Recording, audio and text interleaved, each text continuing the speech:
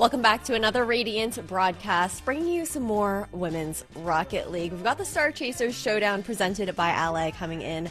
But, again, I am your host, Ash, and I do have some friends to actually take you through the show with me. We're starting off with the EU region, and we're going to be joined by no other than the Danger Taco and Chixa. Chixa, Danger Taco, how are you guys doing? How excited are you for some more Women's Rocket League coming into 2024? I could not be more excited for today. It's been ramping up. It seems like teams have been forming. They've been trying out so many different alterations together, and today they're finally competing for something really big, and it's only the first of many. Yeah, it's really nice to be able to see the return of everything within the women's scene, because I think it's only natural that we have a little bit of an off season somewhat. We don't really have the structure we're looking for, and maybe the corporate speak is like, well, it's Q2 of the new year, like we can start getting started. But in reality, it's almost like it's the spring, because we finally have the Star Chaser Showdown #1 here, and then in July we have a second one, and then a third one in September, and then November we have Ally All-Stars event, so all leading up to that. So we have a whole calendar year that Radiant, Ally, and company have all kind of planned together. So it's nice to see spring, everything blossoming again for the women's scene.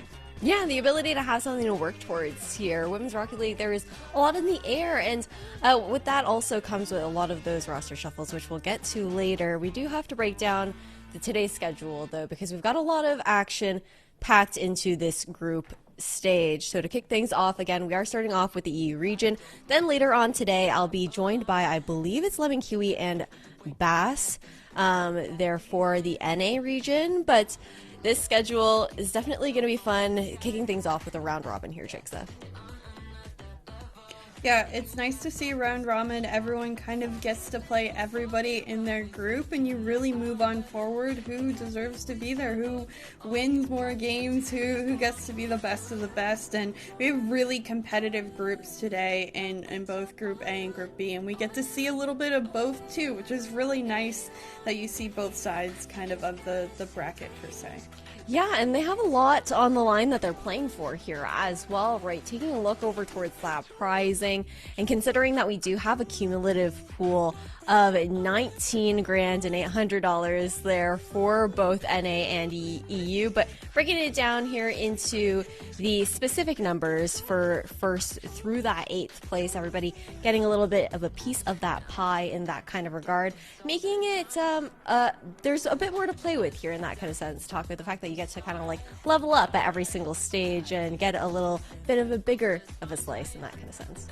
I particularly like that the prizing is very spread out. I mean, that's ultimately what I really do like about a developing scene, that it's not top-heavy. Granted, yeah, it's great to be able to win these tournaments or finish highly in them and then being able to just collect a bag. But it's also nice to be able to see that the sustainability is there as well. Even if you come through and maybe you're just not too hot on your day, or maybe day one doesn't go your way, you can still come out of it with at least a little bit of something to spend on. And ultimately, I think that's more important for the scene right now as we kind of slowly build on that infrastructure. So definitely a welcome sight, I'm sure, for both players and fans. Yeah, a lot more incentive, especially for some of those teams who aren't necessarily always expected to be within that top 4 as well there. But there has also been roster mania within the Women's Rocket League scene here as well, right? And Chixa, looking over towards these round-robin group stages, I know that we won't get into direct rosters until we head into our matches later on today. But just looking at these teams in general, is there a group that stands out to you? Oh, definitely Group A is probably the Cat Jam ECD two that you're looking at in particular. Both of them are arguably 1 and 2, but some people say Shorties and 67% Guild can fight with Cat Jam, but ACD certainly is the one that everyone has their eyes on, and in the expected sense of the EU winner as well this week. And of course, we've seen crazy things happen before, so I'm not counting anything out, but both groups are very much stacked in that sense. What are your thoughts, Taco, on this? Because I've also got my eyes on a team like 67% Guild, which the name, I think, says everything, but they're also missing out on Jodo, which is that player that I think on the Guild roster, while everyone else also had something to say, Jodo was always the one leading at that forefront, and now is the missing piece of the puzzle. Yeah, it can be difficult because when you do have roster mania, as we mentioned earlier, and you swap up rosters, the playstyles can change. And I especially think that's going to be missing because actually way back when in one of the more or the last Star Chasers events that we were able to do, that guild team actually went pretty far in that EU bracket. So it is a little bit tough to be able to see that team break up, but that's the nature of esports. I feel like at this kind of like merging pro scene in the women's side. So I think it's going to be something that we have questions about, but the whole point behind roster changes is that it's not just as simple as you take one player off and then suddenly everything's ruined. It's more about chemistry. It's more how players play together. Sometimes playstyles just mesh. I've actually seen players where maybe I would say maybe pound for pound, one player I would prefer over another. The better player, in my eyes, might get swapped out, and yet the team performs the same or potentially even better because the whole system kind of gets reworked and maybe into something that is actually a bit more smooth going forward. Yeah, it's all about finding what clicks, what's able to actually like snap into place once you figure out that perfect kind of chemistry in that kind of sense, and if you're able to find that right out of the gates. But we also saw the fact that the scene has also had a lot of development over the past year, over that past season. The gap has been closing between a lot of these players, a lot of these squads. We do have to get into our first match of the day here as well. We are going to have Cat Jam versus Lotus 8 coming up first, and for Group A here, looking over towards this Cat Jam roster, Chicks is Steven, Ravina, and Crimson. Names that are very, very familiar to all three of us. Yeah, most people probably recognize Steven and Crimson together when they played on WR, but in particular, Ravina is just a very well-known kind of content creator in the scene. So she's very mechanically gifted and a wonderful addition to this roster. They're a very strong team. They're certainly one of the front-running teams in the entire 8-team main event that moved on forward. So no surprise today, they're going to, I say, do a very good job, and the biggest hurdle for them will be ACD later in the day. Yeah, that's a matchup that I think everybody is definitely looking forward to. Probably maybe the match of the group stage to actually keep your eyes out on there first. But looking over towards now the opponents of Cat Jam, over towards Lotus 8 Esports White, you got Violet, Rexy, and Nines. And I know Rexy here, Taco, is a player previously from Flying Kitties. They were actually relegated last time we had Star Chasers Showdown down to that disco bracket. But now you see the fact that they're actually able to make it to this main event, and I gotta get your thoughts overall. I think that's exactly what you want out of a lot of different players. I mean, granted, with everything changing up, you're going to expect some different results. But sometimes there are just some players that always find their way at the top. If you see a certain name on a roster, you're able to see them just immediately qualify through. But at the end of the day, some players just miss out on these tournaments, and some of them do get in. But all we know is that the passage of time means only so much things, and hopefully for all these players, it means that you get better. You marginally kind of make sure that each step up on the skill ladder is going to be at least a steady one. And I think with players like Rexy, we're also going to be seeing a lot of other development about, I would say, from other teams, not to focus on them too much, but particularly within the case of Lotus. I mean, I'm really impressed by how far they've come along, and I think hopefully now they have a chance to prove it in this upcoming match. Yeah, I'm looking forward to seeing how they do face off against Cat Jam, but I think undeniably as well within this group stage, you're looking at some top players going against the underdogs. I think that is the story that we have to tell here, Chicksa, between Lotus and Cat Jam. Like, the expectations here definitely fall on the shoulders of Cat Jam, but that also might give Chicksa a little bit more freedom to Lotus Esports to play a little bit more freely, a little bit more loose in that kind of sense, knowing that they don't have that weight on their shoulders. Yeah, everyone loves to be the Black Horse team, kind of the team coming out of the shadows, unexpected, proving that they can play with the best of the best.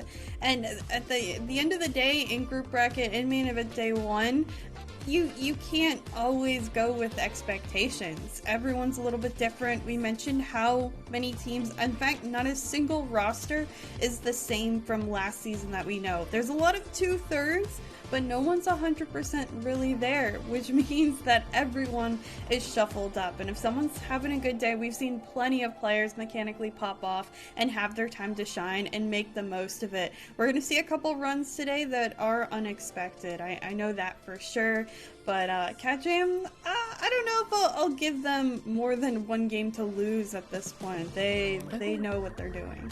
Yeah, they definitely do. But I mean, Taco, even based off of what Chicks is saying there as well, we're even looking towards Stride Esports have been throwing on those like ladies' nights weeklies for the Rocket League scene and whatnot. And even in that situation, we're seeing a lot of different iterations of rosters that aren't together for this event, but are playing with each other for the weeklies, and everyone's kind of shaking things up and testing things out.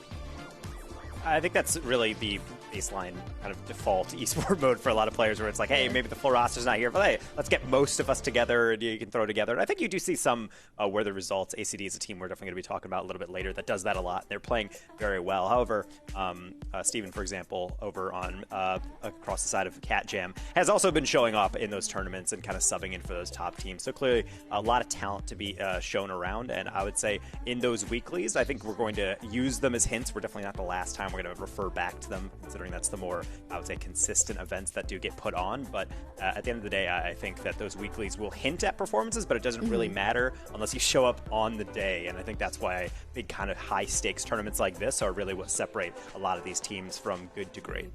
Yeah, absolutely. And I know we are waiting on the lobby right now, which is why you guys are seeing our faces for longer and not seeing the Rocket League action that you guys want to be seeing on your screens right now. But since Taco and Chixo will not be here later today, we do have an opportunity to talk about our NA groups as well. And I want to get your guys' overall thoughts. I know there's a big difference between EU and NA Women's Rocket League right now. EU has zero org support. No orgs currently representing any of these teams within the Women's Rocket League scene, but NA is a different story. You've got 2-3-ish orgs stepping up to the plate here, and Genji have not changed things up really at all here, Chixa.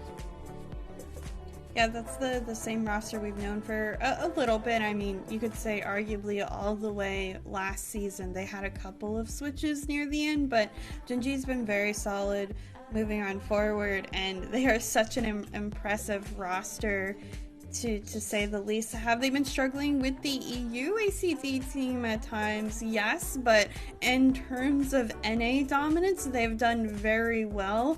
Granted, they're staring against another G named org on the opposing end that has certainly come up to play.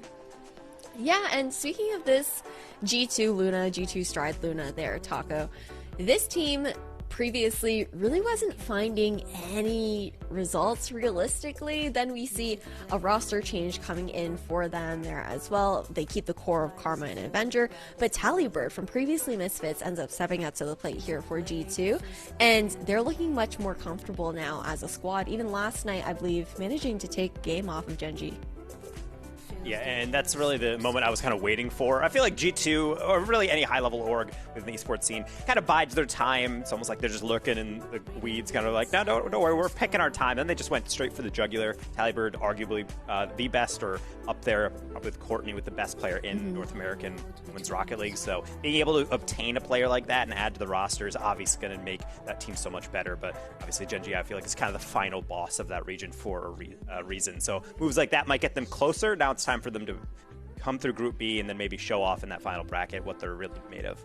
Yeah, we need to see that consistency coming into play as well. The ability to maintain that kind of performance and have it become a new foundation, a new baseline for yourselves, rather than having kind of those peaks and valleys. Not even just talking just about G2, but these teams in general who are all still figuring out, for the most part, how they jive together, what that chemistry is going to be like, and how they can find their synergy on the pitch in that kind of sense. But now, I would like to refocus back over towards EU here as well. We do, again, I know we've been talking for a while.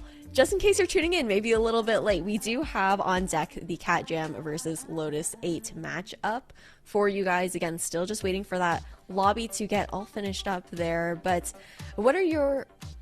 Oh, actually, never mind. I think we're heading straight into game now. I think we're able to toss that over to the casters. So I'll let you guys take it away and enjoy Cat Jam versus Lotus 8, first game of the day.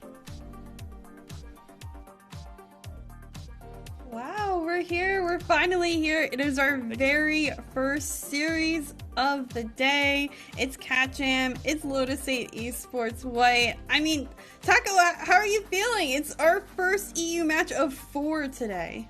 I mean, that's what we like to see on the EU broadcast, is getting all the action, so we get to really hog it all to ourselves within the booth, which is lovely to see. And I think if you are Lotus coming to the one, maybe it's not the most sweet. This is a matchup that they did face in qualifiers. It did not go their way, but that is a best of 5. This is our best of 7 territory where they really have to be able to lock in. And I think with those longer series, at least you get more time to kind of sit down and really break things down if it's not working at first. And maybe we'll see a little bit of a change coming in now. Yeah, I think, again, it's a new day, it's early, it's a best of 7, which are always different beasts than best of 5. There's a lot more variables to a main event for a weekend, and if Lotus 8 has done their homework, understands who they're up against, and they also, again, are kind of going and looking at this match without a lot of nerves, and are kind of saying, let's just do our best. Let's learn from this experience. Let's see if we can take one game, gain some momentum. I think that's the right mindset to take into a match against a team like Cat Jam. And being able to actually kind of find a consistent play style is probably the hardest thing, I feel like, for most squads, especially when they cut into main event, because oftentimes you want to be able to work your plan. You get into scrims, you get into tournaments, you play a certain way, you have a certain thing that kind of works for you. But I think there are the occasional moments, and I think Lotus 8 ran into this with Cat Jam, as much like many other teams struggle with specific matchups, is that you really do have to kind of make sure you're saying, okay, let's match their pace. I know they're mechanical, you got to get in their face, and if that works, that's great, but if not, you don't want to scramble too much. I feel like being able to find a consistent footing, particularly on defense, for a lot of these squads trying to do their comeback trail here in the main event, that's probably going to be priority number 1, and I think game number 1 is always kind of an interesting feeling out game for that exact purpose.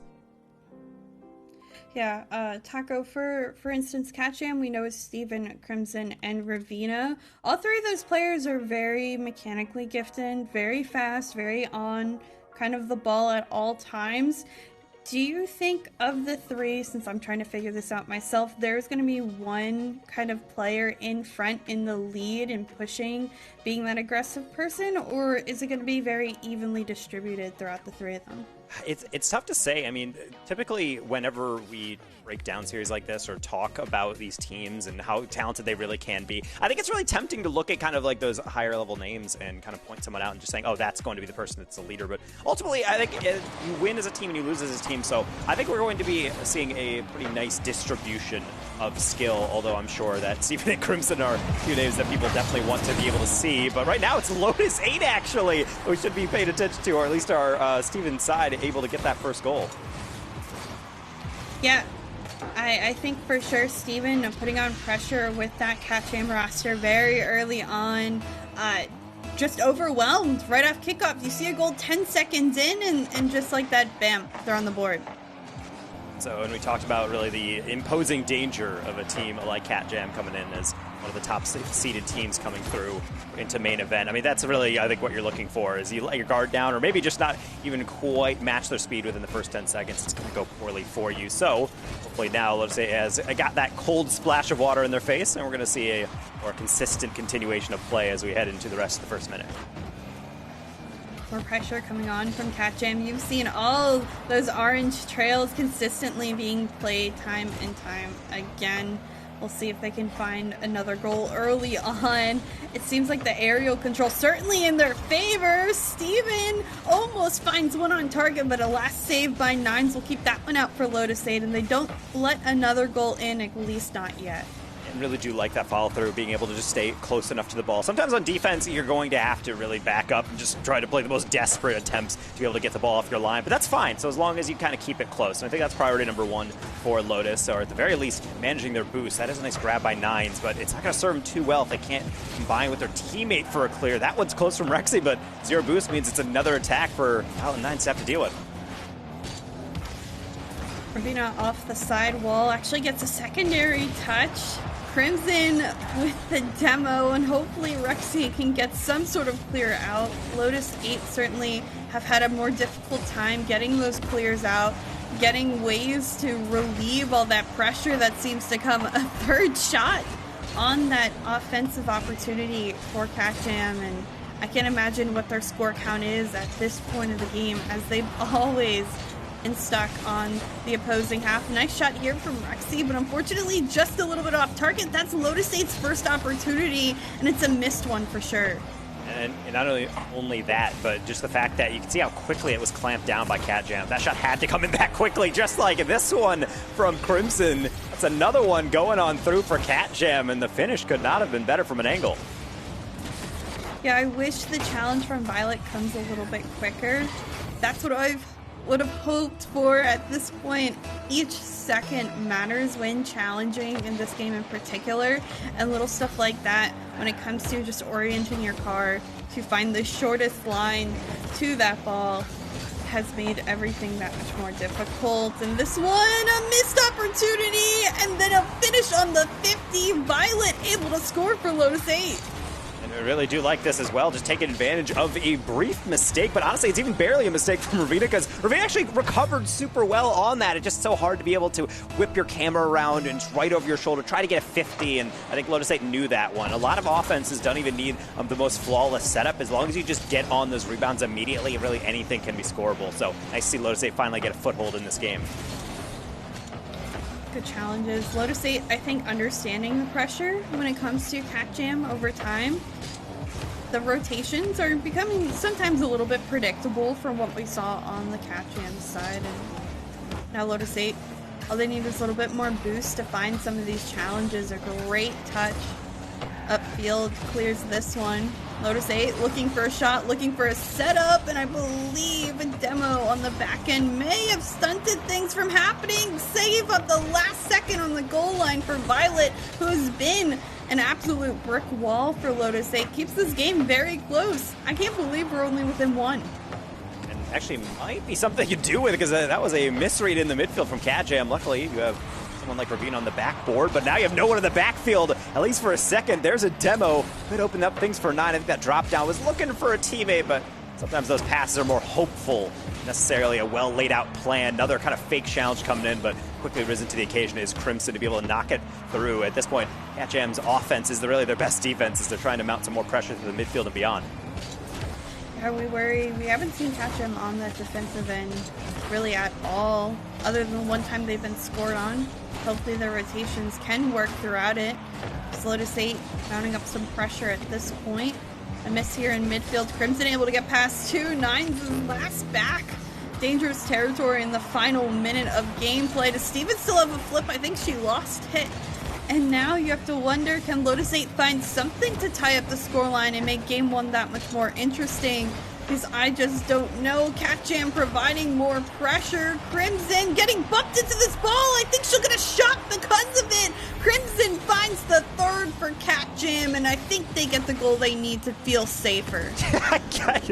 Honestly, do not adjust your sets. That was not lag or anything. That was just the bump completely confusing the physics engine for a second. And honestly, I would say, oh, that's totally calculated. Wow, what a lucky goal. But we're talking about Crimson. This is one of the best players in the women's scene for a reason. Honestly, bump or no bump, that's probably going on net or in. So fantastic finish, and potentially a great way to cap this game 1 off. Maybe one more for the road. Lobbed up and over. Third goal, 4th shot for Crimson. Yeah, great catch. Great way to stay on it. I mean, how more unpredictable can you get in a play like that? She beat the entire team of Lotus 8 in a matter of seconds and without momentum behind her. Really impressive play coming out of Cat Jam. They're doing what is expected of them. Granted, a lot of this is Crimson, which we have highlighted multiple times because she has the majority of goals.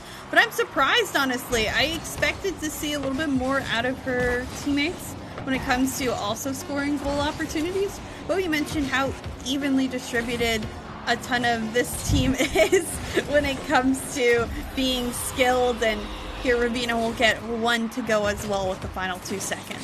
Clearly Crimson has had enough. Like, she's saying she's full. Someone else try to eat, and sure, Ravina will take that one. 5th goal. I think this one was already very much decided, but I very much so want to focus on Lotus 8 on that front half of the game. I think they showed a lot of resilience. They were even getting some decent shots up, but I think the lesson that Lotus 8 can take from this one is that it is going to be an unforgiving task to be able to try to throw Catgem out of your half, and then even more important to when you do get those occasional shots, as they've had a handful, they need to be on target. They need to be threatening because you're really not going to get too many of them, and Catgem clearly is having no issues with conversion. A solid game one from the favorites. Fully agreed there. I think you're spot on with kind of how this game expected to go, how the back and forth went. Of course, you can tell the points difference, the wide margin that these two teams have. I will like to note Nines on the side of Lotus 8 having 5 saves. That kept this game a lot more in reach, especially in the earlier minutes, that kept Lotus 8 almost, tied with them for quite some time.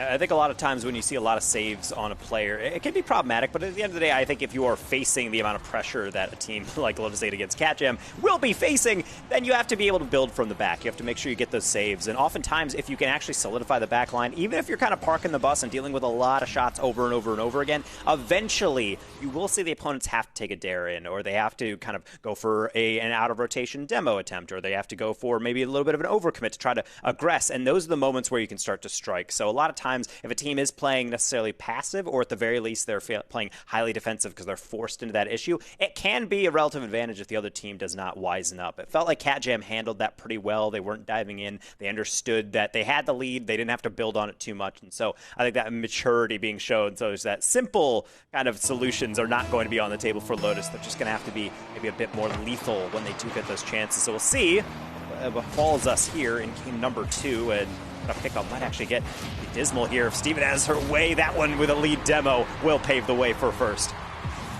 Sometimes just throwing your body in front of that car and getting that demo does just as much work as demoing your opponent. Great control by Steven across the line. And what more can you do? Catgem gets another early goal. The last one in the first 10 seconds, this one in the first 8.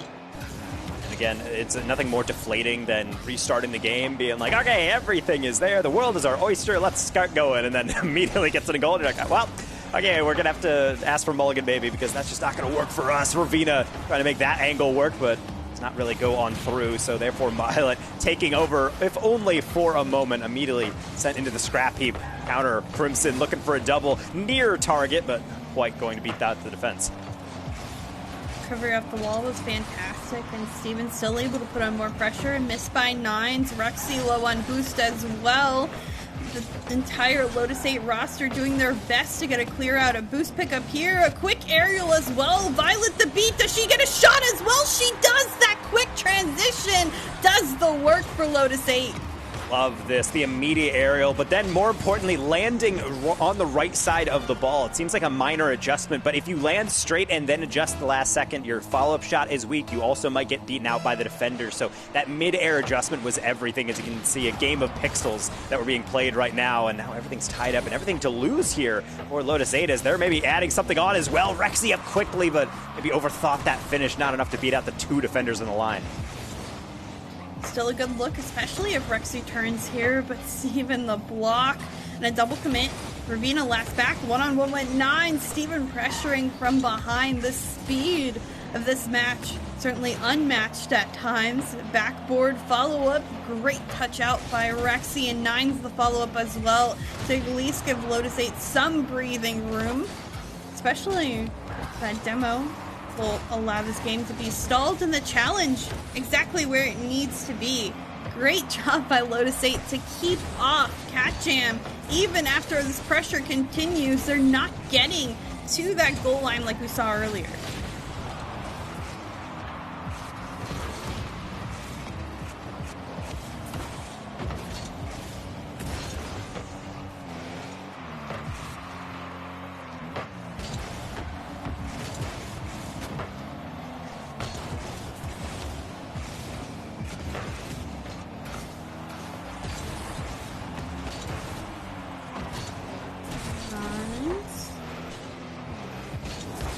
Violet, the pop, Crimson coming on through. Maybe Ravina can get a piece. She does. In fact, the 50's on target and good. Great job by Cat Jam to keep the pressure on going. It's 1, it's 2, it's 3 opportunities, and the 50 comes on through for the finish. Cat Jam finally gained their lead back after what seemed like such a long time for them in order to find a way to score.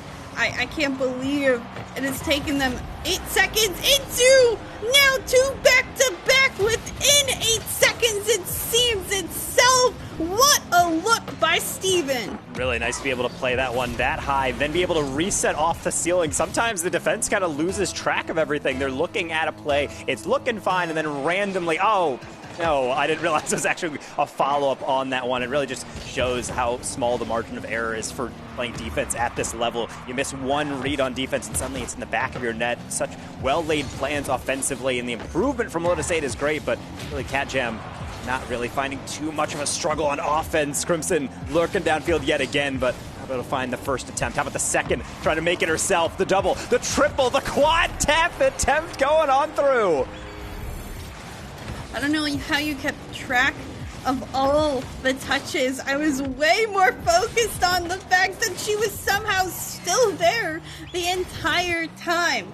A masterclass of mechanics on Cat Jams, and impressive to say the least that they've hit stealing shots. They've hit double, triple, quadruple taps at this point, that they've continued offensive pressure. They have found so many different avenues to score and be creative. It's been hard for Lotus 8 to answer. I mean, credit where credit's due. Lotus 8 has stopped a majority of attempts, but there's just so many coming, they can't stop them all. And that's really the biggest thing, is you can play defense well, but after a certain point, when you're on defense, particularly within individual attacks, it kind of stays on the offensive third. Eventually, you're just going to run out of boost. You're going to start to double commit because there's only so much you can do, and I think Cat Jam is really excelling at that, just keeping the pressure on and just being unrelenting. Another one coming on through from Crimson, showing that doesn't even need teammates. She can just kind of plow on through and just be able to force those solo plays as we saw in Game 1, but really here in Game 2, continuously testing that backboard. See if we can find one more. I mean, it's an improvement if Lotus 8 can score 2 this game and keep Cat Jam 2-4, but keeping Cat Jam to 4 is going to be harder than everyone anticipates in this last minute, especially when they're occupying that midfield to continue pressure that much more. This one off the corner won't result in any sort of shot. A clear. Steven on rotation, able to pick it up. Actually, no touches found. Nines to pop it, but Crimson is there, and there's the outlet, and Steven to already send it that much more upfield. Burning clock time is Cat Jam. They know exactly how to play this game, especially in front of net. The fake to Steven to shoot it on through, and a 4-goal lead for Cat Jam with 30 seconds remaining. As a defender, these are the things I absolutely despise, and unfortunately for everybody who works in the esport, this is the meta now. They tap down from Crimson. Ravita goes up, thinking it's going to be a super confident touch high. You just got to set in your paces, and then suddenly, oh wait, there is no touch, and it's a perfect lead to the third. It's so hard to predict, but those feints, I think that's something that really is just another really trick that you can reach deep into your bag for. And I think right now you're seeing Cat Jam varying things up on offense. It's not really just throwing the ball at Lotus until they crack. It's really always bringing something new. I think that's why it's such a difficult task. That one could have been something maybe for the road for Lotus 8, but goal just has to be a little bit wider next time. Let's see. Maybe looking for something crazy in the final seconds. This one will roll on in at 0 seconds. A 6-1 game number 2 victory for Cat Jam. And I can say nothing's changed from game 1 to game 2. They look just as strong as they did earlier.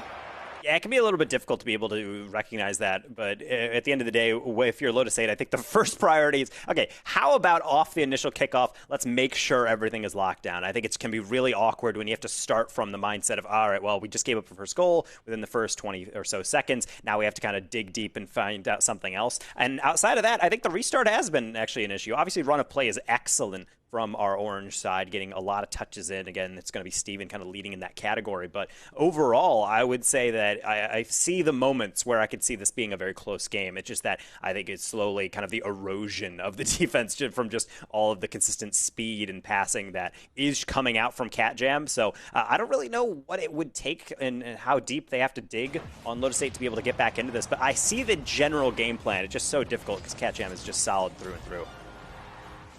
Yeah, I'm impressive to see the switch kind of to Steven.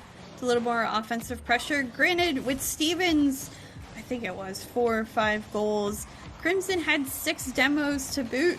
6 of the 7 on her side of the field for Cat Jam. At the other end, it was an evenly distributed amount of demos in order to try to gain some pressure. So strategies, I think, are certainly still ticking in the background of these players. They're still testing things out. I mean, it's better to play your best instead of get and make lazy habits throughout a series. So I'm very impressed with what we've seen so far in Cat Jam. Now they're looking to be as perfect as they can when it comes to the series, and again, within the first 10 seconds, get a shot and a goal. That's a tough one from Rexy, too, because I can see the idea there, but that's really should be your last resort of anything. Off ceiling, then a heavy touch into the sidewall. And unless you get a double on that one, it's not going to usually end well. So Cat Jam assures us of that. Puts that one through. So off the restart, we will see kind of Violet get something interesting on the pinch, but going to go well wide. I think Lotus 8, for some reason, these kickoffs, they're just not quite positioned where they need to be. And maybe it's just overcomplicating it. Maybe sticking to the simplistic 50s or something, keeping the ball close is a little bit better than trying to go for these more creative ways of getting the ball out. I would say always stick to fundamentals, especially when you're struggling against a team that will beat you when it comes to mechanics and speed a majority of the time. With how much they're controlling this game, Cat Jam, they're going to consistently have more boosts because they just own so much more of that field where boost is prevalent. Crimson upfield the bump onto Nines, but both her and Rexy ready, at least to get this ball as far outfield as they can. Steven, the backwards challenge, the turn by Crimson. Both of them are up trying to make a play that quick. Even Ravina challenges, and this could leave the net open, but that rotation by Crimson, the touch back into her own corner. Well done to prevent a shot from Lotus 8 on transition. And with Steven again bearing down on the goal, the crossbar sometimes comes to the rescue. That fourth defender, always reliable when you need him most, it seems. Rexy trying to make do with that mid-boost pickup. That's going to be a 50, actually straight down in front, but apparently you can only do so much, not able to trigger that jump in time again, so soon counter the back post. Will be met by Violet, but Crimson again there to always shove it right back in. Ravina getting through a couple, but Violet on this back wall, able to get it out towards the side wall. Lotus 8 looking for something. Shot will maybe come through, but Steven ends up finding a way to deflect at the last moment. Crimson as well misses that touch, and Violet actually was going for it as well. Steven, one-on-one, running out of boost. This one's back. Well, can Violet get in front of it? She does. Somehow Lotus 8 managed to just be picking away at all of these opportunities that Cat Jam is putting at them. Incredible. How we didn't see a goal, how we still haven't seen a goal in all that time, completely surprises me. Well, part of the reason we're not seeing a goal on the other side is these demos and the counterattack, as if life isn't already difficult enough. Steven off the backboard, the putback from Crimson. It looks so simplistic, but really it's just Cat Jam being that smooth on the read. A lot of really crazy demos, bumps, 50s, but somehow all it takes is a little bit of passing action between the two on Cat Jam. And they go up by 2. A quieter game. I'm going to say it's quieter, at least to starting game 3, but still, you're seeing the mechanics, you're seeing the passes, you're seeing everything on the side of Cat Jam. They're constantly challenging. It's a wonder Rexy even has the opportunity to make that play. It's the best we've seen from Lotus 8 all game long, and on the transition, there won't be a goal to come from it from Cat Jam. A couple of misses. This one off the backboard. Violet put it out to the sidewall, and that one will also be off target. That one, though, is not. Cat Jam stays in the half of Lotus 8 for almost a minute of time. Yeah, sometimes you're going to get some second chances. There's going to be some rare misses, a fantastic infield pass leading up to this eventual goal. But yeah, Lotus 8, I think right now they're kind of just straggling around because they just can't keep up with Cat Jam on a lot of these plays. And I got to say, one thing I haven't been paying as much attention to is really the cyberbullying aspect of Cat Jam right now. There's so many demos, and they don't even seem necessary all the time, but they're not going out of their way to get them. It's more or less just if they see a Lotus 8 player kind of in their path, they're just going to take a slight detour, take them out. It really resets the rotation. I feel like that's got to be so frustrating for Lotus 8. Just getting onto offense, getting a pass forward into a shot is difficult enough, but when you're constantly hearing your teammate, oh, sorry, I got to reset and go all the way back to my half, it's got to be something making you want to pound your head against your table. I do think the Cat Jam playstyle is just pretty much that. It's very aggressive all the time, very challenge heavy, very demo heavy. It's overwhelming, to say the least. I certainly wouldn't want to be against it. Granted, I'm not that good, so it wouldn't matter anyways, but it can feel like very powerless in this sense with how these shots just keep on ringing. Even if they're not on target, on net, they're threatening, and they're keeping the ball in the half of Lotus 8 constantly. With time running out, at this point, Lotus 8 hopes to just close off this game as quickly as possible and maybe get a transition goal to give yourself some momentum, something to be proud of before this game's over. Yeah, except the problem is, as quickly as those chances go, they go right back on through. So when looking at Lotus 8 on defense, I think generally it's looking a little bit better. Granted, I say that in a 3-goal lead, but granted, based on the games 1 and 2, that's saying a decent amount of improvement. They're keeping a lot more saves out, or touches out with these saves, but I think, yeah, the problem still is just when you do get on offense, it comes from an angle where, okay, we have to get past that last 2 defenders. Oh, wait, we don't have a backward control. Actually, we don't have really a boost for that. Oh, we're getting demoed a lot, and right now, I feel like it starts at the backfield. Obviously, the goals off of the first kickoff or so are problematic, but overall, the improvements on defense have me feeling somewhat optimistic. Is that enough for a reverse sweep here for the first match of the day?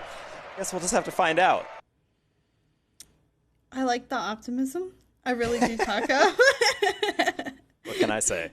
But I think the shot differential is going to tell like the entire story.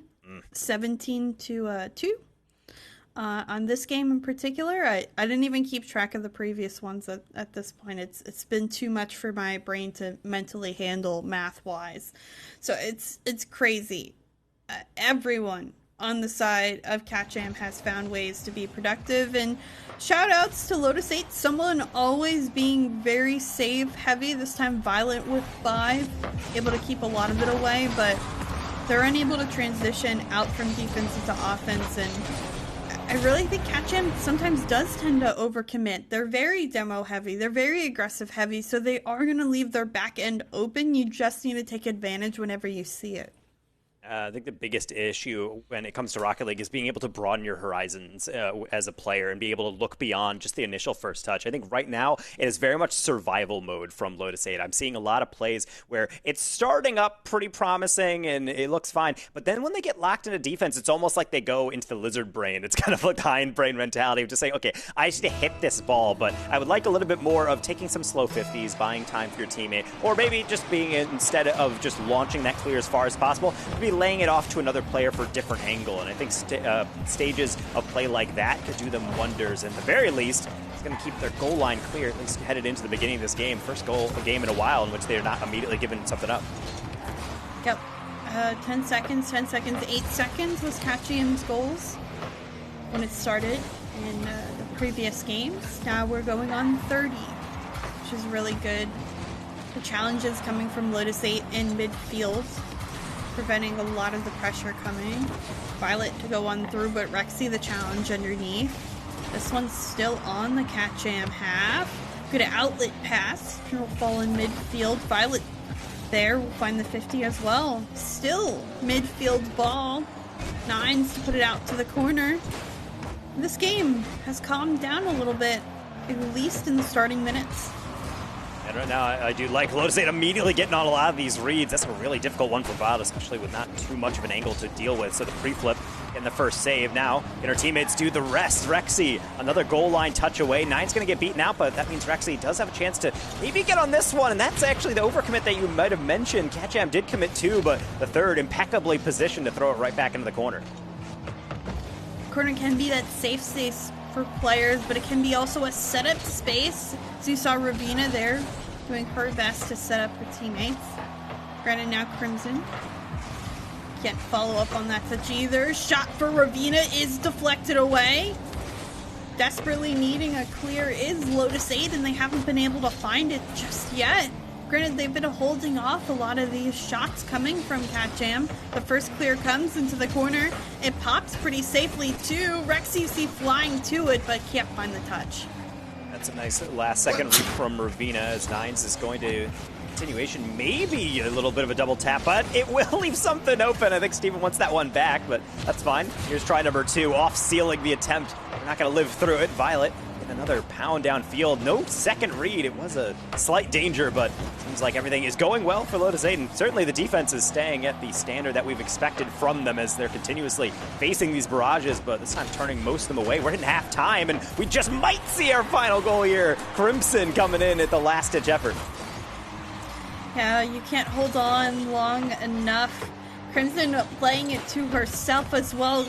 You see both Rexy and Nines in the same corner getting beat by that single touch. Someone needed to challenge, find a piece of that ball because Violet wasn't set up and ready to get the needed save. CatJam now with 1. Can they extend their lead further? Crimson down. Another save is made by Lotus 8. Can they transition though? Great cut by Rexy on top of the car. The pops here. The goal line demo is there as well, and Rexy scores 1 for Lotus 8. It is a team game, but sometimes you don't need much. However, it does help. It looks like Nines is actually going for the demo play, and that froze the defender, which more or less just put him on a tee for Rexy to send into the afterlife. Lovely play from Lotus 8, and that's the opportunity they're looking for. They didn't get much in other games, but now everything's back on the table, 1-1. Maybe not for long if that double goes undefended, but Violet, kind of that stable backboard presence for Lotus 8, going to be turning away another.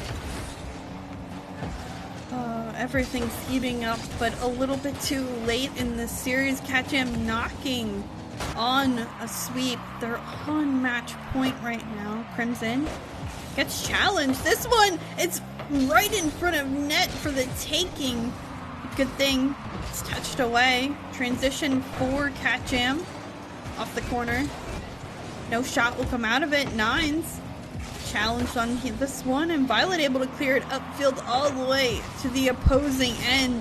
Touch is made by Steven, but every little touch matters at this point. Make a mistake and you could potentially cost this game. For one end to the other, a demo was made. That net's open, but Crimson able to save it away from Violet. Rexy slowly taking it down, but a nicely followed 50 from Nines. That's a flip reset potentially in the classic Batmobile. The pinch attempt is going to take way too much time. CatJam, I'm not going to allow you to get away with this one. Steven, he tried to show her how it's done through the air, deflection straight down, and well, also Violet on that back wall to send it to the side once more. Back into the middle, though. Will be a close one, but looks like Lotus 8 able to handle this one. Final minute. What is going to befall this team? Can they have one more effective offense in them? If you're Nines, you're certainly hoping so. All the way around the corner to the back post, just too far away. Violet committing on that play as well. CatJam, they have one another. Crimson going one end to the other. The flick not exactly where it needs to be, and Steven on the challenge can't set anything up. In fact, Ravina may have an opening. Just the touch needed to find the save for Rexy, but now commits. Cars are flying. Nerves are happening. This one bar down for Steven. Gets a bump in front of her to open up that play, and CatJam with their second. Very near the end of Game 4. Almost like Steven had blinders on, just not necessarily oblivious, but couldn't be bothered with half of the things going around them. There's cars flying every which way, a teammate flying in front of him, but instead just make sure, let's just put this one under the bar and we'll be all good, and maybe take an effective kickoff as well. That one nearly going right on in through Lotus 8, but instead we're going to be seeing our final 20 seconds tick on down. It's got to go coast to coast for Lotus 8. Crimson trying to make sure they wrap this one up. A brutal fake to secure a 2-goal cushion. Yeah, there's the bow on top of it. Or the cat, I guess, jamming out to a third goal here in this one. Really, really great play for CatJam in the final seconds. They hold on. I say they hold on to their series, to the win, to the lead. Time, I think, has run out for Lotus 8, but a valiant effort. The improvement, even within one series, very, very tangible. You could see everything that has happened for them.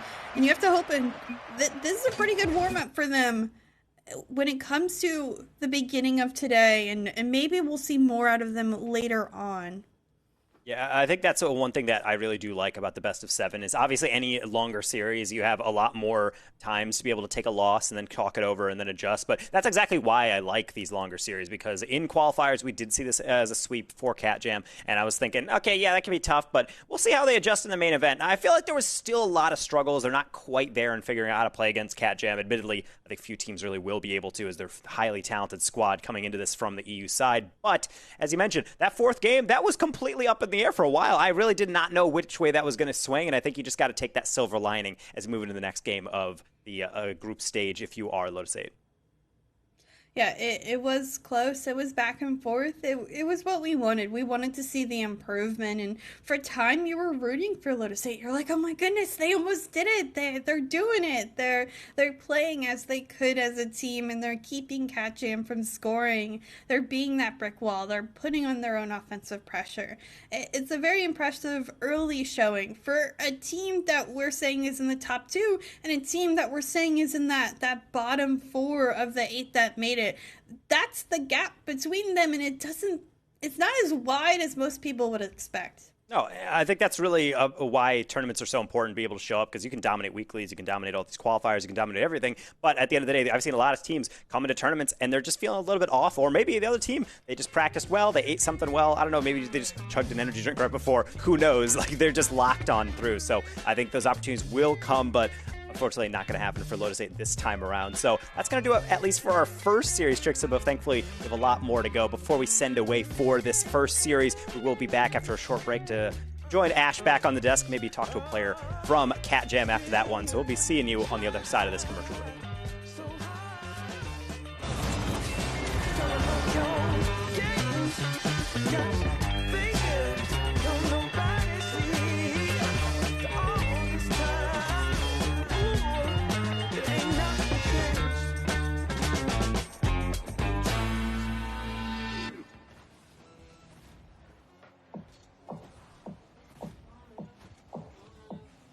I don't mean to speak this up a line, but the way you move is perfect by design.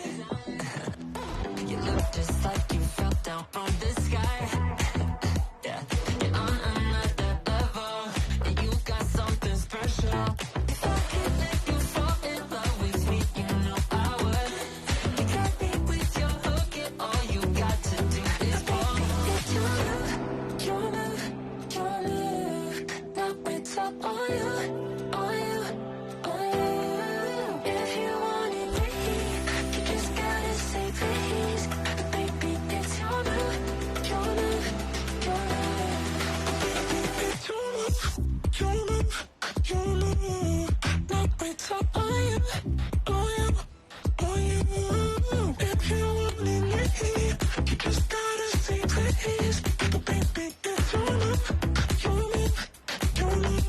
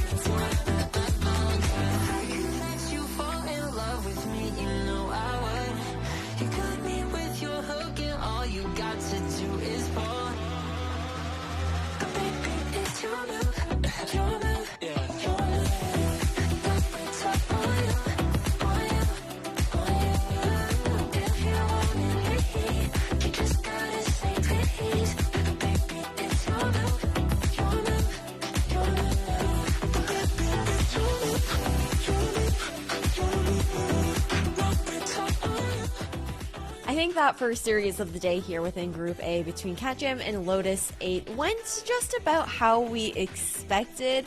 Taco, I think it was pretty difficult for Lotus 8 to really find themselves into the other half of the pitch, playing more aggressively and whatnot, because they were quite suppressed, I think, onto the defense. Yeah, a little bit. I mean, that's sometimes just how series go. You're just not really ready for what's getting thrown at you, so you have to kind of improv. And I think at times, if you're listening to the comp, there's probably just a lot of hyperventilating at a certain point, even if you're just sitting at a desk, because you're constantly just having to say, oh, you know, I'm dead, I'm off the field, I don't have boost, I can barely get this one, can you reach that one? And just, it's really uncomfortable. But I think you saw really the maturation of the series start to develop with Lotus 8 as well having to handle that one. So Cat Jam clearly going to be a handle for a lot of people, a difficult thing to be able to tie down, and I think we saw that really all throughout.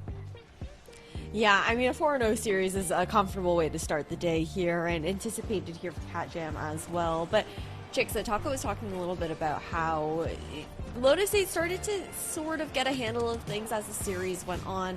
Obviously, some more stuff to work on as we continue forward within the competition. But at the very least, I feel like Chicks, it might be an advantage to also start off with one of those really hard matches to kick off the group stage to kind of warm yourself up for the rest of the competition. Yeah, I said I run at the end of the series. I think the improvement was very tangible for them throughout the entire series long, which is crazy to me to see them get better and more comfortable against the level of play that they were up against. But you could tell they were starting to mix and match the pieces together. Their challenges became better. Their defense was solid the entire time, and that was a great base for them to build on. They just needed to find more ways to transition upfield into offense and find a lot more challenges before the shot counted as a shot in that midfield and back farther line. So I think, yes, it's a good idea. I don't think they have an easy group, though. They're arguably the lowest in this group, so it's going to be hard for them to face the next matches to come. Yeah, definitely tough in that kind of regard, but looking forward to seeing how they get to continue to change up and adapt as the series goes on and as we move forward within the group stage. We do have our ally MVP of this matchup here. It is no other than Crimson on the side of Cat Jam. She went absolutely insane here, Taco. And really, you can see, I would say, also a clip of the series as well with the nearly flip reset, quad reset going into the goal. But other than that, I think the presence of Crimson is definitely one of the best players in EU Women's Rocket League from the past year as well. I think you're starting to see exactly why such a valuable pickup for the Cat Jam roster. All over the place, getting a lot of goals, but also there were moments where there had to be some close saves, and she was able to make them on both sides of the field. So a player that can really be able to secure your team's victory on both sides of the pitch is also really nice. But see the 4 assists. I mean, at the end of the day, they're just doing it all as any MVP should. Yeah, a well-rounded all-star in that kind of regard, Chicks. And when you're looking at the Cat Jam roster as well, you've got that core within Steven and Crimson previously on Resolve together, and then kind of flip-flopping around a couple Pug rosters in that kind of sense, still like working together in that kind of way. But Ravina is also that kind of new addition now heading into this core that Steven and Crimson have built for themselves. Chicks, how are you feeling about Ravina working in within this team? I think she works out great. I think they're very aggressive, offensively heavy, and Ravina works with that style of gameplay. She's very mechanical herself. In fact, I was kind of surprised she was the quietest in this previous match that we saw, but when it comes down to the line and we see her against those teams that are quote-unquote the higher rated in this group, you're going to see her come out a little bit more, and why her presence and why her value to this team is really known. I think Steven and Crimson do very well against teams that are very struggling on the defensive end, but here when Ravina has to make more targeted passing plays, better shots, the flip reset mechanics, the backboard reads, you're going to see that all come out later on, and this team will flow a lot more like we expect. I'm looking forward to seeing it because I think, Taco, everyone has something to say on that Cat Jam roster. I feel like it can vary so much match to match which one of those 3 players will be at the forefront being more aggressive, and I think with these 3 players as well within Ravina, Steven, and Crimson, they all kind of flex into every single role very nicely with those rotations. Catchem definitely gets really lucky, or rather fortunate, or just in general, just well planned out, because a lot of rosters I find, especially in the bubble scene, whether it's kind of the RLCS Pro play or whether it's kind of more bubble play, or regardless, sometimes you see rosters where like, man, that team is fantastic. Maybe they could get a better third, or maybe it's a little top heavy. Maybe if like that one player's playing well, then they'll play well, but otherwise, no. I think this team is very much something where you can have Crimson pop off, get 4 goals one game, and then take a backseat for a couple of games, and it's fine because Ravina and Steven step up. So I definitely think that Catjam is capable of everyone being able to play that offensive threat, and I know Ravina, at least from covering a lot of NA Women's Rocket League last season, playing on the Misfits roster, just a menace in the air. A lot of practice, foot resets, and the air dribble, so clearly, even though it's a quiet series, I would not anticipate that being the case in their next matches. I'm really looking forward to seeing what she's able to bring to the table going forward. But we are just waiting on an interview right now for everyone at home, just as a heads up for you guys. But while we are getting that all sorted and whatnot, I know we've also talked a bit about Lotus 8, of course, how their journey does look a little bit more difficult going into the remainder of the group stage there. Chixa, if Lotus 8 do want to manage to find themselves out of groups, knowing that they are kind of anticipated as that underdog of Group A, what are you looking towards them as far as being able to accomplish? Who do you think they'd actually be able to take down within the competition within this group? I would say ACD is a similar story to this one, but the Dino Nuggies roster that's also in their group is kind of the closest matchup I think they'll get today. Has that endpoint in Takara mainly, but then there's other new players on it. So I think at this point, that's the match they're looking at being the most competitive, the most back and forth. And the one that they should really keep their eyes out for and make sure they're feeling optimistic about it in that sense. A lot of times when you're playing in these group stages, if you lose your first 2 matches, you kind of feel very deflated. You're not feeling motivated. But they need to look at who they're up against, understand that they aren't to the level yet of their opponents, but they're making the right steps, and a team later like that Dino Nuggies roster is a potential win for them that they have to focus on.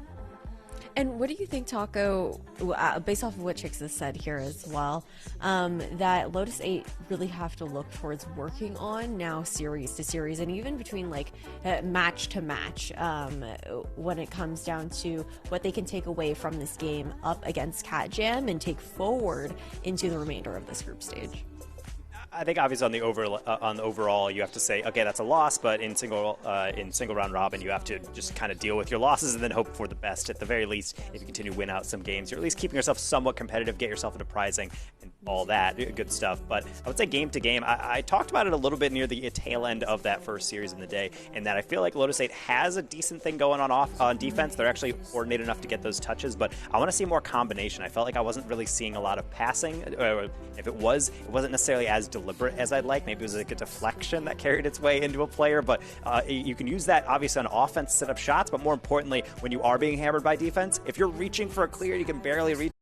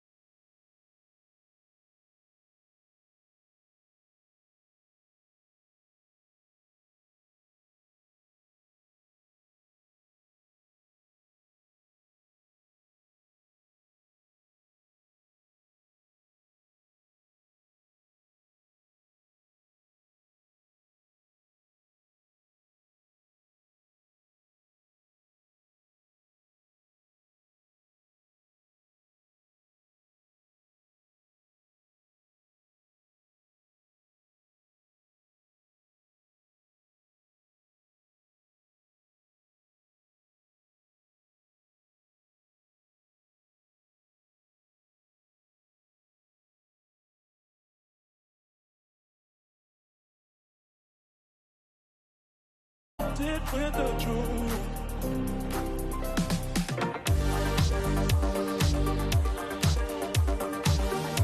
Really good for you, homie.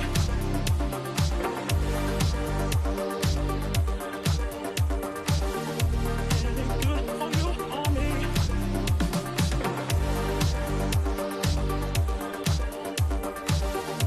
Really good for you, homie.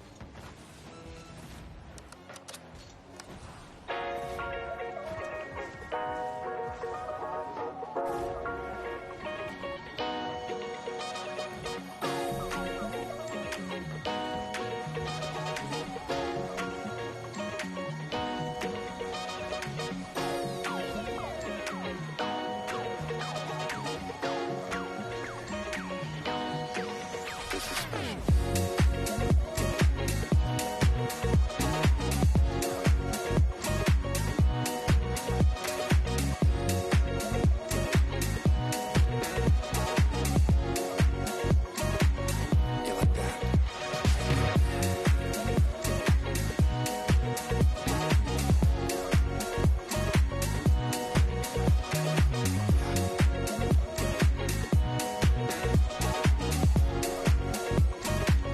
We feel that vibe all night.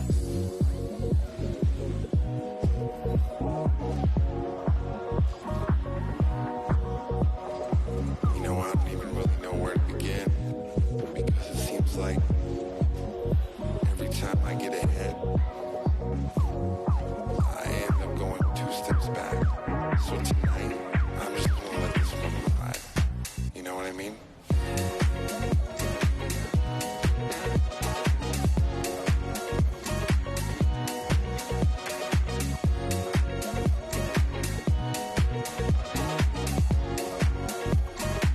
One unique, one special night.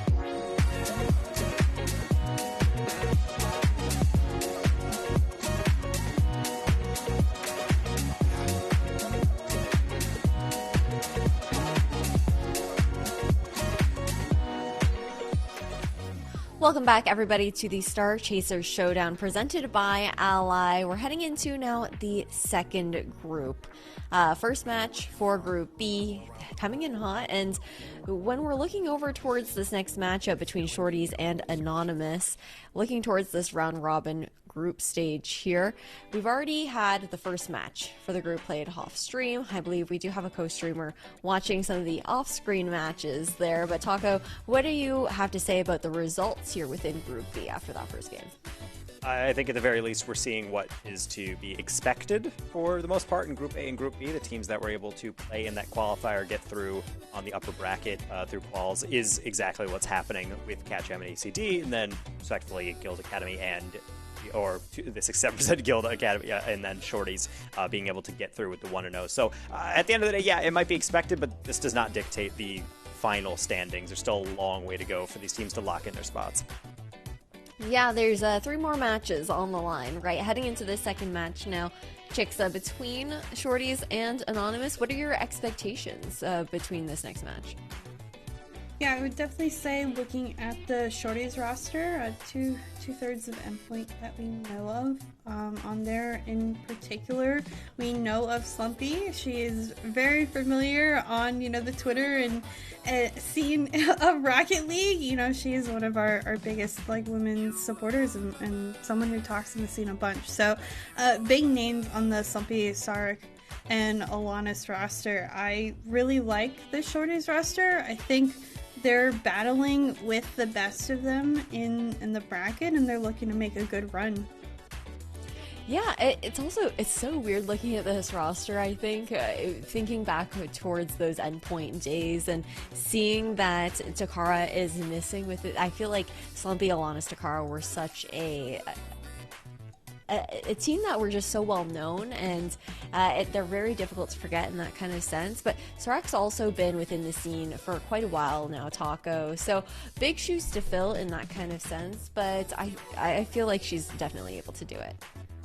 Yeah, it can be difficult to see a team not only that plays really well together within the EU scene and point and break up, particularly one that's just such good friends. So you say, oh, well, the chemistry might be a little bit different, but yeah, you're taking a player in Sarak with RNL Roar, previous team playing through, and then swap them in, and honestly, they've been having a good time. I've been seeing them kind of come through, and they seem pretty confident coming into this event. So I would say if you're looking for the endpoint synergy, you're probably going to still see that, but with a new flavor, I would say, added in, and I'm excited to see what it looks like.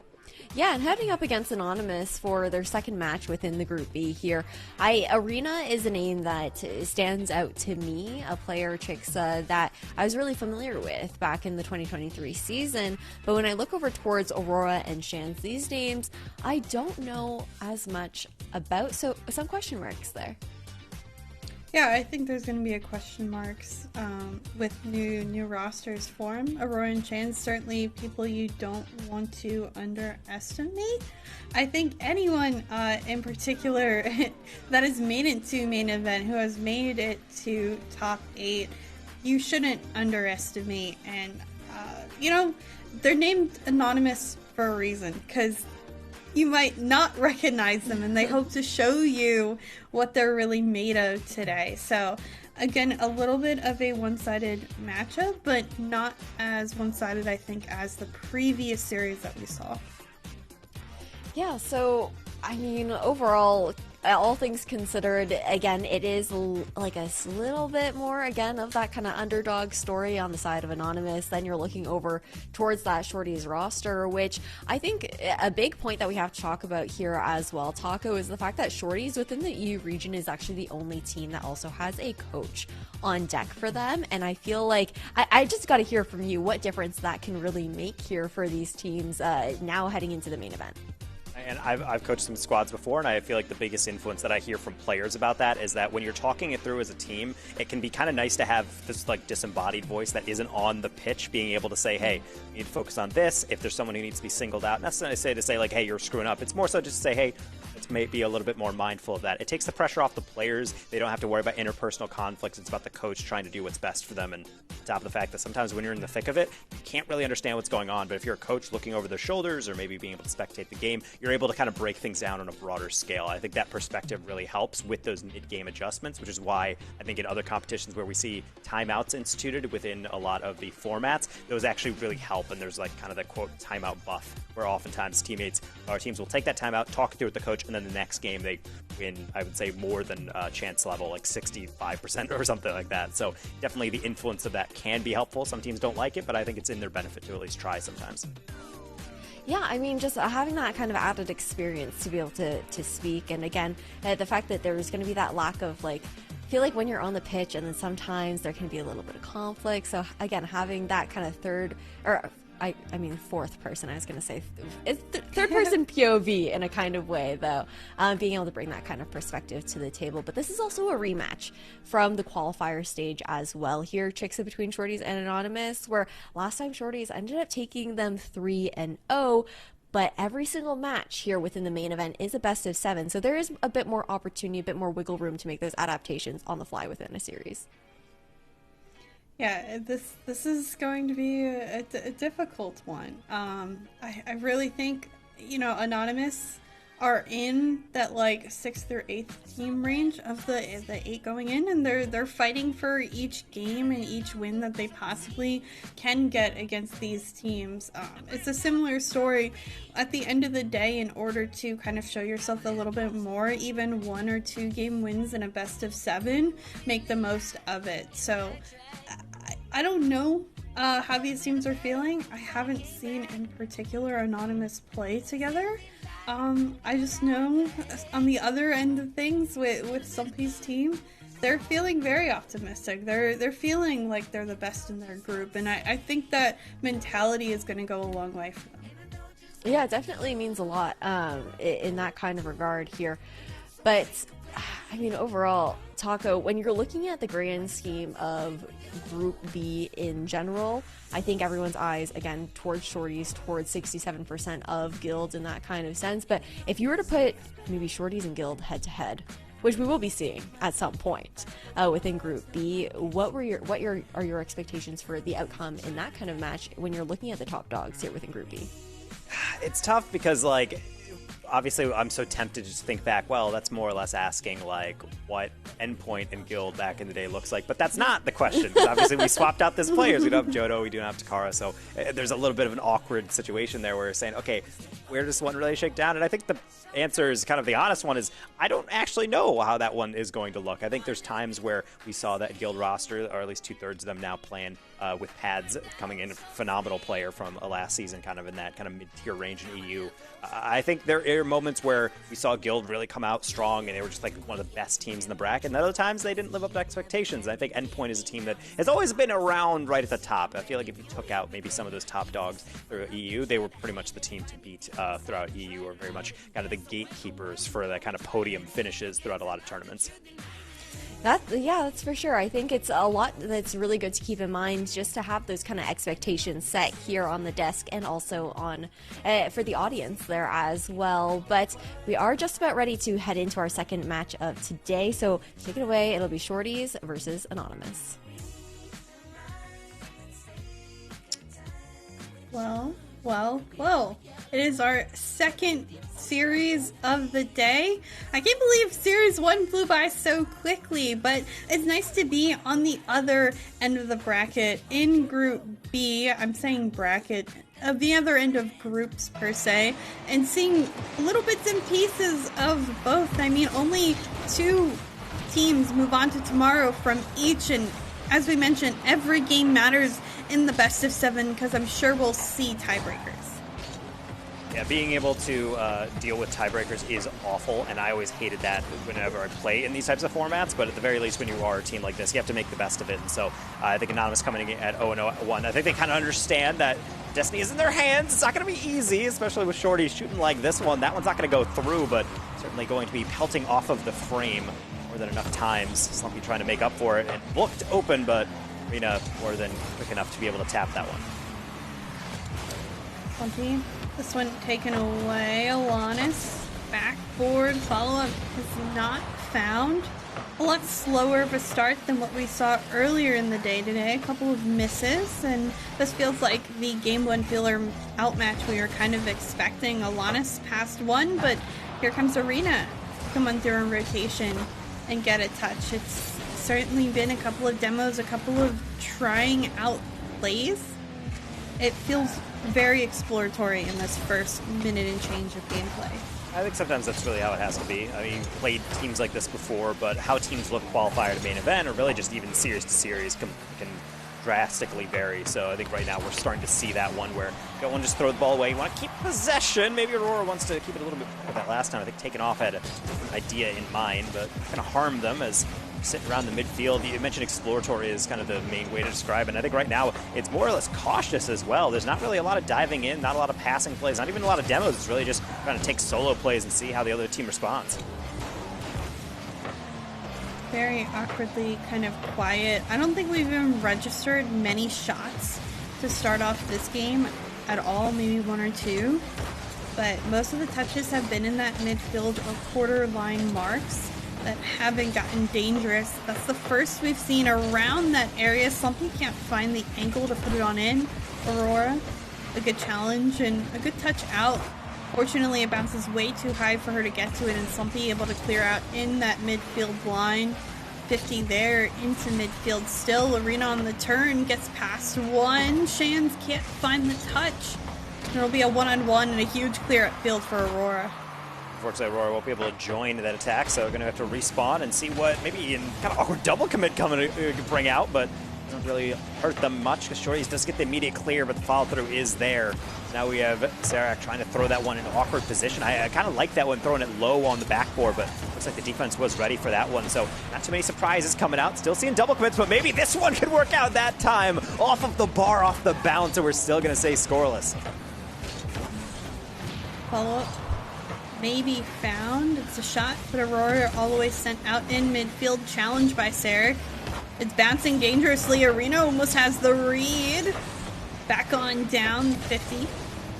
Doesn't make this any farther in the midfield line. The corner.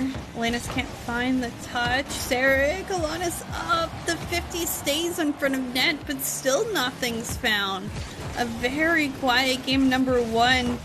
You just know you're waiting for a mistake. A double commit on that play could have caused harm, but still nothing for Anonymous to get out of it. These teams, both of them, mistakes have been very apparent at times, but no one's been, I guess, like you mentioned, headstrong enough because everyone looks cautious. Yeah, but I feel like this is the part where we start to see foreshadowing in the script because I'm seeing some double commits. I even saw Shorties go up for a play that I don't really feel like they needed to, and they barely went off that 50. So I think that's going to be the tail of the tape if we look back at this game. If I had to make my prediction, at the very least, making sure you have that solid contact is one thing. How about contact on the car? Bump to almost open up the shot, but going to be slapped to the side. Maybe not this one, though. That's real awkward from Aurora. Shands is the first to that one. Shorty's too deep for rotation to do much with that one. Miss off the near post. Also going to deflect off that post twice in a row. Another save on the goal line. Anonymous keeps it 0-0 in the final 30 seconds. Slumpy puts this one towards the back wall. Arena looking to get a clear out, can't do so. Alanis' touch still doesn't fall in front of net. Aurora miss, may open up the field, but instead the ball will just stay on the Anonymous half, at least temporarily. What a clear up field. Aurora can't stay high enough. Is there a shot potential? Shands puts it on target, but Alanis finds the save. Couple seconds, maybe one last opportunity. Transition shot still too high, and this one will be going into overtime with a 0-0 scoreline. Almost felt like I wanted to reel you back there. I was like, oh, we don't know until this ball hits. But unfortunately, Shorty's not able to wrangle that. You can see the catch attempt and then saying, well, don't have much to do with, so maybe we will just take that OT. And I gotta say, Anonymous, they're looking confident. I definitely feel like I can see them slowly coming into form. They're diving in on a bit more plays, and maybe that's downfall if they're not going to make that contact. But right now, I do like their ability to just kind of get right up into the face of Shorties. This one, I think Slumpy might have wanted back, but instead going to work her value into a demo. It's Sarak, it's Shorties with the dub. What a almost climactic, anticlimactic way to score in overtime. It's in the first 23 seconds, and it's a demo to open up the net and make an open play. But this is what I mentioned. It's a much closer series this time around instead of last time. Between the two teams, in Shorties and Anonymous, they aren't that unmatched. Again, you're just having the experience level of Shorties being on those other rosters previously, shown in the shots and aggressiveness and the cohesiveness a little bit more, but the talent level is still there on the other end of the field. Yeah, I think there was almost like an awareness of both teams at times where there was moments of touching the ball and then kind of tapping it high and saying, let's take another touch and just see what the defense gives us. And then eventually I feel like everyone realized almost the same time, around 2 minutes remaining, where they were like, this is not working. We just need to try something and maybe try to dive in a bit more. Once that aggression started opening up, I felt like the play styles from both teams started to come out in more relief. You saw a lot of trying attempted combinations from Shorties. You saw a lot of kind of those high lobs or kind of those quick cuts trying to come in on offense from their opponents. So being able to see that happen and see these teams kind of come into their own is encouraging to see in game number 2. Yeah, we didn't have maybe the most satisfying way to end the overtime. It was a pretty short one, but we'll see what game 2 leads into. I think both these teams starting to get a bit more warmed up.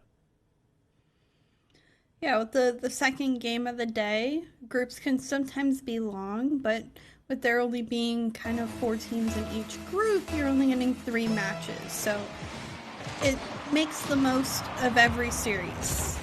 Interesting kickoff, to say the least, as that ball is stalled in midfield, but a great initial save and a follow-up touch out by Anonymous.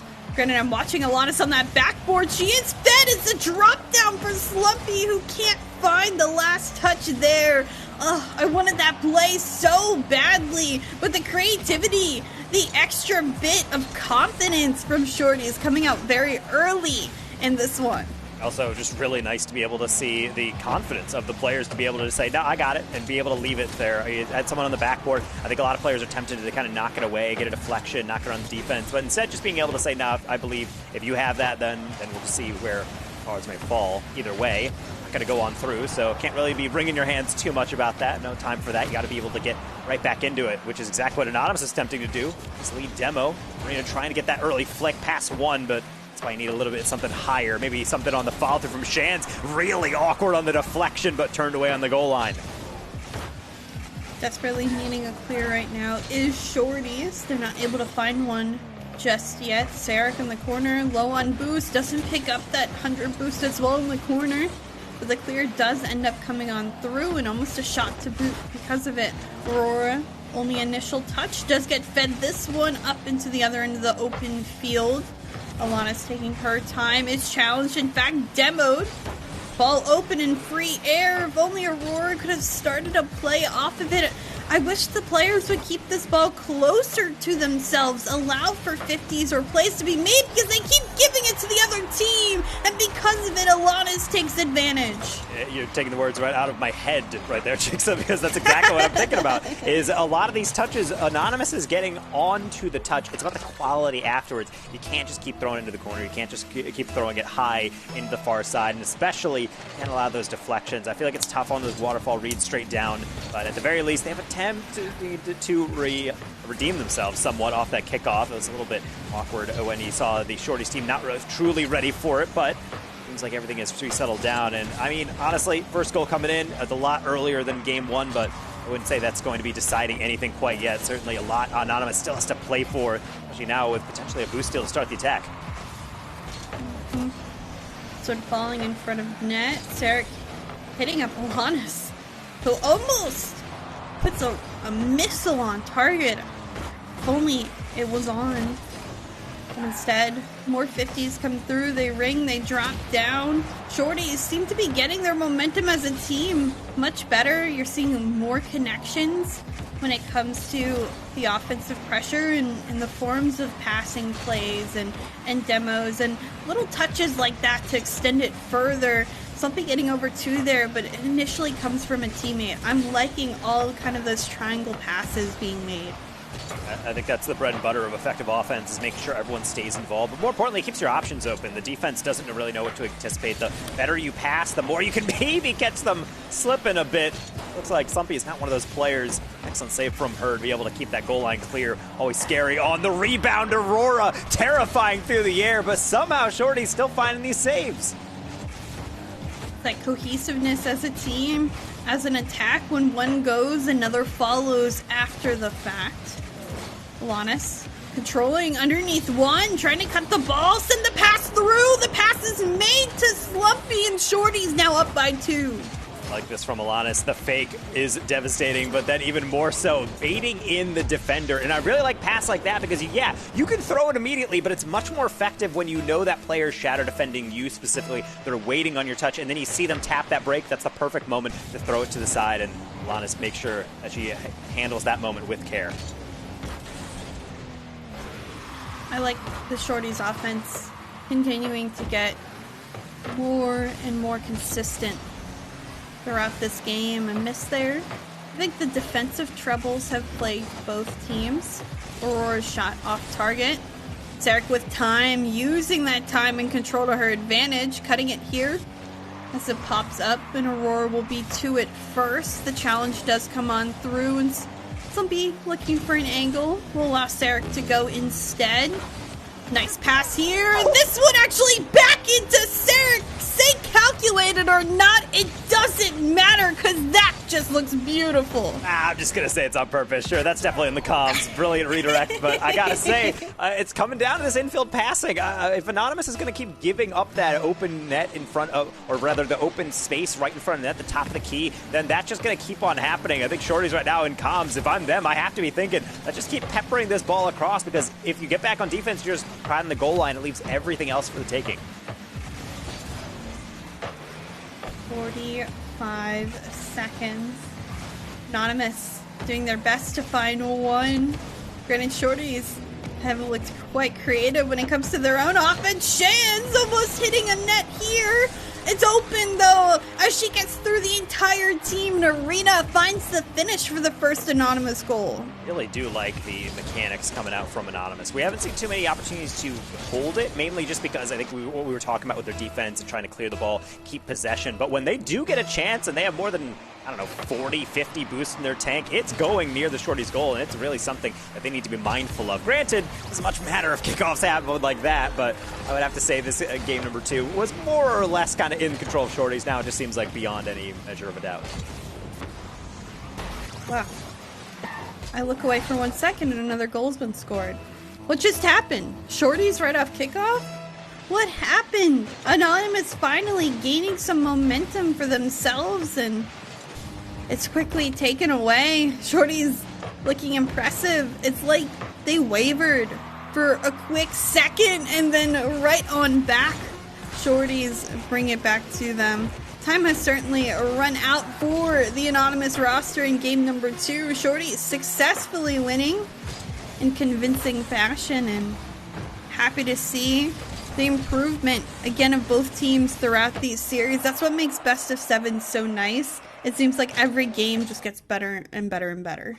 Yeah, I think we're starting to see them also recognize exactly why when we mention coaching. And I don't necessarily want to put it entirely on the coach. Obviously, these players are aware of things that have been around the block quite a while. But it's almost like they started to realize, hey, we're seeing a little bit more space in the midfield. Let's try to work that a bit more. Let's try to kind of build these team plays, and that's where I think we started to see obviously the play style open up, but also the offense just be a lot more lethal. Granted, they're still knocking down double-digit shots, but at the very least, putting away a lot in the regulation, not having to be forced into OT is great. Anonymous, I feel like I see everything that they're trying to do, but I think, as you said earlier, Chicks, it really has to start with possession.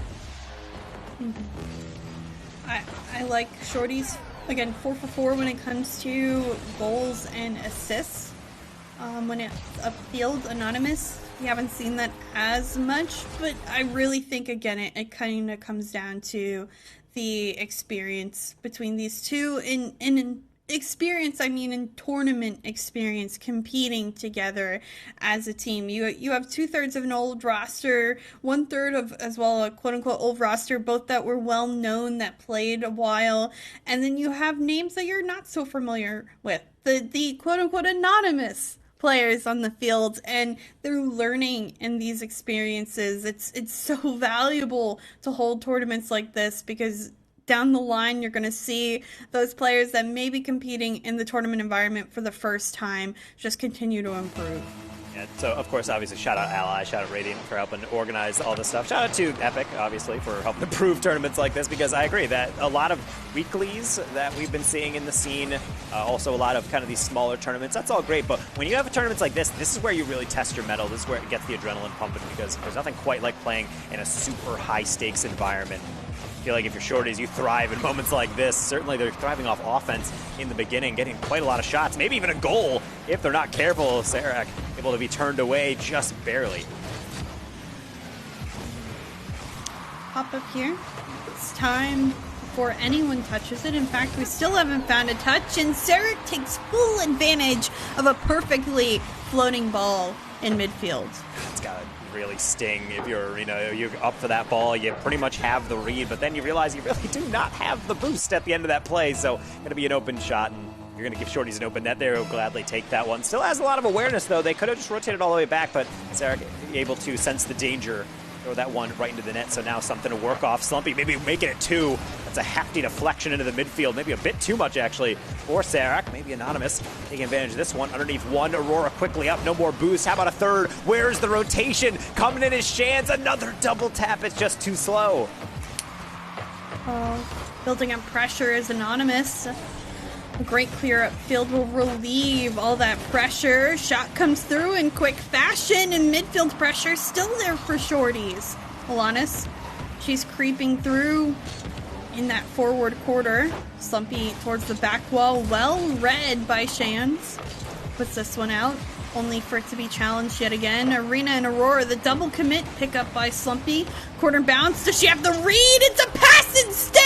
Alanis is there and Shorties find a second. Obviously a fantastic read off the corner from Slumpy, but it's the longtime teammate that still is aware that it might not be, and that's a difficult angle. Let's just be on the back post just in case. Proven right on her suspicions. 2-0 to the good for Shorties, and right now Anonymous got to be kicking themselves. It wasn't necessarily entirely due to it, but double commits like that on defense, they don't seem too big of a deal in the moment, but they can build to something that the other team can take advantage of.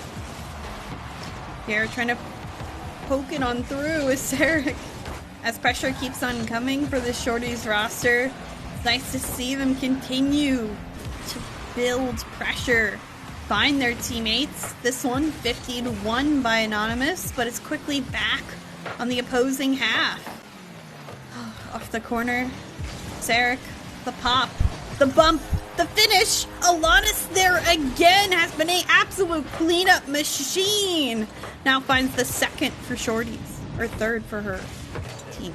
Really nice to be able to be that role. Sometimes it doesn't look the most glamorous, but I mean, goals are going to be winning you their games, so sometimes it's nice to be able to say, hey, first players come through and just plow through, get some 50s, get some awkward saves, and then I'll just do the rest. And it's a nice thing to do for Alanis because she's incredibly good at it. You can see on the positioning, not really going too far forward, not trying to ricochet back across, wasting a bunch of boosts on half rotation. She just always plays exactly the distance that she needs to be to cover the defense, but more importantly, be there when the offense needs her most. Get in front of that ball, trying to get the cleanup play, but Alanis retreats and Slumpy follows up for Shorties. Bounce here. This one in midfield. Sarek finding the challenge. But instead, the backwards touch may be problematic. If only Aurora was able to find contact, but this ball just rolling aimlessly. Alanis picking it up, trying to fake out, but it won't happen again. We saw it occur earlier. Slumpy, back wall, setting up a teammate. This one deflected away. And more pressure comes from the Shorties side. The pop-up on target, trying to get it. Slumpy wasn't ready. There's still this ball in front of net, but the save's made by Team Anonymous, and a net that's open no longer stays open. Unfortunately, it seems like open nets don't really exist. It's really just trying to make sure you can pry it open. You need a can opener, you need something. And right now, we're not seeing any player kind of fulfill that role from Anonymous. I think you see those kind of glances at goal, but that's really all they are because Shorty's rotation is locked on through. They're getting in front of everything. And if you're not scoring on the first shot, Anonymous might as well just be gathering boost and going to try again later because they're just simply not getting these rebounds. Granted, it's probably hard enough just getting out of their half right here. A lot of 50s from Shorties and maybe some misses into some maybe, let's say, tactical fakes to keep the possession with Alanis. Alanis dropping this one down to Slumpy, who can't find the touch. Rotations keep on going through. That's a double commit. That net should be open if only Shans had more boost to work with. Instead, Slumpy comes from behind her. Misses that touch, though. And I don't know if Sarek was ready either. The save by Alanis made an open opportunity for Anonymous there to make something out of nothing. But instead, still, they're searching for a way to score. And each and every time they're close. But they can't find the finish until now. That's a brief window, starting off by Aurora. Nice save, but you can see Sarek trying to throw that one to the corner, and that's the problem. If you hit it a little bit too hard, especially too high off that corner, it's just going to go right back into the blender, and you're going to get torn up by Shans. A couple times now, Shans has been around the ball with a scoring opportunity. Nice to be able to slot that one just in between everybody else. Right off kickoff, maybe Aurora had that one, but the cheat up was not lined up in the way that she intended. Deflection off the corner, going to take it all the way back to mid, and unfortunately, there's just not enough time. There's not enough pacing to be able to contend with Alanis. One right back. Incredible. Honestly, this has been an incredible game for Alanis in particular. Always upfield when it matters the most. The positioning is really the impeccable part of it, and a lot of times not what's looked at for these players. It's, you know, mechanics is always at the forefront of everything, it seems, but her positioning has been the most influential part of the success of the Shorties offense, and at this point it's a domino effect. They found a couple early on, they keep that momentum and they bring it through, and now 5-1 is that scoreline. Yeah, if you're Anonymous, this is where we talk about in esports, you kind of have the memory of a goldfish. You kind of just put this game out of your mind. Maybe not completely forget about it. You want to make sure you take the lessons, particularly with how dangerous shorties can be on this offense, and particularly off these kickoffs, as number 6 going to slide through. But I think this one kind of got away, obviously, from Anonymous, but you can see kind of the downfall. I think you just got to forget it, say, happens, and then kind of focus on game number 4 going forward.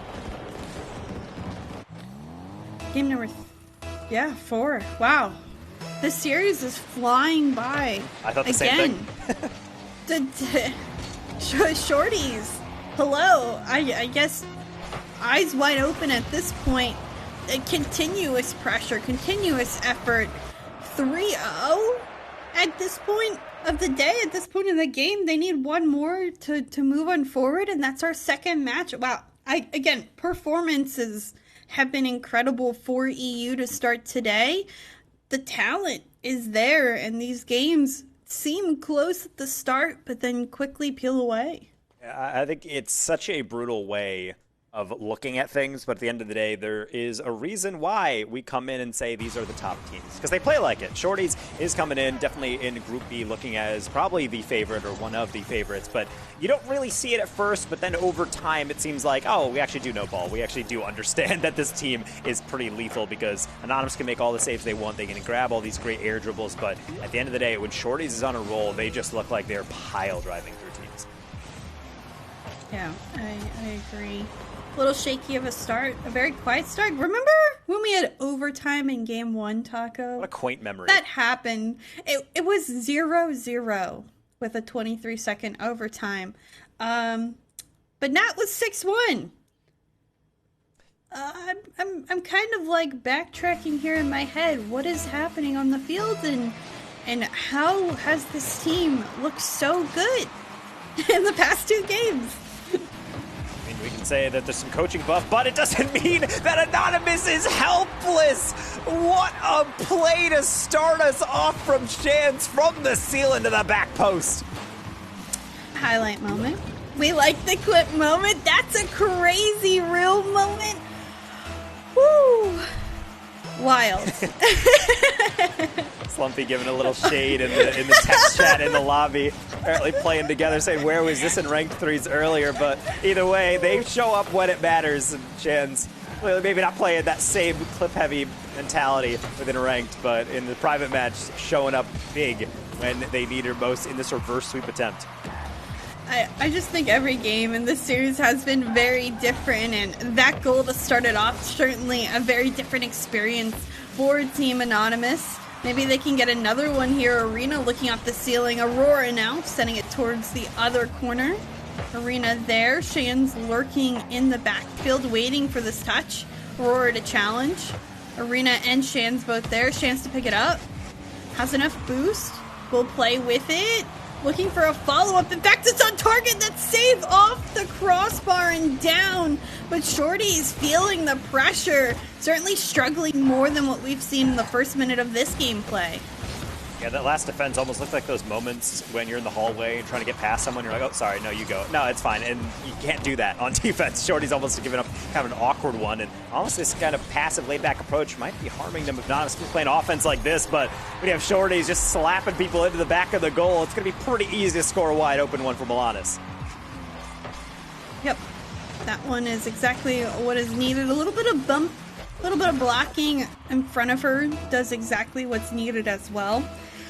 I have felt today that EU is definitely a lot more bump and demo heavy than I remember, and every team seems to use bumps and demos to their advantage. I don't think NA decides to use it as much, and I'm surprised.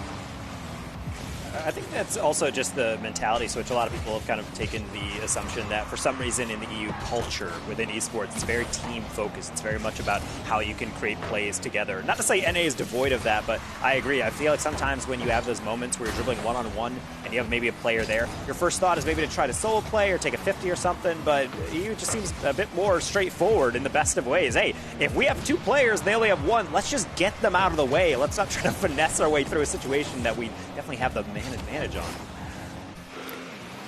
We'll see the changes and the differences.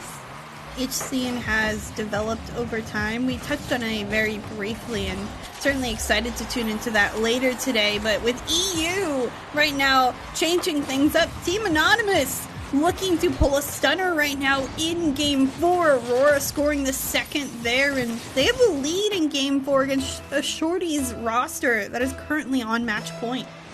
I gotta say, in the prior games, I was looking at Anonymous and I'm thinking, I really don't like how they keep throwing the ball away. And typically, that comes from a lack of presence of mind, where you're not really able to focus on the next step. But Aurora right there got a chance, realized the defense is probably gonna have to dive in, plays the fake, and then doesn't waste time, rolls it into the open net. Don't get fancy, just take the goals when you can grab them. So as we cross half time in this Game 4, obviously something that is a must-win from Anonymous, being on that match point, or facing that match point. I think it's decisions like that that's probably gonna make the difference. Now it's about making sure their defense can hold up, something that Sarek is definitely not going to let them off the hook easy with. That's an awkward roll, but nicely followed through on the clear.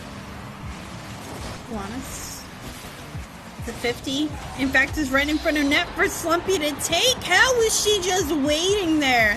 The ball perfectly falling on her lap. The initial 50, in fact, made by her against two players, but good positioning to tie this game up for Shorties. I was going to say great assist, but not much of an assist when you just pass it to yourself, taking on two players. And I will say the double commit as part of it, but it's also just the angles, not really able to get in front of that play. Speaking of angles, Sarek almost getting the redirect, trying to put this one into the lead with the lightning quick turnaround, but something that is dangerous about Shorties. When you have a team with this much chemistry, this much experience, you're going to have those moments where they are not going to be too rattled by some of these plays. They might be rattled if you get another double. Shans apparently limited to one clip a game there, not able to get another as the crossbar says no. Don't limit her like that. She can hit the next one, all right? It was a great attempt, and you're just seeing, again, the bits and pieces of how good this EU scene can be. So close to making so many of these opportunities. You just want more. Arena off the corner, pushing for Team Anonymous. Can they sneak it in? Shans can't. Now Alanis, gifted with this one, uses Sarek to help her. Can she fall on it? No. Instead, the touch isn't made, but Slumpy drops one in front of net. No touch again. Follow up. Alanis. This one. Sarek as well, waiting. Finds the challenge, but can't get anywhere with this ball. Bumps a player. This one too high, though. To find a touch, and Shorty's on the offensive end, struggling to find the one touch they need to gain a lead. Still holding on to possession. Midfield presence there. This one a back down, but everyone on Team Anonymous ready on the defensive end, positioned for 50s or touches out, upfield, or into the corner. Nailed it off the corner, off the ceiling. Nice tap down for Alanis. That's a flick and a half, but that's going to be too high. The follow-through is going to yield a temporary double. Good comms from Anonymous to be able to prevent that one from being even worse. However, you can't delay the inevitable. 11 seconds remaining. It's Sarek with a potential dagger. Wow. It only took 10 or more setups to find that one. Team Anonymous doing their best to hold on, but didn't find the clear they desperately needed. Now a kickoff goal could have done something, but playing keep away is Shorties. In fact, maybe another goal does just as well. 2 seconds on the clock. Do we see extra time? No. Shorties take this one in a sweep, but a very interesting back and forth game nonetheless with what we saw from both teams. A little bit of Pepe hands, I'm sure, from the side of Anonymous at the end there. It felt like everything was starting to come together. They're starting to play a bit more even, but when they get that rough 50, things get tied up. And then you have pretty good offense even leading into things, and then it falls apart because you just give away too many shots in a row. But not to say that they're throwing that game away. Phenomenally played by Shorties all throughout. Even in those closer games, felt like they always had at least somewhat of a foot within the game. They weren't necessarily playing from behind too much. So I will say that is encouraging. If there's anything such as a good loss from Anonymous, I feel like we kind of saw that one in the last game. I was trying to, again, remember our game one of the day. That was an overtime game. It was that close. And then we had two games that were a lot split apart. I believe it was 4-1 and 6-1, around that range. And then we saw that last game that was more back and forth. And Team Anonymous had clip moments. they just weren't consistent enough throughout the series to really play game to game against that kind of maturity and experience that we saw on the other end of the field. So over time, I think the Synonymous team will get better. We see that they can do it, but if only they could have played games 2 and 3 like we saw out of them in games 1 and 4.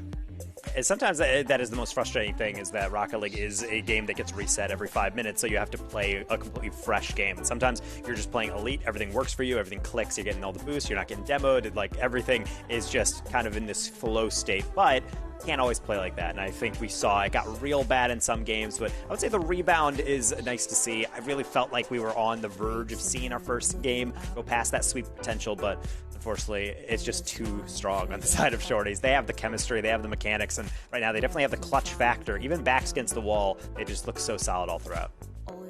Yeah, I'm excited to see how that group in particular shakes out. I think it's a little bit closer again, Group B than Group A when it comes to those skill gaps. So hopefully Group B has more exciting matches to come. Certainly, we can see maybe if that's in the cards. At the very least, I would like to see Ash again, and hopefully a player as well on the winning team of Shorties on the interview. As we set that up, we're going to throw you to a brief break. Do not go anywhere. Still back with some more Star Chasers Showdown #1 after this.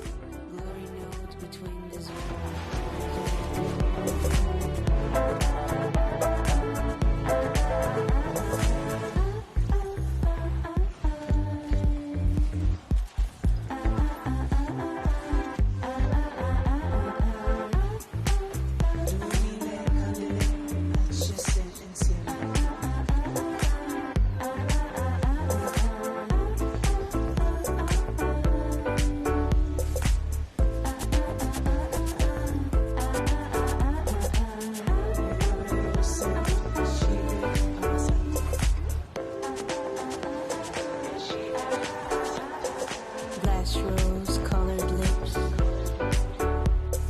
1,000 candles glowing face,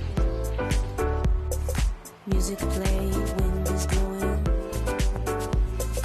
light as a feather, bright as the morning. Music play, the fists begin.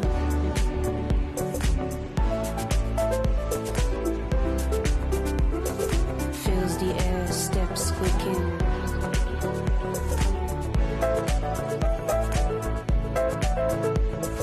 Rhythm beats, high fresco.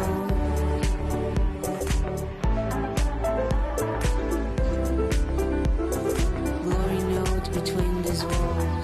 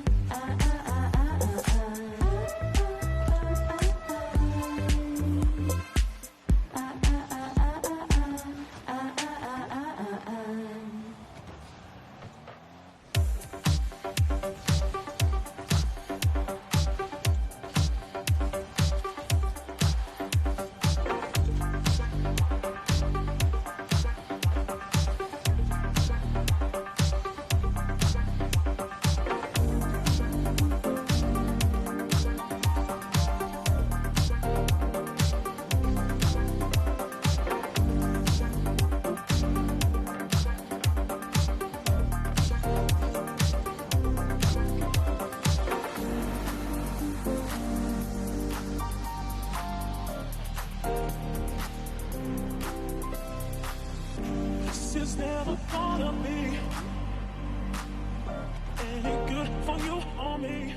What a match coming in for the second match of the day there for Group B, with Shorties taking that W 4-0 against Anonymous. But Taco, I think what's really cool about the fact that we are seeing again these best of 7 series throughout the entirety of the main event is that you really get to see the progression within one match, within one series, of how Anonymous in this particular case was able to adapt and make it really close by that last matchup, something that you might not always get the opportunity to see in a best of 5.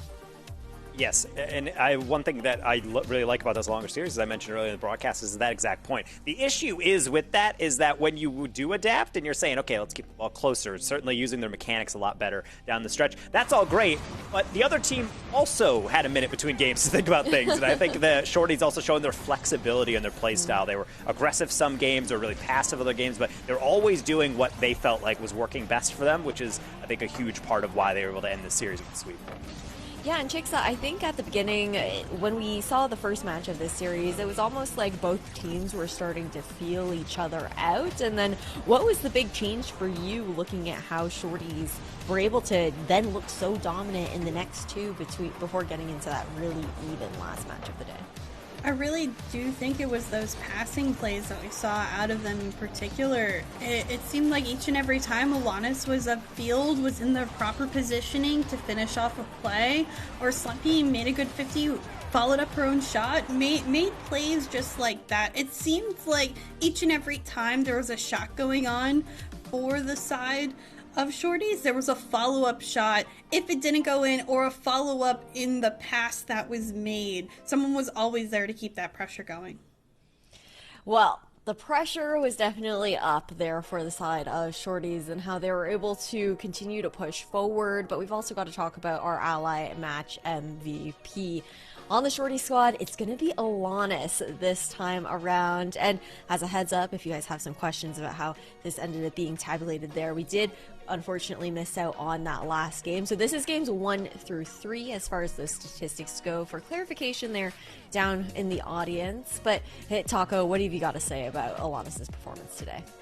Just a poacher in front of goal. She was solid. Every single time the ball bounced out, it was like Alanis is right there waiting for it. And a lot of people are saying, wow, pretty fortunate you're there. But no, there's no accidents in the highest level of the esports scene. When you are in front of the goal, you have to make sure you're playing predictively. Alanis has always been a really solid player on that. Back in the day with Endpoint, that's really kind of the main role that she was satisfying. And I think it's continued here with Shorties. It's so difficult to get save after save. It's even worse when Alanis is just lurking there in the shadows, just out of your field of vision. Definitely difficult to deal with a player who's just so on the ball within a series in that kind of sense. But we do actually have an interview this time around. We'll be interviewing someone over from the Shorties squad. It'll be Sarak. And GG's, congratulations on your win, Sarak. How are you doing? I'm great. How about you? I'm really good. Thank you for asking. I was just curious, like, when it comes down to the Star Chasers Showdown here, I wanted to hear from you as one of the players what this event means to you and just, like, the opportunity for more Women's Rocket League to be happening here in 2024. I mean, by looking back, like, almost half a year now, we had barely anything to play, so I'm really grateful to get the opportunity to play tournaments again. So thanks for everything. Yeah, definitely a big shout out to Ally for that, and to Radiant, of course, for powering up the broadcast in that kind of sense. But Sarak, you last year you played on, I believe it was, oh my god, my brain right now. Were you on RNL Aurora Lionesses? Yeah. Yes, yeah. Okay. I was like thinking, and the Lionesses went through like several name changes, and I was like, am I gonna say the right one right now? But how's the transition for you now playing with a new squad and it being the core of Alanis and Slumpy as well? How did that feel for you as kind of the new player coming into the core? I mean, of course, we gotta adjust some things still, but I'm feeling quite good in this roster, and I'm having a lot of fun playing with those two. So, yeah, let's see how far we can get this weekend. I love to hear that. Did you play with Alanis and Slumpy kind of just like outside of officials in that kind of sense? Have you been friends with them for a while, or how did this roster like come together with you joining them? I mean, it was kind of a last minute decision because I was traveling around going to the major in Copenhagen and everyone was doing tryouts, so I was just there like, okay, who am I gonna end up teaming with now? Well, I love hearing how it's kind of interesting how everything kind of comes together within like that roster mania and everything like that. But currently in the group stages, we know that within Group B, your team, the Shorties, is one of the top contenders for Group B. I think a lot of eyes are towards you and also towards Guild Academy as far as like the two teams that we're expecting to make it out of Group B in that kind of sense. How are you feeling about the Guild Academy matchup, knowing that they're kind of the other team that people have their eyes on? I mean, they are in a quite same position as we are. They're playing with pets instead of Jota. So, yeah, I think it will be a pretty close series. Of course, I hope we win. I'm quite confident. We scrimped them a bit. It was quite even. But, yeah, I mean, at least it's best of 7. So I'm pretty sure it will be a really nice series to play. Yeah, the fact that it's best of 7, I think, is a pretty big format change when it comes to Women's Rocket League events in particular. I think most of the time you see it like best of 5s for the group stage, and then it gets into best of 7s usually for playoffs or even late into playoffs. How do you feel about the longer series? Because I think there is that give and take of it being the opportunity to adapt within one series, but it also makes the day much longer for that stamina overall. Yeah. I honestly love best of 7s because sometimes I feel like in best of 3s they're way too short, and in best of 5s you might have the chance to win the series. I'm pretty sure the better team in those 5 games is most likely to take them, but in a best of 7 it really shows which one is the better team, and if you have one game off it doesn't really matter. Mm-hmm. Well, I love hearing your thoughts on that in that kind of sense. And before we go, because I know you have more Rocket League to play today within the group stage, I don't want to keep you for too long. Are there any thank yous or shout outs that you want to say right now with the opportunity on stream? To be fair, for right now, I want to shout out to my teammates because they're amazing and I'm really happy for the chance to play with them. I love that. Thank you so much for the interview, Sarak, and good luck with the rest of your games today and hopefully tomorrow as well. Thank you. Take care. Well, what a lovely interview with Sarak. But we do have to head on with the remainder of our broadcast. And again, the Star Chaser Showdown is presented to you by Ally. And Ally is on a mission to provide more opportunities and events for women in Rocket League esports, aligning with Ally's 2022 pledge to reach a 50-50 media spend across men's and women's sports, including esports. So you'll love to see that support here for the Women's Rocket League scene. And you guys stay tuned because we've got some more EU action to bring to you.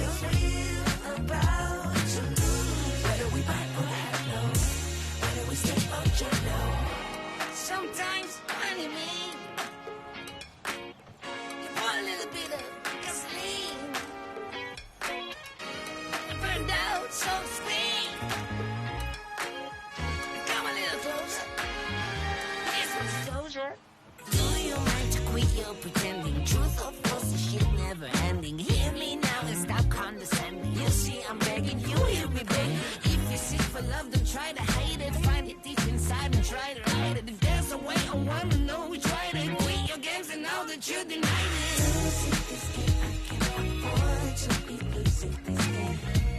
And I know it's expect. Losing my mind, can't find the words, no, I can't seem to find. But I'm really trying to get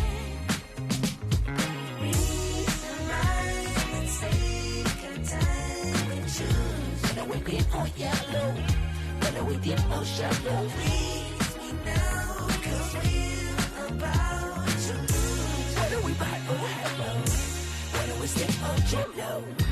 I got rules and make amends, but can't go through the same regrets. It could feel so good on mine. Not about love, again.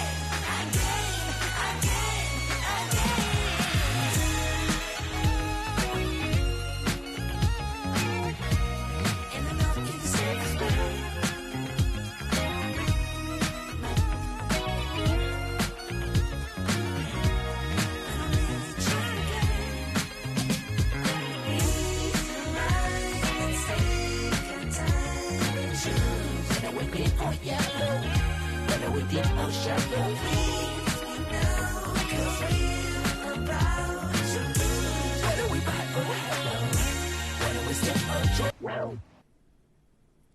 Welcome back to the Star Chasers Showdown presented by Ally. Again, I'm Ash, your host, and I'm here with Taco and Chixa. And Chixa, we're heading back over now to Group A when we are looking towards this round robin stage within the bracket. Both the groups have been playing also off stream and on some host streams on the side as well. And looking over towards Group A, we're now heading into the 2-0s in this situation, and it kind of expected with how these matches were put together. Anyways, I'm so excited. I don't know if you can tell. I'm really excited. CatJam, ACD, this is the match of the day. I mean, if you didn't tune into the rest, I mean, shame on you, first of all. Yeah. But if you are going to tune into this match. I don't care who you need to tell right now. This is potentially the grand finals matchup already being played earlier. If the grand finals is even possible with these two teams, they are, in my head, 1 and 2.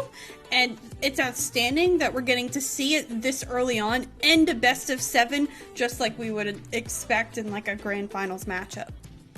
Yeah, it's a really exciting one coming in here for this next group match, right? But also talking about those results again here, Taco. This is kind of what we anticipated coming out from both Group A and Group B. Group A looking almost essentially solidified, I want to say, when you're looking towards who's expected now to make it out of the group. Yeah, it can be a little difficult sometimes when you're looking at the groups because in a single round robin, you do get kind of hints initially and then start to get solidified. So you're not necessarily focused too much on, okay, who's going to come out? It's more or less like, how is this one truly going to finish out based on standings? Because that is an important part of being able to make sure that you finish on top of your group. You want to make sure your ride is as easy as possible. So for all these players who are saying, well, I mean, if you're 2-0, you're pretty much clear through. Well, not necessarily. You want to make sure you win that because then you're playing that second best team coming out of the other group on the other side of the bracket on the final bracket tomorrow. So I think there's still a lot at stake. You can't be losing focus and getting complacent. No, definitely not. And with the matchup that Chixa had mentioned earlier on, CatJam versus ACD, going to be featured over on our side streams there. I believe it's Widow and Muntz who are co-streaming those, so check that out for sure. But that gives the opportunity to open up the floor, Chixa, to the fact that one of those teams is now going to go 3-0 and the other 1-2, leaving it a little bit more open for these other rosters heading into our game of Dino Nuggies versus Lotus 8. And looking over at this Dino Nuggies roster here, Chixa, as well, what do you got to say? I'm thinking Dino Nuggies and Lotus 8 are going to be the closest matchup that we're going to do today. In particular, you know, it's going to be interesting seeing both these teams kind of battling out, you know, kind of against the two giants that are in their bracket, that now they get to battle against one another and seem like, maybe or maybe not who's better, and how they can kind of, again, have that optimistic or very confident approach to this series. Instead of feeling like you're going to be down or feel like you have to play down, you play understanding that your opponent is equally matched too. Yeah, that's for sure. Now, knowing that Dino Nuggies will be facing off against a Lotus 8 that we just saw earlier on Stream Taco, we saw this team starting to ramp things up in their match up against Cat Jam and not necessarily seeing the full force of Lotus 8 quite yet. No, and I think that's really the important part about these games down the stretch is that we do have the prize pool a little bit more spread out in these tournaments, so there's still something to play for these ladies trying to be able to creep into that kind of 5th, 6th spot. So being able to finish at least not at the bottom of your group is still a stake on the line. And I think right now, if you're Lotus 8s, I think being able to kind of lock on through and kind of be able to maybe play with a bit more space when you're playing against a team that isn't one of the ones at the top of your group, I think that will open up a bit more of experimentation. I think that's really what I like to see out of these squads, being able to try to play something that's a bit more comfortable for them. Yeah, looking forward to seeing them being able to be a little bit more loose in that kind of sense, right? But now it's time to head into our third match within the round robin here within Group A. It's Dino Nuggies versus Lotus 8. Well, the battle of two teams looking to see who can make it out of their bracket not on the bottom. I mean, it's just as much of a feat to play against the giants in your group, but let alone showing that you can take a dub today, that you were playing your best Rocket League and improving.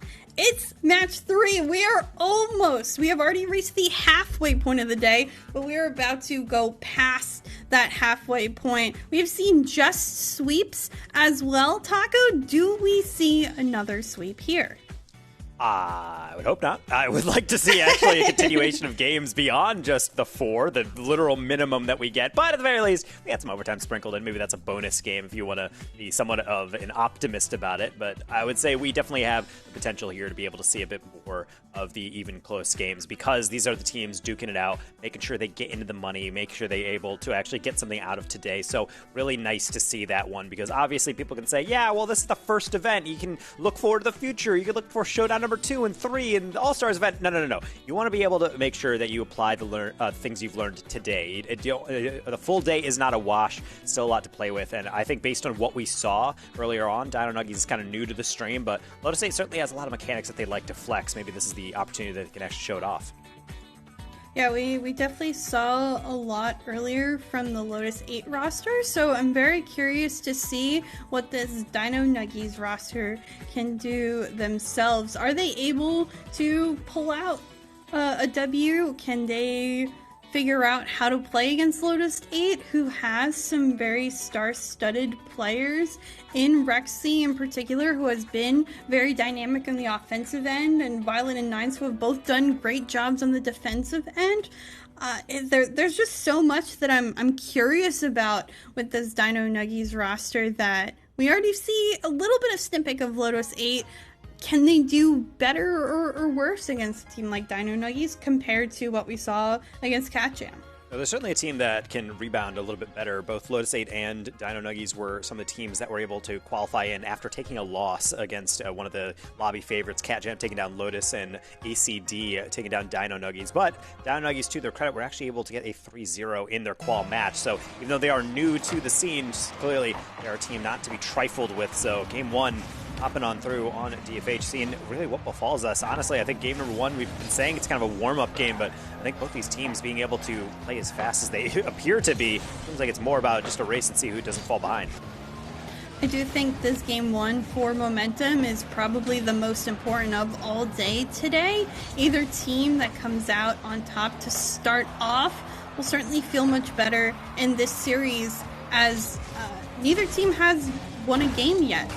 In fact, looking at the bracket, they've both gotten swept by the 1 and 2 seeds in the bracket, so they're hoping at this point to find a way to get a single game win.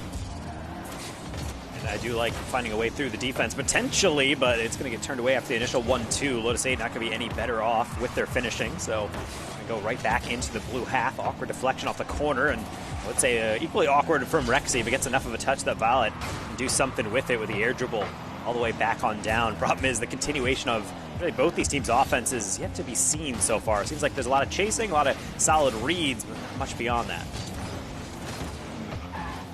We're here towards the sidewall. Judy, ceiling, possibly a setup for a teammate in the midfield, but the shot isn't made.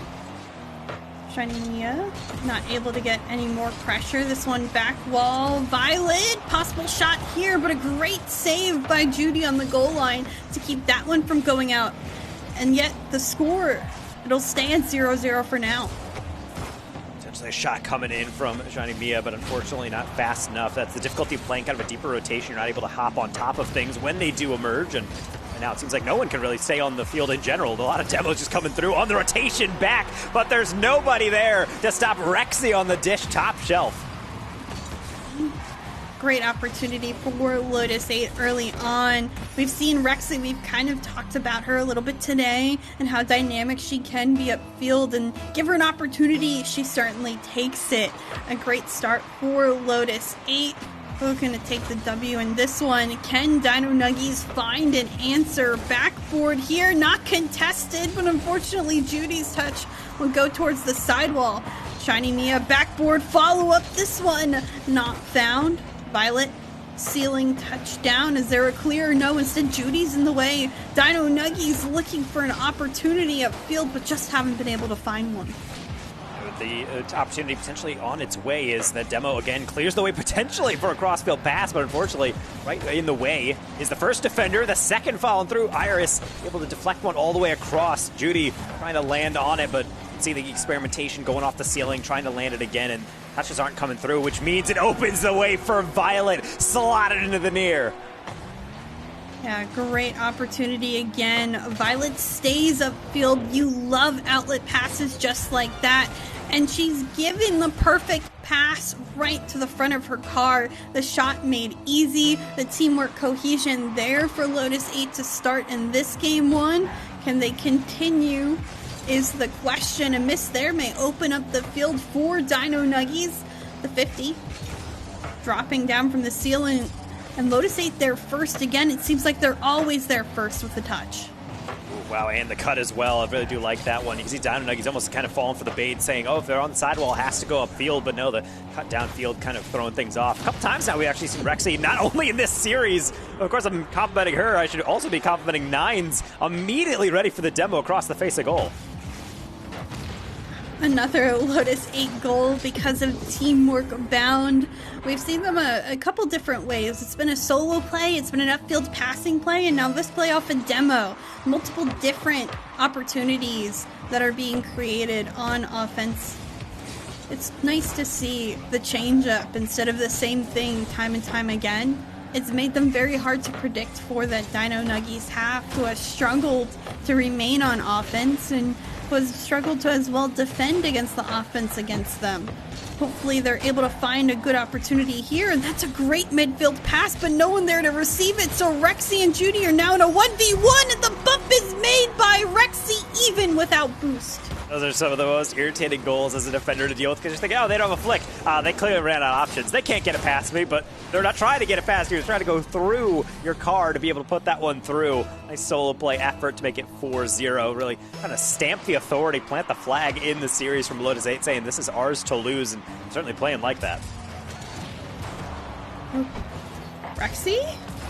Almost finding an extra touch. This one by Nines will go on in. And it's yet another goal for Lotus 8, who has been able to even retain more shots on target and continue attacking in varying angles and heights across the field. It's why it's always so difficult to be able to play defense against a team that is so aggressive and on top of the goal. Is that Dino Nuggies doing well to get the first save, but most defense at a high level in this esport is not about getting the first save. It's about getting the second and then being ready for a potential third and really trying to meter out your boost usage. And I feel like right now we're not really seeing that from Dino Nuggies. Definitely the biggest note to take into game number 2, because more or less game 1 is kind of all done and dusted at this point. It's just about maybe getting some momentum to carry into game 2 if you're Dino Nuggies. Quick aerial, but even quicker from the defense is going to go right back to mid. Judy shot just off the post and out. Follow-up shot, though, has the power, and Dino Nuggies on the board. That's a little frustrating that you miss your redirect, but not often do you get set up by yourself perfectly off of that fourth defender and back into the mixer. So, yeah, as I mentioned, a little bit of a goal maybe to take away and just kind of say, okay, cool, no shutout, and we can move on from there. But this also show the chemistry of being able to be shown there, not only clear upfield, but into a player kind of waiting for the comms. Still on point from Dino Nuggies. Maybe we'll have to see what a Game 2 refresh can bring. Violet, great pass of field to Rexy. Connection isn't made. Nines taking their time, looking for that 50. In fact, no 50 is made, and Judy in midfield can hold on to the ball for now. With the time remaining on the clock, both teams looking to just burn it down. Lotus 8, I think, safely give themselves their first game win of the day in very convincing fashion as well. They do a great job offensively to showcase each and everyone's talent. They put on a show in this game one for sure. And being able to kind of produce all these goals is one thing. They're not able to close it one out as all three players are within 5 feet of the ball. But either way, game one was pretty comfortable for them. And I have to say, this is something that definitely has to feel good. As you mentioned, playing these games earlier on in the group, they're all sweeps. It can't feel nice, but being able to really be able to stretch your legs into a game and get 5 across, it has to feel nice to be able to start the series off in the best possible note. Yeah, it was nice to see everyone on Lotus 8 scoring at least one goal. They all had opportunities to kind of rotate through, find different touches to be had. We saw different mechanics as well. I think they kept things very variable. It's nice when you don't see the same shot, same pass, same angle time and time after again. As for Dino Nuggies, we saw one opportunity off of Judy's touch. We hope to see more just like that. Maybe the confidence can slowly start building from here. You certainly saw it build for Lotus 8 in this past game. Maybe they'll do it again. Yeah, I think everybody on Dino Nuggies, it's kind of hard to piece them apart mainly because it is mostly everyone just kind of being kept quiet. And it's not necessarily any fault of their own. It's really just about being forced back in by the Lotus 8 squad. I think the big thing from Lotus 8 that they're going to try to lock into, I'm sure, in game number 2 is getting that consistent offense. They're pretty solid at just making sure, even if they don't have the perfect shot, they're right on top of it on the rebound. So maybe limiting that from Dino Nuggies can be priority number 1. Maybe they have to get a kickoff goal, but Iris has no more boost to be able to launch themselves into that one. A couple of opportunities for Dino Nuggies. But right off the rip, it's Lotus 8 working the corners, working the 50s. Is that one almost in? Bounces off that backboard and out. Iris, all the way upfield, puts one on. The double tap just mere car lengths away from being made. But we like the switch up. We like the confidence to throw your car upfield for Dino Nuggies. They need an opportunity now. And maybe they'll just get it. A good block to save and deny. Now Judy up the corner, well read by Violet. Lotus 8 still working their defense that they have such a great foundation of. Ooh. Up until nobody is home for this one except for Iris. Hopping right on top of this one is Shiny. Trying to, I think, maybe tap that one down the line. And I have to say, Nines probably thinking they got to that a little bit quicker. Even with a taller hitbox, you're occasionally going to miss-hit that one. And if you're on defense, it's especially going to be bad. Caster Curse 2? I don't know what you're talking about. Anyways, Dino Nuggies on the board first in game 2. Can they get another one? Potentially. Can they keep up this momentum? Can they work out off Lotus 8 mistakes? Certainly not what we want to see from the Lotus 8 half. Great save by Judy on that goal line. Now again, trying to play the corners is Lotus 8, but the 50s are working in favor of Dino Nuggies. The turn isn't made. Nines with some boost, with control. Rexy a blocker in front. Nines able to go from one end of the field to the other and ties up this game. That is communications right there. Nines goes to the air, and actually a lot of players I feel like typically will try to go for a reset or try to just knock it on the backboard, go for a double tap on the fast break. But the comms are in. Rexy says, no, just put it on target. I will make sure the path is clear. Really well done from Lotus 8, and showing that they do not need much of a look at the goal to be able to make anything into a scoring attempt. Have to wonder what's on the mind of these players right now in this one. It's been a very different game in Game 2 compared to Game 1. Violet, the shot for Lotus 8. Nine's waiting on the other half.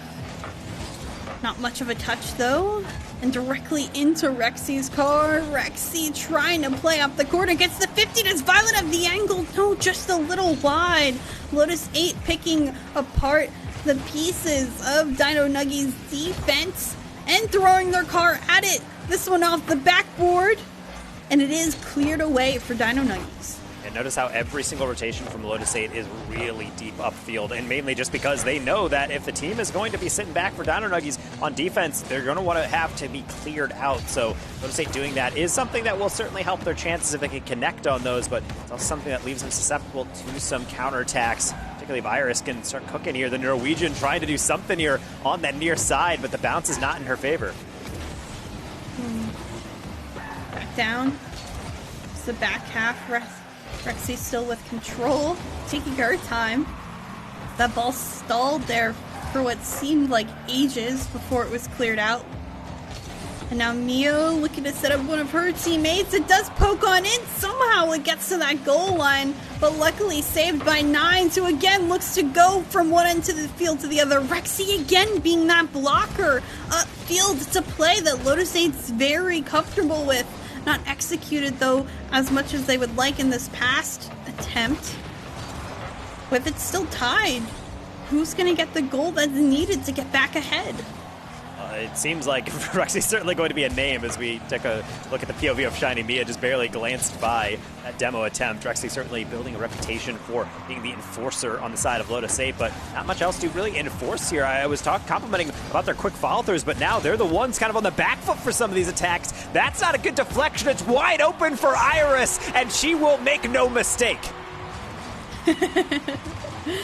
Dino Nuggies setting up a play, breaking down Lotus 8, who all rotated in unison in the same spots. Great way to follow up on a play. Fantastic shot, power behind it. And now maybe we'll get a kickoff goal as well. Judy looking to set this one up. It's just off the bar and down. Nine sending it away as Dino Nuggies combining themselves there in that corner. Rexy in an awkward position, puts it in front of net dangerously, needing a clear. Violet will find it, and maybe Rexy can get a touch, but no, instead Nines is back there.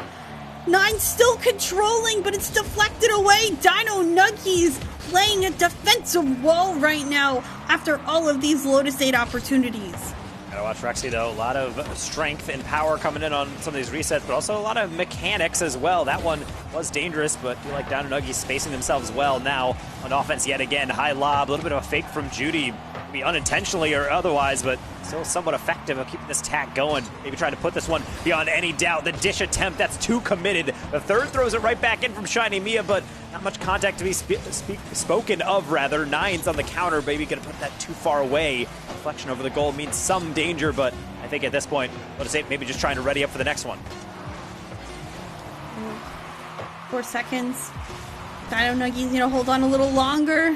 This one will touch the ground. Dino Nuggies take game 2, and now both teams with their first game wins of the day. It's certainly something they should both be proud about, because both have played well and have used each team's strengths to their advantage. Iris, I have to highlight on Dino Nuggies.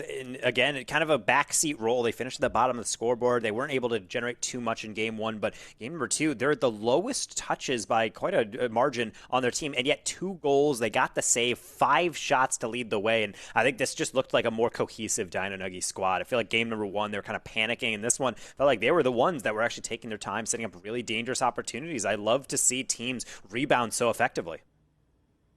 Yeah, it's like I said, that mentality going into the team that you're facing, it needs to be a shift from both the teams that they've already faced against today. This isn't Catch-Em, this isn't ECD. Play your game, practice your game, work on those mechanics that you know, and practice in your free time and training. All those things are possible. You can let yourself shine in this series in particular.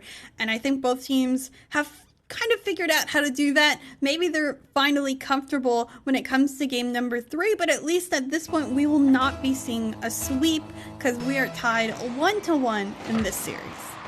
Nuggies, they're looking crispy. They are out of the oven. They're ready to go. Or the air fryer. I see some air fryer love in the chat once in a while. But regardless of the manner, I'm just happy that Dino Nuggies have arrived. As we had mentioned, game 1 not going their way. And obviously game 2, a hefty improvement. We'll see if maybe they have even more momentum to lay on top, particularly with an early chance. Nines, though, just covertly kind of sneaks on through and gets it clear. A little bit of fake action with Judy and Rexy not really in control there, almost finding themselves in a sticky situation. Rexy out towards the other end, not a follow-up this shot on target, but saved away by Nines. Still high in the air. Iris to it first.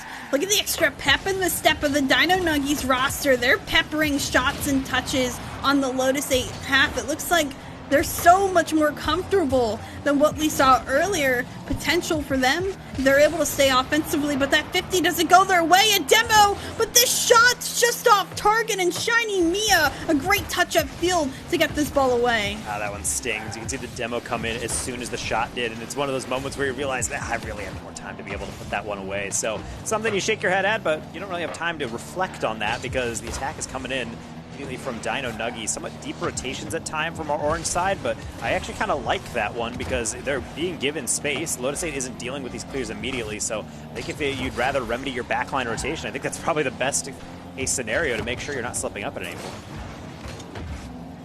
Violet, Nines, both there in that same half. Iris, the 50 win, but where's the support?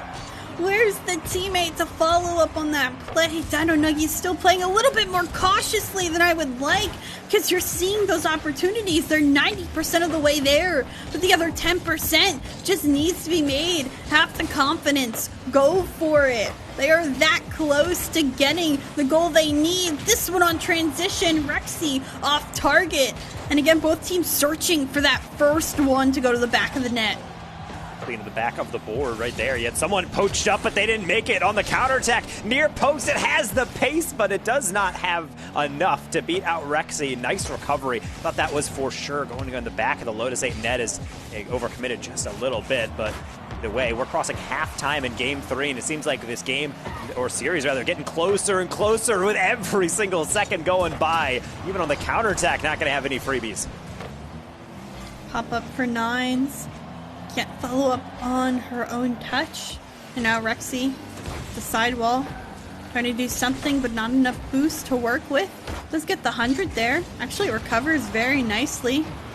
And still has some space to work with if the 50 is won. Granted, Iris towards the other end. Violet playing this one up. Mia, the missed opportunity. And Judy still slots through the entire defense to get this ball. Back in midfield we go, and still tied. This game is going to get much more stressful for all the players on the field very shortly. Yeah, obviously the opening goal means quite a lot, and Nines would have loved to have it. How about Violet also going to be tasting a little bit of that crossbar? That's going to glide just over the defense, but Dino Nuggies don't seem too phased. They're still in position to be able to get something. That flick over one means it is somewhat of an opening chance, but again, Rexy seems to be the recovery queen this game, always trying to bail that team out. In fact, setting up Violet as well. That shot not going to be enough right at the keeper. Nines now working that corner for Lotus 8 again, and they find a way to keep up on the pressure. Taking out Judy. Time. Both teams rotating through. You're seeing one after another challenges come from both of the rosters. But again, it worries me when Lotus 8 rotates like that. They all went past that front post. The challenges need to be better. I'm concerned for them and where they're placing themselves on defense right now. Yeah, I think there's a lot of awkward moments on defense that you can get away with for the most part, because it also requires the offense to read the situation and take advantage, and I feel like right now we're not really seeing that one. If some of these finishes were kind of razor sharp in prior games, right now we're seeing kind of a blunt edge, kind of blunt instruments being used in general to be able to break down the defense, and I just don't feel like it's enough. It's going to have to take someone with the quality and the accuracy to actually put something dangerous and lethal on target, forcing out a save, or at the very least, maybe a mistake, maybe a double commit like that. However, the right side goes on through. It is in the corner, now open over the net. Who is there for it? It looks like Dino Nuggies is more than capable. That might be leading us to our first OT. Well, we saw a 0-0 OT earlier in the day. Why can't we have another one now? I'm a little bit sad that Lotus 8 didn't bring somebody up in that final play when the ball was falling in front of the Dino Nuggies net.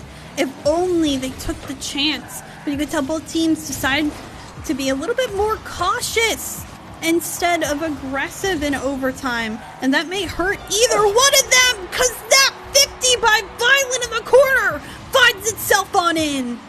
We got to give Violet a little bit more credit. She did not get a 50. That is a 100-0 right into the net, screaming by everybody. I would say there's only so much you can do about it, but to be honest, that's just beefy from Violet. So well done. And after all of that, it feels so unrewarding in a way to lose off a 50, but that's just the nature of Rocket League. You have to make sure you're so careful on every single angle you take. Oh, it's a shame, really. You so badly wanted to see something come alive a little bit more calculated, per se, a little bit more planned. But nonetheless, Lotus 8, again, winning because of their defense. This time's Nine's another 5-save game. Lotus 8 has had multiple 5-save games by one person in particular throughout the day today. I think it's a great foundation, but I wish they worked a little bit more on their offensive field along with it. I wish they were more comfortable, a little bit more risk-taking, and I think they would be that much more proficient upfield when they do get to offense.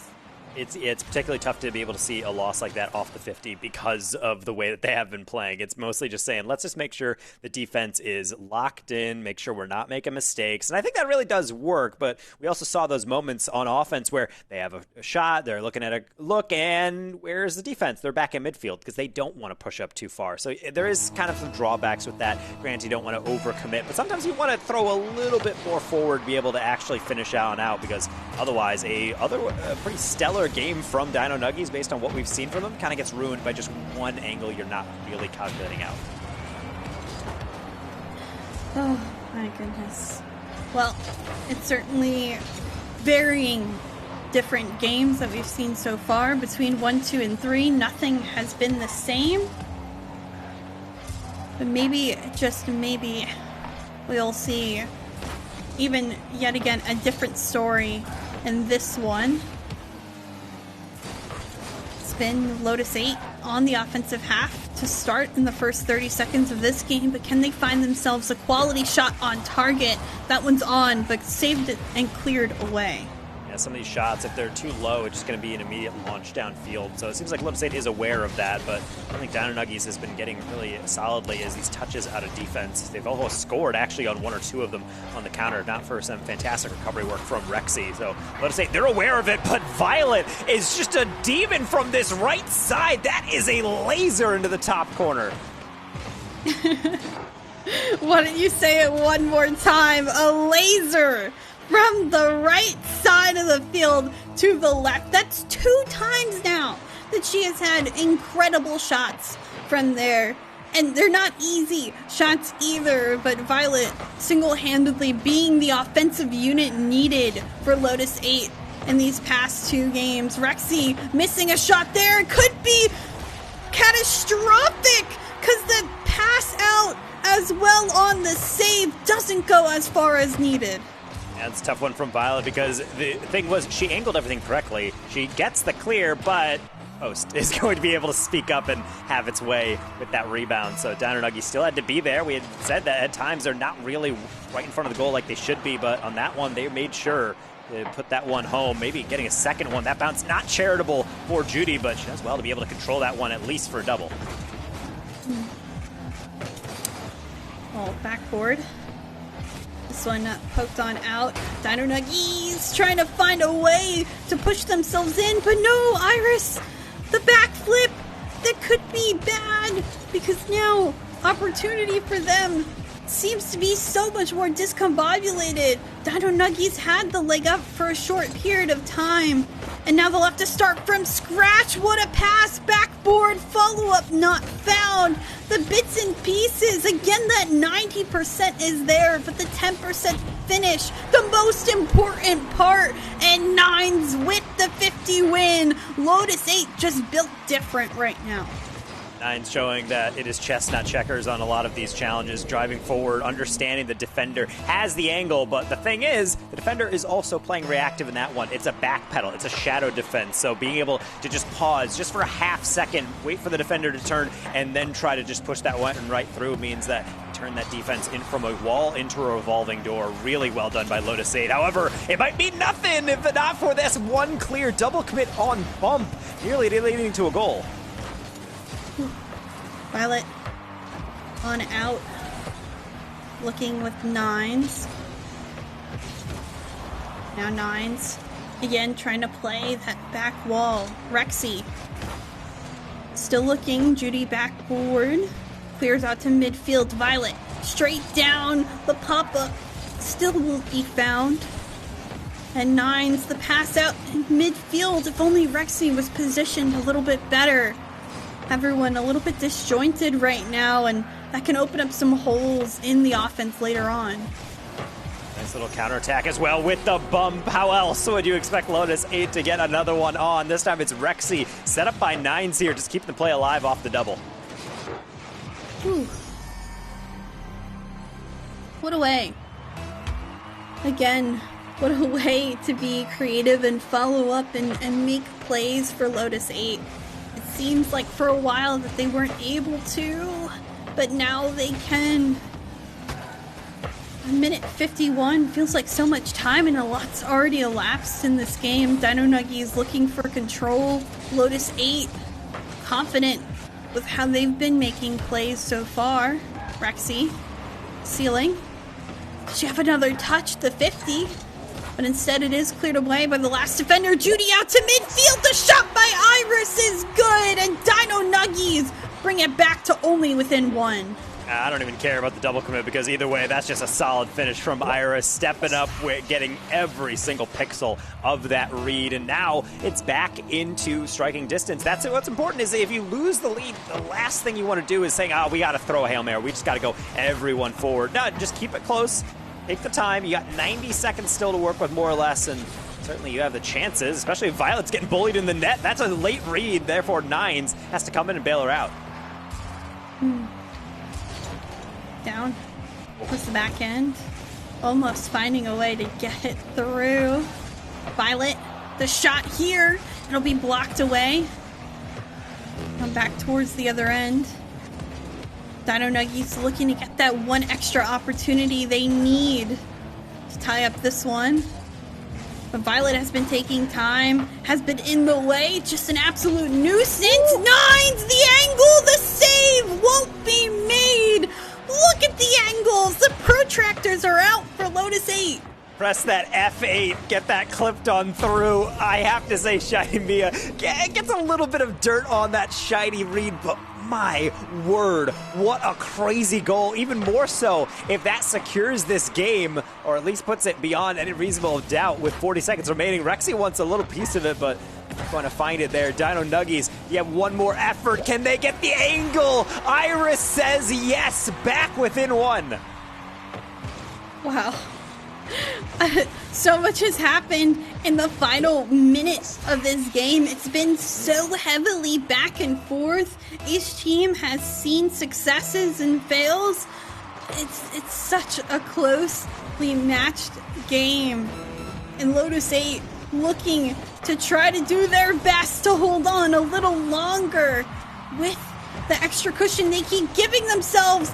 But can Rexy get back in time? She can't because the ball, it ends up being crossbar and out on the bounce. Dino Nuggies almost found the clear they needed to tie up. That clear won't be found, but Violet the clear now instead. This bounce, it could be dangerous. Iris there in time, but doesn't recover to get to it. A pop-up here to keep it off the corner. Rexy needs to throw this ball down. She'll let it roll on down and out, and just like that, match point for Lotus 8.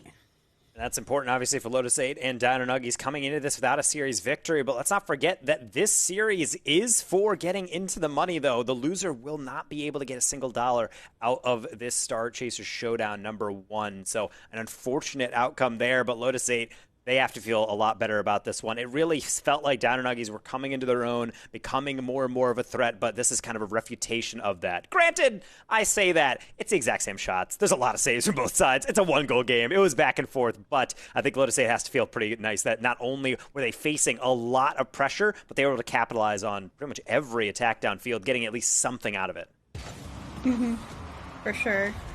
That's so wild again to me how the day has gone, how the back and forth has gone for these teams.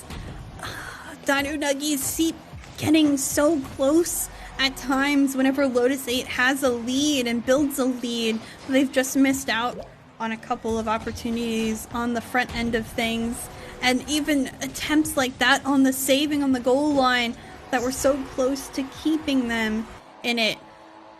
Whew. Potentially one more game to go, or 4. A lot could happen at this point, but none that matters. Both teams have shown why they made it to the main event today, and all we could hope for is another good match upon them. Oh my goodness, how about that for a start? Iris just dunking that one through, and no defender is going to be ready for that one. Just screams over the head of Violet right into the goal. That one put on target, slotted on in as needed for Dino Nuggies, and they start off with a lead. It's great to see the lead made early on. Can they get more? A couple of misses just after all that momentum could cause a problem. Straight down 50 and made, at least for now. Lotus 8 is looking to keep on the pressure. Another straight down touch, but what more can you do? Violet and everyone else searching for a way to be successful upfield. That's exactly how you should be phrasing it, is really searching. Both teams don't really have a play style locked on through. It's really just trying to improv at a certain point. And yeah, granted, that's what a majority of these games are, but maybe you want that one back. There's no Control Z in the game. An unfortunate goal, but it's going to count for Iris. Dino Nuggies! Now a 2-goal lead! That seems so back and forth. I don't know how neither team, they're not very consistent when it comes to being on top. You see 30 seconds to a minute on favor of one half, and then another 30 seconds to a minute in favor of the other half, and that's how it is. Rocket League is so short of a game, but yet it feels like forever sometimes, because playing a consistent full 5 minutes of gameplay can be so difficult to do, and you're seeing Dino Nuggies controlling the start of this game because they're just playing a little bit more consistent. And consistency is huge for being able to take a bunch of plays through. Kind of case in point right there, Violet, I think jumping at that halfway, expecting just a read or maybe playing a 50, and then halfway through realizing, actually not able to get that one on. Rexy, I like the creativity, but maybe not much of a result to be able to hang on to. Violet, how about try number 2 to the back post?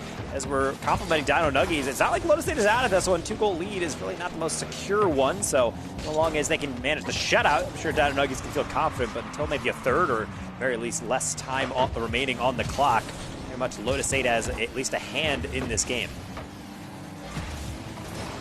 Absolutely.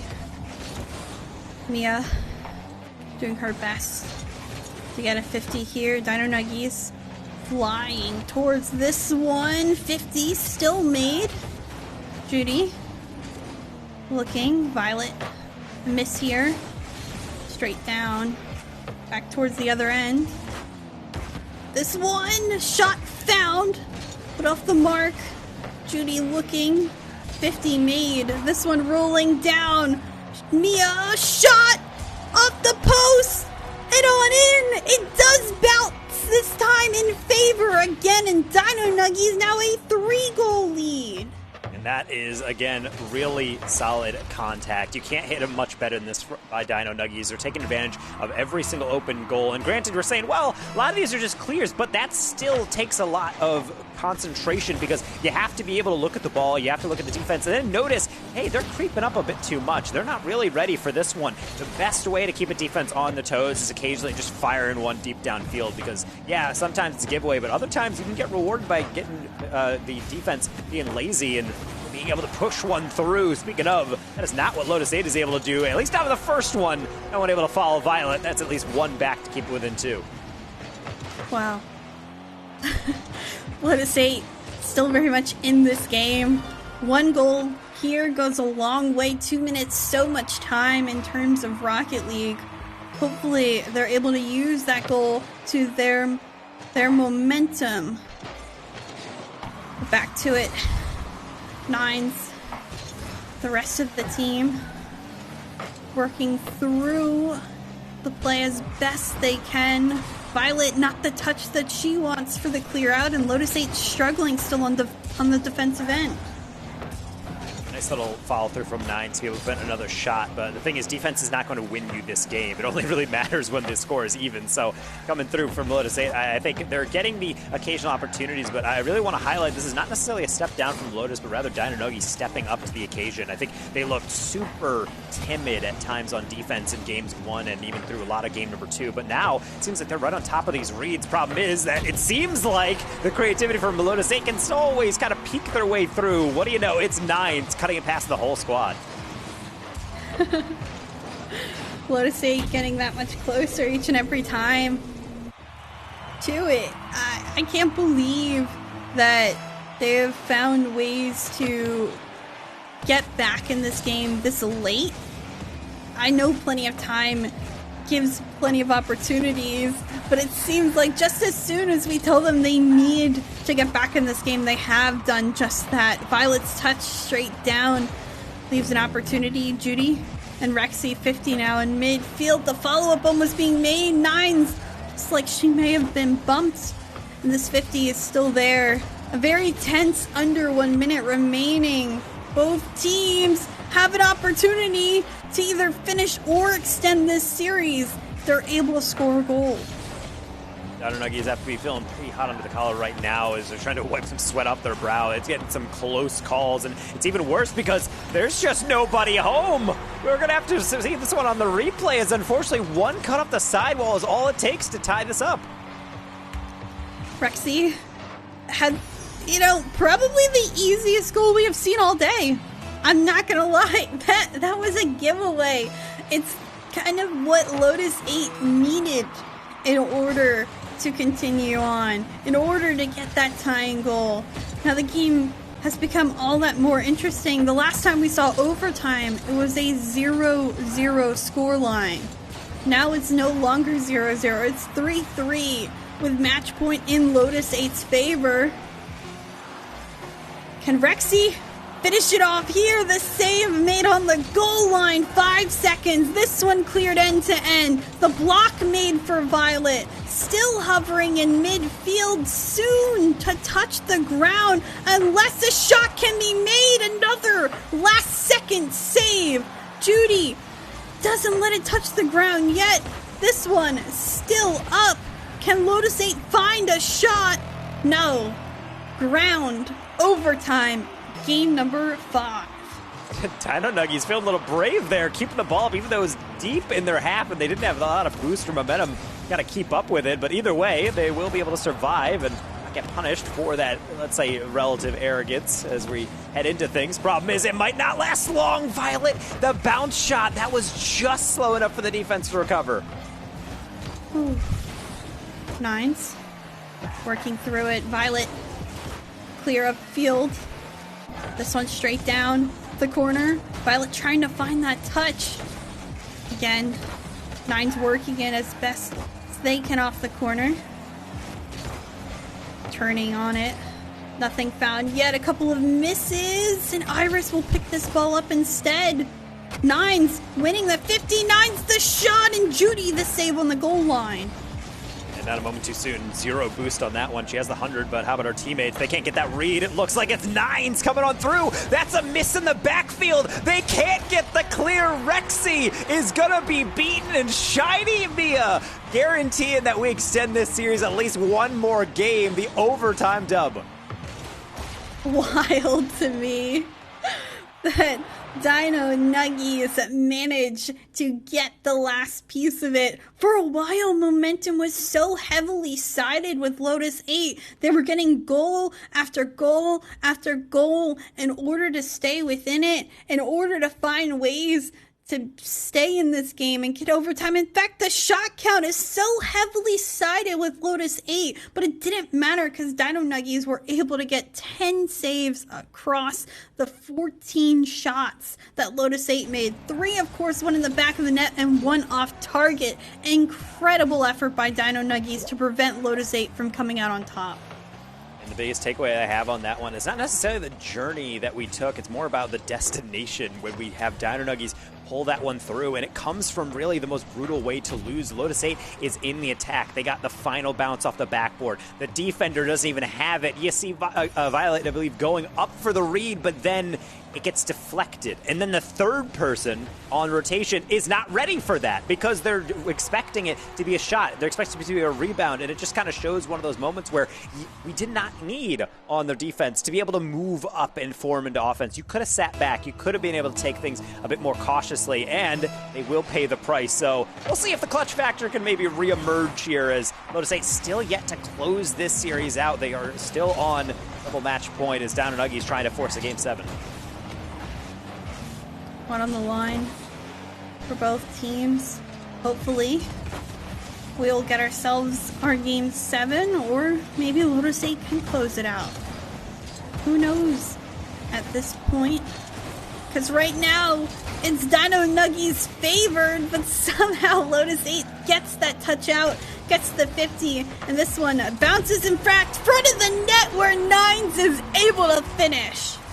And being able to get on top of that one, Nines, just proving that right side for Lotus 8 just leading to a lot of goals. But I have to say, hyper unfortunate there when it comes to the defense, trying to get that clear out. And sometimes you need to be able to just take a deep breath and say, I got it, or leave. Or at the very least, just say they had no pressure. Somewhat of an unforced error. It's a rough one to give up as the first goal in this must-win game for Dino Nuggies. Rexy gonna take it over. This one popped up in midfield where Dino Nuggies has been for a majority of it. In fact, they'll get this one off the backboard. Rexy there first to only take it into Mia's car.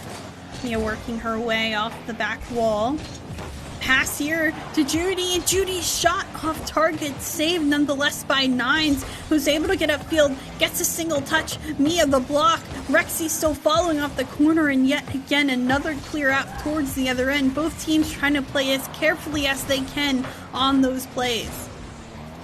Nice open deflection. That should be wide open for Violet, but maybe overthinks it a bit. There was a lead blocker, but a double demo coming through, nearly paving its way for a goal, but the last second save from Dino Nuggies means that it's just not that simple anymore for Lotus 8 to score, but it might be a crazy deflection that gets them back in. How about one more effort off the backboard? The demo on the shooter, pandemonium in front of the goal, and yet it's still 1-0.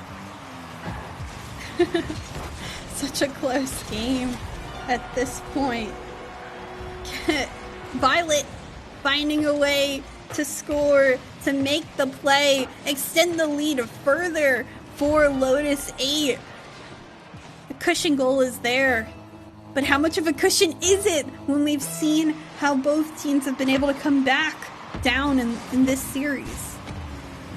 Being able to also mitigate the mistakes. Of course, as soon as I mentioned that within the cast, we do have a little bit of an awkward double commit through the beginning. So Lotus 8, yes, you've been playing well. You may have this game not wrapped up, but comfortably, at least within your laps. Now you just have to make sure that you don't have a mental lapse here. Maybe through passing, maybe through number 3. That's off the bar and the frame, nearly taking a cycle across the whole goal. Judy, out towards the other end. Rexy to roll it up off the wall, off the ceiling. Rexy, we've seen the mechanics used before. Violet a missed opportunity. Nines, though, has been so consistent. Sends it up to Violet. Rexy back up off the corner. Still everywhere around, but the actual net. Mia almost hits a double tap. That's a setup, though, for Iris. Quickly saved away. And Violet now can take her time off the corner. 50, straight on down. Nines up on the read. Judy looking as well. This one, flip reset. It's a slow shot that Rexy is able to save away. Dino Nuggy knocking on the door of success at field, but hasn't been able to get through just yet until now. Judy's shot off the post and in. That's a double into the corner, but I love that continuation from Shiny Mia, and even more so, everybody up. It's crazy, Chicks, that we've been watching the series and we're thinking, man, Dino Nuggies, you're so far back. Why is it so disjointed on the rotation? And now you have 3 players all on the goal line, more or less, of their opponents to be able to get that 1 goal back. So certainly we're seeing a lot out of them. Maybe we could see more if plays start to work out. That clear very well could have been a counterattack, but a fortunate miss for Lotus 8, going to keep this one at 2-1. Oh, such a close game. Overtimes have been so apparent. Back over. Iris the pop. Mia picking it up, wins the first 50, one-on-one last back with 9s. This shot too high. Is the finish there for Judy? No, it's just deflected away from her. 9s send it on over. Violet up off this corner. This one straight down. 9s floating. Potential here. If only it was off the corner. But it's back on out. The pop-up for Rexy. Iris to take over for Dino Nuggies. And with under a minute left, either team has potential of ending this series or extending further. See, a little weird one from Violet because she has 26 boosts, but that's not really much to do. In fact, that's exactly what happens. It's 150 and then the play is over for her. That's a deflection on the near post. It's going to go all the way down to Iris, who passively takes that first touch over, but not a continuation. How about from Judy, back corner, Violet, a powerful clear that's just going to waste even more time off the clock. Follow through from Rexy, only a roller right in front of net, and it's Violet for 3. That may just be the nail in the coffin needed for Lotus 8. They got the cushion goal. There's 22 seconds left. They have clawed their way back into a lead for this series. Oh man. What a series it has been, too. The most exciting back and forth we have seen today. With 15 seconds on the clock. Lotus 8. They run their victory lap now. 9s from one end of the field to the other. The pass is deflected all the way out, but it doesn't matter. A 2-goal lead can't be made in 0 seconds. Lotus 8 end up in 3rd place in the Group A bracket. Lovely to see from Lotus 8. Congrats, getting some prize money. And I gotta say, Dino Nuggies, I cannot wait for the next competition to be able to see them in, because unfortunately that is kind of the end of their road. But I saw a lot of promise there. If this team sticks together, cleans up some of this play, I have seen no reason why they can't be able to make an impact here. But either way, Lotus 8 able to close it out. It's a bit of a bumpy ride, but it's all about where you arrive at the end, I suppose. That destination, getting into that prize money. So at least they're coming away with a little something to sweeten the fall. Yeah, it was, I think, again, a really fantastic series. It was nice to see both these two teams kind of battling in that last spot. The back and forth was there, and they pushed on forward. The talent's there in EU. It's so great to watch the different plays kind of be made together for both of these rosters at times. The success, when it's there, is quite successful. Yeah, and we can definitely see it on both sides. Complimented Dino Nuggies looking really solid, but also on the side of Lotus 8, I think against Catchem we saw glimpses of it, but within this series we really got to see them kind of stretch out a little bit, start to play a little bit more free-flowy. And one thing I'm definitely noticing is that they're not only super comfortable going for those air dribbles, going for some flip resets at time, but the demo play was not just seen on offense, it was seen on defense. Those last couple games, those last two, there was several times where Dino Nuggies had what I thought was a clear goal, and instead of diving in front of the ball, a player took a detour and demoed the player right before the shot. That has to be such a weird thing to deal with for an offense, because it seems like everything is going your way, and then suddenly a player just memorizes where the rotation's going to go, demos you out of the way, and then everything gets reset. It's really clutch decision making, and also just really good to be able to see yourself lock in the most important moments and be able to actually finish out your series victory. Yeah, it was, again, a really nice series to see today. I'm happy we did not get a sweep like the other two, and we're also 3/4 way through series. So that's pretty incredible that the day has been going and teams are finally starting to lock up their places into Championship Sunday. Yeah, and I would love to be able to finish this day one on a high note. So hopefully with that last series on its way, that will be exactly what we see. But we're not quite done with this series. We'll do a brief wrap-up with Ash and maybe get an interview on your way after this short break. Stay tuned for more Star Chaser Showdown number 1. We've been asking stupid questions. Let's just blow it up and have some fun.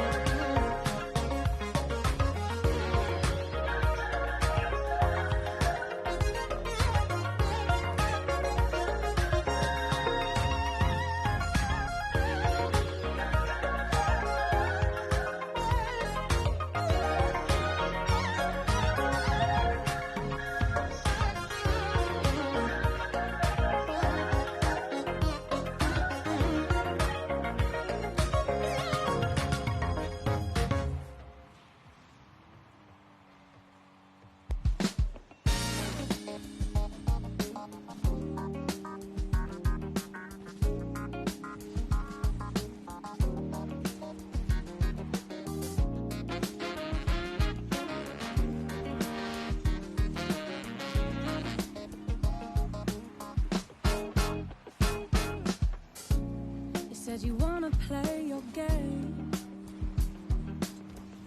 You tell me in, I said I'll pick it up, it's all the same. But don't follow all the rules. I know you don't, you change day by day. Hardly seems that way. How can anybody understand? How can anybody win? 8 points later, I thought it was about time we hit the finish line. 8 points later, I wasn't winning at all, I was just further behind. You played your hand, but showed my cards. I took my talks right from your heart. I laid them down before your eyes. Game over, blow the whistle, we're out of time.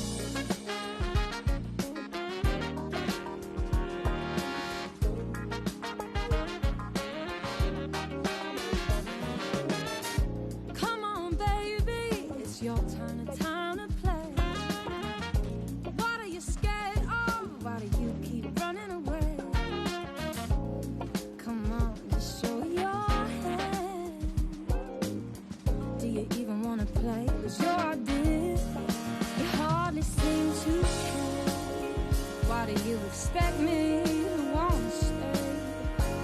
How What a tight series to close out Group A here within the EU region of the Star Chasers Showdown presented by Ally. That 4-2 win for Lotus 8. Chixa, I mean, Dino Nuggies kept it very competitive, though, seeing them warm up into this series. Yeah, it ended up being back and forth. I really liked how we both saw both teams get comfortable, more and more comfortable and confident throughout this series. Both started having different players make mechanical plays, make great 50 plays. It was consistently kind of the improvement, the self-improvement, self-reflection that both teams had that was really refreshing. Really was. And Taco, I feel like something that I took away from this series was how the defense really started locking in for both of these teams. I felt as this series went on throughout this best of 7, that was where we saw a lot of the differences being made here for the scorelines. Yeah, within the highlight reel kind of playing right now, the game one was just all over the place. Lotus 8 just getting every single shot. Everything is just coasting on through. But then once, everything started stabilizing. I think both teams started to get more confident in each other and also in just the way they wanted to play. I felt like it was more of a chess match. It was figuring out what's going to work this game. How are we going to be able to advance on through? And as you can see from some of these Lotus 8 goals, sometimes it took them having to peak to be able to actually break down the defense, which is saying quite a lot considering their first game from Dino Nuggies was a 4 or 5 goal margin. Yeah, it's pretty insane the way that these two teams were able to kind of just to take things as they went and go with the wind in that kind of sense. But I'm really looking forward to seeing how the competition continues to heat up as the Star Chasers Showdown progresses throughout this year. Again, this is only the first series for a main event that we're seeing for this Women's Rocket League series overall.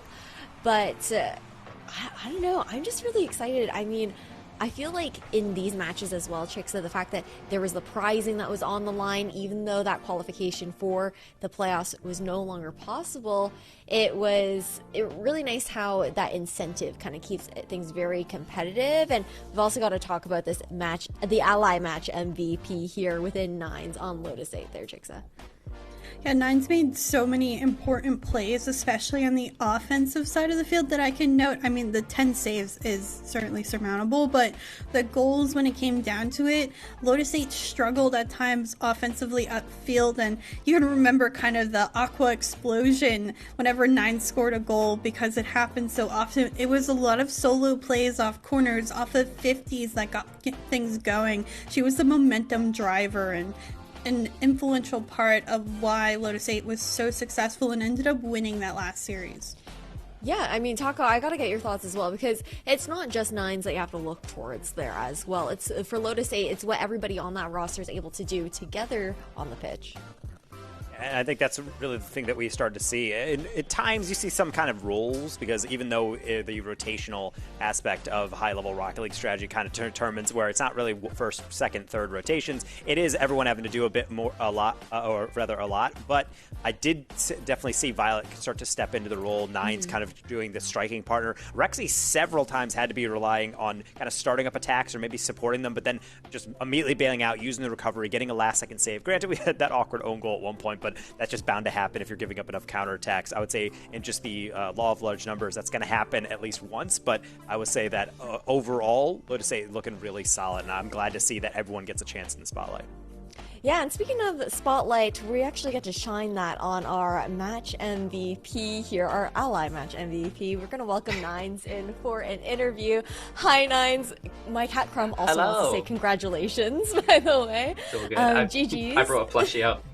I love it. Okay, so we're twinning. We're twinning on the desk. Exactly. How are you feeling about that wins there, Nines? Yeah, I'm absolutely ecstatic, Ash. Obviously, big shout outs to Dino Nuggies as a team.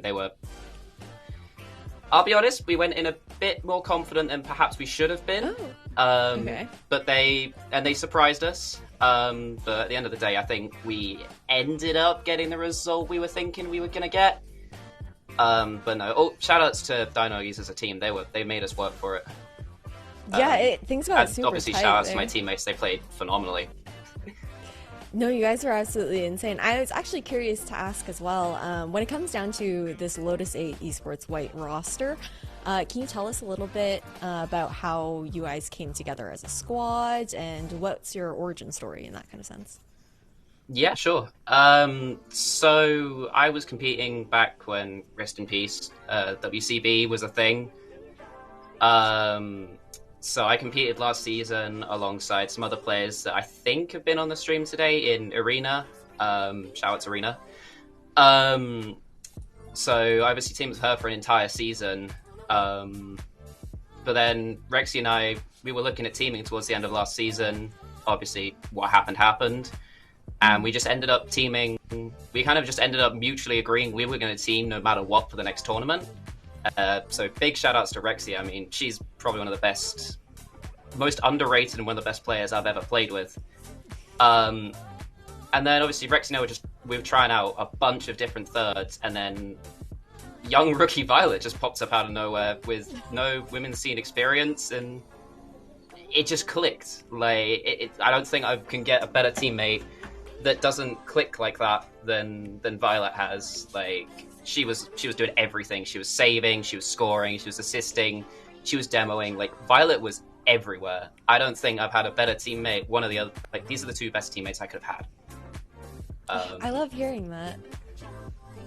I love being able to hear that. Like, I think that's so rare to find as well.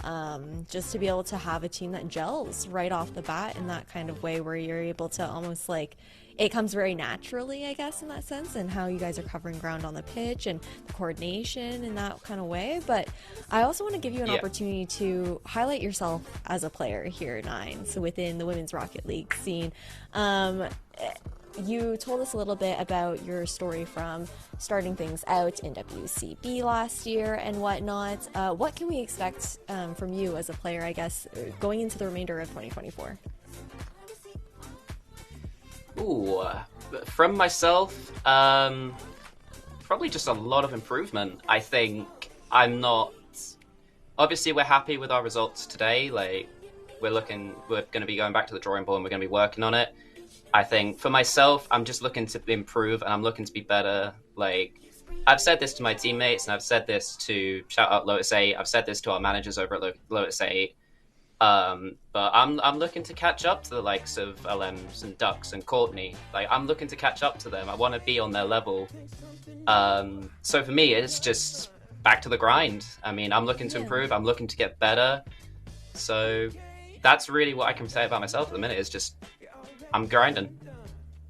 I love to hear that, though, because I feel like at the end of the 2023 season for Women's Rocket League, the competition really started to get closer. You know, that gap was closing in that individual skill level for players across the board there as well. And then you mentioned your new teammate within Violet, this being her debut within the Women's Rocket League scene. How did you guys find her? Like, where did she come from?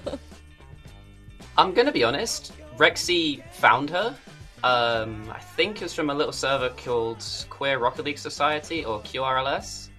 Rexy found her there, was playing with her casually, messaged me saying, yo, we have to try out with this woman. She is insane. So I kind of was I'm going to be honest, I was a bit doubtful at first, as any new teammate would be, but tried out with her. After the session, I messaged Rexy, I was like, yes. That's the only response I could give, was just yes.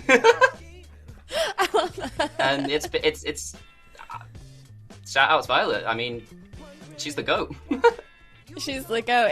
It's been history since then, and I'm looking forward to seeing how Lotus 8 and yourself 9 specifically as well are able to develop like within the scene as it continues forward and whatnot. You guys played your hearts out today, and a massive GG's in that kind of sense. Can't wait to see what you guys are able to bring to the table with more time together here as well. I know you already did your shoutouts and thank yous a little bit when we first hopped into this interview, so I want to give you an opportunity now on stream to say anything else that you want to put out there into the Rocket League community here on broadcast, now that you have the chance. Even anything you want to say maybe to the competition in the future too. Sure. The main thing is just to everyone watching, continue to support the Women's Rocket League community. We've had a tough time. We need to bounce back. And with your guys' support, you can put on events like Radiant, like the Stride Weeklies that I know are being hosted. Keep going. Help us branch out this support. We're not going anywhere.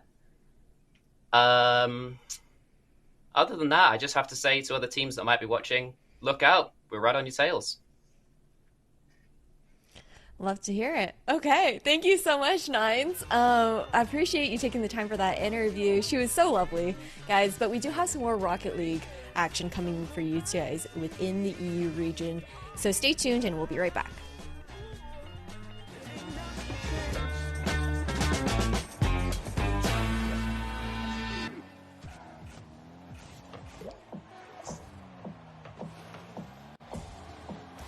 I don't mean to speak this up a line, but the way you move is perfect by design.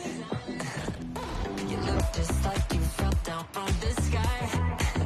Yeah, you're on another level.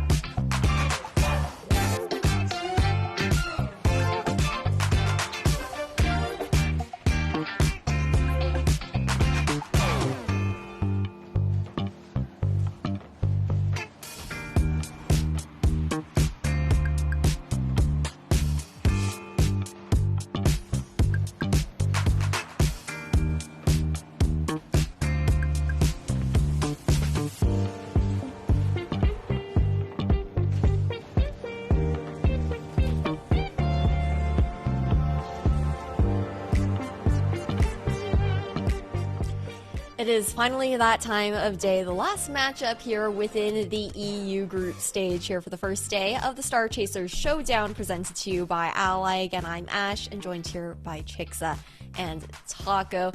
Taco, the last series that we just watched is pretty intense. Now, looking over towards the results here, I don't think anybody's too surprised between both groups.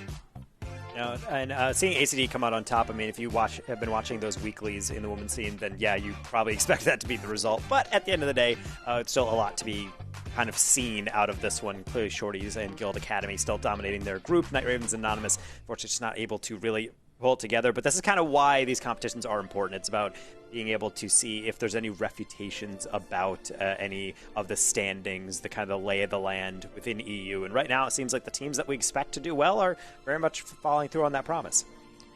Yeah, I mean, all solidified, right? The last match that we just saw there, Chixa, was the match to determine who's getting that prizing, since there is the top 8 here within the main event, but only the top 6 get to walk away with some of that money. And now looking forward into this next matchup that we have coming up, that's going to be Night Ravens versus Anonymous.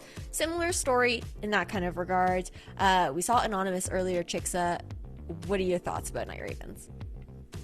Yeah, Night Ravens is kind of a shocker for the EU scene, because Illusionary or Illusory was expected to qualify for the main event over the Night Ravens roster, as they had qualified for the last Radiant event, and Night Ravens didn't, but they upset in a Game 5 to qualify. So that's kind of really cool to see. So we're going to see in this one if Night Ravens really kind of have the stuff to make that top 6 and get into prizing, because they've already done one upset, why not get 2? Yeah, there's a previous core of Astronic Petals there within Lorosaurus and Iva, and then Sparrow maybe being that difference maker for the squad, but we also have to take a look over towards Anonymous, the squad that we saw a bit earlier today here, Taco, and looking at this roster with Arena, Aurora, and Shans, how do you think they might face up against Night Ravens? What's your call here? I think the main thing that we always have to watch out for Anonymous is that in matches that we saw, a lot of peak potential, a lot of clipping potential. They're not afraid to go off the ceiling, take on air dribbles, take on flip resets, and I think that's the one thing that is going to be the biggest issue, or really the X factor I would have to think. Night Ravens are going to have to not play timid, you have to get right in the face and make sure those mechanics don't just drop right in your head. It's going to be interesting to see how this ends up panning out in that kind of sense. Anonymous is having, again, that bit of a preview into what to expect there. But it's, again, the last matchup here for the EU region. So, Taco, Chixa, I'm going to let you guys get to it. It is Night Ravens versus Anonymous. We have made it to our final series of the day. It's Night Ravens, it's Anonymous, it's 2 teams battling out in similar situations to what we just saw in Group A. They want the prizing, they want their first series win of the day, and they have the very last series of the day to try to manage it. Being able to come down and have these high stakes is really nice, and also it's just a good redemption arc. It's always the nice thing about group stages that you get to play at least everybody once, and you get to be able to kind of work out the lay of the land, and so being able to end on a high stakes matchup and not just have something kind of come out in the wash is always nice to see. So I think with these stakes set this high, I think we're going to see some sweaty palms, maybe some anxious play, but we have 7 games to make sure everything gets figured out, and I can't wait to get into it. Yeah, it's going to be an exciting one for sure. The Anonymous side of the field, probably, again, more the expected winner. But as I mentioned earlier, Night Ravens already pulling out what could have been said as upset in the qualifier. We'll see if they can truly upset again, almost jumping the line in that last play, finding a way to get that shot going. But unfortunately, just off the mark. Eva working it for Night Ravens in the midfield. Aurora to pick it up for Anonymous. Flip reset goes underneath, but a save made in quick fashion for Sparrow. Not only that, but Sparrowhawk actually able to get that longer clear on down, and unfortunately defense is not really ready for it. You see Shans waiting for a catch. They were not really prepared for the outcome of an immediate turn and shot.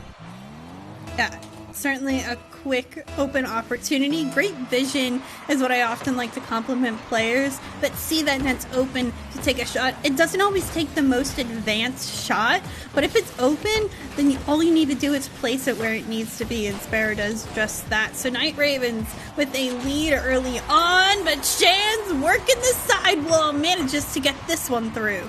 The unexpected sometimes can really throw off the defense. That's a hard angle shot, but Chance makes it look so easy. Back post, the defender was looking for something completely different, and sometimes when you do get surprised, it will fly on the way through. Nice solid reminder for the Night Ravens that this game is not going to be an easy one by any means, especially if the kickoffs are any indication, nearly doubling up just immediately right off of the rip. Up here in front of net, Arena searching for a way to get on through. Wasn't able to do just that. Aurora, the pinch straight down in front of net. The clear won't come on through. Now Arena working it. This one on target, but saved away into the corner. Both teams have settled down for now and have been able to make great defensive stands. And right now, especially to be noted, that Night Ravens starting to settle into their playstyle, and they are playing with an alternate in right now. Ohei actually stepping in for Lorosaurus Rex, and right now maybe that's causing a little bit of awkwardness, though. But then again, Anonymous, they're just fast, just jumping right on top of this hard angle. Yeah, Arena, great shot over the last defender, and you have to wonder what it's like for Night Ravens as well. We touched on it very briefly. Ohei subbing in for Lorosaurus Rex. How it's like playing with a sub to end out your day, the last series of the day, and arguably the most important series of the day for both these teams to decide whether or not they get any piece of the prize pool. So now they have to readjust after two very difficult series today into a third with somebody new. Hopefully they warmed up for at least a couple games. And being able to get those warm-ups is great to see, and being able to start off the way you'd like. But I think if we've learned anything as these series have gone on, it's really just about series by series how you match up and then what kind of changes you make, or really if you feel like you even need to. Some teams I feel like are very rigid. I don't necessarily want to say stubborn, but they just don't really want to change the way that they approach a lot of these games. And I think right now we're starting to see that that's not really an option for most squads. Right now, Night Ravens, even though they've been under the gun, looking a little bit better and cleaner for it, despite that double commit, at least in the initial foray. Aurora just going to throw it right back in for Arena and try something, but backboard is covered. Anonymous definitely more comfortable in the air compared to the Night Ravens, at least thus far. Shans may have gotten a reset there, but not enough boost to stay high enough in the air to use it. Arena looking for the double tap read. It's not found, and Aurora to put this back into her own corner. Almost on her own net and on target, but maintaining control, setting up from her own end zone, now towards the other. Arena picking it up, looking towards the back wall, but another save made by the Night Ravens squad.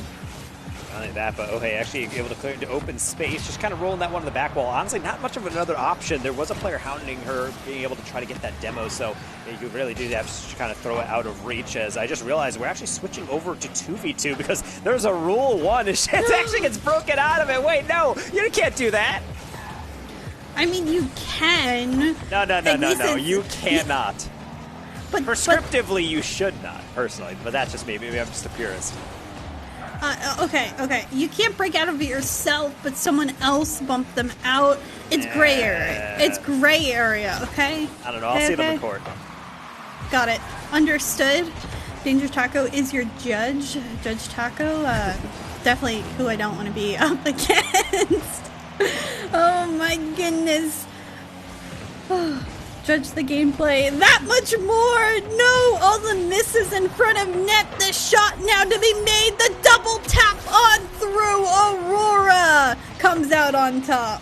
Aurora is vibing, and I gotta say, that was Night Ravens breaking that one up earlier, so I feel like this is kind of karmic retribution coming on through. 48 seconds for Night Ravens to do something about it. I feel like we were in a pretty stable mid-game. It was kind of just depending on who was being able to step on up and figure out how this game is going to go. Apparently it's Anonymous, just again showing off the mechanics, never afraid of going for the fancy shot. Demo there may open up the field. Ohei working off that corner. Arena difficult touch, does manage to get it out in midfield. And Arena, the follow-up as well to put it back on the Night Ravens half. Night Ravens had a great early start in this game, but since they haven't been able to score, it's been all Team Anonymous all the time with the offensive effort, the aerial control, and just the consistency, not as many missed touches. So this game one going to Team Anonymous, and maybe, just maybe, they'll be able to take a couple more. Potentially, if they play like this, I think it's definitely within the cards. I really do like Anonymous just showing off the offense. I think there's times where maybe we could have seen Night Ravens step up a little bit more, but they're not necessarily going to be without going down with a fight there. 9 saves coming through from the orange side. Certainly keeping them in it, but need more than 2 shots to truly be able to make a dent. Yeah, Sparrow managing to get the only goal for Night Ravens this past game. Of course, it was with kind of a cleared ball when the entire Anonymous team was stretched a little too far forward, as we see it right there. So, I mean, you can work off of getting goals off of mistakes. It's one of the most important proponents of Rocket League to be very consistent, to maintain a little pressure, to get a little bit more bang out of your buck in a sense when you're in the defensive half, but they also need to generate their own offense, which we didn't see at all. They had no passing plays at field, weren't able to connect off the sidewall or anything like that, and I think that's what I would say to Night Ravens to do in this next game. It's a very Dino Nuggy-ish game one, where it felt like it was really just focused on defense. So maybe they can develop and grow into something that they can actually trust in. And certainly if you're dealing with Anonymous, you have to be prepared for the unexpected. That's a 2-player commit on the kickoff, something we have actually seen in higher level games kind of experimented with. We haven't seen too much kind of high-level strategy without these kickoffs, but we are seeing some high-level angles. Shan's nearly rejected, but still claims that goal. The Arena has been setting her off in the air time and time again. That's the one thing I've noted a lot with Anonymous. They're I'm trying to find another word other than just comfortable. They're proficient when it comes to being in the air. Again, Aurora going towards the skies. It seems whenever you can throw that ball up high, Anonymous is there, and they're totally fine with using a boost and following up on a play if it means being up higher against their opponent. What a bump. And being able to actually dominate the air is such a huge advantage for obvious reasons, but more importantly, it's about really imposing your will. If you want the ball, you have to come and get it. And that's exactly what Anonymous is kind of banking on. They have the air dribbles, they have the redirects, they have really everything downfield going for them, so why not continue kind of push the story, be able to kind of push the envelope really on how much this offense is going to have to click in. And right now it seems like they're not content with just kind of throwing it back and looking for some passes, looking for the combinations. I don't know if it needed the deflection, but Marina certainly needed a goal. Again, straight towards the skies, off that backboard. You're right, I think it would have been in anyways, but it doesn't matter. That's the comfort for Team Anonymous, and it's definitely the higher level of play we see, the higher in the air you tend to get. A missed opportunity there for Aurora. She just flies on through, and because of it, Ohei has an open net to work with. Night Ravens are so good at penalizing mistakes, but it seems like that's all they can do.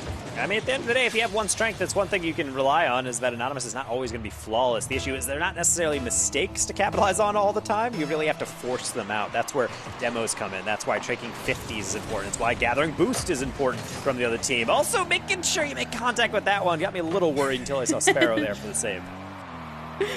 There's been a couple of misses. I don't know what you're talking about, Taco. Oh, no.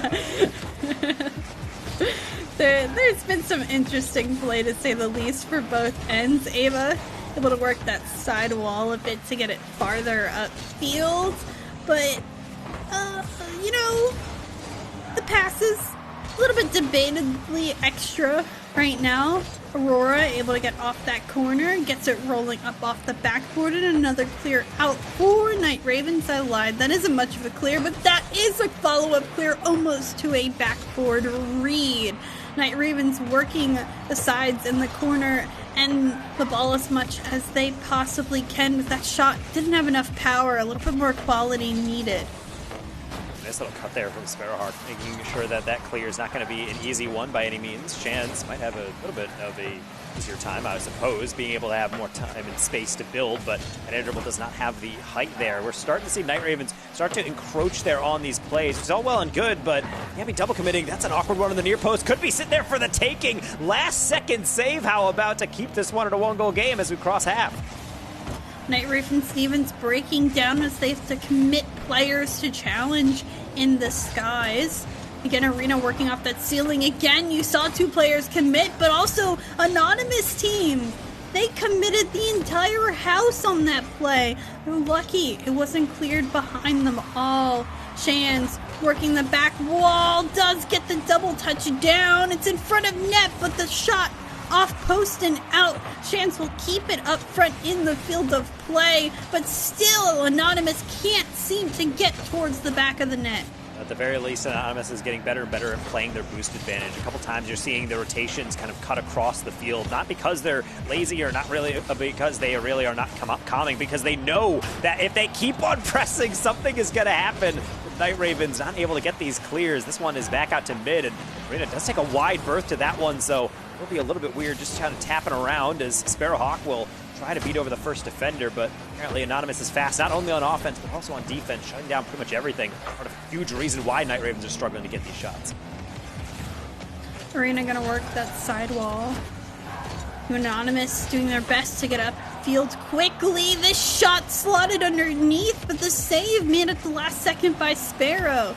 Night Ravens still holding on, but we mentioned earlier their problem is generating offense upfield. Also generating mistakes for Anonymous that they're able to capitalize off of. This one's a good pop in front of net, but Arena and the rest of the Anonymous team ready to make a save. So with under a minute left, Night Ravens searching for the tying goal they need. Granted, Anonymous looking comfortable in getting these beats and letting that net get open. The pop's there. Shan shot off target. Follow-up still off target. The buffer goal will not be found. Time is Ohe, but probably more so not necessarily her choice. No boost to be able to arrow for that one. There's a second rotation. Sparrow a little bit late. Again, low boost. That boost steal, actually maybe even a double coming in from Ohe. High lob for Aurora to deal with, and she does so well. Not only getting the first, but the second. Has to be a breakaway. Shans lobs that one up. The 1-2, maybe 3. No finish, but maybe not even one needed. Off the corner. Buying time. This one soon to touch the ground, certainly not on the right half for the Night Ravens squad. Can they keep it up? No, they can't. Anonymous to take game 2 and up 2-0 in this series. Really do like that coming in and actually slowly getting more and more confident despite a pretty narrow score margin from Anonymous. They're cutting across the field. I really like how their offense looks. Clearly hitting double-digit shots is nearly double-digit shots is a solid attempt. But as we also notice, it's a close game, and that's really all I think Night Ravens need to focus on right now. I think, yes, it's important to maybe make some adjustments in the midfield, maybe spread out a little bit more, maybe not dive in on each of these plays because they are getting a couple whiffs on defense. I think right now this is the kind of close metered game we're seeing down the stretch where the teams start to figure each other out. So it's important to stay fresh, bring something they're not expecting, and if Anonymous is not careful, I could definitely see a world in which the Star Chaser Showdown starts to see a bit more variety with every series going by, because Night Ravens, I feel like, are slowly finding their footing. Yeah, I think accuracy is plaguing as well the likes of Anonymous a little bit. They've had how many shots ring everywhere but near the net that they didn't even need to be saved. So taking that extra deep breath, not rushing yourself, even the slightest kind of twitch of the thumbstick can make you completely lose that ball, get it out of control, and not put the shot on target that they needed. So they don't have to outpace the likes of Night Ravens this next game. They're already winning on the speed and aerial control, so still take your time. It's okay to be patient. You don't always need to be going 110% on the field. And I think that's a huge thing to be able to keep in the back of your mind, is that that's why comms are important within Rocket League. It's not just to be able to tell your teammates what you're doing. It's also for your teammates to tell you, hey, you have time. Hey, maybe you get that one away. Hey, there's someone chasing you. And I think right now we're seeing Night Ravens play very one-to-one plays. Oh, I get a clear, I rotate out. Oh, I get boost, I rotate out. And I feel like right now they need a little more synergy because that's exactly what Anonymous is bringing to the table. So good at being able to keep these attacks going and these defenses cohesive as Aurora maybe try to prove me wrong, but just a regular old solo play. But that angle proves too tough to get past that first defender. Shan's working that corner. Arena will follow it up, goes for that bump on Sparrow, but is able to come through, recover. Now hopefully pick up some boosts. The first challenge comes through for Oh Hey, the second to follow through for Ava, and Sparrow will chase this ball who goes to the other end. Aurora, their first touch near target, but not on and quickly taken out. Seems like Night Ravens are at least a little bit more prepared this game to transition in quick fashion. I think the biggest thing they need to focus on is just making sure they get high percentage touches. And right now, they can see the half rotations or not having a lot of boost. Honestly, it can probably take a little bit more time on some of these, but clearly not too much because otherwise you're going to have Aurora with no angle at all getting a dish. That's crazy. The recovery, the flip into the ball to just poke it over Ava, that is not an easy skill to master and retain control throughout the entire aerial. Well played by Aurora, showing off her personal skills. Arena and her look to combine in that attempt, but it doesn't go through. Night Ravens almost with that outlet pass, but unfortunately don't find contact and get demoed even after all their efforts. This one high, two players up, Aurora and Chance both missing, and now poor Arena last back to find the save, and she does with Shan's help. I mean, that just has to be something you laugh and shake your head at for Night Ravens. They're on the attack, and they look like they forced out a double, and then it's a pinch clear that's perfectly out. So that's got to be rough, but it doesn't mean everything's over. You still have somewhat of an attack, especially if Arena does not get the second touch up and over, even testing that height. Just about being able to almost get that dunk on through. Brutal deflection on the backboard. Aurora looking for another tight angle, but that's not going to be able to beat the front post. Another counterattack potentially to Ojai, combining with Ava, but not able to actually wrangle that one through. Oh, wait, I thought that was the third, but in fact, no, it's just wide open. What a recovery. I was like, Taco, what are you saying? There's nobody there. But Shans gets bumped away, and Ava only needs to beat on the 1v1, and she has the space and the boost and the ball in the air to boot with it. Night Ravens, they find a piece of the ball there and tie up this game. Anonymous, a little bit sloppy on that opportunity, and again get penalized for it. Now they have to search and try to create another goal opportunity. That saves off the post and out, and just as I thought it was going on in, it doesn't. It can be tough. There's a lot of anticipatorily kind of awkward stuff like that. I feel like in these series tricks, it's not the first time that we're like, oh, that's definitely going to happen. Oh, no, never mind. It's going to get thrown right out the window half-time. And really, I have no idea how this one's going to swing. Granted, Anonymous still has somewhat of an advantage on these offenses, but I think the Night Ravens starting to take more of their time and even look towards some passing. That one middle going to find its target. Sidewall here on the bounce, so Aurora's shot goes straight on in. Where was the defense on that play? Sparrow gets the first touch, but everyone else demoed on the goal line. It can be tough, especially when those clears do not go the way that you want them to. Using the sidewall can be so dangerous. Sometimes it's good to be able to actually set it up into a defender on the inside that you can maybe pass your way out of defense. Other times, it's going to be teeing it up for your opponents. I feel like that's really what we saw on that last iteration, but not necessarily anything to sound the alarm bells yet. They're halfway to a sweep Anonymous, but they're still showing they are susceptible if you move the ball quick. Arena had to be back in a hurry to be able to prevent that one. Shot open, Sparrow just a little late. It's the best opportunity we've seen for Night Ravens. They have some extended pressure, at least temporarily. Ava going for a demo. Oh, hey, to fly on through. Can't find the touch. Sparrow to keep it upfield for the Night Ravens. Backboard shot here. Open net. It's finalized on through, and Night Ravens tie it up. Love to see it, but first off, gotta AR dues to Sparrowhawk. That's such a nice follow-through because you really can't do much with that. A lot of players would like to doink that one, play it off the corner, but I really like that dig right down onto that near post, setting up in the middle. It's quick, it's efficient, and it's a really smart play, all things considered. This one, less smart and more so just fortunate. That one immediately on target. Oh, hey, with the bounce shot, just barely wide. Shan's trying to play in midfield. Anonymous picking up speed. Arena looking for Shan's, but it is taken away by Ava. Ava now. This one off the ceiling. Almost finds itself on target. Shan's picks it right up, and Ava to take it away from her. Dropping down. Ohei off the corner. Aurora there. A huge pinch towards the other end. Ava picks it up. Puts it a little bit off target. Shan's fortunately rolls off her car. Arena, everybody trying to get a piece of this ball to get a 50. This one poking on through. The demo, the ball to roll on through. And what a heads-up play by Aurora to let that ball roll on in. Previous game, it was all about mechanics, and this one, it's all about muscle. Just getting one defender out of the way. It's a good heads-up play by the player, kind of taking the lead for Anonymous. Aurora being able to generate a lot of opportunities for her squad, and that's just another one. Night Raven showing that, yeah, they're looking more confident. You're going forward, a bit more venom, but you can always be stung if you push too far up. 30 seconds. Team Anonymous looking to hold on for those 30 seconds. Oh, hey, quick to it, winning the 50. Keeping it on the Anonymous half, but what a clear again by Arena. Team Anonymous using those long, lofting clears to kill 5-10 seconds at a clip. This one a pop for Aurora, gets another goal, and that's the nail in the coffin for game 3. Talk about another goal. 6 shots, 4 goals from Aurora. So clearly, if she wanted to get this, she was going hiking, putting everyone in the backpack and just saying, don't worry, follow me, I'll lead us to that promised land, that match point game, assuming this one doesn't have any more shenanigans in place. I don't think there's going to be that. Night Ravens in an unenviable position right now, having to reverse sweep to be able to make it into the cash.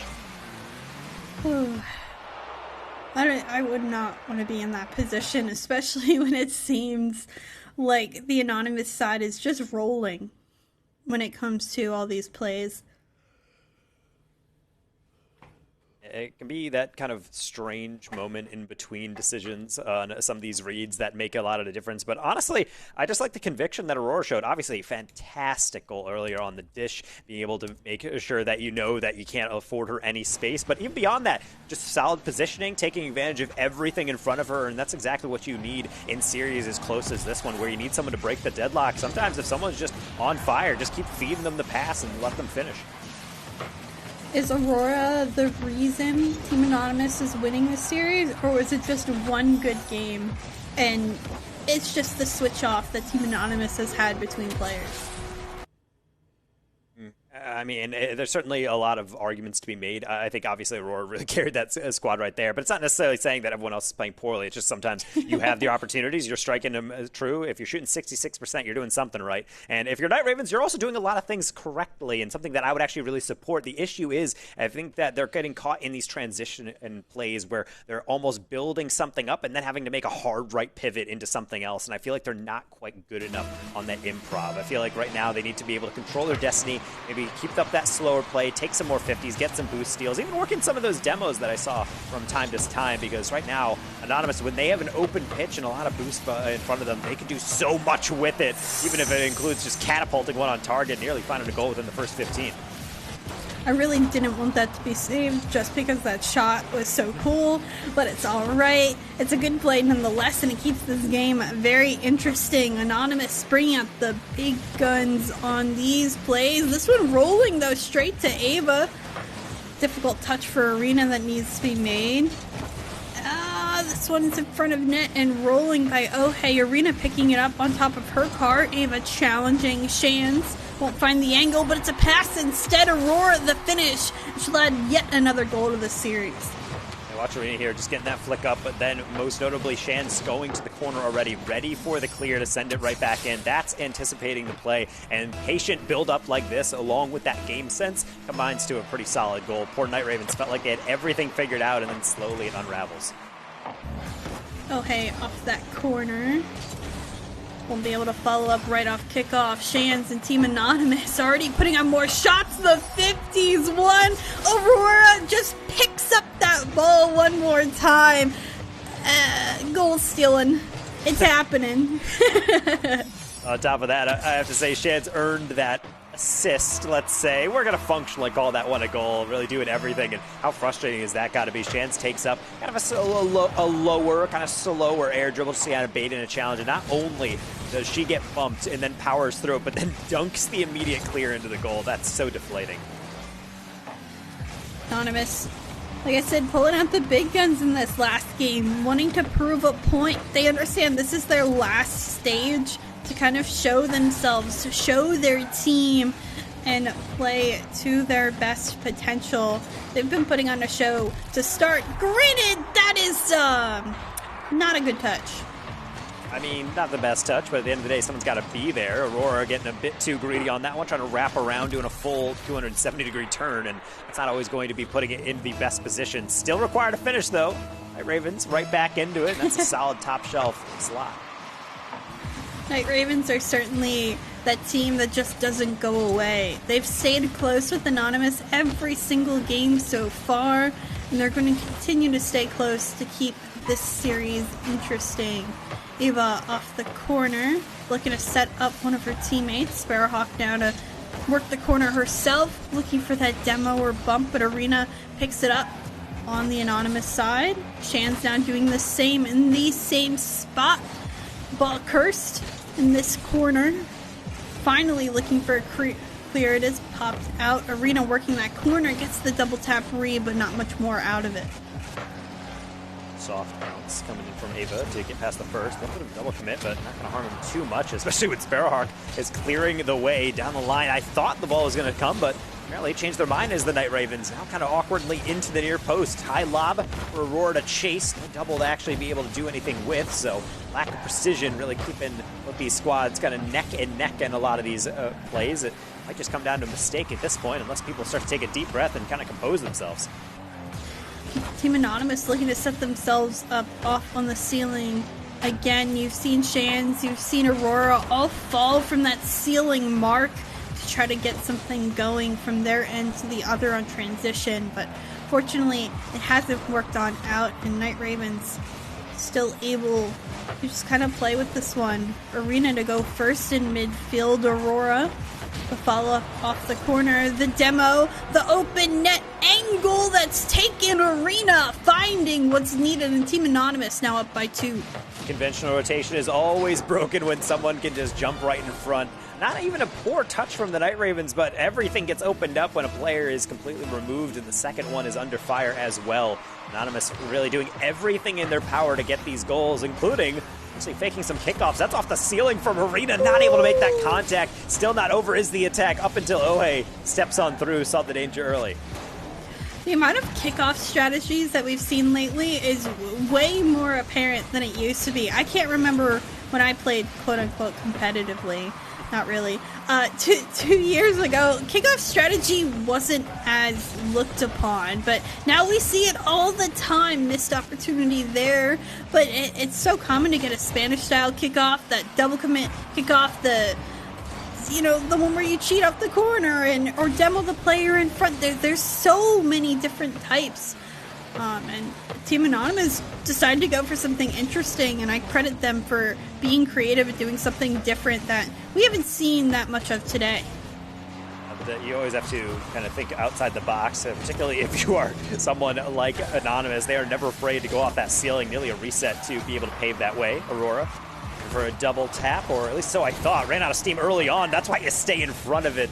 Pretty hefty 50 to somewhat stall out the defense, but ultimately will be yet another clear, which is not going to help the Night Ravens. They don't need clears, they need possession, and right now it is in short supply. Aurora in control, manages to still retain control all the way from the corner into the back of the net. This is the second time we've seen her use her aerial control to beat out from that back wall. Those are some of the most difficult plays to make, but she has executed 2 flawlessly in both attempts made. And That's exactly why you like being on PC. You want to do those Rings workshop maps because it keeps your control real icy like that. My goodness, what a play from Aurora. A couple fantastic goals on the adjustment. That one had the Night Ravens defense just kind of looking up, waiting for it to be over, but it's not over until Aurora's truly out of boost. Really, the standout players from this series, and that's really saying something. Anonymous, they've played spectacularly. I think we'll definitely know them after this series. A sweep, potentially, be able to close this one out unless we're seeing some last-second shenanigans. I'm pretty sure that was a own goal shenanigan a little rushed by Shands. I don't know if it was needed, but again, 2 goals, 4 seconds, a little bit hefty. Maybe something crazy. The double commit on the kickoff for Anonymous will let that one roll. 2 goals cannot happen in 0 seconds. Congratulations to Anonymous. They are the 3rd place team in their group, and they will get prizing for their efforts. Solid to see, and we certainly knew that they were capable of being able to get into the cash, and certainly they were able to show it throughout the sweep. However, like all of our teams that were just not able to cut it quite yet within their groups, Night Raven put up a good fight, made him have to work for it on the side of Anonymous, and that's really all that we're looking for. Anonymous showing that they can get their clips and also get their dubs to finish out the day. Yeah, congratulations again to them, and congratulations to every team that has competed today, that has moved on forward, that has gotten prizing, or has gotten the highest that they have ever been. When it comes to seeding, it was impressive to see the different teams kind of go across the gameplays from Group A to Group B bracket. This game in particular was outstanding because we finally got to see just how well the team of Anonymous can be mechanics-wise. It was wild to watch Aurora pop off on so many plays in the series. And that's exactly how a lot of good teams start. It's finding players that can be these individual players who makes those solo plays work, and then slowly working that into an infrastructure. We're saying, okay, now rotate off me. Now let's get some boost steals in. Now let's make sure that we actually have some more high-level comms. And I think this is the kind of the start of something really nice. And it's why I like these events, like these Star Chaser Showdowns, because we get to see a preview of what's to come. Again, this is kind of like a new season, more or less, in the new year of women's events. So hopefully we can see a lot better improvement and maybe some better finishes from these squads, because I know that they're definitely hungry for the next event. Absolutely. Well, we're going to go to one final break for EU. We're going to see if we can get ourselves an interview. We're going to bring Ash back in for her thoughts, and we'll wrap up the EU portion of today. So stay tuned for more Star Chasers Showdown presented by Ally.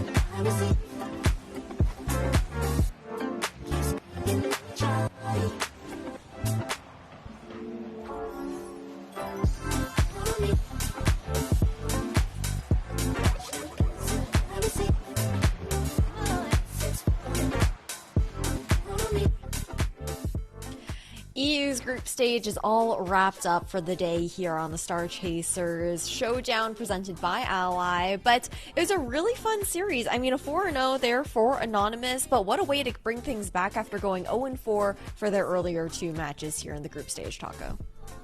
Yeah, and I think we're getting to see a bunch of teams in the spotlight. So that's kind of nice as a broadcast. We kind of went on. We made sure everybody had their chance. And I think it's important, too, because every team deserved to be here. They had to go through quals. They had to make sure they, more importantly, form a team. I know that can be stressful within its own right sometimes when you have all this roster shuffling. So being able to get something together and actually look pretty cohesive all throughout, I don't really feel like we saw a single team on broadcast today that was just completely lost in the sauce. They kept a lot of these series close, and it's just nice to see as this kind of the prelude to the rest of the year for women's events.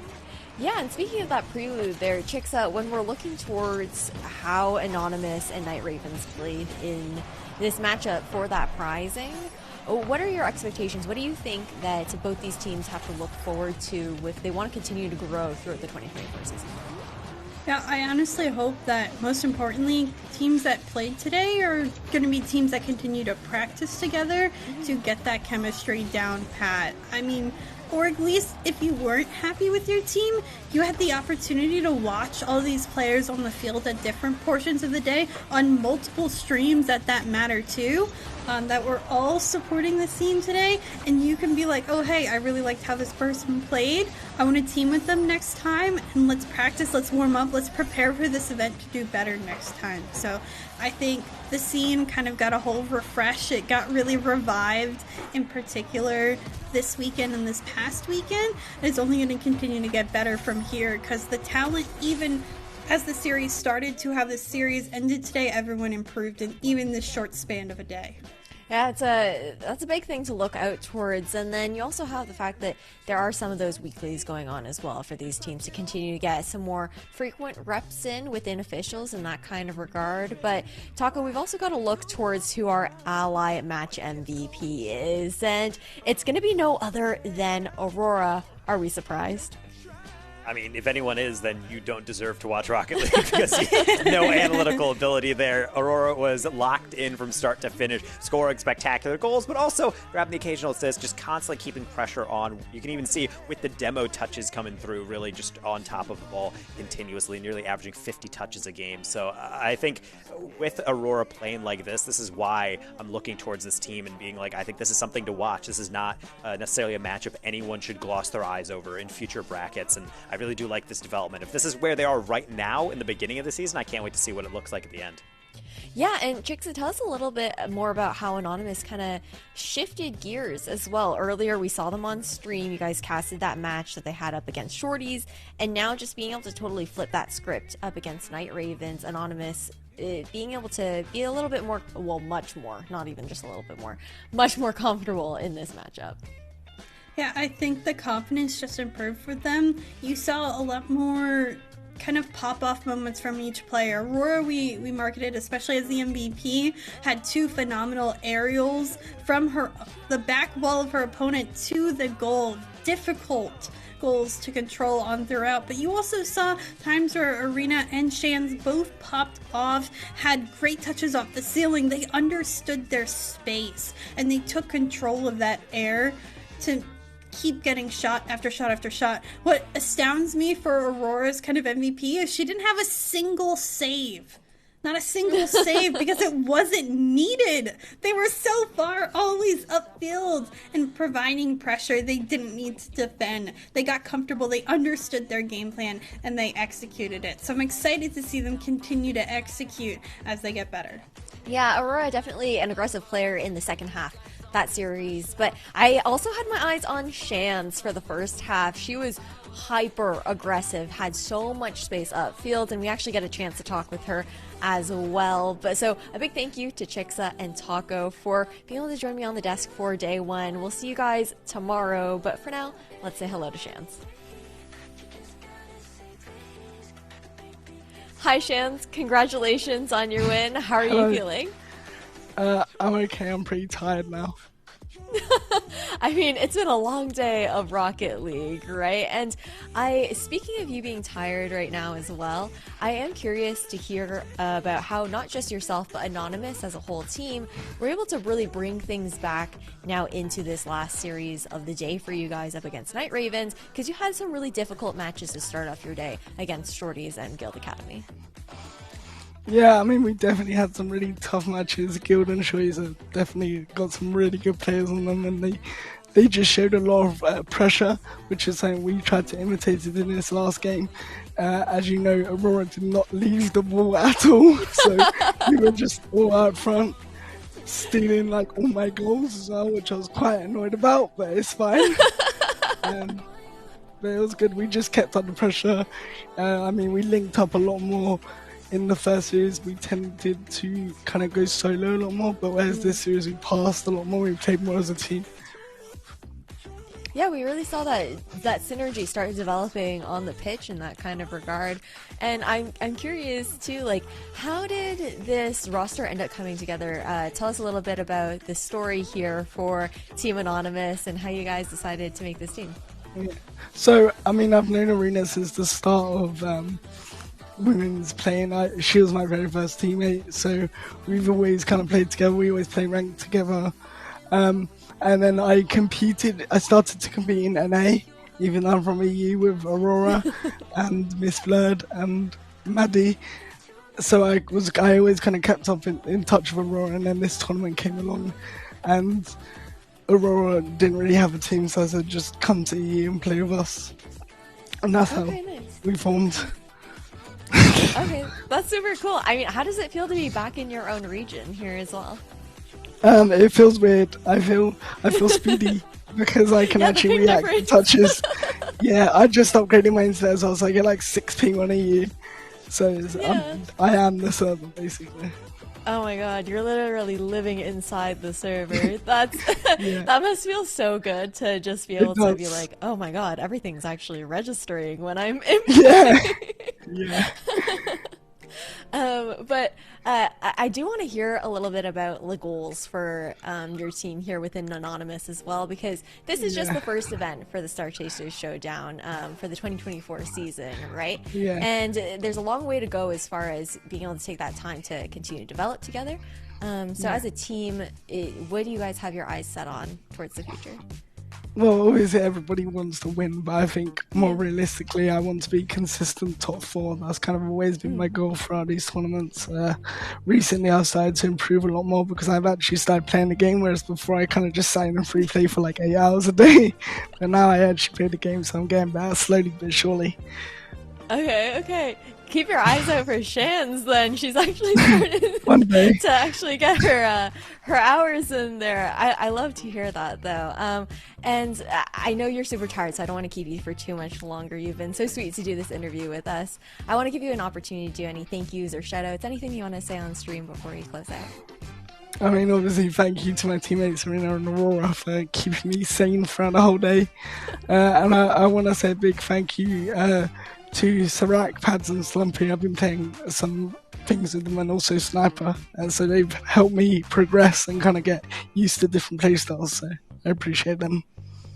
Oh, that's so cool. Yeah, I think we caught it earlier on stream. There was a Slumpy in chat earlier today. It was like, where was this at? It's like Energy in 3s. Yeah, which is pretty funny. Call me out after I shot. It's not very nice. We'll have to shade Slumpy later. We'll see what we can cook up on broadcast for you, Shans. But thank you so much for taking the time to do this interview with me. It was lovely speaking with you, and hope to see you later on in some more Star Chasers events later down the line. Thanks for having me. Big GG's over towards Shans and the rest of Anonymous, that being Arena and Aurora, her star-studded teammates in that kind of regard. But we are going to be saying goodbye to them, unfortunately, going into day 2, as in Group B it will be Guild Academy and Shorties moving on.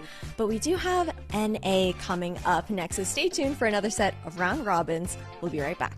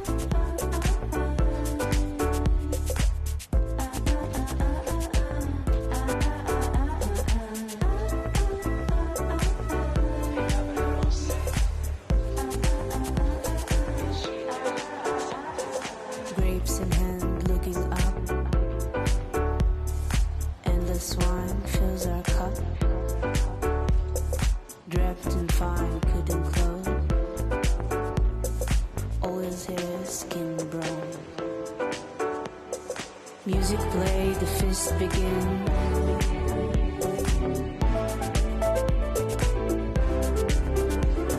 Fills the air, steps quicken.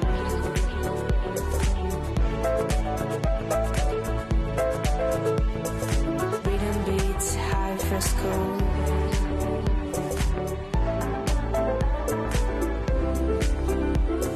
Glory note between this wall.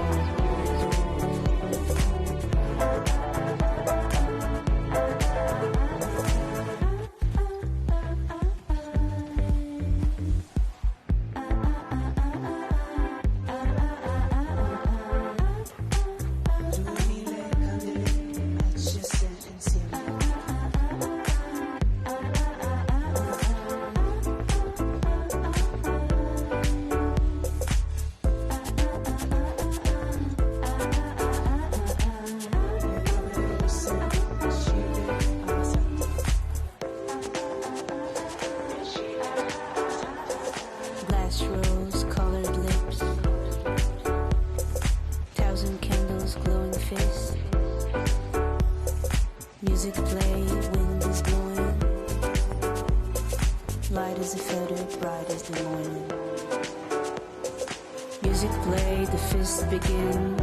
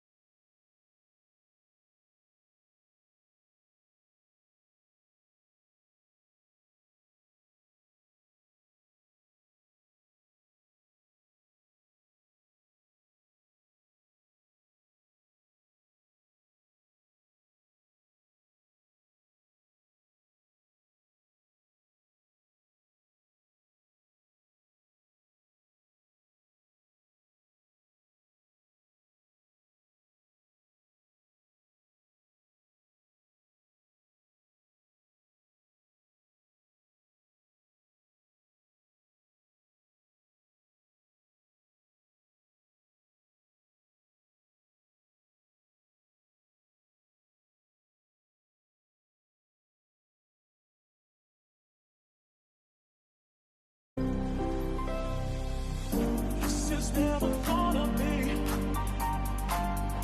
any good for you or me.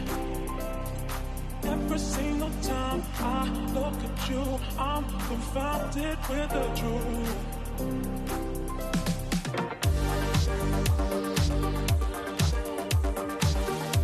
Any good for you or me.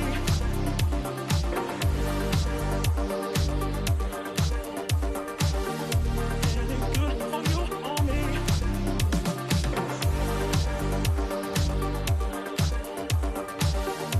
Any good for you or me.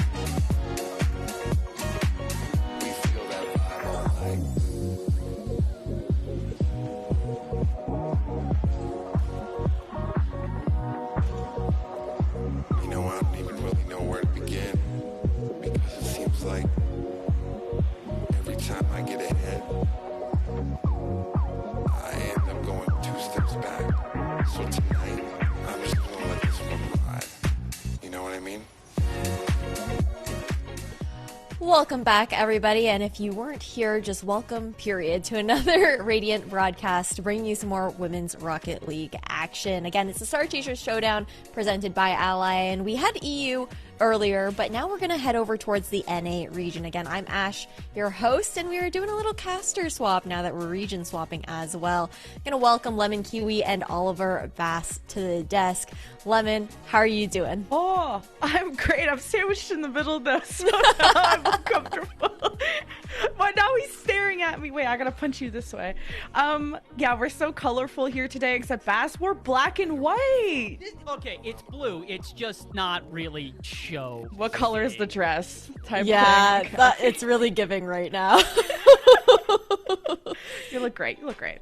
It's giving cops and robbers. It's okay. Okay. I'm joking. I'm joking. He's got a burger for us. Like Last time I wore this was on RLCS, and the host said the exact same thing. I'm not wearing this anymore. I've decided this shirt is retired. My fault. I didn't know I was gonna trigger something there. I didn't know that there was previous trauma with another host. My fault. But we gotta reel it back in here towards the NA region, right? We saw you earlier again, but let's take a look over towards those groups here for the NA region as well, because there have been some changes within Roster Mania, but then you also look at teams like Genji Black, who haven't swapped anything up at all there, Bass. Yeah, I mean, Gen G has kind of been the definitive #1 for a while. Last year, we finally got to have a LAN for the women's scene, and we got to see Gen G take the entire, event. It was back at DreamHack. It was incredibly impressive from them, and they've continued to impress, whether that be in weekly tournaments or here in these Radiant events. It's all over the place for them, but it is consistently good results. I expect the same thing here today, but we'll say they got a couple of people in their group that are probably going to be a bit more difficult to, overtake than usual. 12 Bricks has been incredibly impressive as of late. Yeah, they really have been, especially in some of those Stride weeklies, like finding that top 4 placement in that kind of regard. But swinging over now to Group B here, Lemon Kiwi, I've got my eyes on G2 Stride. This is a roster that was struggling a bit late 2023, early 2024, but they're slowly starting to find their footing. It's just gonna start really zoomed out that we got Women's Rocket League, like more tournaments. I'm so happy to be back. I'm so happy to see these girls back. It's been so long. And yes, G2 have some of my favorite people on there, including Karma, which I still have to steal her away from the competitive scene to become my co-caster. She is too smart for her own good. So if you have Karma on the squad and Tallybird, I'm still getting to know Avenger a little bit, but Tallybird and Karma have always been wrecking the women's scene. So G2 are definitely a team to fear. Yeah, they definitely are, and we also have to look towards what each of these groups, who the top 2 will move on, of course, into playoffs tomorrow for that single elimination bracket, but what's on the line here? Because for the top 8, that's what has qualified since the qualifier, but only the top 6 actually managed to find that prizing here, and it's a split bag between both of these regions, 19.8 grand on the line, split between NA and EU. So a nice incentive, especially for those placing in the lower end outside of that top 4, to still continue to battle forward. When you do have that round robin there, Bass, where it can get a little bit disheartening if you find yourself like 0-2 or something like that in the group stage to start off.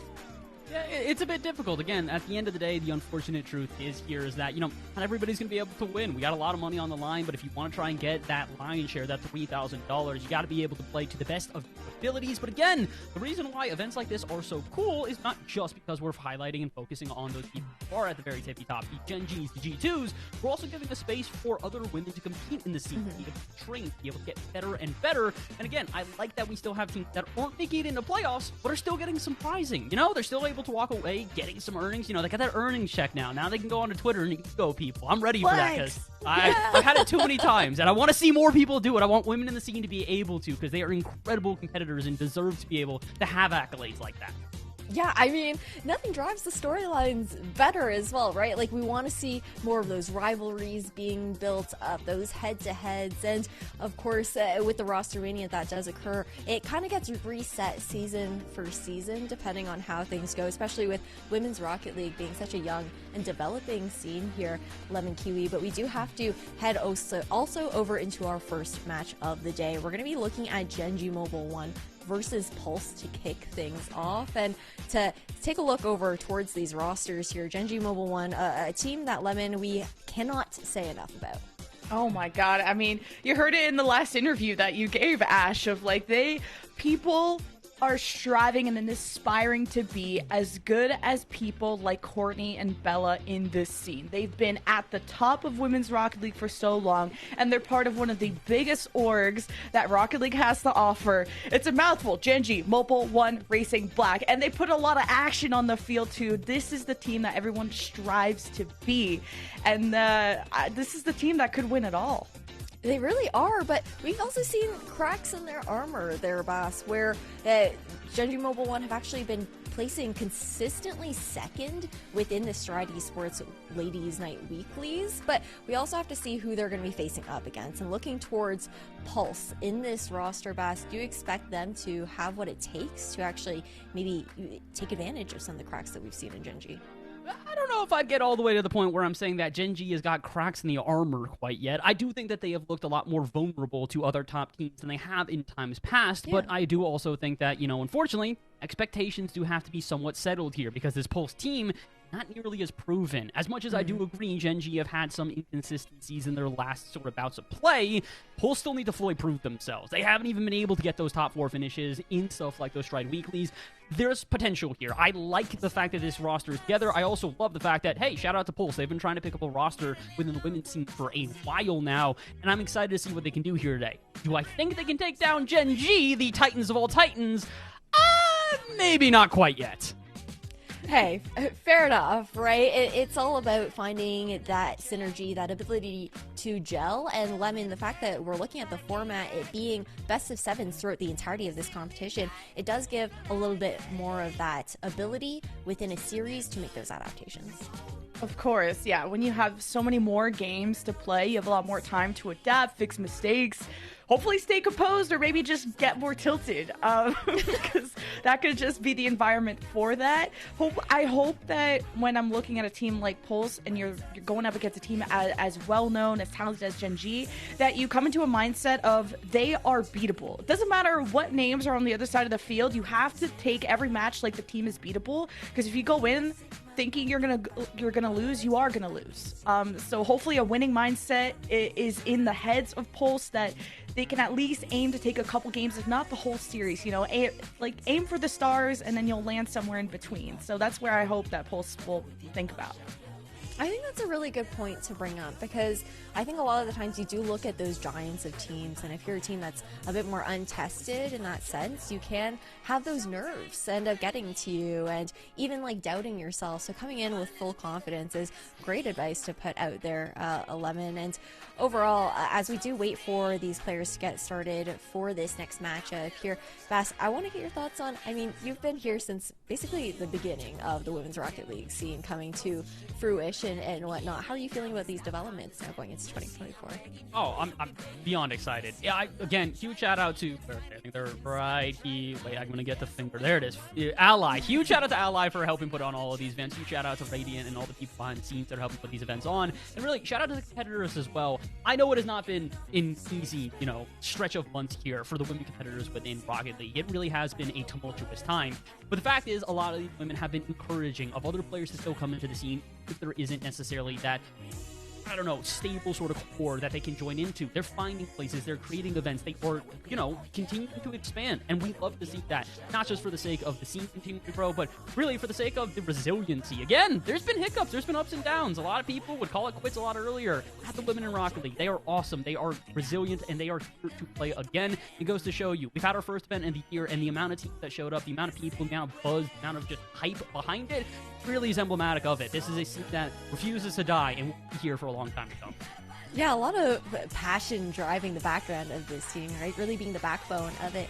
And Lemon, I also want to hear from you about how Ally's event here within Star Chasers Showdown is all going to culminate, because they're planning to bring all three of the big communities within Rocket League together within the CRL, RCLS players, and then Women's Rocket League players as well. The fact that there's going to be that show match and what that means as far as that kind of support from the open scene as well, since you've been debuting on the RLCS this year.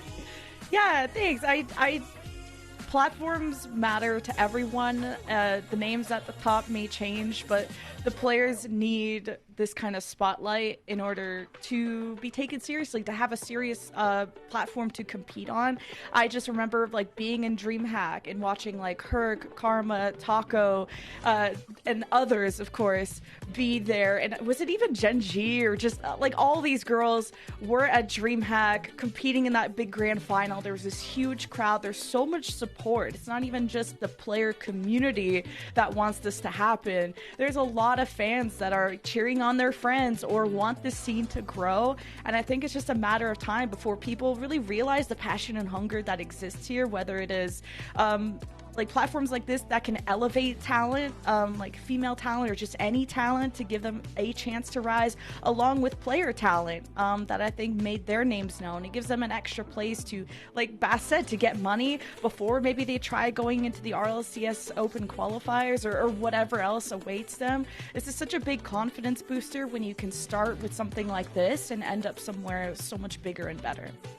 It really is, and the fact that it does culminate in that event where all three of these communities are being brought together, it's like that additional platform where you're bringing in some viewers who might be looking to support specific players from the CRL and the RLCS and RLCS, and then coming in and seeing, okay, what the women's scene actually has to offer here within Rocket League. But speaking of the players as well, as a heads up, we are just waiting on some players to join into lobby, so that's the explanation for the delay for now, but I promise we will get in there as soon as possible.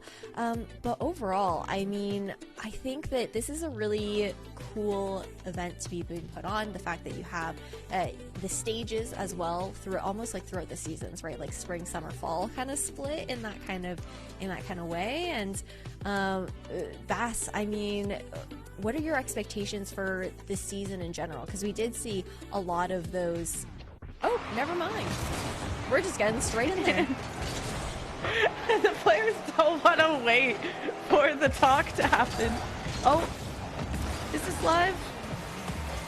I'm going to believe so. Not exactly sure at the current moment here. We'll give you guys at least a sort of play-by-play from behind the scenes here. It looks like Pulse and Gen G are starting up. Nothing so far through the first 30 seconds. I'm going to wait to get some confirmation to make sure that the audience can see what we're seeing, so we don't have to do as much a radio cast here to start off. Yeah, hopefully that is the case. I mean, they're playing like this isn't a test lobby, and we're just going to keep rolling with this. The players just really wanted to get this going. So first match, best of 7. And it looks like the Pulse defense holds on, but the pressure, the resilience out of Gen G, just already throwing the ball in front of the net, and it's just a matter of time before a team like Gen G can score first. You gotta just try and hold them off as long as you can, and unfortunately, that's a lot easier said than done. I know everybody's focusing on Bella here, but look at the ground play here. Katha just taking everybody out. And Katya's just like the bully, and Bella just gets to style on everybody. But Gen G had possession, and Pulse just didn't know how to get a 50 in their favor, so it's an early lead for Gen G. And this is where, at the start of Game 1, you get to feel out how your opponent deals with kickoffs, what space you get to control on the field, and what it's going to take to hold off shots from Gen G. A lot. Unfortunately, the truth is Gen G are a team that are hyper-aggressive. The same thing can be said for pretty much all of their rosters. They're going to continue to put shots on target. They're going to continue to bump you out of the way. They're going to continue to frustrate you. And like you talked about earlier in the day here, Lemon, you got to not tilt out. It's series number 1 of the day. And although you guys are going against the Titans, although you are going up against an incredibly strong team, you got to make sure to keep your composure. Despite 90 seconds so far of, I would say, uninterrupted offense here for Gen G. Yeah, good side flip from Katya, just putting Pulse on the back foot on that last Gen G offense, and Bella's able to recover here, try and deny that clear, but here's Ren and Pulse. Good second touch, and hoping to get that bump on to Katya. And Gen G still managed to get the ball out, even despite getting demoed, almost depositing this in the bank. And Pulse had such a good offense brewing, but Gen G just know how to escape.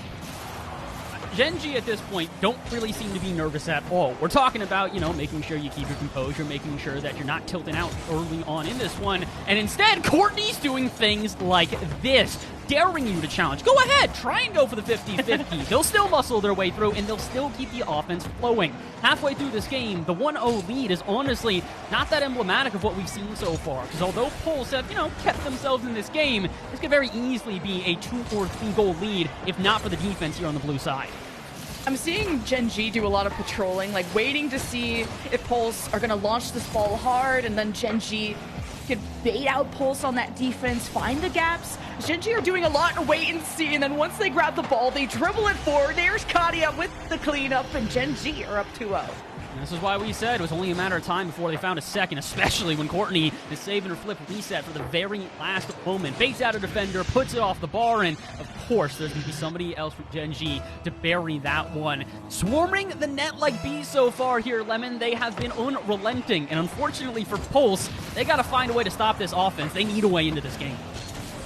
Gen G are still playing very measured, just a lot of presence in that neutral third, waiting for the ball to transition, and Gen G win every challenge in that midfield, so it's been difficult for Pulse to get a threatening offense going when possession is difficult to maintain when traversing into that other side. But Pulse are really just warding off the storm, because here it is, Gen G waiting for their moment to strike as Bella gets the defender jumping. Courtney tries for the double. Here is Katia once again to sweep them away.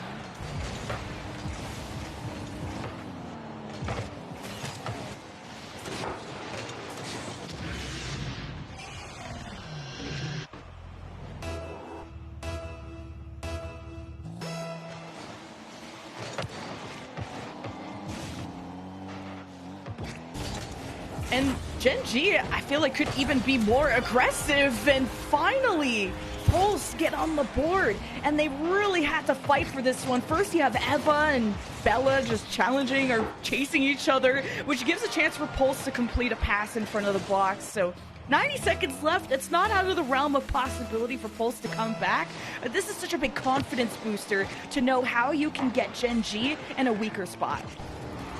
At this point, they just need to try and take that momentum and see if they can find other gaps. With a minute 15 to go, there's definitely enough time that they're going to find something, but they need to capitalize on chances like that.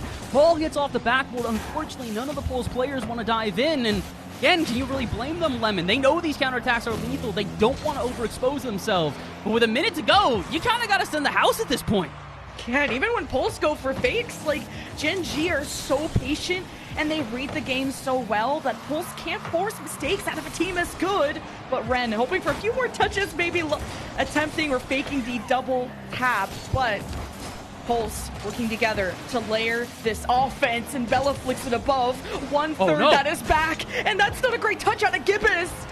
And Pulse can't get back in time. 4-1 for Gen G. Unfortunately, this is kind of what you have to do, though. If you're going to try and make a comeback happen, especially with only 30 seconds left, you do need to dive out at midfield like that. But it's a risky play. If you're not able to make contact, that's a pretty easy transition for somebody like Gen G to capitalize upon. And, well, they did exactly that. 4-1 here with 30 to go. I think this game one is going to go in favor of Gen G, barring a miracle. But I will say, Pulse starting to look more competitive here. They haven't quite figured out the puzzle of Gen G, but they're definitely starting to put in some pieces. Yeah, when Pulse started to take risks in that last 45 seconds, they were trailing by 2, and they, like you said, sent the house, but then it kind of came crumbling down. Forces your third to make a difficult decision under kind of the momentous counterattack that Gen G were generating, and just one bad touch results in Gen G sealing the deal in this game one with a commanding score, to say the least. Commanding score, to say the least, and definitely one that I think could have been even further in their favor if not for really good defense initially out of Pulse. We have to give them credit where it is due. As you guys can see, they were able to get saves, the only saves on the game there, as Gibbous is able to find 3.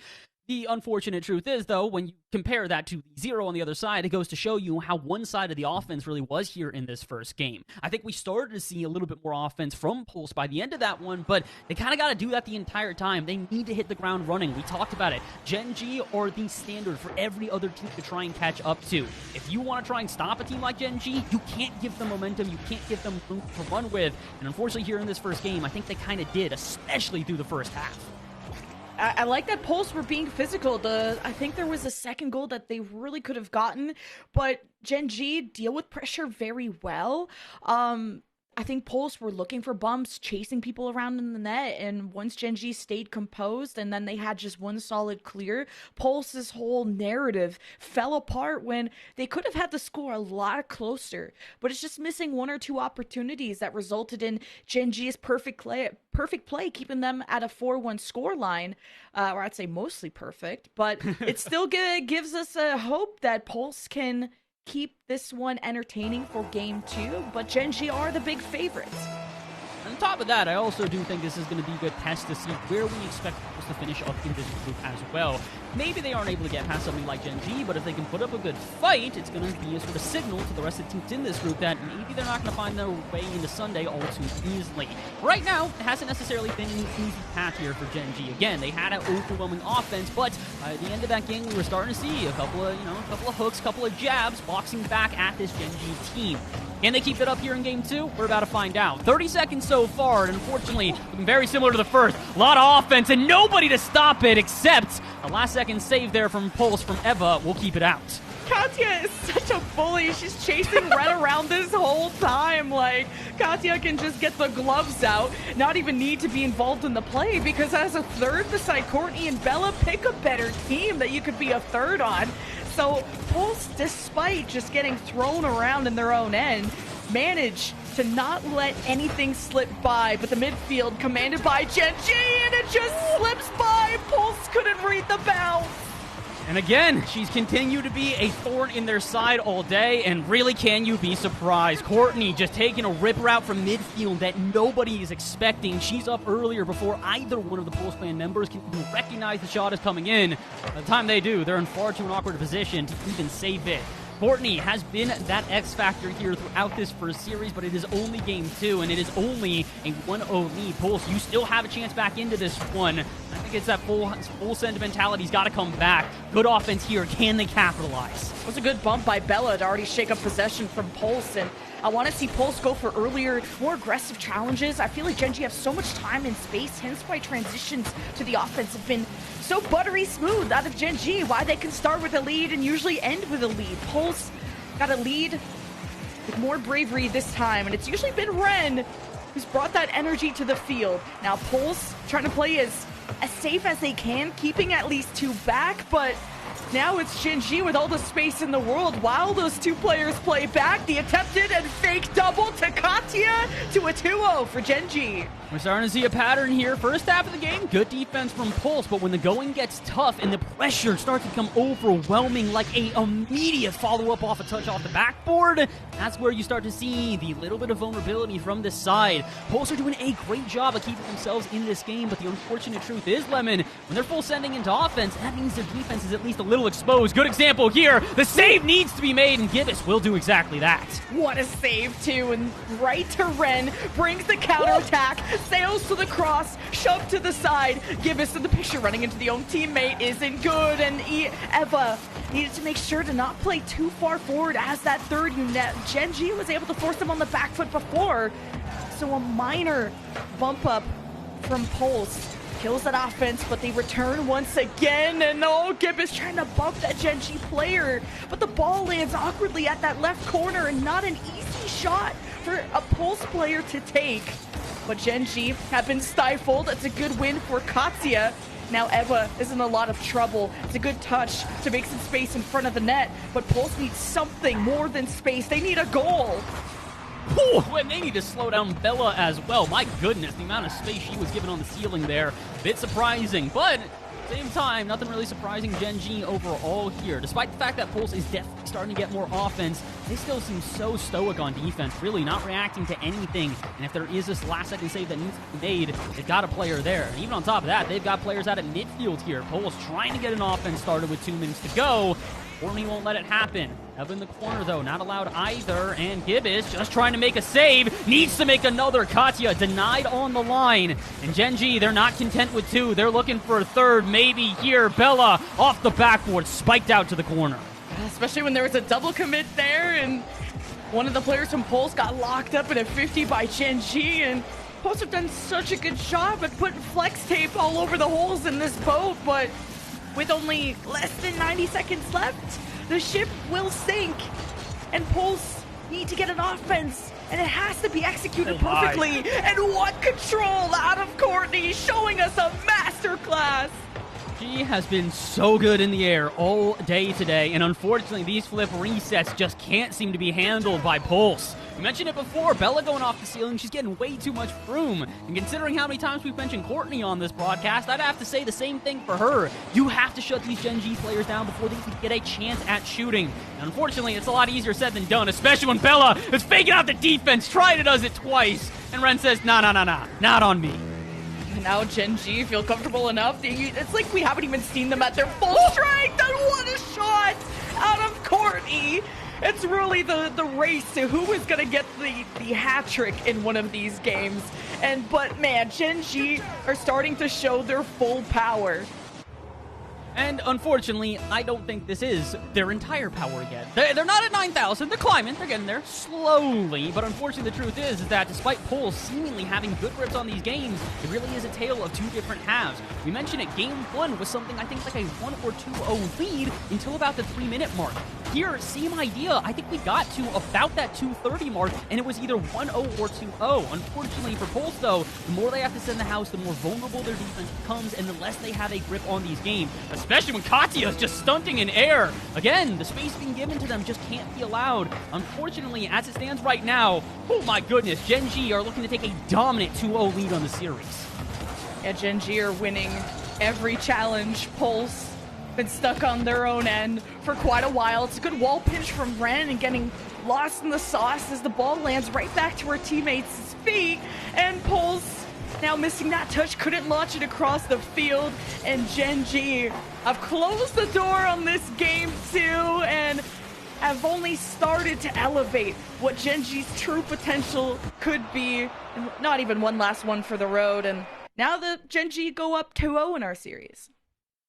2-0, and I can't necessarily say I'm too surprised to see this. I think the only thing that is really surprising is how overwhelming the score lines are starting to become. We mentioned it, these games have been close to start off, but as the pressure starts to get to Pulse, that's where the defense starts to get a bit more exposed. I commend them on the fact that they did up their saves from the last game, and they even forced a save out of that Gen G side, something they struggled with. But really, the biggest telling scoreline here is going to be the shot differential.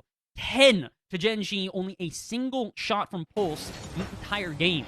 As it stands right now, Lemon, it kind of feels like Gen G are getting more and more an understanding of how to play their opponents, and while Pulse at moments has these flashes of understanding, they need to do a little bit more. As it currently stands, this is far too out of their control for me to say they have a chance at a comeback here in the series. I love watching these replays because your jaws just dropped at the incredible talent on Gen G's side. First, Courtney, MVP, won the race to our first hat trick. Big congratulations. Had 46 touches that game, sometimes even doubling the amount of possession that Pulse would have on their side. And it just shows the control that they have of the ball. They're even faking double taps. They're getting flip resets. Gen G are one of the best teams that we have in the women's scene, let alone North America. So Pulse have kind of the final boss of Rocket League in front of them, and it's still not impossible. Even Ash said, every team is beatable, especially Gen G, and Pulse, they've been figured out in Game 2. We'll see how they adapt in Game 3. I believe in them. They have shown that they have the ability to not only keep this close, but to really take advantage of the far and few mistakes that Gen G has shown so far. Unfortunately, again, in a game like this, though, where it's such narrow margins, you make sure every touch you have is on point. And also maybe to not get locked into your half. So far here, pressure is on, and it kind of feels like Pulse don't really have a way out of their half already. Good passing play here. Bella a bit too far away from this one, though, so Eva will dive on it. and so will Courtney keep the offense alive. Flip reset, I think, in the bag, but she opts not to use it instead. Cascatio comes through for the shot. A minute gone here, and it's the same old so far, Lemon. It's been a lot of pressure, but Pulse will not give up a goal. Okay, well, some space for Gibbous getting a second touch. Now demoed by Katya. Oh, man. That villain on the field. She's been harassing everyone, and it gives so much control to Gen G when Katya is successful with these bumps and the demos. And Katya doesn't even remove herself from the play. Okay, she might have flown by there, but she also gets involved in goals. She will step up and clean up. And there is Pulse forcing Katya to make the save. Pulse will even recover on the rebound. Eva, good dodge on the challenge, but gets overwhelmed eventually.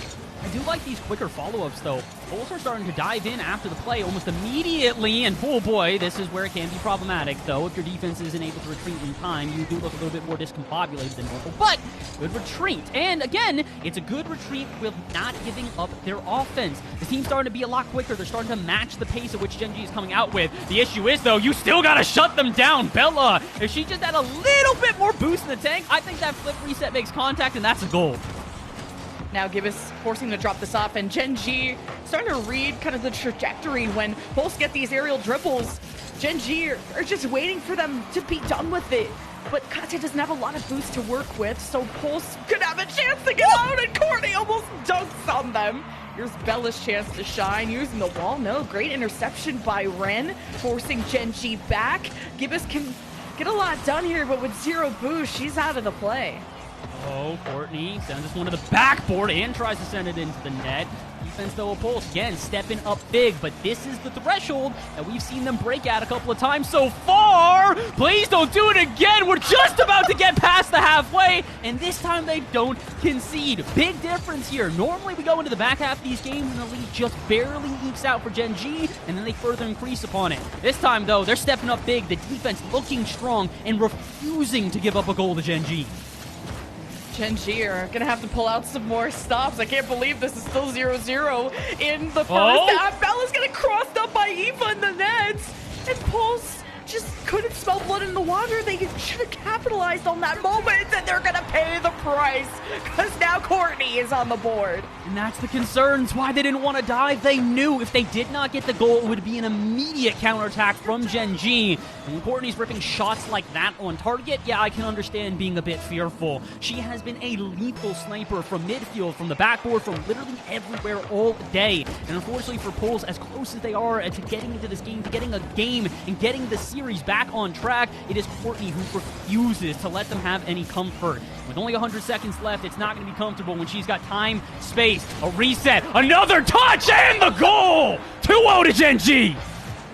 Oh my god, there's Bella getting pushed off by Ren, and then Courtney immediately picks it up and even has a reset to readjust the ball, and Gibbous tried to pitch it off the cross and wasn't successful because Gen G are suffocating to play against. Well, they were more suffocating in the last couple of games, but a 2-0 is still enough to win in any game. Pulse, they've had good defense so far. Gibbous sends it down, forces Courtney to have to adjust. Gibbous goes for the bump, and Pulse need to play closer to each other, so if Gen G pull off a challenge, Pulse can still make the play work. So they force Gen G to make a couple saves. Gibbous with an important 50 there that stifles over to Ren, and now to Gibbous, who could have taken a shot, but Gen G are starting to stabilize, but Pulse needs something. Pulse are doing such a good job now at getting those follow-ups. Like you said, they're so quick to find each other's touches.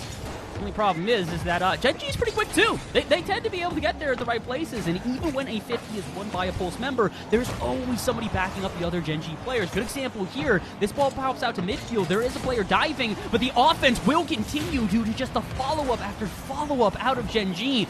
With 30 seconds to go at this point, it really all is on Pulse. They need to get some momentum started. This would be another shutout in a row. They're going on almost 10 minutes without a goal, and Courtney isn't even content with a 2-0. She's looking for another flip reset. Somebody's got to shut this girl down. They were able to stop that one after letting Courtney get away with a hat trick, and Pulse right there. Gibbous wanted the shot, and Gen G put it off to the side. What an incredible game 3 in shutout territory once again, depending on if Gibbous can get this to Ren. No, the shot's not high enough. And now Gen G will go to series point. Oh, if you're Pulse right now, you're probably talking to your coach, trying to figure out any sort of way to slow down this team. I saw somebody in chat say it. What was the prediction? I think it was Pyro saying 12-1 shots. My friend, you were pretty dang close. I'm not going to lie to you here. I think it was 13 shots to 2. Just add one on either side, and I think you might have been correct here. But it's still pretty emblematic of what we talked about throughout the series, which is that Pulse are doing a good job at mitigating the offense that we are starting to see out of Gen G. The unfortunate truth is, though, they're not responding with enough offense of their own. They're doing a good job. They're getting offense for sure, but when it comes time for the shots to ring on target, it feels like they're very hesitant to send the second woman and to have another player immediately dive and get in the face of Gen G due to the threat of counterattacks. Lemon, how many counterattacks have we now seen out of this Gen G team? And every time they're so lethal.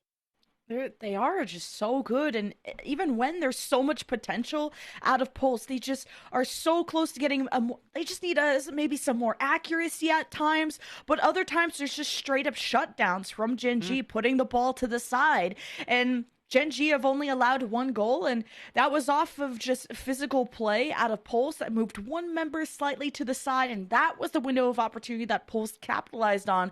And Gen G said, we're just not going to let that happen.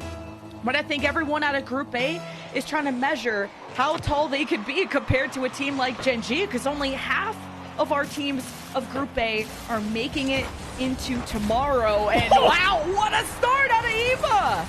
And that, I can guarantee you, was fully planned from the start. The little bit of kickoff shenanigans here might be the way that Gen G finally show they're a little bit of a chink in the armor. It's not a big one. It's not a gash that is truly going to expose the wounds, but it is definitely a start. You prove that the gods bleed. Now can you take them down? 5 minutes on the clock. This is, I think, the first lead we have even seen for Pulse throughout this series. And just every game you take matters when it comes to game differential, and who we decide makes it into the Final Four. And Courtney will tie things up. They will not let Pulse have this lead for too long. It's all set up by Bella, and the ball just drops perfectly to Courtney. It's just so clever out of Courtney there, though, too. It's really the ego challenge in the best of ways. She goes, okay, that's an awkward touch off the backboard. Either it's going to be a clanger out to my own half to where one of my 2 teammates will be able to send it back upfield, or it's going to be a drop down that they can't read, and I'll be there immediately. Speaking of immediate, there needs to be a follow-up here, but Gibbous doesn't want to dive. Again, off the kickoff, though, Pulse really showing they've got those maneuvers. I have to imagine their coach Noxus is in their ear right now saying, hey, for this, these trick plays are working. We just need to have another one succeed. And Ren has been such a solid frontliner for Pulse, and even got denied on a double touch that could have scored.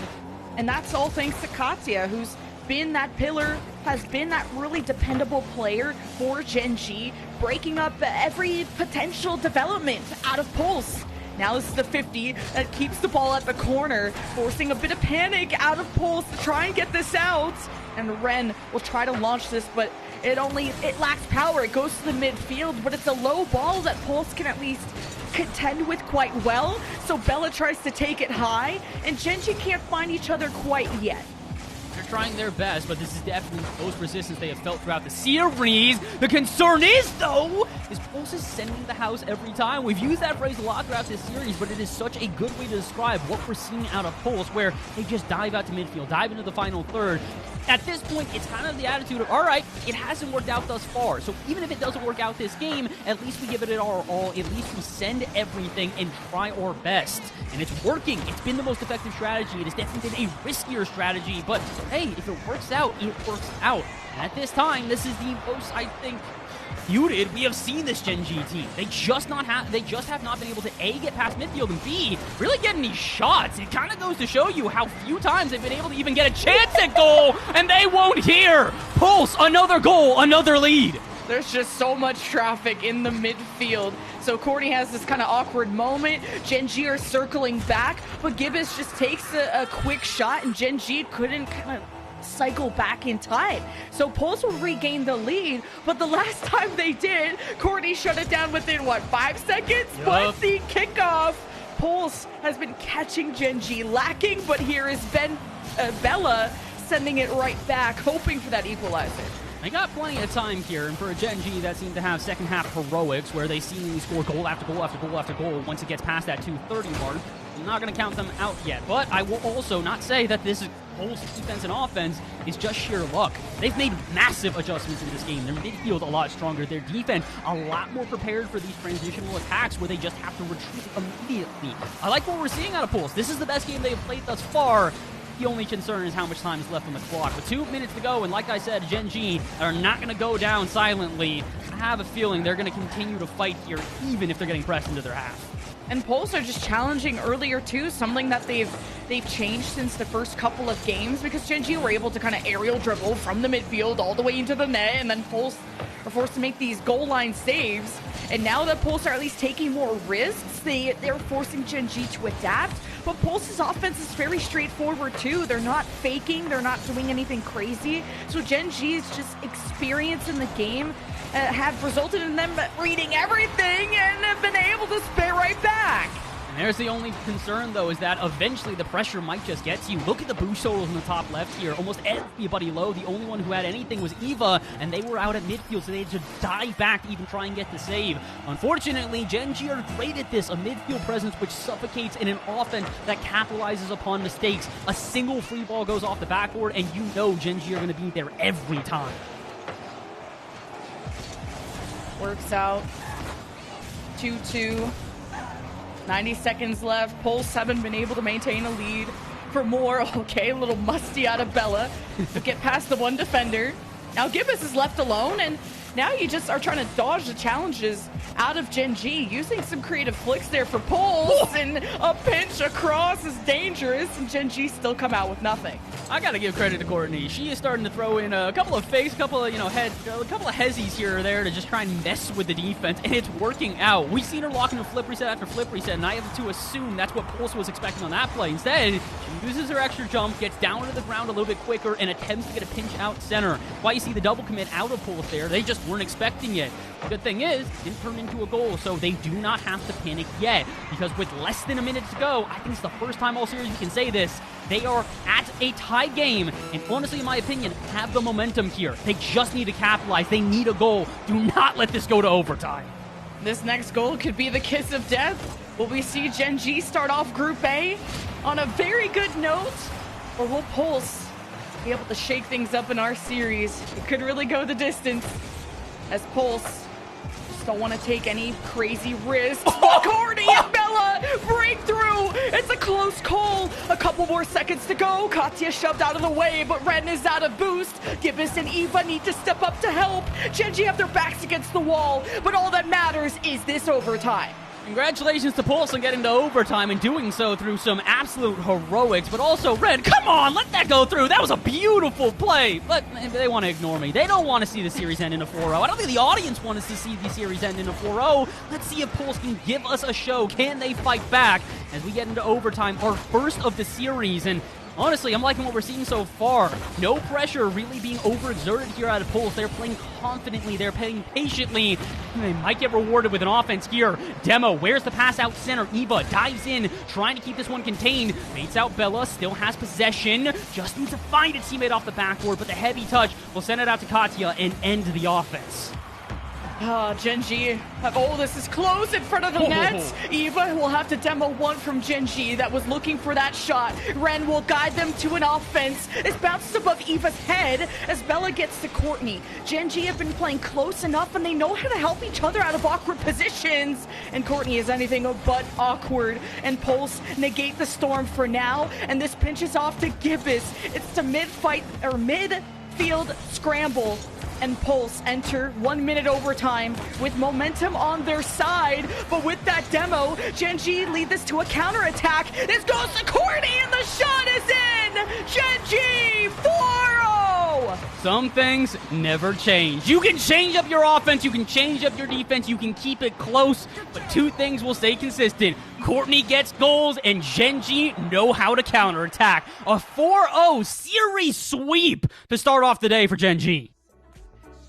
Oh man, that went the distance though, at least in that game. That showed us that Pols have some kick, but Gen G's just kick harder. They kick you in the teeth, and they make you want to just play more Rocket League, to just be better. Because Gen G show us what the peak of talent looks like. They'll start off Group A 1-0, and only 2 teams will make it out of Group A. And it's tough to see who will be that second team, because Gen G look that good. But I was stoked to see what I saw out of Pulse. I was very happy to see what I saw out of Pulse. Because again, we looked at this Group A, really stacked here with the 2 teams that would probably be front runners in Gen G. Obviously, I don't think anybody's going to question that. And then 12 Bricks, another team that has been doing really well in weeklies lately, and also really just has the accolades behind them as well. Lilo and Nacho, very good players from a very long history within the women's scene. But now all of a sudden, this Pulse roster, you go, okay, they may not have been able to get a game off of Gen G. Very few teams can. They're that good. But they were able to keep it close, and they figured them out by the end. I do want to give credit where it's due. Again, Pulse has one of, I'd say, the most qualified coaches in this event. Noxus, a former World Championship participating coach. He was able to take multiple teams from South Africa there. So he's a good coach. He seemingly is inspiring these women. He's doing a great job at getting them established and getting them confident, because by the end of that series, I mean, women, you can disagree if you believe so, but they look night and day better by the end of that series. I ain't gonna fight you. I've seen what you look like in real life. You even got like your jail coat on. I ain't gonna mess with but I will mess around with what we have coming up next. It's gonna be a banger. Stay tuned. We'll have match number 2 on the other side of this break.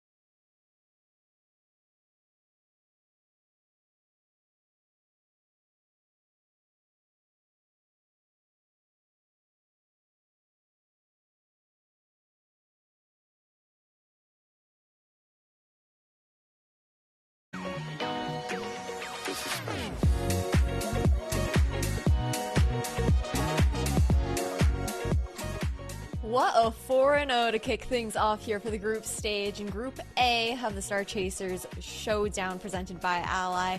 And, I mean, Bass, you were talking about it a little bit in the green room after you got off the cast. You were very impressed with how Pulse was able to kind of bring things a lot closer there at the end of the series.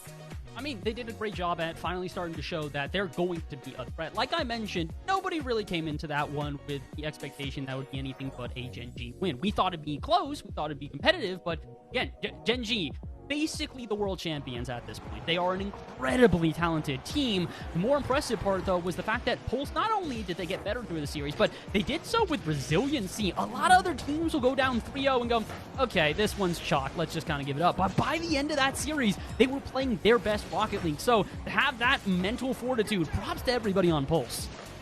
Yeah, it's pretty insane because when you're looking, Lemon, over towards that squad here on Gen G, the only change being late into last year, the coach in this situation here for Mobile One, but looking towards Courtney, she was an absolute beast, and obvious where her nickname comes from there, of course, Lemon. Yeah, everyone on Gen G is so talented. Glad to see that their talent hasn't changed. They haven't gotten rusty. The passion, the grind is still there. Pulse is like a team I haven't like known as well as Gen G through the years.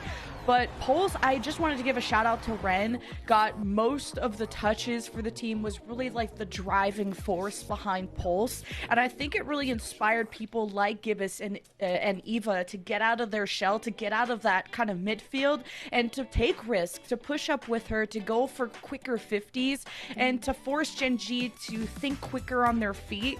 It is difficult to expose like any mistakes out of Gen G because they're good at identifying when each other are in awkward positions, and they can make up for that. So it's very hard to really expose that out of Gen G. And Pulse did a good job of just kind of gaining more confidence and really taking up more of the field compared to how Game 1 started. That's what's nice about the best of 7 format too, the fact that you do have a little bit more of that time within a series with more maps to play on to actually see that start to come to light and heat up. But we do have to swing over towards our Ally match MVP, and I think without a doubt we expected it to be Court Beast here.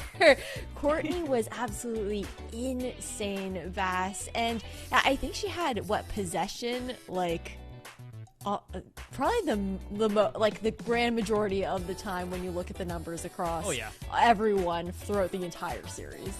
I mean, she was dominant pretty much anywhere that she touched the ball, whether it be on defense or offense. She was absolutely elite. I will say, not a lot of defense necessary out of her, considering how often, like you said, she just patrolled that midfield and continued to control the pace of play throughout the match. By far, the most impressive thing out of her, at least in my opinion, was that if Pulse ever gave her room, she is hitting a disgusting shot, or at least going for it, whether it be a flip reset, pinches off the backboard, somewhere in between. If you gave her the space to stunt, she's gonna stunt on you. Really great series out of Courtney.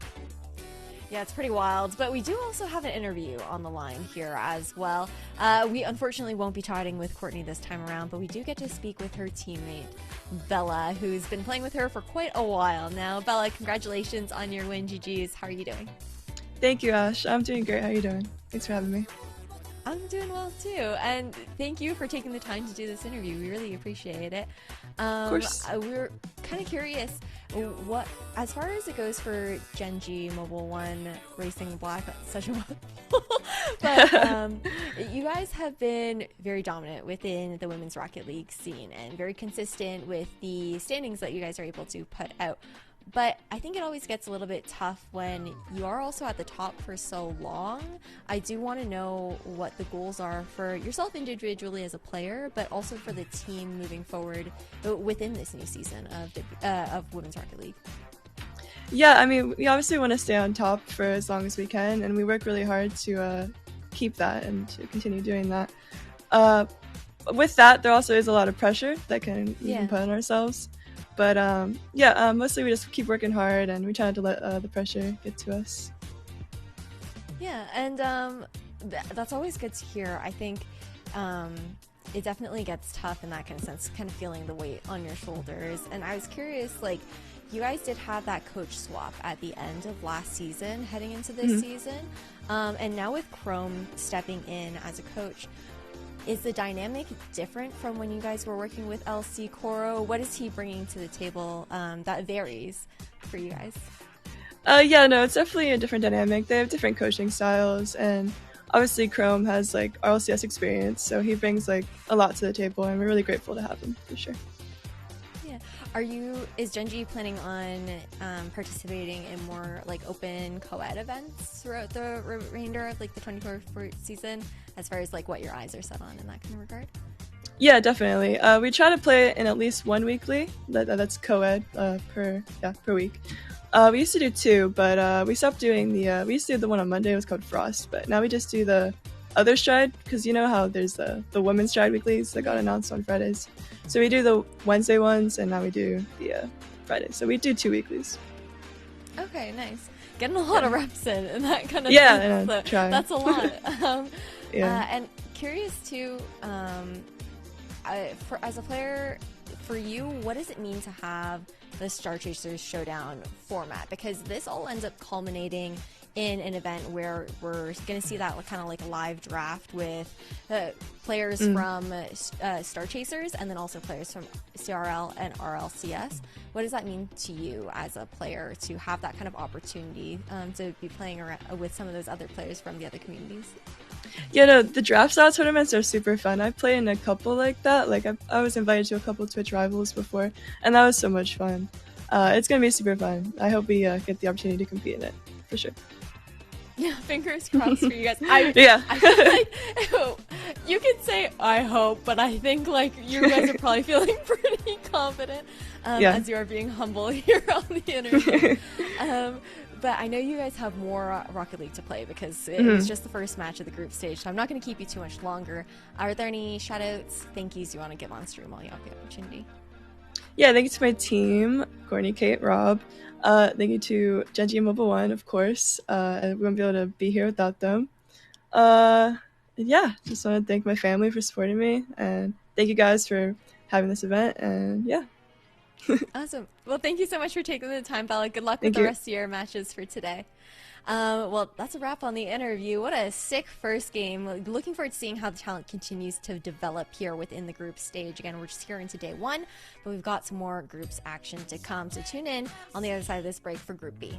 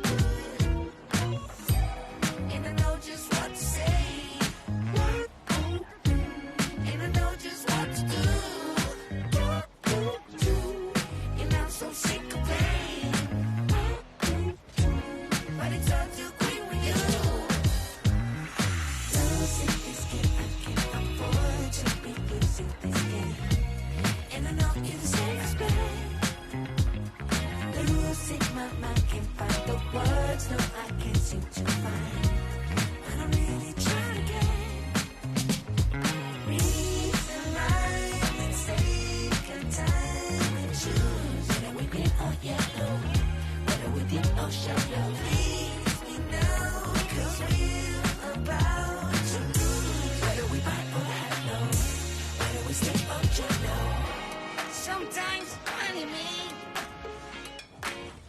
you want a little bit of gasoline. I burned out, so to speak. Come a little closer. Here's some disclosure. Do you mind to quit your pretending? Truth or false, the shit never ending. Hear me now and stop condescending. You see, I'm begging you, hear me begging. If you seek for love, don't try to hide it. Find it deep inside and try to hide it. If there's a way, I wanna know we tried it. Quit your games and now that you denied it. Losing this game, I can't afford to be losing this game. And I know it's expect. Losing my mind, can't find the words. No, I can't seem to find. I don't really try to get reason right and take your time and choose. And I will be dip or yellow, whether we dip or shallow. Please me now, 'cause we're about to lose. Whether we buy or hello, whether we stick or jello.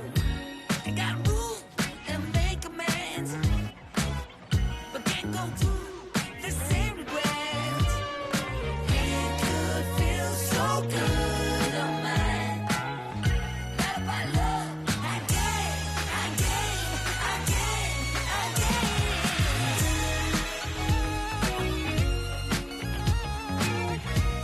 And I know you say this way.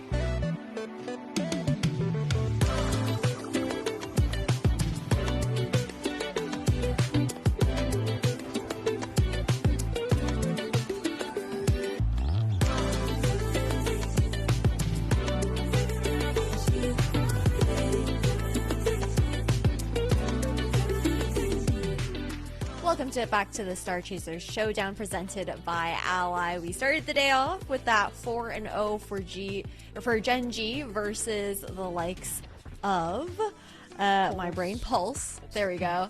Listen. I was here since EU hours, guys. You guys, you guys are coming in fresh.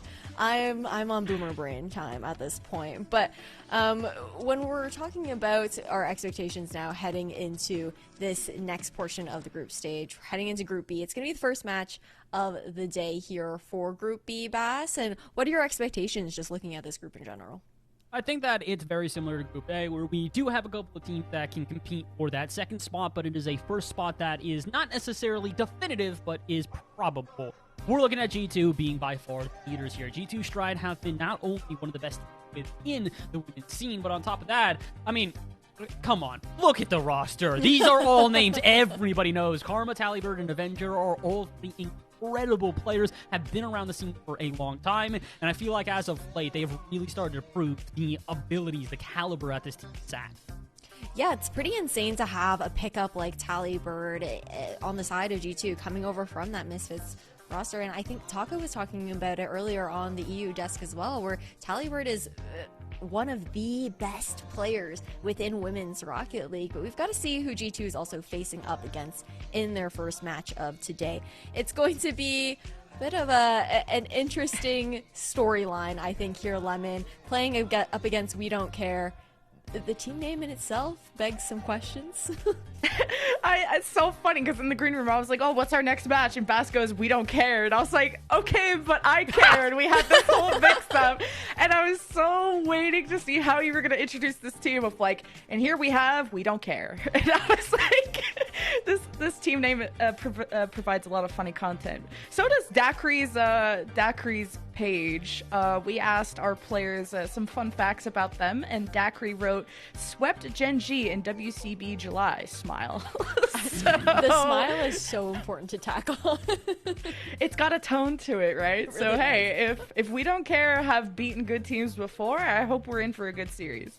No, for sure, because it makes you wonder, Vass, okay, team name, we don't care. Does that mean that they have that opportunity to play a little bit more loose, have a little bit more fun on the pitch, and try and, I don't know, maneuver and work with the water instead of maybe getting drowned out like G2 has been doing on weeklies? I think that there's definitely, in my opinion, again, this is what I think made Pulse so impressive in the last series, as it looks like we're about ready to get into the game here. It made them impressive because of the fact that there's less pressure on their shoulders, and sometimes certain teams just thrive when the expectations aren't against them here. So I'm excited to see how they play up against them, but I also do want to be realistic. Again, similar to the way Gen G came in the Titans, G2 are the Titans here of Group B. Yeah, I know you're a realist, but you're also no fun. You know what? When I got, I won my predictions at the RLCS Copenhagen Major, I always went for the safe bet. I always went for the favorite team. So yeah, you may look smart, but you're no fun. I think we don't care if they could sweep Gen G. They could sweep any team with a G in it. So we're going to find out if G2 will be next on the hit list, or if the G2s and the Gen Gs will also dominate on this side.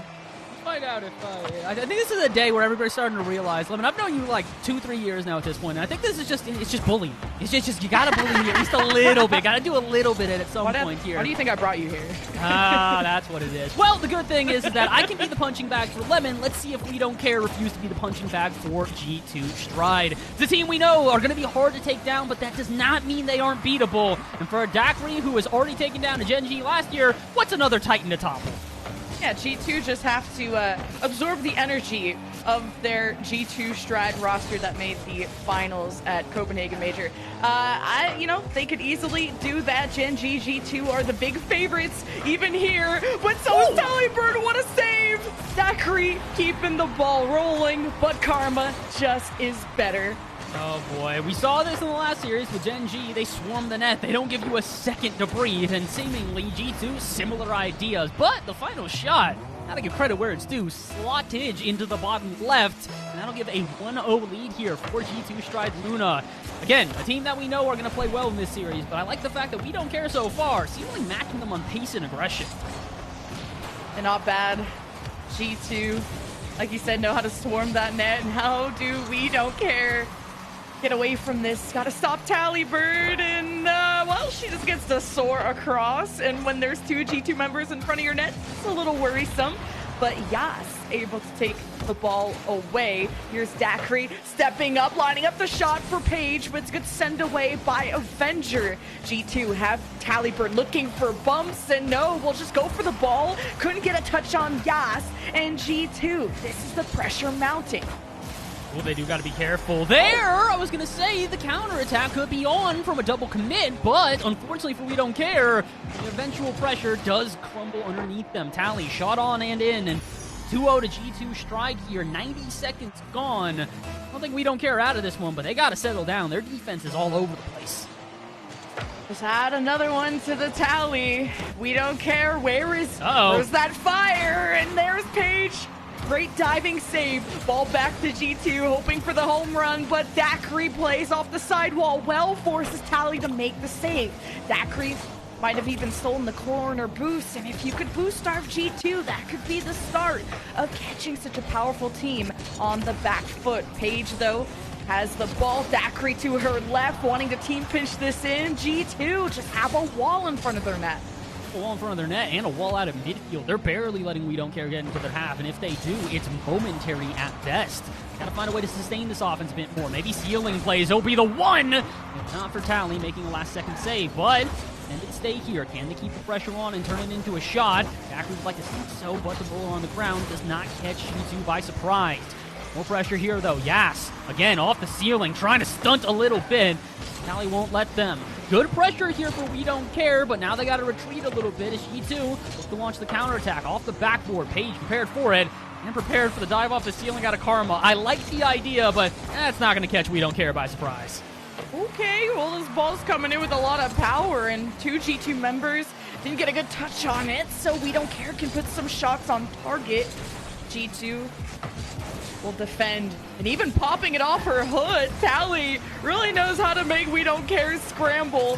As G2 ready, another shot. Avenger takes it to the corner, ready to glide it across. We Don't Care now collapsing onto Avenger, sending it off to the side, but with the double commit, the ball goes back to G2. Here's Karma, at least faking and threatening the double. Tallybird puts on the power and the pressure, and G2 have We Don't Care very much scared on their end until Yas can get it clear. Doing a good job at not, buckling underneath the pressure that is being exerted against them. I just need to see a shot in response. That's a great shot, but it's not going to make it in. Uh-oh. Karma, time, space, a decent amount of boost, and a Yas who's left in a 2v1. They'll make the save. Again, We Don't Care. Definitely starting to play a better defense here. They're not nearly as frazzled as they were before. The unfortunate thing for them, though, is the poor discombobulated defense from before has now left them at a 2-0, potentially 3. Karma double! Right on in! Oh, just Karma doesn't miss those. She has such a wealth of experience in the game and understanding how to go up against a defender in a 1v1 like this, and she delivers. And it's unfortunate because Paige had a really good setup for a flip reset and couldn't fully execute, which gave the ball back to G2, and their execution has been mostly flawless. It's 3-0 for a reason. And even though We Don't Care had a threatening kickoff, it's going back to We Don't Care on defense. Fortunately, that kind of has been the focal point for where all the issues start for this team. It's a good defense, but at times it can be exposed due to the aggressive offense that they have here. They really are diving in, sending at least 2 players up into that front third, or a counterintuitive. Sometimes they do have all 3 players back. They can't quite decide who's is going to go for the ball initially in a double or triple. It leaves them a bit exposed. And, well, when Tallybird's doing stuff like that, you can't afford to have a single player out of place. You also can't afford to let this turn into a goal. With 30 seconds to go and a 3-0, still expect G2 to win this one, but letting them get a goal for the road is only going to further take away confidence and momentum. We Don't Care. Try to find at least one as we exit out of here in game 1. Oh, it's Avenger that starts the drive, though, and almost collided into Yas. Smartly puts it off to the side. As We Don't Care still struggle to keep it to the side as Paige got run into by G2. Avenger with another drive as We Don't Care couldn't continue that transition, and they just may as well not come up with any goals in game 1, and G2 start with a dominant game 1. Start with a dominant game 1 and a shutout victory as well. 5 minutes scoreless for this We Don't Care team. And as much as their name might suggest that they don't care about that, I think they might care at least a little bit here. Not a good feeling to start off a series getting completely shut out, especially when you also have a myriad of shots. 10 shots total here to G2, but on the other side, it's the exact same. 10 shots as well going to We Don't Care. So not the same problem that we were seeing from Pulse last time, where it really was just more differentials between stats, them having to play more defense, meanwhile Gen G play more offense. This is 2 teams with relatively even stats, but a shooting percentage that just isn't there. We Don't Care cannot be going over 10. They have to find a way to up the caliber of their offense. And kind of what we talked about during the Gen G match was that you need to go into matches like this with a grind set, a mindset of improvement. Because you guys saw kind of like the post-match chat. Everyone is so stoked to play each other. This is truly a community that welcomes everyone and all. And I think that you have to play the best to become the best, and playing against a team as good as G2 really makes you think about the potential that a team like Pulse or that team like We Don't Care can achieve when inspired by other women in the scene who have shown so much success, who have shown what is peak sportsmanship and synergy when it comes to the field. So I think We Don't Care. It's obviously not over, and Pulse had a similar slow start, and they got better as the games went on, and that's the beauty of a best of 7. Yeah, they got plenty of time to try and turn this one around, and in my opinion, I don't think this is going to be a sweep. I really do think that this We Don't Care roster has shown that, hey, they're not only going to be able to play up against a G2 who are playing in this form, but they could definitely make it out of Group B as well. And a great way to do so is start off with a confident series. It doesn't have to be a win here. It just needs to be enough confidence to carry you throughout the rest of the day as more of your matches unfold. And with the way they're playing right now, I believe in them to do so. But again, it's that singular point we have to focus on the fact that the offense was unable to get a goal in Game 1 despite the myriad of shots they took against this G2 defense. I don't exactly know what strategy is here to try and break this team down. I would say, start to take better shots, but that doesn't really mean anything, especially when the defense out of G2 has been stellar thus far. Even the shots that have been of a better caliber have been stopped by the likes of players like Talibird, who have just been so quick across this pitch. I think Game 2 here is definitely a chance for We Don't Care to prove that they're not going to be frazzled, they're not going to be bothered by the loss in Game 1. But I will say, if they don't get at least a goal here in Game 2, then I might flip back to saying this could be a similar series to the first. We Don't Care have shown a lot of good solo potential, whether it was Paige trying to go for the flip reset, Daiquiri trying some things of their own, and Yas ready to support whatever shenanigans they're up to. But the mechanics is something they're still developing. While as G2, they've been around, they've done this for years. So Karma and Tally haven't messed up those type of solo plays, and that's where We Don't Care. If they fall behind, it's just gonna get worse and worse, depending on how many chances you give to G2. Because very rarely will G2 mess up a mechanical solo play. Very accurate. That team is individually talented, every single one of those players. So again, it's also about capitalizing upon those opportunities. There was maybe one or two times throughout that game I would really say that the defense wasn't prepared for a shot that would come in, but the shot never really arrived. They need to be just a little bit quicker with the second woman following up on touches off the backboard. If we can see that here out of We Don't Care, I think this series completely turns. It's no longer one of these things where it's a even battle, but G2 have the advantage and goes back to a flat-out even battle.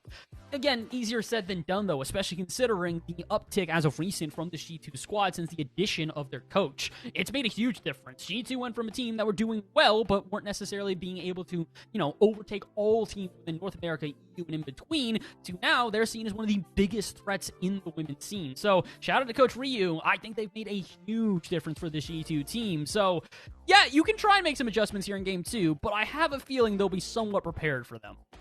And just an update that we are changing servers and just getting the lobby adjusted, and then we'll be kicking off a Game 2. And a reminder that out of the 4 teams in each group, only 2 move on, and we are currently looking at Group B.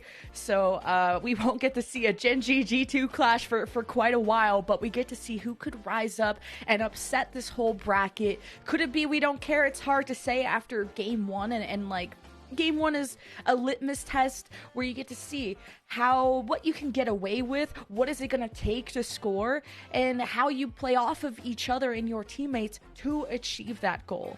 So We Don't Care, I think we'll have now a lot of extra time to discuss, if we can't consistently go for those solo plays, is there a way that we can punish maybe G2 going for maybe over-eager solo plays, and maybe we could counterattack? I don't know what it's going to take, because when teams are experienced as G2 and Gen.G, it's tough to punish.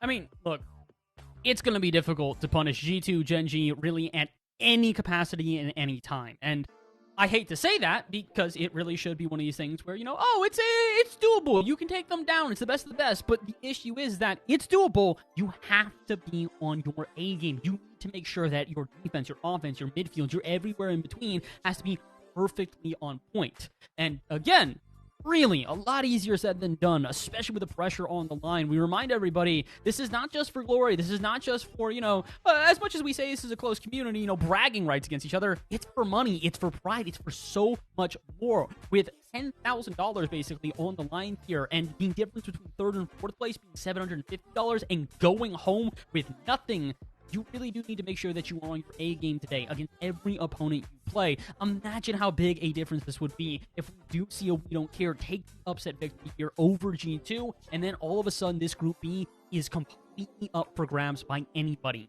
It's huge. It's necessary to play to the best of your abilities, and like you said, if G2 aren't even playing at that, take advantage of it. I'm not saying that they're not playing to the best of their abilities here. I have nothing to believe that thus far, but every once in a while, you see somebody slip just a little bit, and when that happens, you gotta capitalize. And games like this are just really good reps. Because when you have spotty tournaments, you know, there's tournaments here, there's tournaments there. Sometimes you have a long off season. This is where roster mania begins, and you can have matches like this to really show yourself to different teams and get yourself on better teams, whatever it takes. And you kind of slowly climb that ladder until you end up on a assigned team like a Genji, like a G2, like a whatever. So I think this is still a great learning experience, regardless of what team you are and where you come from. It's not where you started. It's how far you're willing to go, and you just gotta keep playing. And this is where We Don't Care have the potential to show us where their peak really is, at least right now. They got a long year ahead of them as well. I don't want them, regardless of what the outcome of this series is, to be too critical of themselves. We've got multiple events coming out this year, so also what everybody we've been talking about today, what you've heard from all the players, there's weeklies now going on for them to participate in. This is a learning experience. It's a great place for these women to develop their skills, to continue to progress as Rocket League players, and I think a lot of them should also be looking at that as that. You know, looking at this event as a chance to shine, a chance to learn, a chance to grow. Now, granted, I'm not just going to say that as we get into Game 2 here and be like, yeah, we don't care. Be content if you just learn in this series. Now, they want to win. They want to prove they can fight up against the best of the best, and they're going to try and prove it here in Game 2. We're finally back. Got our series started yet again. See what I mean? Like, Paige is low-key crazy. Going for the ground pinch in front of G2 like that. It's a good shutdown. And then you're going to have to pull out all the stops to attempt to score against G2. And there were good attempts at those solo mechanics, as we said from We Don't Care, but coming out with 0 goals is honestly speaks to the defense and the defensive reads that G2 did to keep that a 0 scoreline. Now G2 have Avenger soaring, getting into Talibird, threatening the double, but puts it to the side as Avenger misses that touch. And Karma doesn't want to step up, but We Don't Care looking kind of awkward, so G2 get to throw this again. Uh-oh. Oh, that ball lingered in front of net for a lot longer than I thought it was going to. The good thing is, though, for We Don't Care, you capitalized upon it quite yet. I capitalized upon counterattack there. You talked about it, Paige, just kind of chasing everybody down. We've seen that out of Daiquiri as well. The offense right now really relying on these bump plays. They're trying to get aggressive, trying to get in the face of their opponents and use their physicality to keep them uncomfortable. It's resulted in not giving a goal up so far, but it also hasn't really resulted in much offense of their own. For the minute plus here we've seen so far, it's been maybe a singular chance here for We Don't Care. Meanwhile, G2 happy to take it back another half and restart the offense again. Talibird and Karma linking up. She makes the call, fakes it, goes down to Avenger, and somehow We Don't Care will not be shaken as we try to stir up the defense of G2. But as the counterattack was brewing, We Don't Care gets shut down immediately.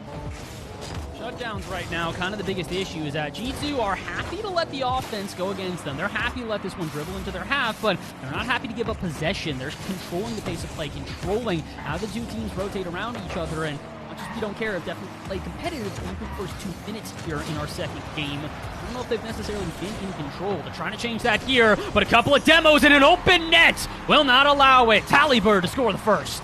Oh, when We Don't Care start to panic on the defense, it's scary. You try to put the car in reverse, you get demoed. Avenger perfect bounce to Talibird. I mean, the whole squad of G2 are holding hands and having a tea party in the blue box. Like, that is a problem, and We Don't Care. Very happy to go to another kickoff to reset that entire mess. It's 1-0 for G2 as We Don't Care have Yas leading that charge, and even We Don't Care are looming in the net looking for bumps, but so far nothing.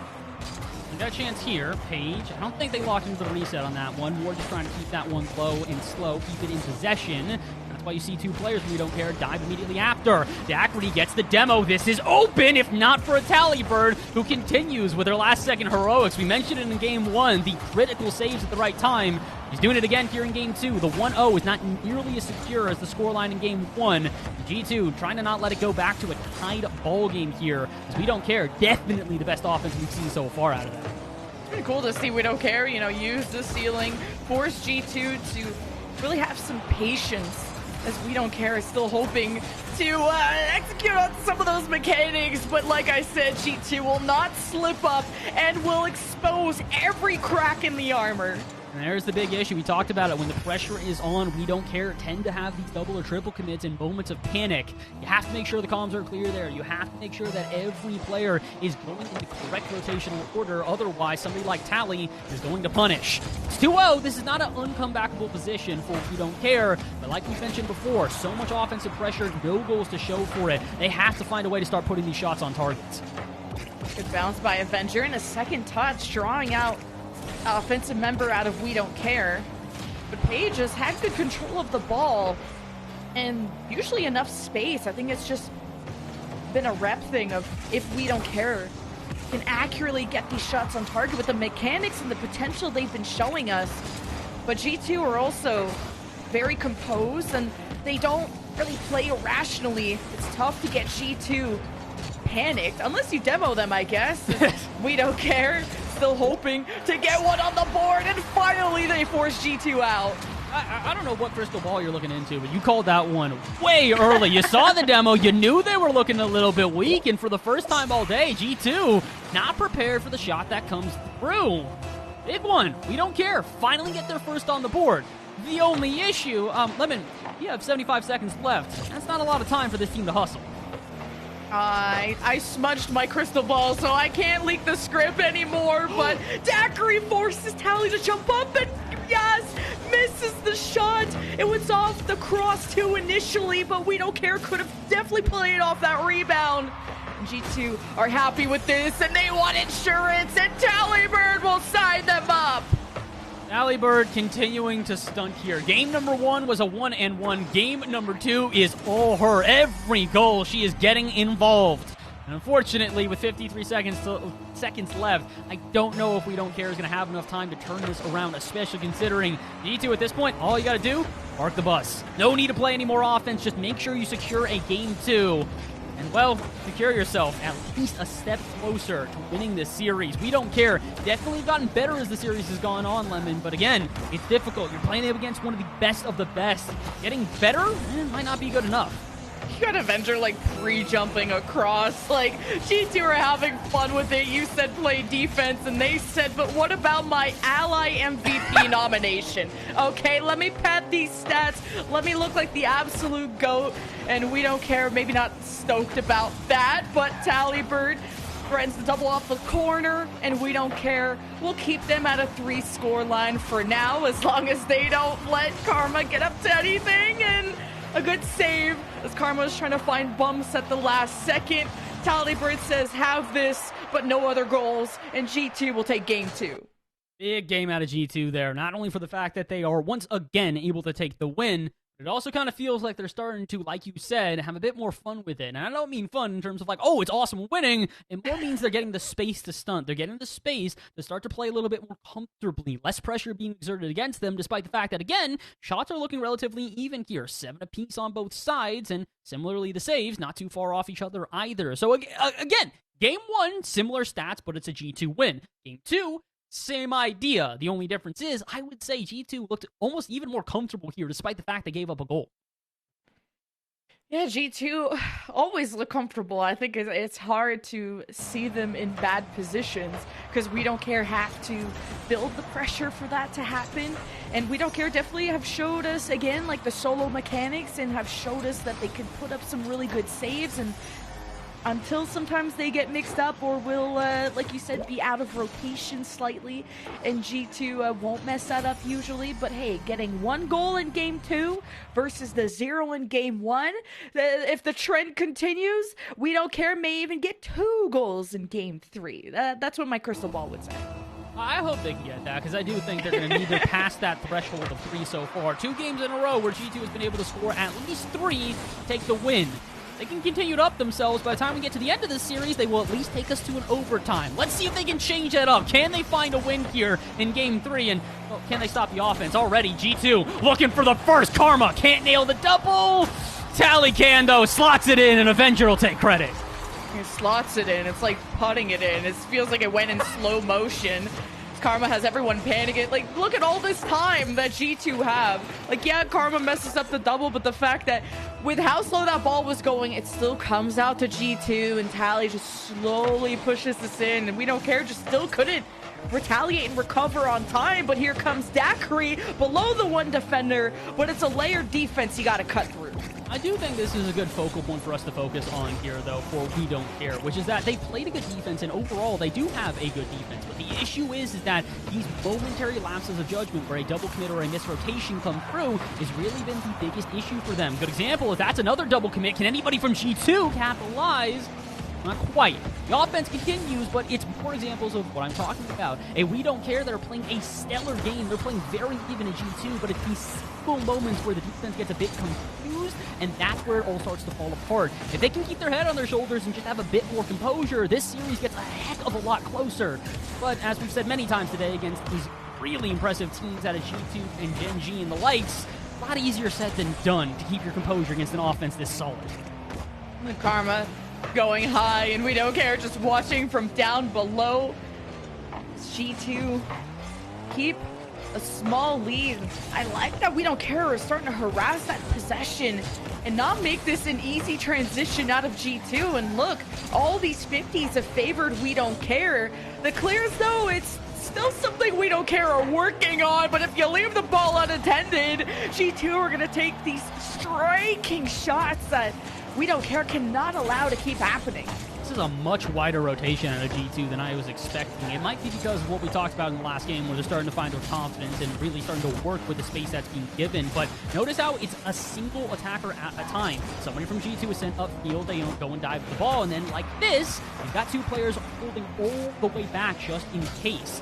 Reason why is because We Don't Care are doing this, where they're trying to find ways to interrupt the play out of G2. When G2 dictate the pace of play and only allow you to get into the play, when they determine it's okay, it's very difficult to find any sort of rotation. It's only 1-0 though, so I'm not going to say that We Don't Care aren't completely out of this one, but they have got to find a way to keep possession in their favor. Right now, it looks like they're just going for touches for the sake of trying to get a touch on the ball and disrupt G2. Yeah, like I see We Don't Care try to confuse the G2 defense, trying to go for bounces or ground pinches, and G2, their experience in the game, their intelligence, they read everything. So you have to play unconventionally when you start facing the top teams of Women's Rocket League and go for fakes that truly challenge their mind. And what a save out of We Don't Care, but how many more of those can you put up? It's been so many epic saves because of how threatening G2 have been, as We Don't Care again can't maintain that possession. And what a launch out of G2. The pinch all the way from their own half that almost made it not only into the other half, but the other goal. Speaking of the other goal, G2 finally facing some pressure. Again, it's only momentary. I do like these dive in from Don't Care. It does catch G2 off guard occasionally. It's got to be more consistent if they want to try to find a way back into this game. The good thing is, they're not too far out of it. A 1-0, the narrowest margin we've seen so far for G2. So it's definitely possible for them to turn this one around, considering the 3 goals we've seen every other game out of them. That being, said, get it off your half. Don't let this stay here as long as it has, because if you continue to, We Don't Care, that's a 3-0 series in G2's favor. Daiquiri ran out of boost there, and We Don't Care will concede back to G2. And what I love about G2's offense, too, is even if it's awkward, where the defenders look well set up, G2 are good at resetting their own setup, and I see Karma doing a good job of that. Will put it off to the side and give themselves another chance to refight for that possession that G2 have been so good at getting back time and time again. But We Don't Care, it's some good 50s, but Daiquiri gets crossed up in the box, and G2 have the ball again. Not only are they keeping possession in their favor, they're also taking away at the time. 40 seconds to go here. Unless we see something out of We Don't Care, it's a 3-0 series point in their favor. Avengers not letting that one go, but maybe the follow. This will drop off the ceiling. Is anybody there? No. Yas tries to, but Tallybird first. The offense continues, though, and I say that, but a huge opportunity, and nobody from We Don't Care is prepared for it. What about this? Yas finally finds it, catches the defense off guard. And the way that Yas protects the ball when they're escorting this to the net, playing close enough to Paige, and make sure that either Yas has to go for the shot early or is ready to bump Avenger out of the way. And both of those were winning moves, and We Don't Care tie it up with 19 seconds left. And this took all of the effort out of G2 just to get the one goal. Now, can they get the lead back to put themselves on series point? This next 8 seconds will decide that, and how Paige controls this. And this goes right to Tallybird, who's getting harassed, bumped off the ball, and Paige makes sure to put this on the ground as we go to overtime in game 3. Smart play there at a Paige. Let that one drop to the ground. You know G2's expecting you to pinch it off the backboard and keep that up, so instead just let it hit the ground and maybe play some defense as well going into overtime. Paige, I just complimented you. Please don't play with my heart like that. She says, we'll go to overtime, but we're making this quick and not in the fun way. Almost conceding that to G2. Yes, a good save as Yes is the one who found the equalizer for We Don't Care. Is now Daiquiri. Can't reach up high for this. Out of boost. Paige steps up. We Don't Care have been trapped. And this is a bounce that G2 could have scored on. We Don't Care have some space. Yas is on bully duty. Will take the corner boost. G2's 50s have gotten them the ball back. But it's not a secure possession as We Don't Care still look for clears. I do like the way that We Don't Care are starting to play a little bit more in the face of G2, though. They're meeting them for challenges like this. The one time they don't, though, and it's 2 touches off the backboard and a shot that won't make it, but the follow-up will be on target! Open breakaway, and lucky for G2, Karma is back. Oh, thank God Karma was there, because that would have just been horrible for G2 to end it that way. Here's Karma, who's been good at these solo mechanics, and at least faking the double tap and allowing G2 to step up and be really creative, but We Don't Care defensively have read every attempt out of G2, hence why we're in a 90-second overtime. As Yas comes in with some speed, collides into the corner, but the ball didn't come out. Daiquiri was too far in the midfield, so We Don't Care.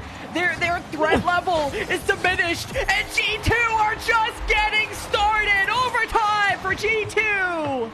The Buzzards swarm. They start to sense the little bit of panic there, and We Don't Care. And immediately, all 3 players of G2 getting involved. And it's Avenger who steps up the biggest out of them. 3-2-0 there. The series in their favor onto series point.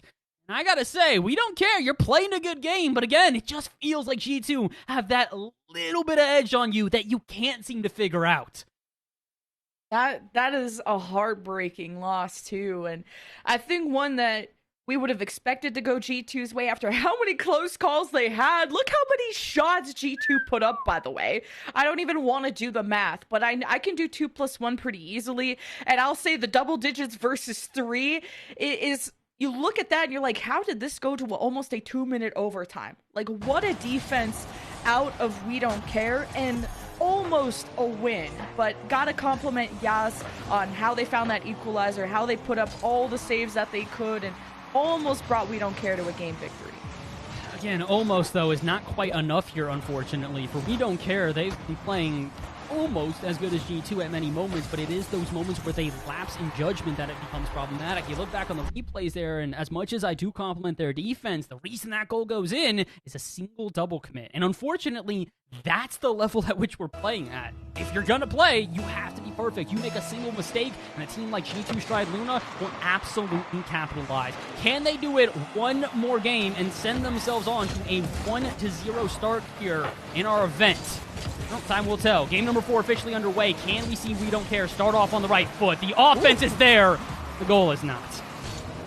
Yeah, just a couple extra touches out of We Don't Care to really support each other on that front. Their defense now will be knocked around as G2 won't be able to carve their way through this right side of the net, but Paige pops it up, and Daiquiri smartly goes up for it. But by launching it across, G2 already in the midfield with a pre-jump. And Avenger and friends trying to pass, and We Don't Care been able to break that up. But can they break out of their half? Now the G2 are extended, We Don't Care have some space to work with, but do they have a goal to work with? And Yas almost blocked their own shot there. That's not going in, right? Okay, it's not. I thought for a second maybe the team pinch was going to find its way cross court and into the net, but We Don't Care not only prepared for it, they're going to react to that shot. I'm going to have to try and find a way, though, to at least slow down the midfield here. G2, oh my goodness, playing with such ferocity every time they transition through that 50 line. They're trying it again. Paige, touch out to the side ball. It'll do enough to at least buy some time for her teammates, but is it going to do enough to get them off the half? Answer, definitively no. Karma rips a shot on, it is saved. They can't keep making these saves, Lemon. They need to find a way out of this half and to alleviate this pressure. And G2, I think they are capable of so much more. Like, they're playing well, but they could truly be an incredible team in this group.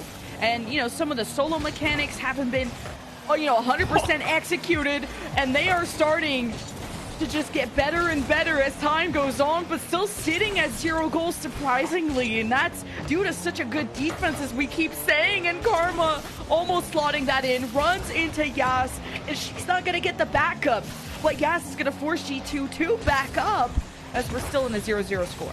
Unfortunately for We Don't Care, they can't quite turn that into the offense they were maybe hoping for. Maybe this will, no Avenger. 50, the ball just straight muscles through it and sets up her teammates. Karma and her both up for this one, and Tally up there for the rebound and rips it on target. It took a little while, but G2 do find their lead. Oh, wow. All 3 of them, too? This is just the Triforce of Rocket League right now. G2 get their first goal, great teamwork, but maybe those moments where G2, they look overwhelming and they start to suffocate you. If We Don't Care can be successful on those clears and maintain it, they can find that equalizer. And Yas has found those moments, those windows of opportunity to catch G2 on the back foot. But now We Don't Care gotta still try and strangle out this defense. And Dakri almost with a moment. Yas collides into the wall. And now 2 overextended for We Don't Care. Paige still makes the save in a 1v2. I don't understand how she knew that was coming. I saw Tally. I was like, all right, she's got time and space. She beat out 2 players. Theoretically, she's going to try to stun. But going for the musty flick in a 1v1, that's a bold call. Unfortunately, it doesn't work out for G2 here. The lead still stays the same. 2 minutes to go, and the 1-0 could just be enough. After the last game was a single goal separating the 2 of them in an overtime, they will happily take a 1-0 victory here in Game 4. But they have a lot of time on the clock, so they're not quite there yet. And they won't even take the 1-0. They'll take a 2-0. There's another one. Tally sniping it from midfield. Look at this catch from Avenger. Yeah, it gets shoved off, but Dakri was awkward off the sidewall, and Tallybird reads exactly where that's going to and powers the shot perfectly. Now it's 2-0 for G2, and on series point, I just wonder if our top teams like the G2s, like the Gen Gs, could go perfect in groups, and We Don't Care are hoping for that not to be the case. Can they take a game off? Can they climb their way from the brink of defeat in the next 90 seconds? Well, the saves are there. Dakri didn't get the second touch, but sets up Yas to throw a ball down, but it's a little too high. And man, G2 don't even slow down the ball. They take that momentum to a counterattack. Tally was on 0 boost for most of that play. Still somehow able to maneuver around one player, get a flick off, and now launch the offense here for G2. But it's an only momentary offense as here comes the counter. Into the corner. Paige is there, trying to keep possession for We Don't Care, and trying to assist the teammate. Look to throw that one out center and get the bump on Karma, but Karma's touch will at least not give up the goal. Not quite yet. More offense here. Touch off the backboard. Tally clears it out to midfield where Paige is waiting. We Don't Care. Starting to get a suffocating offense, but they can't dilly-dally. They need to get a goal and then another and another! Because Tallybird with another hat trick! Oh my god! How does she keep getting away with this? What a catch! What a redirect! What a pass! G2! Man, that was the kiss of death. With 39 seconds left, We Don't Care. They forced a Game 3 overtime, but running out of gas at the finish line. With that demo, it seems the net is exposed. Dakri needs perfect control here. Paige will still wait in the net and help this launch out of the blue half, but G2 will keep them trapped here, and it looks like that's where We Don't Care are gonna be. You don't care. I mean, you can get a goal for the road, but you can't change the outcome. A 4-0 sweep and potentially a 3-0 shutout to close it all down. G2 started off maybe a little shaky, but by the end of the series, they found their motivation, they found their flow, and, well, they found a way to continue dishing it to Tallybird. 2 hat tricks in a single series, and an Avenger who finds themselves a playmaker in the final game. What a way to close out a series, and what a way to go 1-0. G2... this ball drop, and you guys will have a shutout victory here in your final game. Oh my gosh, they're going to go for another. Paige, not going to let this one go off the backboard and not going to let me stop talking. Please, somebody let the ball hit the ground. They just won't do it. And now, maybe they get that fourth goal. Tally looking for the double. The ground will deny her. Somebody had to stop her. Please. And thankfully, it was the clock. G2 Stride will start off their group 1-0 in a commanding 4-0 fashion. Both our top teams, went to an overtime, I think. But it was still incredible to watch the long pass to Tally Bird. I'm going to remember that. I can't wait for our replays, too, to watch that all again. But it's unfortunate that We Don't Care didn't kind of take that close game from Game 3 and really propel themselves into an even closer game in Game 4 to just get better and better. They really just got shut out at the end. In my opinion, the big reason for that is Tally Bird in particular. Game number 3 is the first time Tally was not scoring goals. It was all Avenger in that game, and the reason why is, if you remember correctly, Avenger somewhat sniped one away from Tally there. It was a little bit, of the setup, and then Avenger gets one. But they also had the overtime, and I think what that did is have Tally go, okay, you know what, I've had enough. Start dishing me the ball. And then her and Avenger, just the two-piece combo you cannot stop. 3 assists for Avengers, 3 goals for Tally Bird. The two of them were absolutely electric, and I have to give them credit for it. We'll find out which one of them ends up getting MVP for this one when we return from break. That's our second series of the day done, but we've got more to go. Don't go anywhere. When we return, even more here of the Star Chaser Showdown.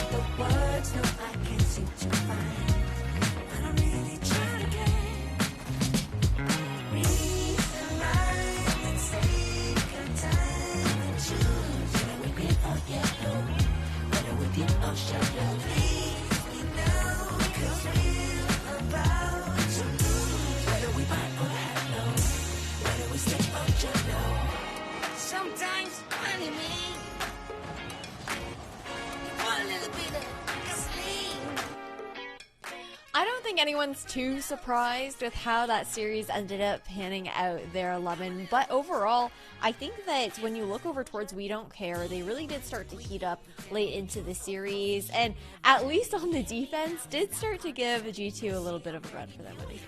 Yeah, so many saves came out of We Don't Care. Like, it was a lot. I think double digit, I think 13 recorded saves in game 3. Didn't get the stats for game 4, but then also G2 had to put double digit shots out just to get 2 goals, just to get to that 2-minute overtime pass. Like, I can't believe how much work it took out of G2 just to crack that defense. They are, without a doubt, one of the most proficient teams we have seen throughout this event. They are just so good at adjusting to play whatever is necessary for a good defense. Again, we talked about it at the beginning of the series, looked more similar to Gen G, very aggressive, very in the face of their opponents. Then by the back half of the series, G2 went, okay, cool, you guys want to try and play with this long ball attitude? Let's just hold 2 of our players back and send them one at a time. The adjustments out of them really turned it into a more dominant series than we were initially anticipating. Yeah, it's pretty insane just how intense it really ended up becoming eventually. But hey, G2 are looking really good, especially with that addition of Talibird coming in here for the team here as well. And I don't think anyone will be too surprised either when we do announce that the Ally match MVP here is Talibird herself. Because when it comes down to, I think this is a similar story for Courtney earlier for Gen G Bass. Talibird had possession the majority of the time here for the side of G2, and she was just insane on the pitch as always. Again, it really goes to show how involved she was in this series, where the singular game that she does not score a goal is in Game 3 in the overtime, where Avenger is able to get both the goals there. Outside of that, 2 hat tricks, a goal, and an assist in Game 1. She was electric all over the board when it came to scoring opportunities, and, well, as you can see, it's not like she was doing poor on defense either. So many last-second saves that would have made matches a lot closer if not for her abilities on defense. I mean, look, Tally's been one of the best players in the women's team for a very long time. Now that she's getting a shot on a team like G2, this is just her stretching her wings and flying. No, it's pretty insane. But Lemon, I also want to flip the picture back over towards the likes of We Don't Care, because again, we did see some glimmers of brilliance for this squad coming out in this very difficult matchup for them within Group B. And if you're We Don't Care, what are you looking towards into the future, into the remainder of their group stage? I think they showed that they like a lot of these players like these solo plays. I think Paige is just like right on the edge of just being a walking highlight reel, like threatening the flip resets, going for doubles, whatever it is. Paige, I can tell there's something magical about this player, and unfortunately we didn't get to see her have the ball too much in Game 4, but the rest, she was showing that just with a little bit more time, she could be like, you know, the next Talibird or something like that. But then Yas also was super clutch to even bring them into an overtime situation in Game 3, and just off of kind of quick reactions. So like I said, this is a team that has so much potential, and with more time could easily be at the top. Yeah, it's going to be insane to see how this team looks to develop both as a squad or individually as well, especially towards Paige, who you gave a bit of a nod to over there. She's only 16, so a young blood coming into the competition, right? Like debuting within Women's Rocket League. But speaking of Women's Rocket League as well, we have to give a big thank you to Ally for being able to actually put this event forward, because as a reminder to all of you, that Ally is a proud sponsor of the Star Chasers Showdown and the Rocket League Championship Series. Ally will be giving fans a chance to earn an exclusive code to be redeemed for an in-game Rocket League item throughout 2024. To learn more about Ally's sponsorship with Rocket League Championship Series, you guys can visit ally.com/RLCS. So you guys tune into that, maybe check that out while we swing to a quick break and get ready for match number 3 of NA.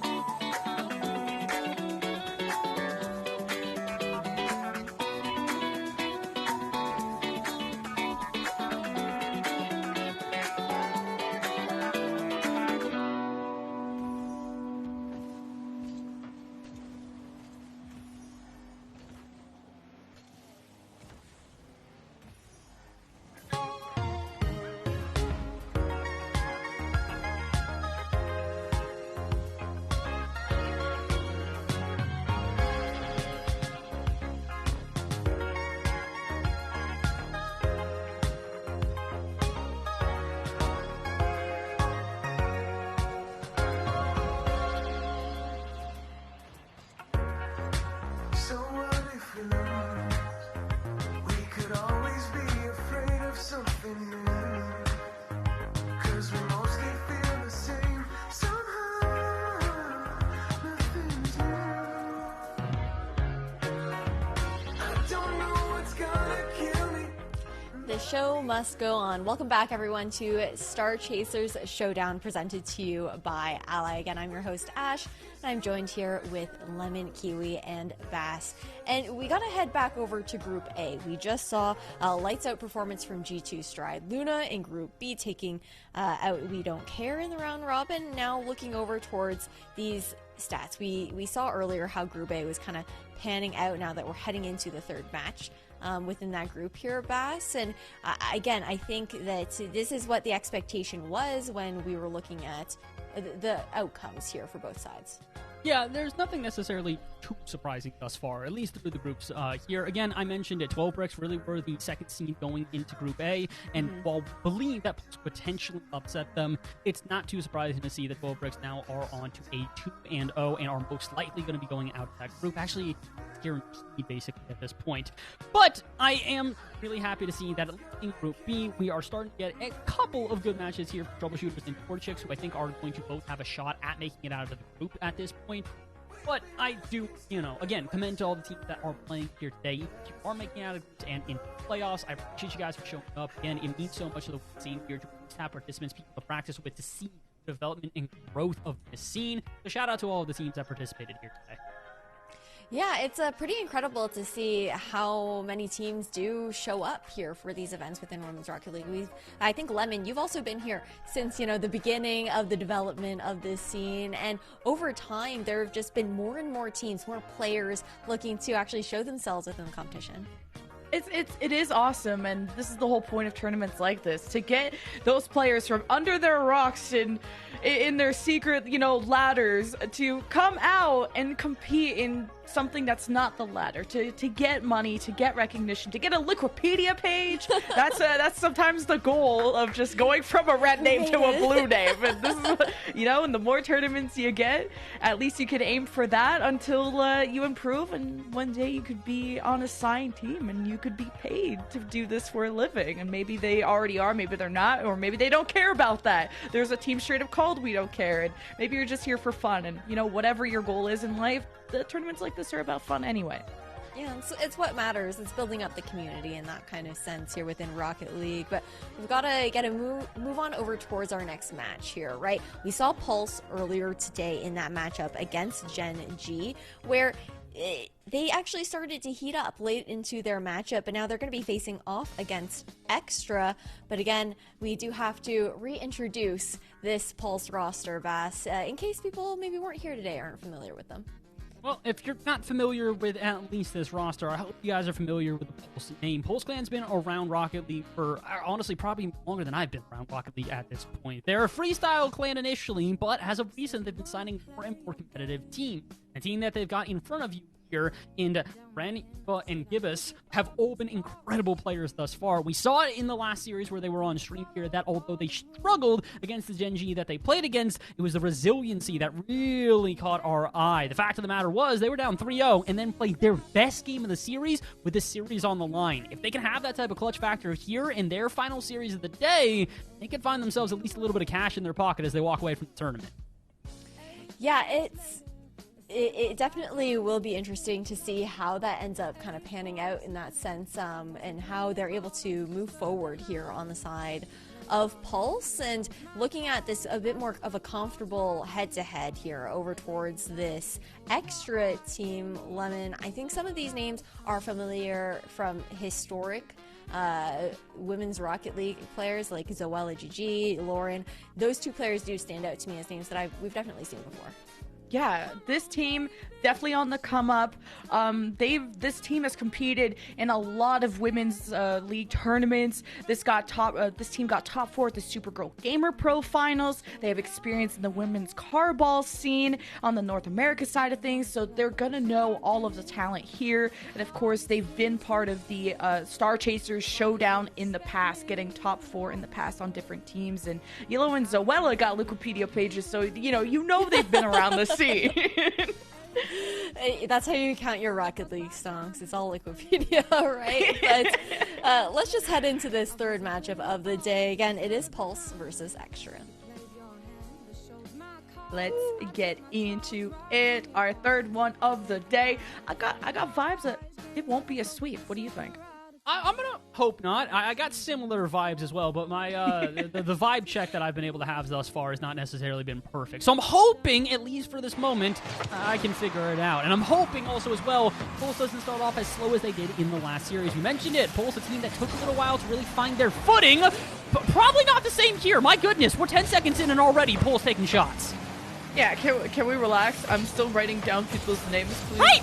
But well, Lauren gets to start that drive, forcing Eva to just use all the boost to get back somehow to the goal line to stop that first goal from Extra. Both these teams starting off swinging for the fences. Both teams are definitely going to try and give it their all here. Reminder again, these are stages. Today is not the playoffs. It is not the, single elimination that's going to really determine the bulk of the money that will be given away here in this tournament. But what it is going to do is send a couple of teams home. And with both of these teams, unfortunately, at 0-2, this is their definitive last match of the tournament. They're guaranteed that not going to be able to move on. But, what they can do? They can earn some money. Third place in each of these groups are going to be guaranteed $750. So this series, quite literally, has a $750 tag on it. Yeah, and I think Eva felt the presence of money, almost setting up Gibbous for what a shot there. But still a 0-0 scoreline. This is just how toe-to-toe both these teams have been so far, as Eva chases down that bounce and Lauren beats her to it as Extra gets in position. Ball centered out. Was Pulse is quicker. Look at this counterattack as Ren just tried to kind of slow down the ball and bait out the defense, but so far nothing. Nothing so far here through about 100 seconds of play. Both teams without a goal on the board, but definitely still the majority of pressure going in favor of Pulse. Not surprising, this team, like we said, as they got better, became more and more aggressive and more confident in their challenges. Be confident in your defense, though, ladies. That's a bit too risky, in my opinion, there, as Extra almost find themselves a freebie due to a Pulse that has to retreat entirely. They're back into offense, though, and back out at midfield. Good idea from Ren there, retreating all the way back, not caught off guard by the counterattack. Yeah, so far it's been good defensive challenges from both sides to break up the play before it gets too threatening, but this drops the Lord, and she won't miss those. She's been waiting for her chance to shine. She's had so many opportunities. In yellow, the pinch off the ceiling is disgusting. I'm glad that you're highlighting that one. I was about to mention Yellow doing a lot of heavy lifting there. Credit to Lauren on diving immediately. We talked about this. Being able to outpace Pulse is not going to be easy, especially when they're continuing to dive at every play. When you get the opportunity, make the most of it. Another opportunity here, and Zoella trying to keep this close. Eva will be up and will just pop it a bit further in front of her net, but does force a double commit, meaning Yellow here need to take their time, and they'll go back into an offense again. Eva, time. Not a lot of boost, though, to work with. And again, Pulse trying to find a way out of their half, where as aggressive they have been so far, it feel like they'd have at least a couple more shots. Yeah, just Extra have so much ball coverage that as soon as Pulse even just try to push this ball out, get a few touches in, Extra don't even let you have that second touch and any kind of semblance of control. But Pulse at least gets some passes accomplished to make some space, but the ball then gets too ahead of them, so possession is conceded, and oh man, Pulse had to find their way back quickly, or Extra was gonna get even more goals. They got to be a bit more patient right now. I feel like Pulse, as soon as they see themselves a way out of their half, they do just try and dive out of the half. And unfortunately, until you're fully clear of the offense that is continuing to press against you guys, I would be a bit wary on pulling players out of the net or players away from defense here. If Extra been a bit more advantageous, they probably could have ripped a shot on. Eva will rip a shot on, and it will be denied. Extra finally having to flex their defensive muscles, and they do so brilliantly. Yeah, where was this even? You know what? I understand. I now remember who you were playing against. So now I get to see Eva at 9,000 power. I want to see more of those. But Extra, they keep them at bay. Still 0 goals for Pulse. About a minute left. And a shot rips from Yellow, and the defense couldn't keep up. Yellow has been, I would say, the X factor for the offense here. Really smart play at Yellow there as well to just immediately get back down to the ground, recognizing nobody's on backboard, nobody's going to be prepared to save this one, and as soon as one of the Pulse players dives at it with really no option to touch it or get a good angle, she heads straight to the ground and gets ready for the follow-up shot, and she does not miss. Minute gone here, and although we were both hoping for a little bit more of an even series, unless Pulse can turn up here, and now it might look like a one-sided game one here for Extra. Well, this pass tries to get to Eva, but now lacking that power and that bounce, and Extra recover this quickly and have generated so many shots and have a lot of offensive output. They got Gibbous free jumping, Extra keeps it to the side, and they try to find the perfect time to strike down Pulse. Going for the insurance goal at this point. There's only 23 seconds left. Now Pulse have some room to breathe, but then it gets sent right back to spawn, and Pulse just have no development. 15 seconds, not even left here in this game, and I think this is going to be a game not to remember, maybe to try and forget. Polsky are really trying to go to their bread and butter, the usual playstyle that they work with, and it's just not working out. I have a feeling when we get to the end of this game, it might not necessarily be as one-sided on the stat line as you might expect. Extra take a 2-0 shutout victory here. I want to see these stats. I feel like Pulse is going to be a lot more even on the shots than I would anticipate. I was wrong. Very wrong. The math. Wow. Yeah. Okay. The math is simpler than I thought too. Like when you don't have Gen G and G2 on your screen, but yeah, Pulse trailing behind. There was definitely flashes of brilliance when I saw Eva actually successfully get the double tap off. It just got saved right at the corner, and that's just was super clutch from the other side. But still a low scoring game and not something that felt really one sided. Maybe more in terms of the spacing of. It did feel like Extra were commanding a lot of that field, but I had fun. And again, at the end of the day, that's what we're looking for. Fun, and also maybe for one of these two teams, $750. But that being said, they've got to maybe play a bit more precise here. And in particular, Pulse has got to. Again, we mentioned this, a team that weren't really getting outclassed there in that game, but definitely still felt like Extra were a lot more in control. Like you mentioned, possession in their favor really dictated the pace of play both sides of the field. We needed something a little bit more out of this Pulse team. And for a team that we've mentioned before do tend to have some issues when under pressure, I'd like for them to keep a calm head going into game number 2 here. Talk to your coach. Make sure you guys are feeling confident, because a game 1 where you only have 4 total shots is a bit unusual from a team that is usually hyper aggressive. And that's where I look at someone like Ren to be more involved on that front. I feel like Ren was a huge driving force in the offense for Pulse in the last series. And yeah, Eva is still in full form. I'm seeing that, but I want to see Ren match her and support Eva on that front as well. And Pulse will get more comfortable over time. You know, you did just have to shake off a loss, and a tough one at that. And Extra, well, they have to start off from behind. I was still writing down notes from game number 1, making sure I got everything ready to go, and I look back up, and oh boy, it's already a goal. But this is what we've talked about, especially for this Pulse plan today, is that they are very good, they're very advantageous, and they need to be exactly that. The team makes a mistake against you, it's not going to happen often, and when it does, capitalize immediately. Great start here from Pulse plan. Again, the kickoff shenanigans going in their favor. They find a second goal now to even further increase their lead. Pass down! Shots off target, though. But we love the vibes that Eva puts out, just off the ceiling, trying to pass. There's Pulse working on just matching what Extra have been putting on the table. And there is Ren starting things off, bringing in a lot of speed. Zoella with a good pop-up as Yellow follows up to get this away from Eva. Look at Extra just fighting each other on the field, but it gets past them. And now to the orange half with a chance for Ren to take the shot, but misses that opportunity. I think Ren was going up for a 50, expecting one of the players from Extra to be up to have to try and contest her. And as soon as she recognizes it's not a 50, she goes, maybe I should have shot it like Ren did here. Instead, Zoella just barely able to make the save. And I gotta say, I mean, I say this in a complimentary way. Pulse, where was this in game 1? The midfield out of them is electric. Yeah, facing any of the top teams just really suffocates you at the end. But Extra, they're only trailing by 1, and they only won by 2 in the first game. So, like we said, this could be a good series, and Ren just has to tuck this one to bed. But the Extra monsters in the net will not allow it, forcing the Pulse third to be under pressure and make that save. And Lauren will find this, put this to the corner, but it's not a bounce that Extra can easily work with, but at least Extra do a good job at slowing down the ball as best they can.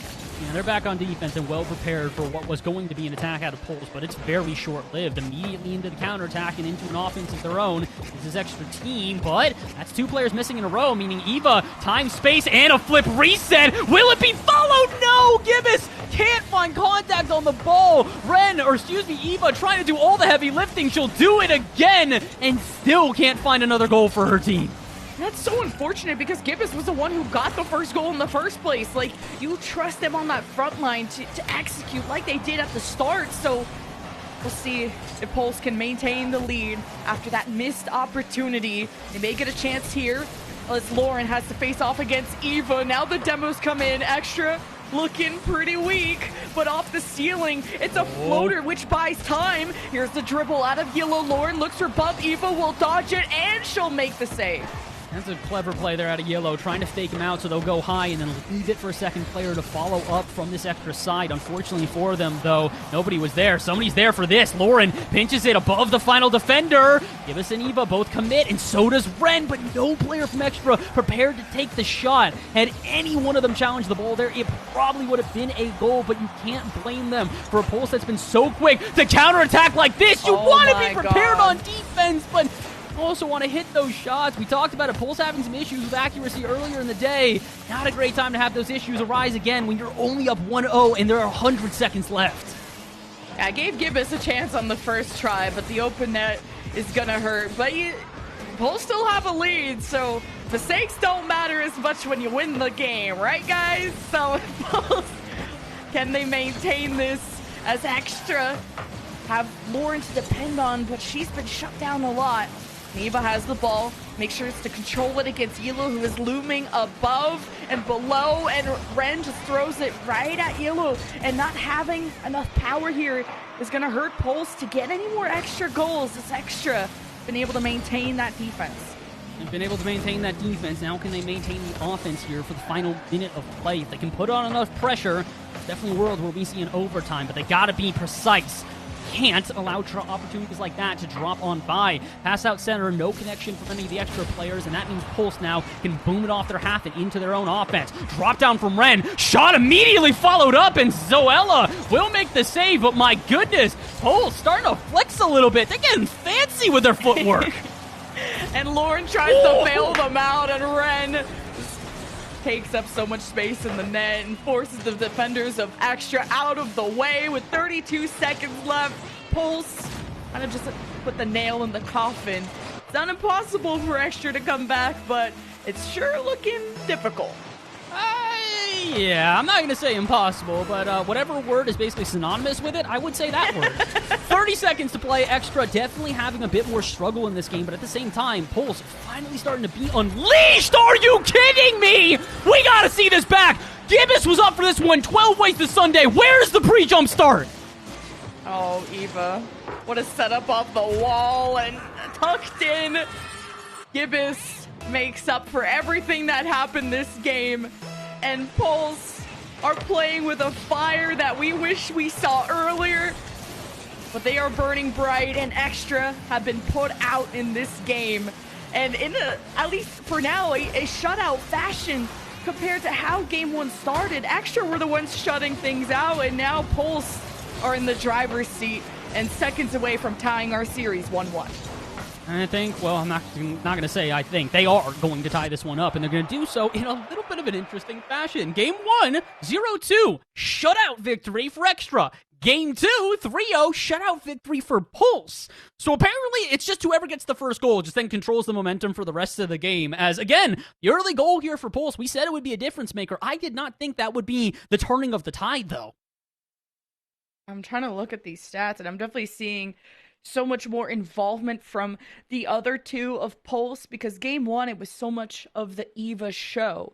But Rocket League isn't a one-person show when it comes to, at least when it comes to threes. You know, I don't know what they do in their freestyling life, but I saw Gibbous and Ren step up. Yes, they made some mistakes. They would miss an open net. This would be 5-0 if Pulse played at their 100% flawless peak. But it wasn't. It was Extra just not able to stop this relentless Pulse force.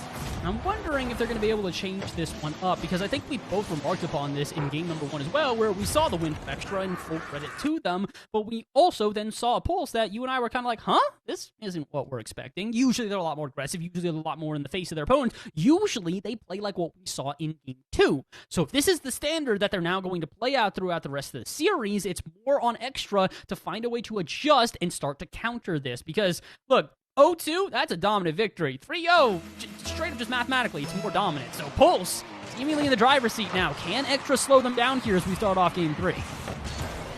Kickoff for Pulse, and close call for Ren. Eva launches it, and you saw that Gibbous wanted to find the bounce. Extra shut it down, and Eva overwhelms them at the end of the day.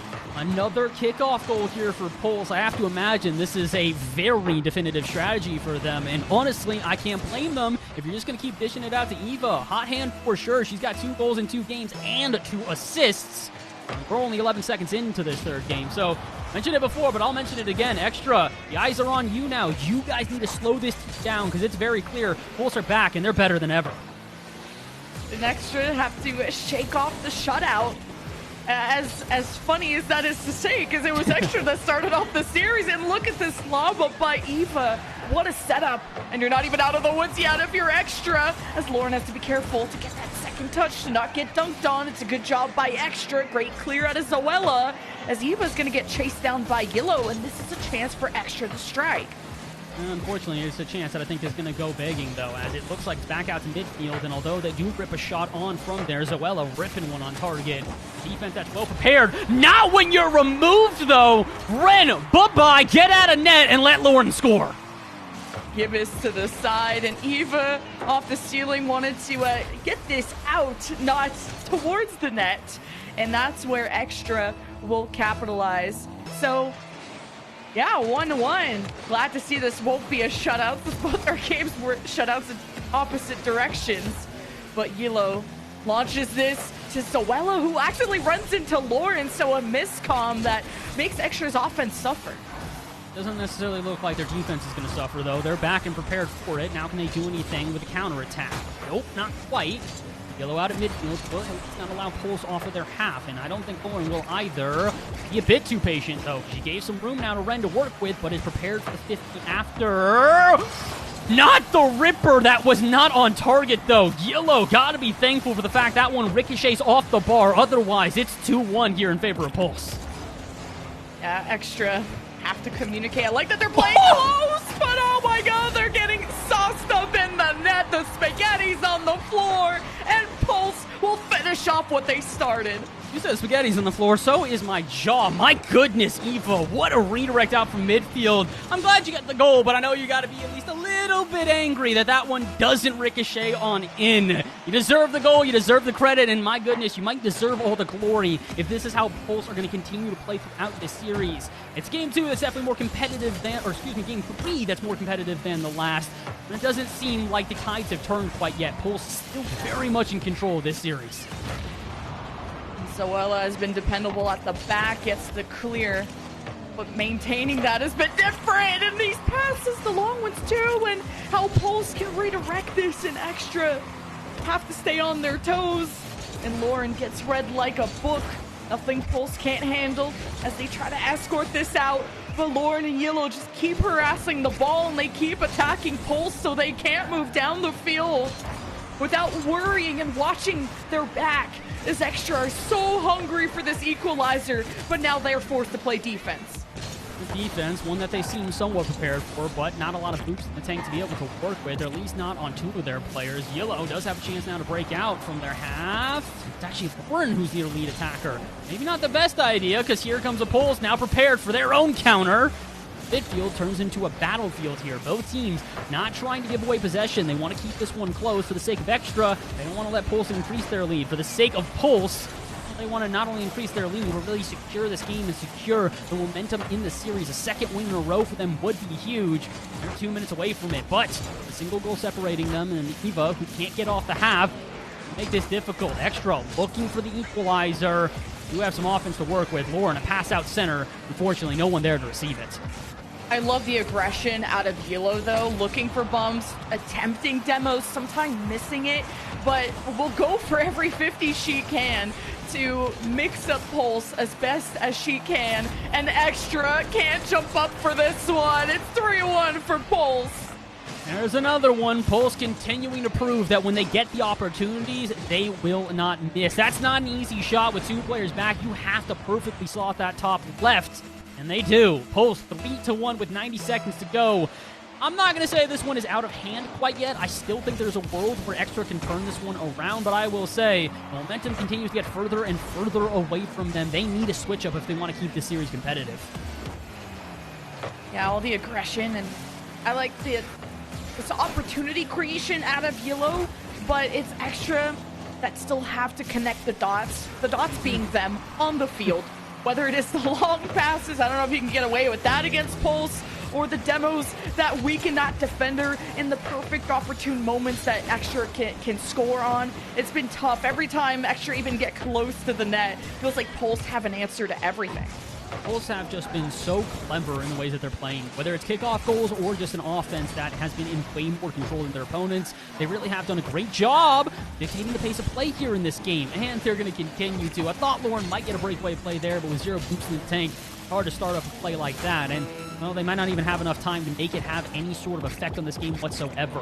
30 seconds left, a 3-1 lead here. Unless Extra can basically get back-to-back goals, Pulse is taking a 2-1 lead on the series. And a good save out of Gibbous, because that could have floated in and give Extra the 20 seconds they need to tie things up. And man, Extra were building up, and it got so close.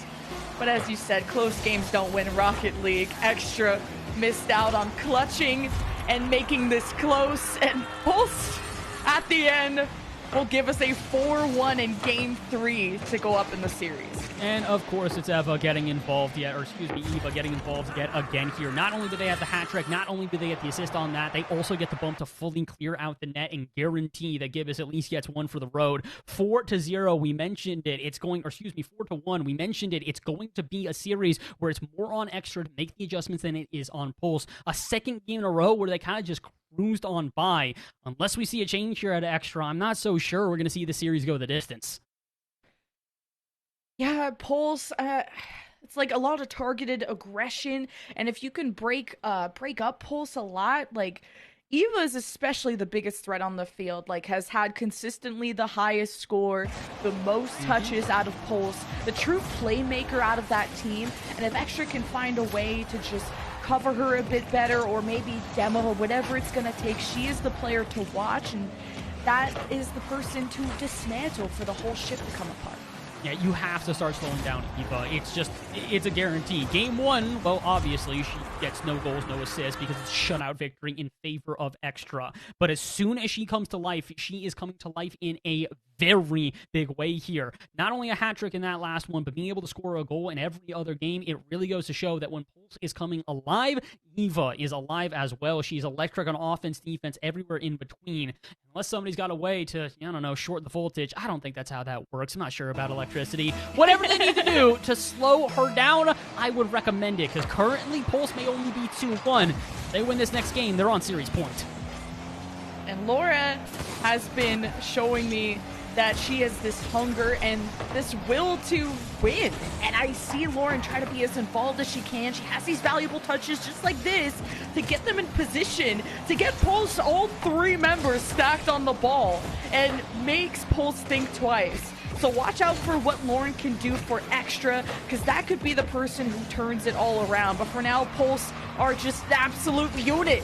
Just 3 cogwheels working perfectly together. I love the tandem play that we're seeing out of them. We did, oh my goodness, I was going to say, see some signs of life at Extra similar to that. Maybe it's just Yellow that needs to step up. The solo play, the catch, the dribble, my goodness.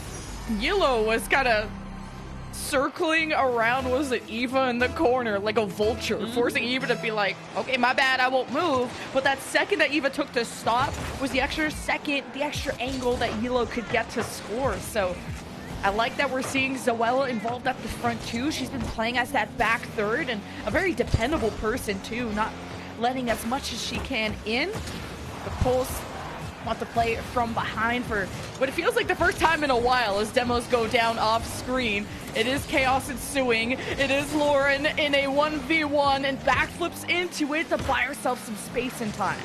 Buy themselves even more time with the ball and the lead here. Extra, first lead we've seen from them in a hot minute, and they have to be very happy that they've earned it thus far. Pulse, though, breakaway here. Eva in a 1v1, you never want to be playing up against her in a scenario like that. And you also don't want to allow more offense here out of Pulse, but the shot goes off. Huge opportunity to tie this game up, and unfortunately for our blue side, it might actually be a 2-0 if the contact was made. You saw the vision. Sometimes, though, play with your eyes closed. But that was a joke. Extra gets so close. But a 1-0 lead against a team as good as Pulse is not something you can be comfortable with. As Pulse work on that equalizer. And it's been tough as Gibbous in the midfield steps up to slow down this attack out of Extra. And all these pop-ups and everyone diving for the ball. Who could really set forward each other's teams? Everyone just keeps popping it up, and who's going to have a better read? Finally, Zoella steps up to put a shot on target, but now it's Pulse's turn to tango. And they're having difficulty, though, breaking out of their half. As much as I'd like to say they'll get a turn, I don't think Extra's vying to give them one. They're continuing to suffocate them, continuing to dive at every one of these pop-out balls out of midfield. Maybe this will change it. Gibbous, a long ball downfield, only into the hands of Zoella, who can direct it back out to mid, not past Pulse. Eva, great dribble, great finish! The double off the backboard, and Pulse are back in it. She's been the problem if you play against her. She's the solution if she's on your team. You better watch out, and you better move out of the way if she has the ball. What a finish. Pulse now tie it up 1-1 heading into the half. We knew Extra had to panic if they were only up by 1 against this team. Can Extra claw their way back in the series? Yellow just barely shoved off, not able to complete that as Lauren goes in for round 2 and Zoella can't stop the clear, and here comes Pulse.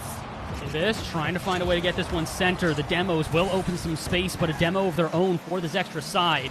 What that is allowed now is for, I was going to say, even to cook a little bit. Unfortunately, I don't think they're going to get much time to stir the pot as immediately Extra find a way back into their opponent's half, and maybe a shot. No, Zoella.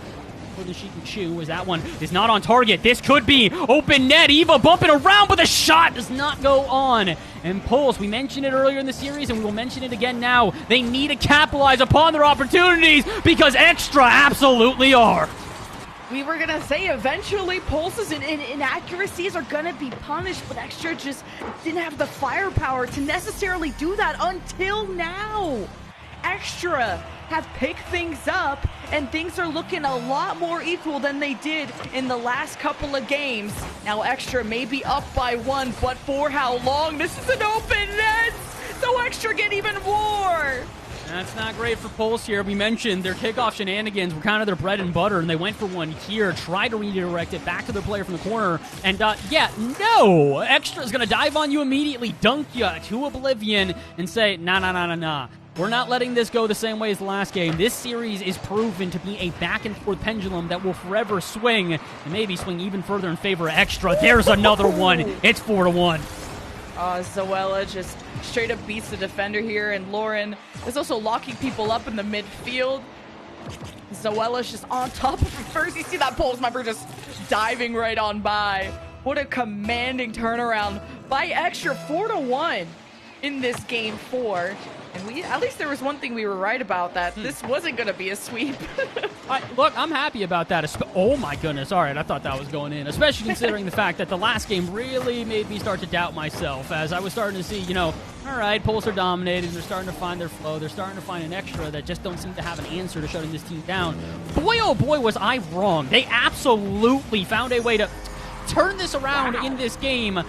That's an own goal, but it's a pretty one, so I'm not going to be all too mad about it.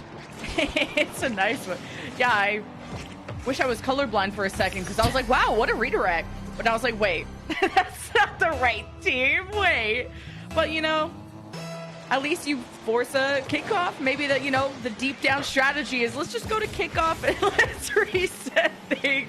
5-1 for Extra, as in the next minute we'll see a game 5. And Pulse, I'm just wondering what else they have in the tank, because they were able to respond once, but now there hasn't been a response in quite a while. And maybe a response here, a goal for the road, would do wonders for their confidence, especially considering the fact that it's going to be an even series after this. And even series like this, every game is going to be so crucial, especially when the next one for either one of these teams put them on series point. This is now where I look to the coach of Pulse more than anything else. Again, we mentioned him before. Noxus, an incredibly talented coach who has made appearances at the World Championship for RLCS before.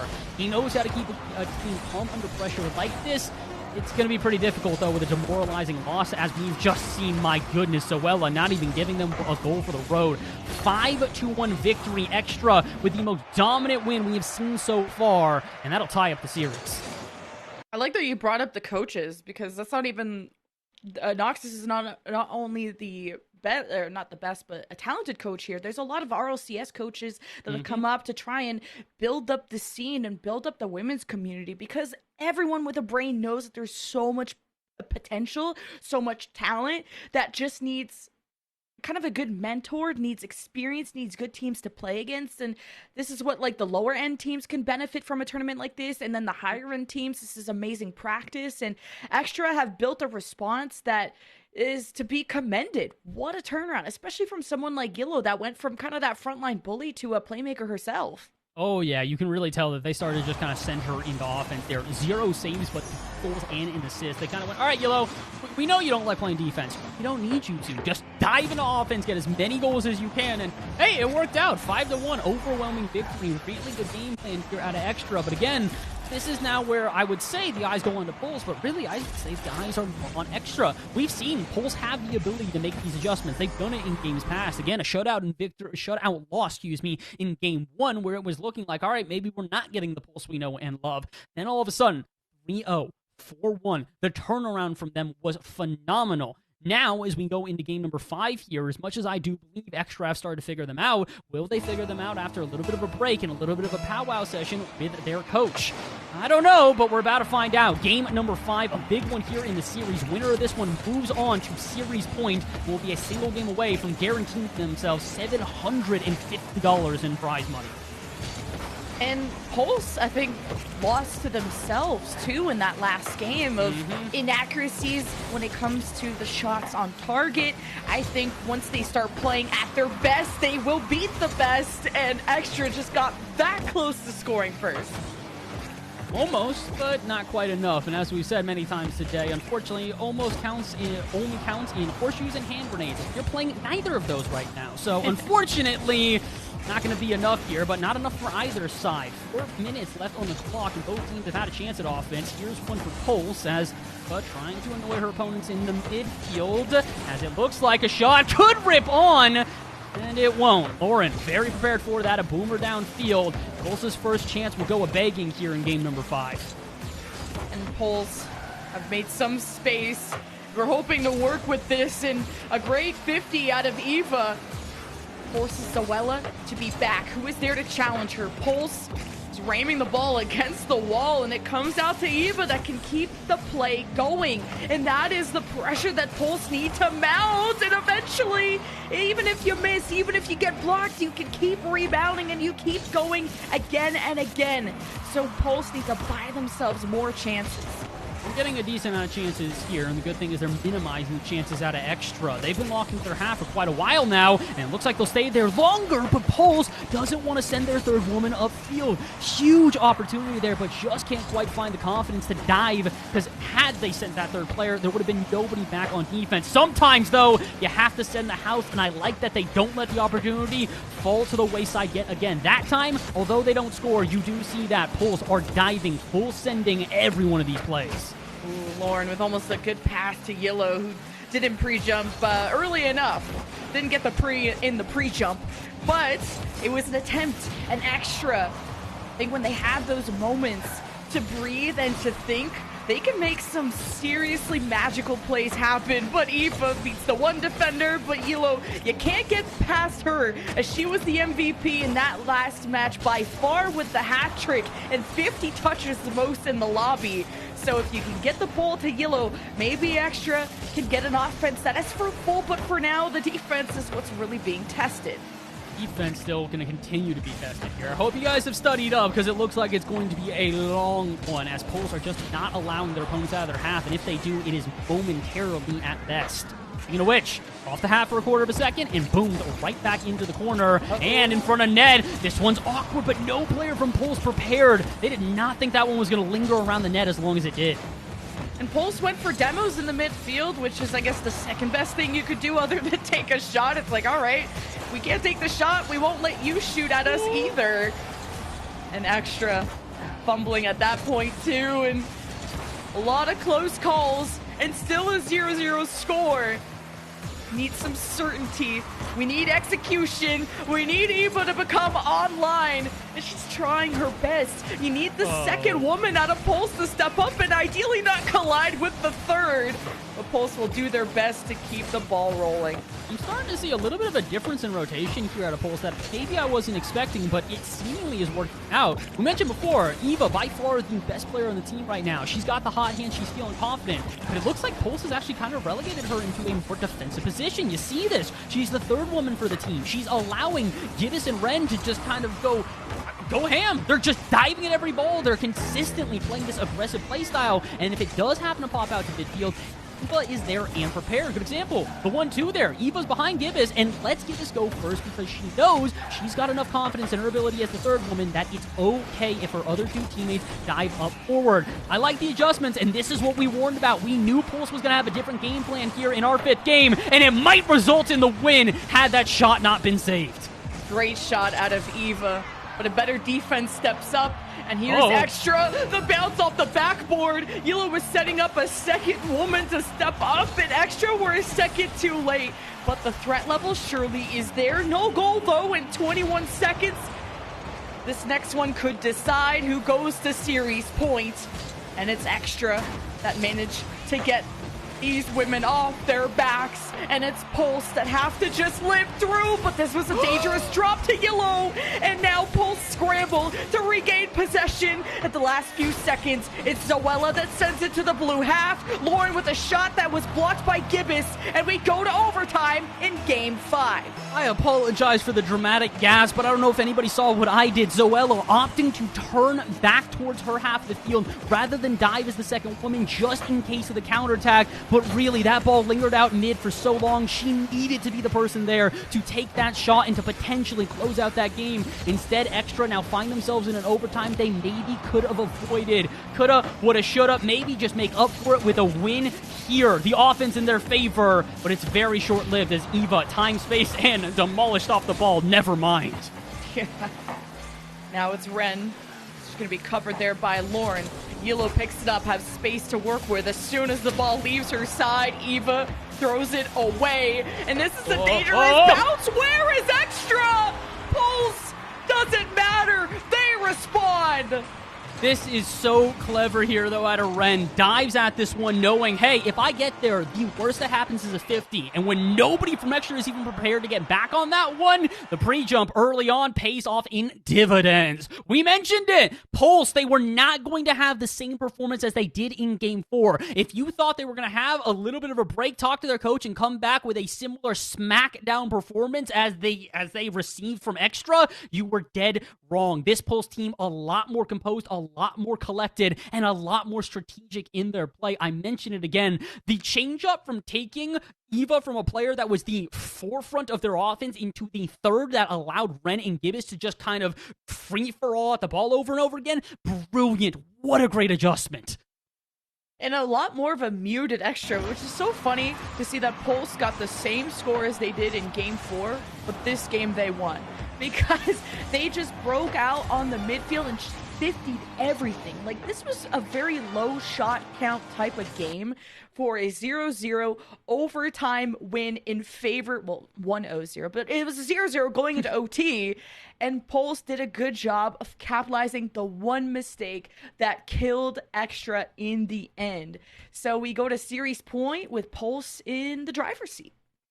They're in the driver's seat, and I'm very, very hesitant to say they're going to keep their hands off the wheel. I think that they're going to continue to prove that they are the ones in control of this series, if not for giving up an early goal. I will say, they do seem to be a very momentum-based team, so if Extra can find a way to just sort of, kick them in the teeth real quick, just sort of wake them up out of nowhere, maybe that'll change the outcome. But for right now, it doesn't look like it's going to happen. Initial offense from Extra as we start up game number 6, but very quickly, Pulse will respond.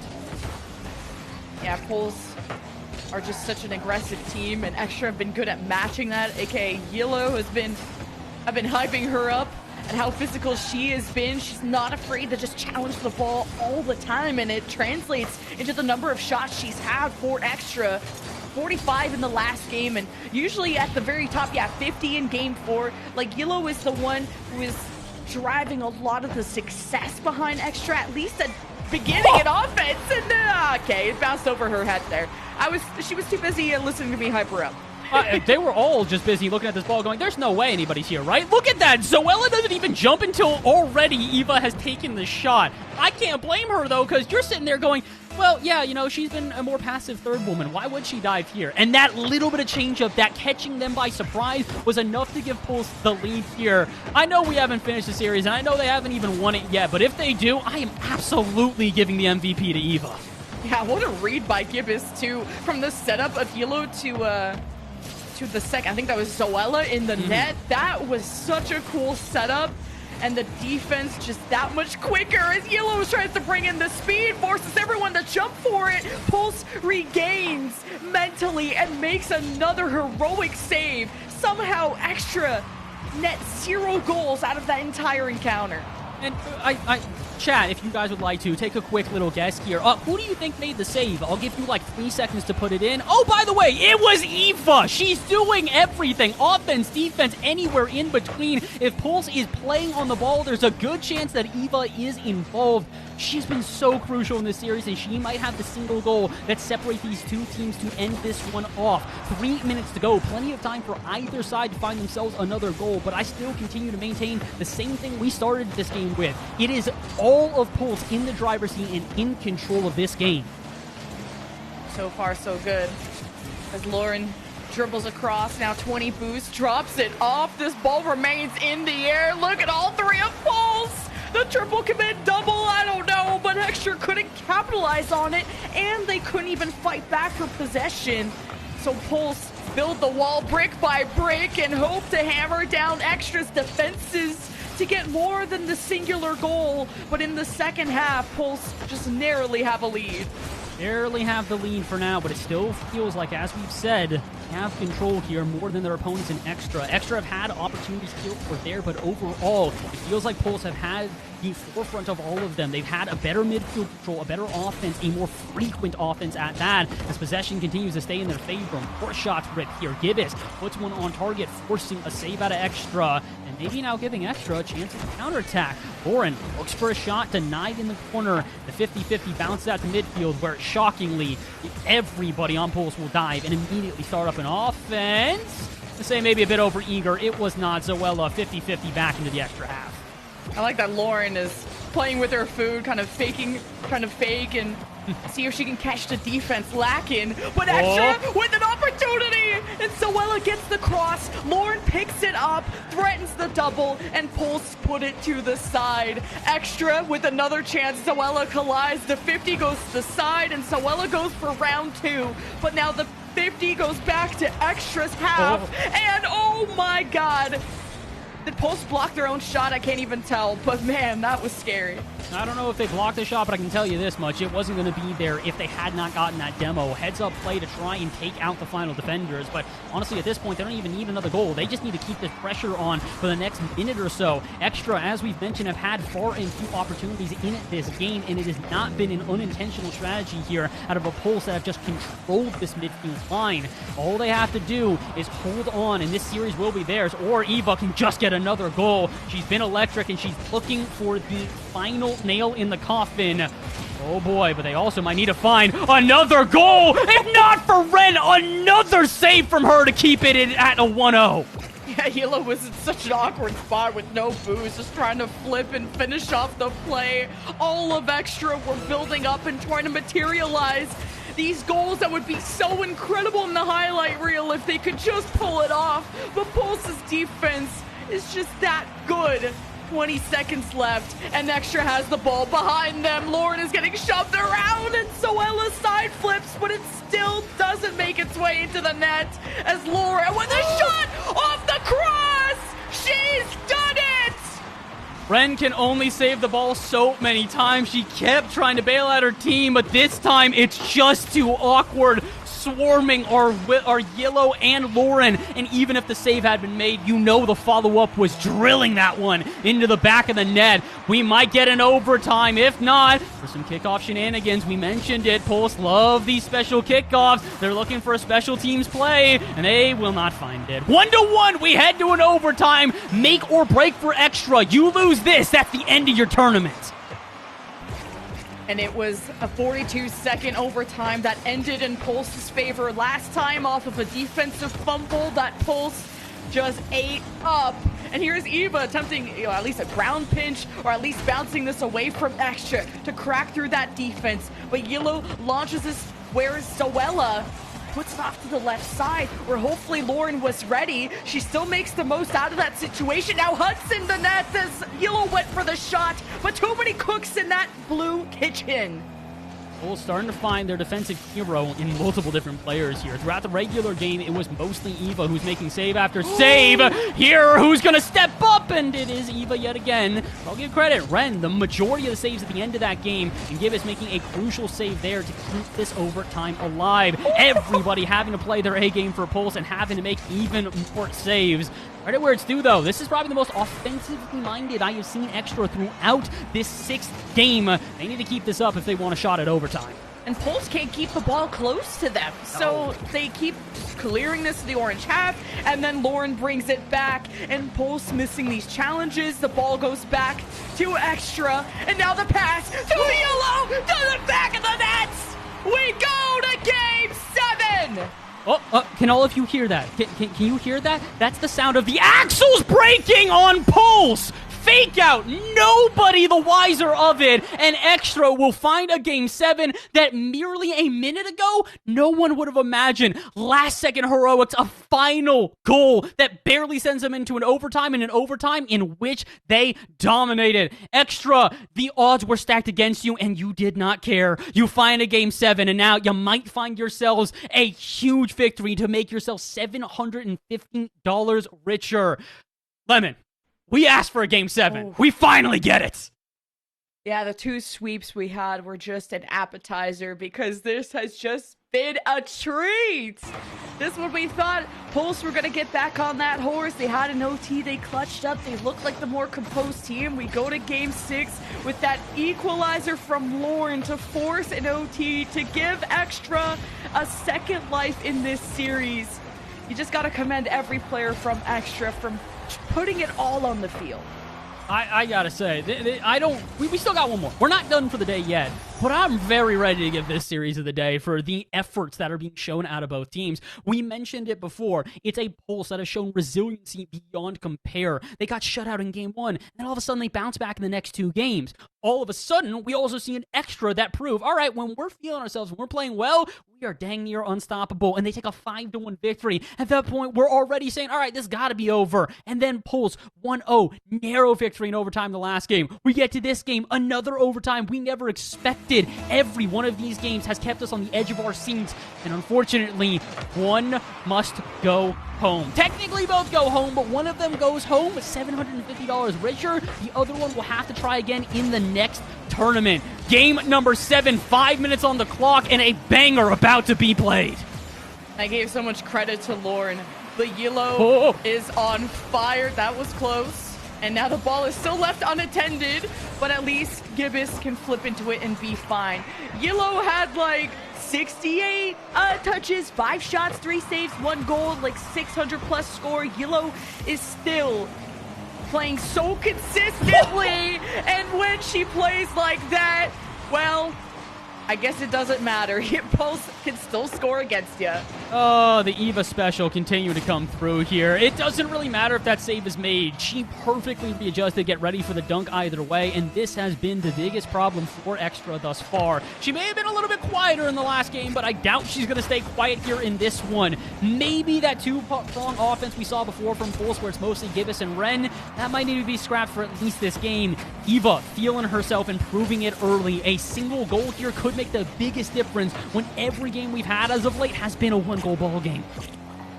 Yeah, Eva having one of her best games in Game 6, helping her team get to this point and start off on a good foot.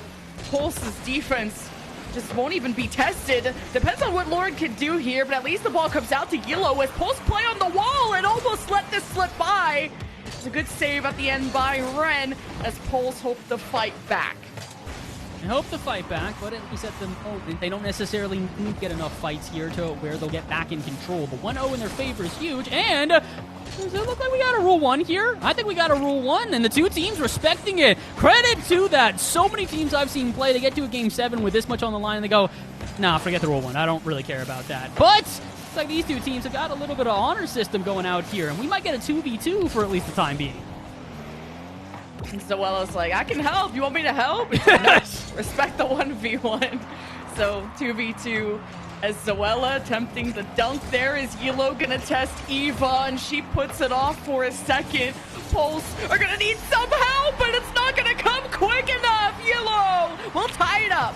Pulse playing this like they have 3 players. They see the space here in the corner, and Gibbous is expecting somebody to follow it up, but unfortunately, with your 2 players only being on the pitch, gotta expect the unexpected, and a cut in there from Extra is going to do enough. Now tie up the game. Respect to Pulse for having the 1-0 lead and still being willing to play out a 2v2 due to a Rule 1. It might come back to bite them, though, if they're not careful. 3 minutes to go. A single goal could be the deciding factor here, as the last 2 games, that has been the case.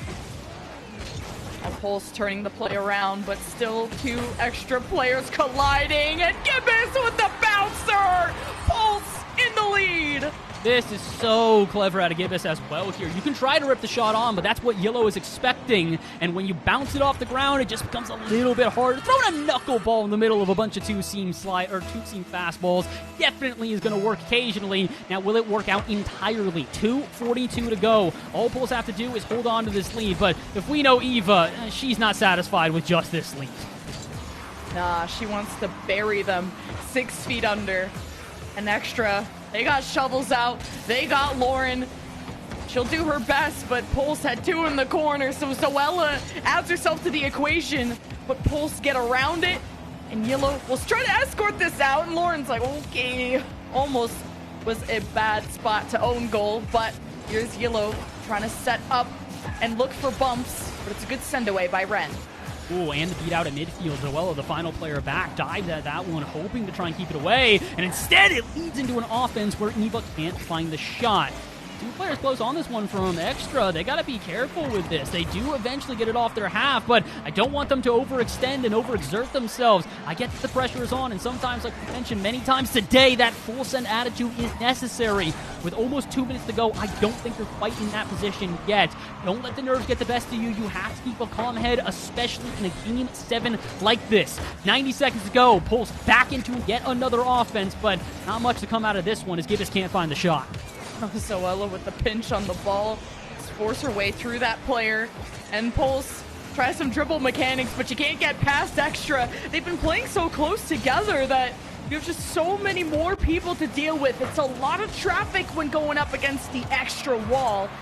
Pulse hunt down the ball, and at least we'll take some boost for the road, keeping Yellow at 0. Lauren on fumes as well. Zoella will do her best to try and bounce this out, but now Red stole this away. It's off the cross, and Pulse wasn't there to follow up.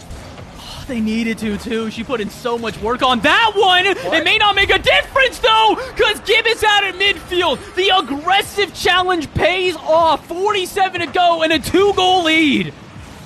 And that's Lauren and Yellow play close together, which is a good thing, but sometimes a bad thing. And they both played in the same position, 2 extended, thinking they were just having a momentum push to a counterattack. And just one better touch, Pulse might have solidified themselves in Game 7, but there's still a lot of time. But with the possession that Pulse have, every second they shred down from Extra is more possibilities for Pulse to keep this. Zoella sets it up in front of the net, but Lauren didn't think that was the right time, so she waits for her chance.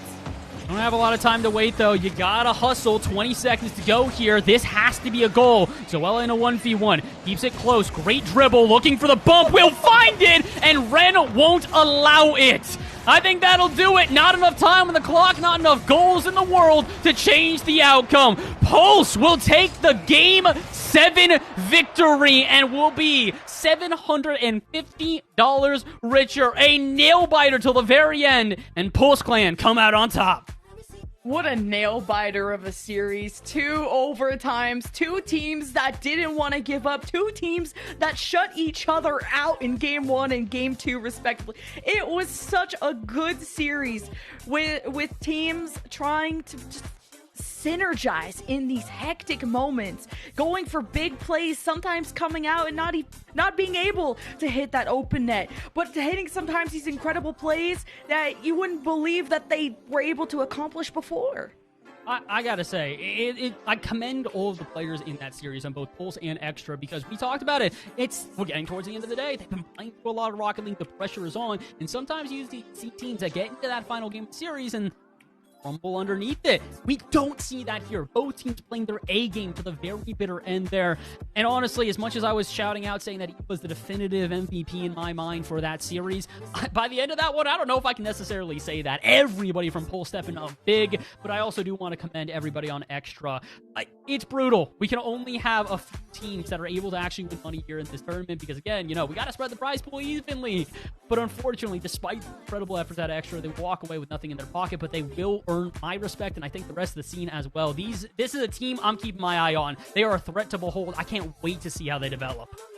And that's a lot of what gets you opportunities too at the very start, is earning the respect of people in the community. And it's how you take the losses and what you learn from it, and hopefully a positive mentality of improvement of what you really can achieve, because Extra were that close to beating Pulse, like to force an overtime, to come back from the brink of defeat. The best series of the day. I was entertained, and we still have one more to go before we close out North America, so don't go anywhere. A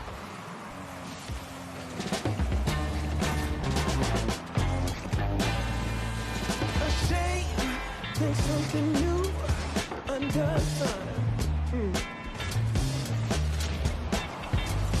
You can't take back some things you already done. No.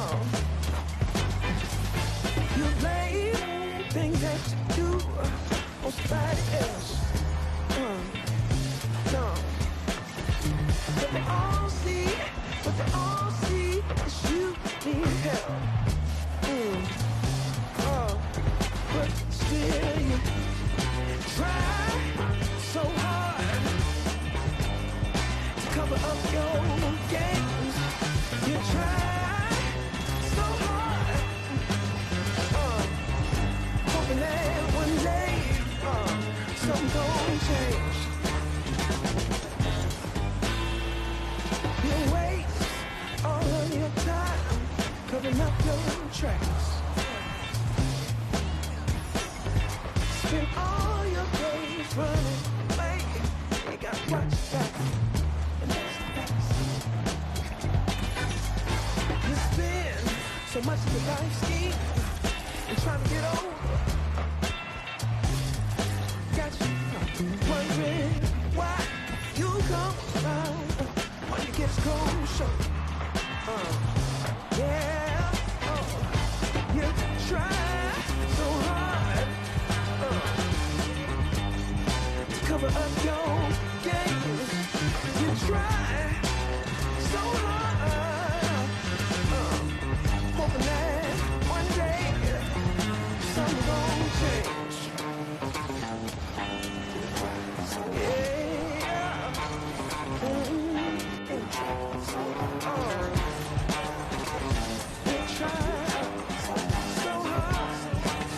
Yeah.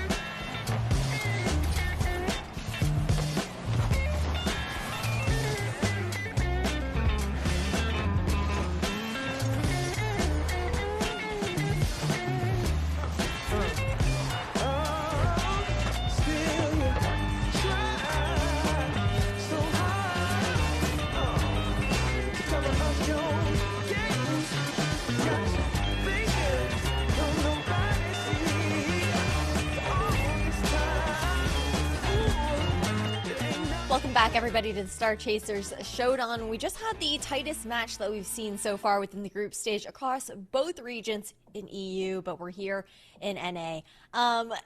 Bass, I mean, break it down for me. What ended up happening? Because the back and forth was pretty insane game to game. I'll try my best to break down what happened there. It really was a tale of just, I don't want to say two different halves, but it was really just two different sides of the team that we watched play. At the beginning of the series, it very much looked like we were going to see an Extra that was going to dominate. Then we saw a Pulse that looked like we were going to dominate, and that pendulum continued to swing back and forth depending on the game. Really, it was only in games 5, 6, and 7 that we started to see a even gameplay on the two sides, and it developed into, honestly, at this point, the best series we have seen all day. Major credit to Extra for hanging in there, but at the end of the day, Pulse was just a bit too strong for them. Yeah, it's pretty crazy, just the improvement that we saw, I think, for Lemon throughout these matches and throughout the day in general. Like, Pulse, we saw, again, some glimmers of that brilliance in their matchup earlier against Gen G, but now actually being able to show that to the audience in full force here in a much tighter series against Extra. Yeah, like kind of when we started this series, Bass and I were like, where was this pulse early? And then we're like, oh yeah, we remember the type of players that you had to face.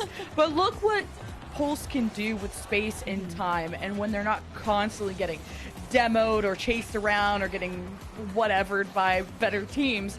Like, this was a more even matchup where Pulse looked like they were just in command of the series, and then maybe had one quiet game where Extra just dominated them, where Pulse let it slip by in game 4 and kind of took a step back, and you had a quieter game out of stars like Eva and Ren, or mainly just Ren in that game 4, that kind of made you think, well, can Pulse really have a clean series?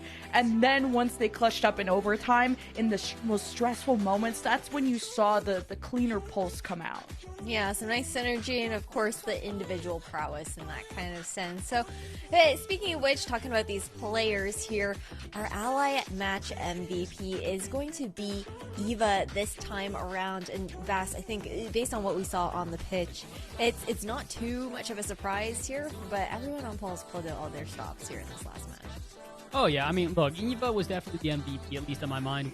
We're calling her MVP really early into not only the series, but really into her performance as a whole. She was just looking electric in every moment. I do agree, there definitely could have been an argument for any of the players, especially with the way that we saw Gibbous and Ren step up at the very end of that series. But, I mean, just look at the stats. Yeah. Saves, assists, goals all across the board. Just unbelievable play out of Eva. Absolutely unreal. And what's nice, again, is touching back towards that prizing that we talked about earlier multiple times. The fact that there is that incentive to kind of bring this level of, putting your foot on the gas in that kind of sense, Lemon, with the sense that you are playing out for that prizing. We managed to win out that 750, which sometimes it can be a little bit deflating, I think, in these round robins when you aren't doing so well, because so often I think a lot of those prize pools tend to only cover the top 4.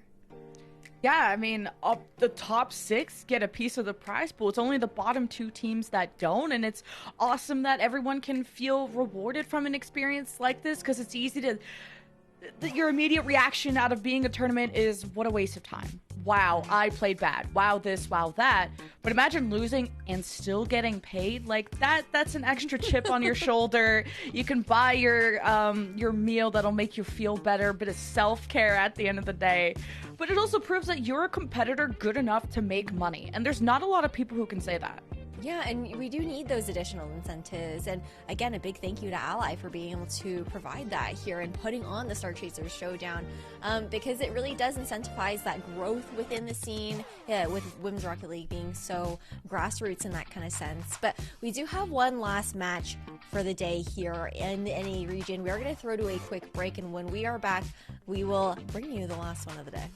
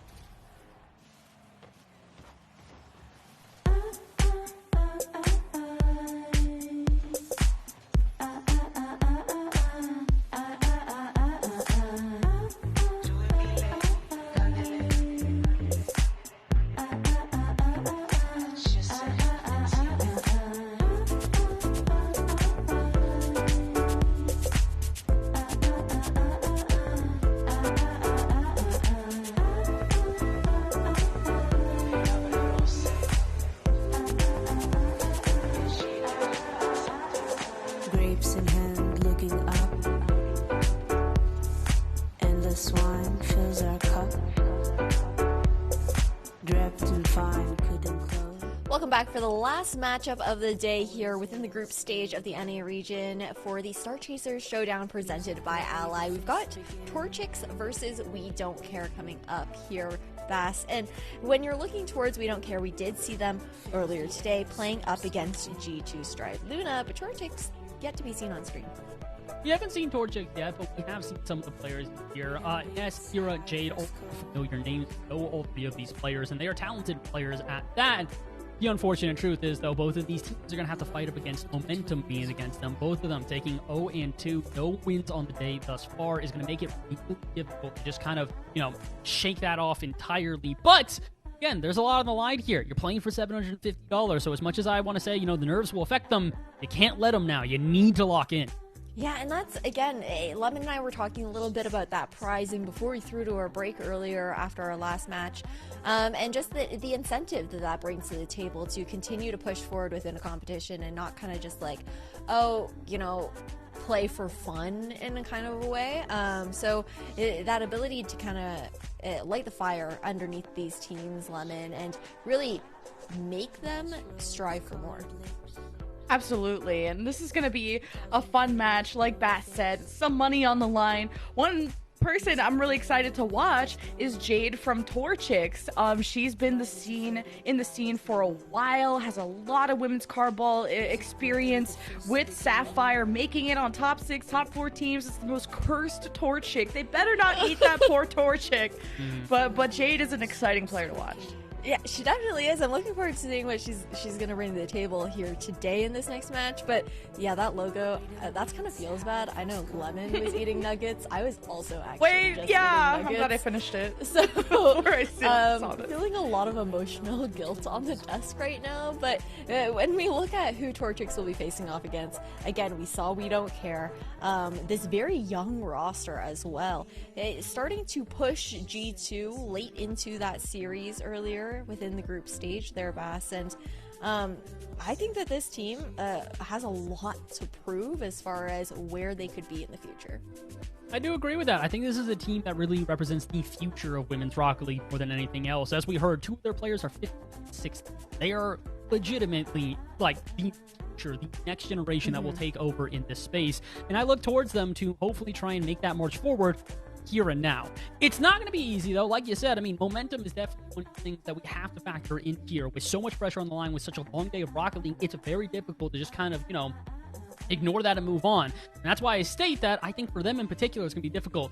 Young players, not a lot of experience. Pressure is going to be on them. It's going to be really difficult to just sort of shake those nerves off and play the series like it's, just any other series. Yeah, well, we're going to have to see what the Youngbloods are able to pull off here. We saw a lot of brilliance coming out from them earlier today. So let's just get into We Don't Care versus Torchics. I saw both of us rubbing our hands at the same time of let's let them cook. Our last match of the day, the Pokemon Chicken Nuggets versus a team that doesn't care. I'm not sure how to respond to that. I don't know what to say to Pokemon Chicken Nugget. I genuinely think that is a brand new phrase. I don't think that sentence has ever been uttered before. We might say it a couple more times here today. Torchics, in my opinion, though, do come into this one the favorites. And the reason I state why, We Don't Care on the day, have only been able to get a single game off of their opponents. Meanwhile, Torchics, they were 1 game away from avoiding this matchup and avoiding this scenario altogether. A 4-3 loss versus Troubleshooters earlier. It's going to make it difficult for them to bounce back, but it might also give them the motivation to now try and stop or to end the day with a win. Oh, and also start the game with a goal? Yeah, there was like a weird double commit out of We Don't Care. One went up the wall, but then We Don't Care is still trying to get organized there, and Torchics are not going to let them have time to figure themselves out. Look, I feel like we keep doing this. You and I are like taking notes. We're like trying to get ready for the series. You know, like we're trying to take this one calm and collected, and the teams go, nah, and just immediately out with the kicks, the jabs, the punches, the everything in between. But this also kind of goes to show why I'm stating that I think this might be a Torchics win. We Don't Care, the pressure on, and for an inexperienced team, that's a lot to handle. Just the demo from Jade, and it's just an all-around synergistic team of Torchics. This is like another day at the office, except they're 0-2, and this is maybe the last hour of the day on a Friday type thing, and Torchics are not kidding around, and it's taken everyone out of We Don't Care to attempt a 50, and now there's almost an open net that Nessa could have gotten a third goal off of. Torchics, I underestimated your game. I mean, unfortunately for us, we just haven't had a chance to check out their game throughout the day here. This is our first time seeing them on stream, and very quickly they're leaving an impression on all of us here in the booth, here at home, and everywhere in between. 2-0 here, very well earned, and We Don't Care that need to try and prove that they can still stay competitive in this game. I like what I'm seeing out of Yas there, though. Great readjustment off the sidewall. Fortunately, it didn't really result in much offense. Well, We Don't Care. Now the game has started, okay? We can just forget about that first minute, you know, and just play from an 0-2 spot. Maybe familiar, maybe not. We don't care. They still have a lot of drive to them, and it's Paige and friends hoping to just have some real estate to pull off these plays with, but they're getting 50'd in their own half. Like, they can't even safely clear before people are throwing shots on their net. Just more and more pressure, and you have to feel for We Don't Care right now. They're just trying to get some sort of understanding of this game, and meanwhile, while they're trying to look around and look, it's just Torchics come through. Quick jab, quick left hook, quick everything, and it's making it really difficult for them to even find their footing. 2 minutes gone here. Torchics back on even more offense, but Jade, contact there means that'll be a long ball downfield and give We Don't Care now a chance at offense. You hope so, once they get this ball back to the orange half, but then as soon as they try to pitch it for it, clear, Torchics are crossing them up. Paige manages to dodge the bump and then save the following shot. Torchics were so close to making this an even more painful game one, as this goes back to the defense of We Don't Care that don't have a second to even get a few more extra touches on the ball. Torchics threaten the backboard. Nessa steps up. It's a shot, but it's saved. Saved, and they're going to have to keep making a lot more saves like that on both sides. I'm starting to see the pace of play up itself tremendously as either end is diving at the ball with a lack of caution. Better or for worse there, as Torchics maybe needed to be a bit more cautious as the defense made contact there and didn't find an escape. They still will regardless, though. Paige not quite able to contain that one out of midfield, and nobody really prepared on We Don't Care here as all three players, a little bit like Pee Wee Soccer there, everybody clumped on top of each other, and again, this is where we talk about the nerves getting to them. We Don't Care did not look like this earlier in the day. They have to keep themselves collected. Oh man, Nessa and Hira connecting well, but just a better read out of Daiquiri to force this out. Paige tries to keep the play going, and now all of Torchics have just sandwiched themselves onto We Don't Care. So still some good midfield presence. Now a dribble from Daiquiri, heading towards the net. She's a rocket that can't be stopped. That's the momentum they needed, and that's the Daiquiri they needed to show up as well. Great touch off the ceiling, great control afterwards, and really well prepared for whatever challenge might be found. You can see here flying through the air. They're hoping to meet for a 50, and no 50 ever even found. Complete control for We Don't Care, but it's only momentary as they are still down 2-1. With 100 seconds to go, they've got the time, they've got the abilities, and they've got the goal as well! Paige, an ego challenge off the ceiling. Love to see it. Holy cow, I knew Paige had potential, but off the ceiling, no one challenges there. She's just the GOAT. An 0-2 spot. We Don't Care have generated 2 goals in 2-3 minutes and have now equalized things. Torchics might have started off confident, but how can you be now? And Yas almost tucks this in. It's a good salvaged moment by Torchics, but you're not out of the woods yet. Not with We Don't Care still threatening the net. They're trying to threaten the net, but unfortunately for them, the shots have been going just a bit off target. be a bit more accurate, they could probably find themselves a win here in game 1, especially as Paige is diving in and keeping the offense alive. Live, though, as Hira will, I thought was going to say give away possession. She's a bit quicker than even I can anticipate, and neither can We Don't Care. Now they're pressed into their half. Now they're trying to escape. Now they will not. Hira off the backboard. Jade for the follow, also off the backboard. No shot will be found as we are under a minute to play. We Don't Care. Break away for what could be the final time of this game. This could be kiss of death. Hira to Jade, and it just slowly rolls in through all the bumps and all the traffic. Torchics get back the lead when it matters the most. Oh, that dunk from Jade. You have to feel for We Don't Care. They turn the momentum. They start to look like they're back into this game, but a single Jade dunk might set them back entirely. 35 seconds to go. There's still definitely time for them to respond, but as we mentioned, nerves at an all-time high. You have to make sure you're cool and collected here, and also take the opportunities when they arrive. Hira, great air dribble out, though, to defend there, and not give up the goal until a play later. Yes, on the backboard, camping, and finds the goal. This is not the first time Yas has been the hero to save We Don't Care from the brink of defeat. She's done it in an OT situation before to bring her team into OT, and this could be the same thing. 20 seconds left. A 2-0 lead for Torchics has been minimized to a 3-3 scoreline, and it's right, floating on by as Zachary puts it to the side. Torchics centering this one out. Jade with her chance to shine. Yas hoping this lands on the floor for an overtime, but wait, We Don't Care have a chance. But Paige is all over Hira, and this is a chance for an overtime. Wait, she just keeps carrying it through. We're not done yet. We're not. This one stays up a little bit longer. Yas trying to continue it and will not. Impressive flick, impressive composure out of We Don't Care. That's what we were looking for. Now, can they turn that into a win here in game number 1? They'll at least turn it into a kickoff. That's a double commit, though. The counterattack from Torchics here could be deadly. We Don't Care have to scramble. And at least We Don't Care got back in time for this to not be left for a one-on-one situation. And a missed touch there from We Don't Care, and almost the finish by Nessa. But she got that long pass.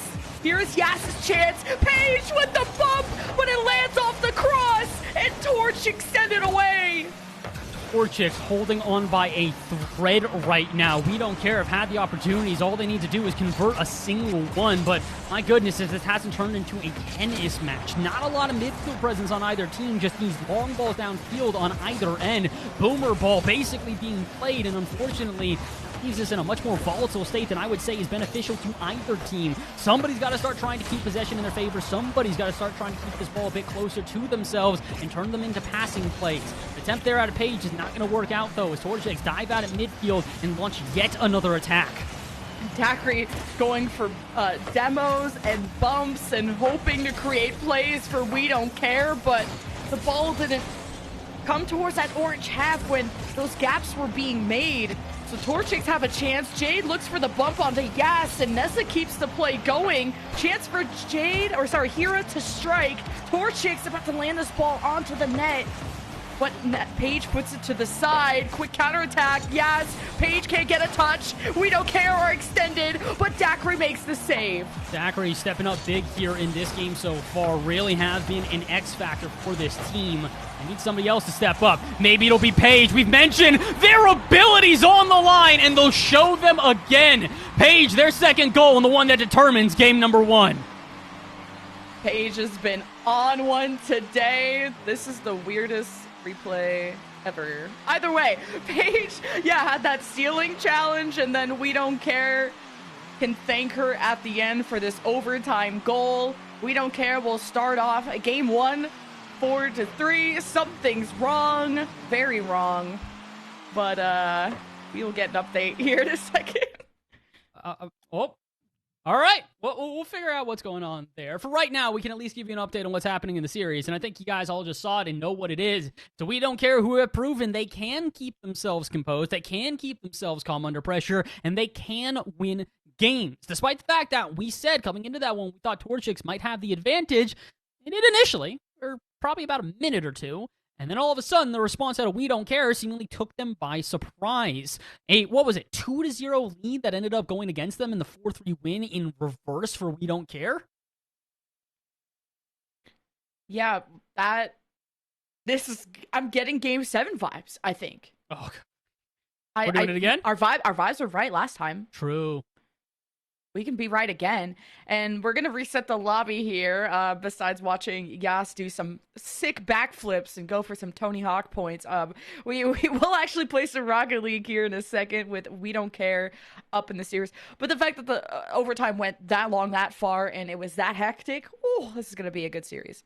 I hope this series continues to deliver at the caliber of which we have seen so far. And I think hectic is probably one of the best words you can use here, considering how hectic it's been. The two teams really aren't playing with much of a possession game here. In comparison to what we were talking about with a good midfield presence that was suffocating like we saw from the Pulse team we just witnessed, it's very different here, where we're not really seeing the same sort of suffocation, not seeing the same possession play, but rather individual moments of brilliance. We're seeing players send their first woman upfield to try and create an attack, and sometimes it works out, sometimes it doesn't, but we're rarely seeing the second woman come in and back up the first. Right now, I'm kind of looking to one of the two teams to start trying to play that possession game, start trying to play a bit more precise. Whichever one does, I think we'll take the series, but right now it's We Don't Care in the driver's seat with a 1-0 lead. Oh, jeez, yes. A good narrow save there right at the end before Torchics went for the finishing move.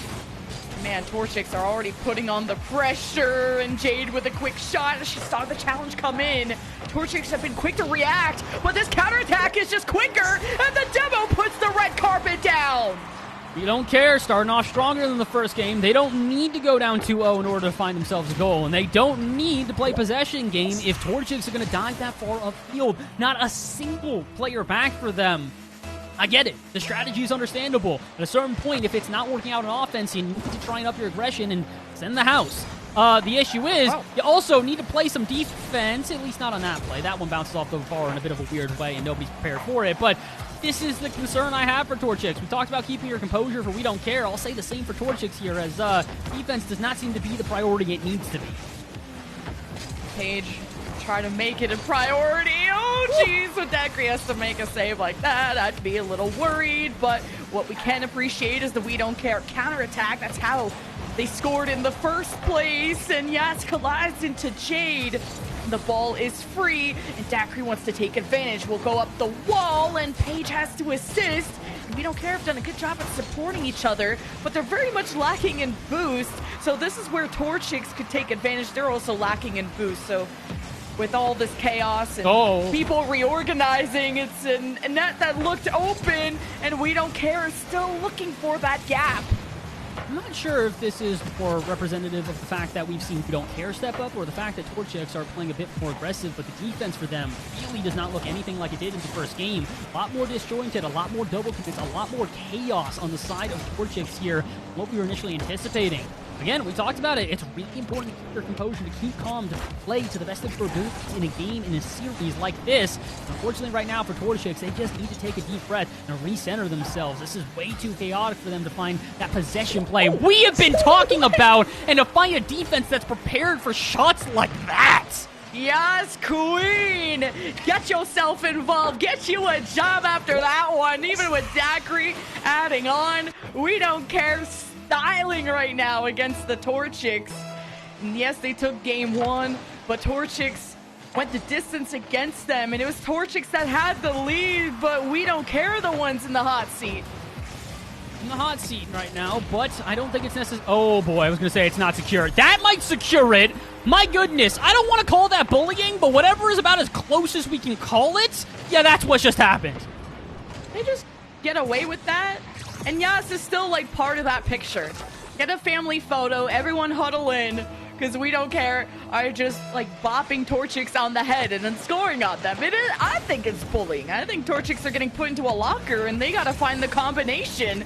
Right now, Torchics' defense will be challenged, and Jade has made magic happen before. She needs to link up with Nessa, and Torchics can take their time, but the 50s are favoring We Don't Care.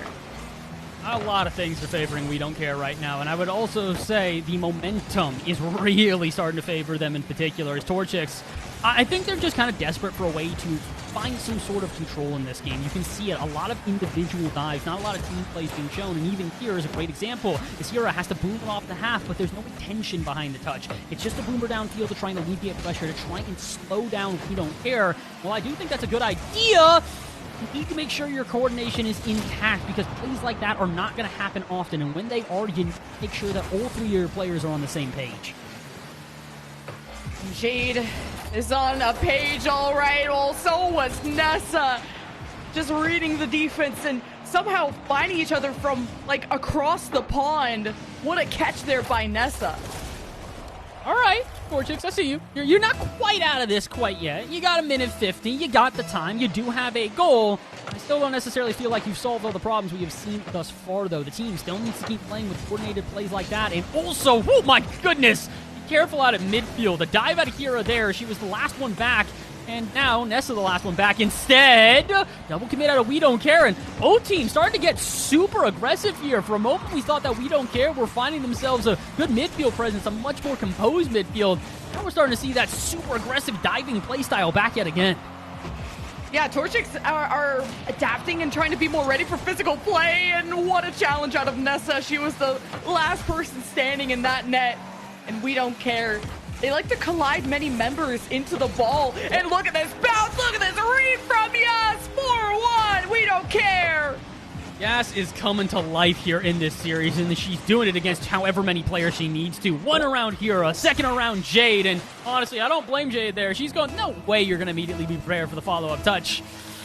You might need to start treating them like that. We Don't Care are not the underdog rookies that they once were. They came into this one with little experience. They're walking away from this one potentially 750 richer if they keep playing like this. Beyond impressive. If this is the future of the generations for Women's Rocket League, I think we're in good hands. We are. We Don't Care putting on a good show. But Jade received the ball and carries the momentum quite well. No boost, but a real chance. And what a save out of Yas! I thought that was in for sure. And that could have given Torchix a fighting chance to only be down by 2 in 34 seconds.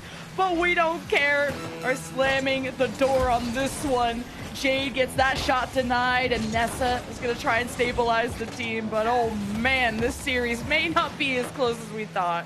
It really does feel like that overtime in Game 1 was the deciding factor for how the momentum would continue to swing throughout the rest of the series. I say that, though, when Torchics get a little bit of a fake, whether unintentional or not, it gets them their second goal.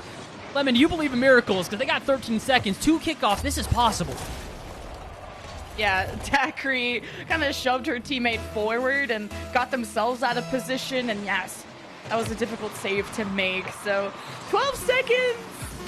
Yeah, let's see. It has to happen in the next 2 seconds, or it's just chalked. And Torchix looking pretty torch-chalked right now. It's not going to happen. I'm sorry, but hey, there's always Game 3.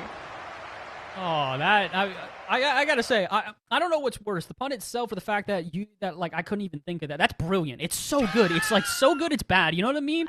Either way, I don't think I can say the same about We Don't Care right now. There's nothing bad about what they're doing. They're playing such a good game right now. Again, we talked about it. Game 1 was really a boomer ball, a tennis match with the two teams taking super heavy touches to either side. Only one of the two teams really corrected that here in Game 2, and it was definitely We Don't Care, and it was definitely Yas stepping up. A hat trick in that game really goes to show she is the X factor for this blue team right now.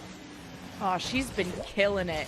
And it's the value of her goals, too. Not only in this series, but in previous ones. She's really helped save We Don't Care from difficult moments, from finding the equalizer to just adding on to the tally.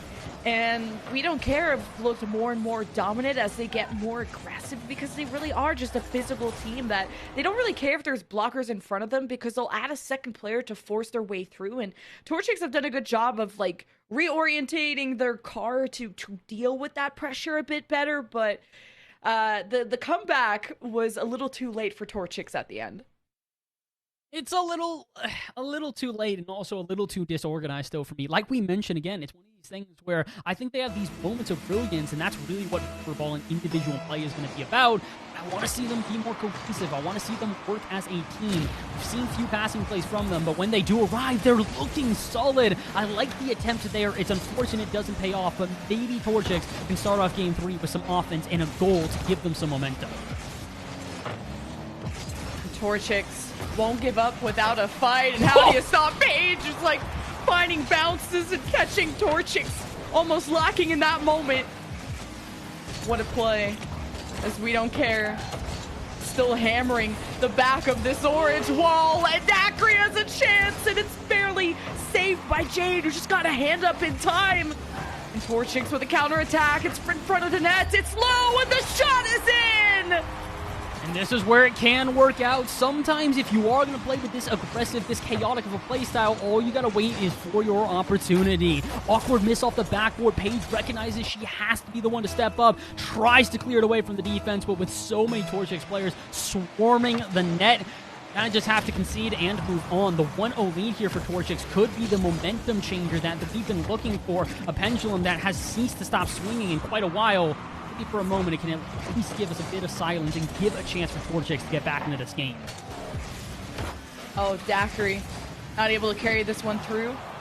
Good early challenge by Hira, and no, Dakri's opening up the net, but Paige can't get it on target. Hira tries to start a counterattack. She's got Nessa as her second woman up, but shoved off the play. Almost was able to just carry this on through. As Paige, man, this ball is not slowed down. She pitches it off the backboard, but really just concedes it to Torchics. Torchics, though, not finding an easy escape route off of their own half here. And it's really due to the low boost totals as they march off the pitch. Oh my goodness! Aura of their pitch. Goodness, I did not expect We Don't Care to almost give up a goal there. They don't end up conceding, though, and keep the 1-0 what's the word I'm looking for here? I was going to say defeat, but it's not defeat yet. It's a little bit of a deficit. That's the word we're looking for here. As Torchics continue to play with really good defense, but an offense that still leaves me wondering if there's a bit more that can be found.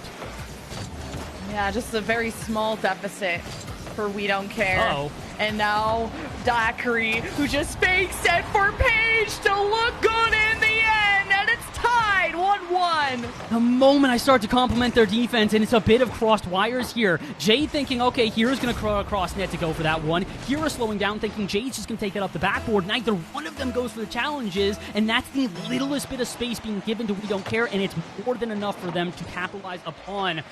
I like what we're seeing out of Torchics, but again, it's these individual moments that are starting to kind of drag them down. They're not playing poorly, but they need to be more coordinated. We talked about passing plays being necessary before. Their defense needs the same sort of team-oriented mindset. Otherwise, they're going to have problems in continuing here as Dakri just catches the whole defense sleeping.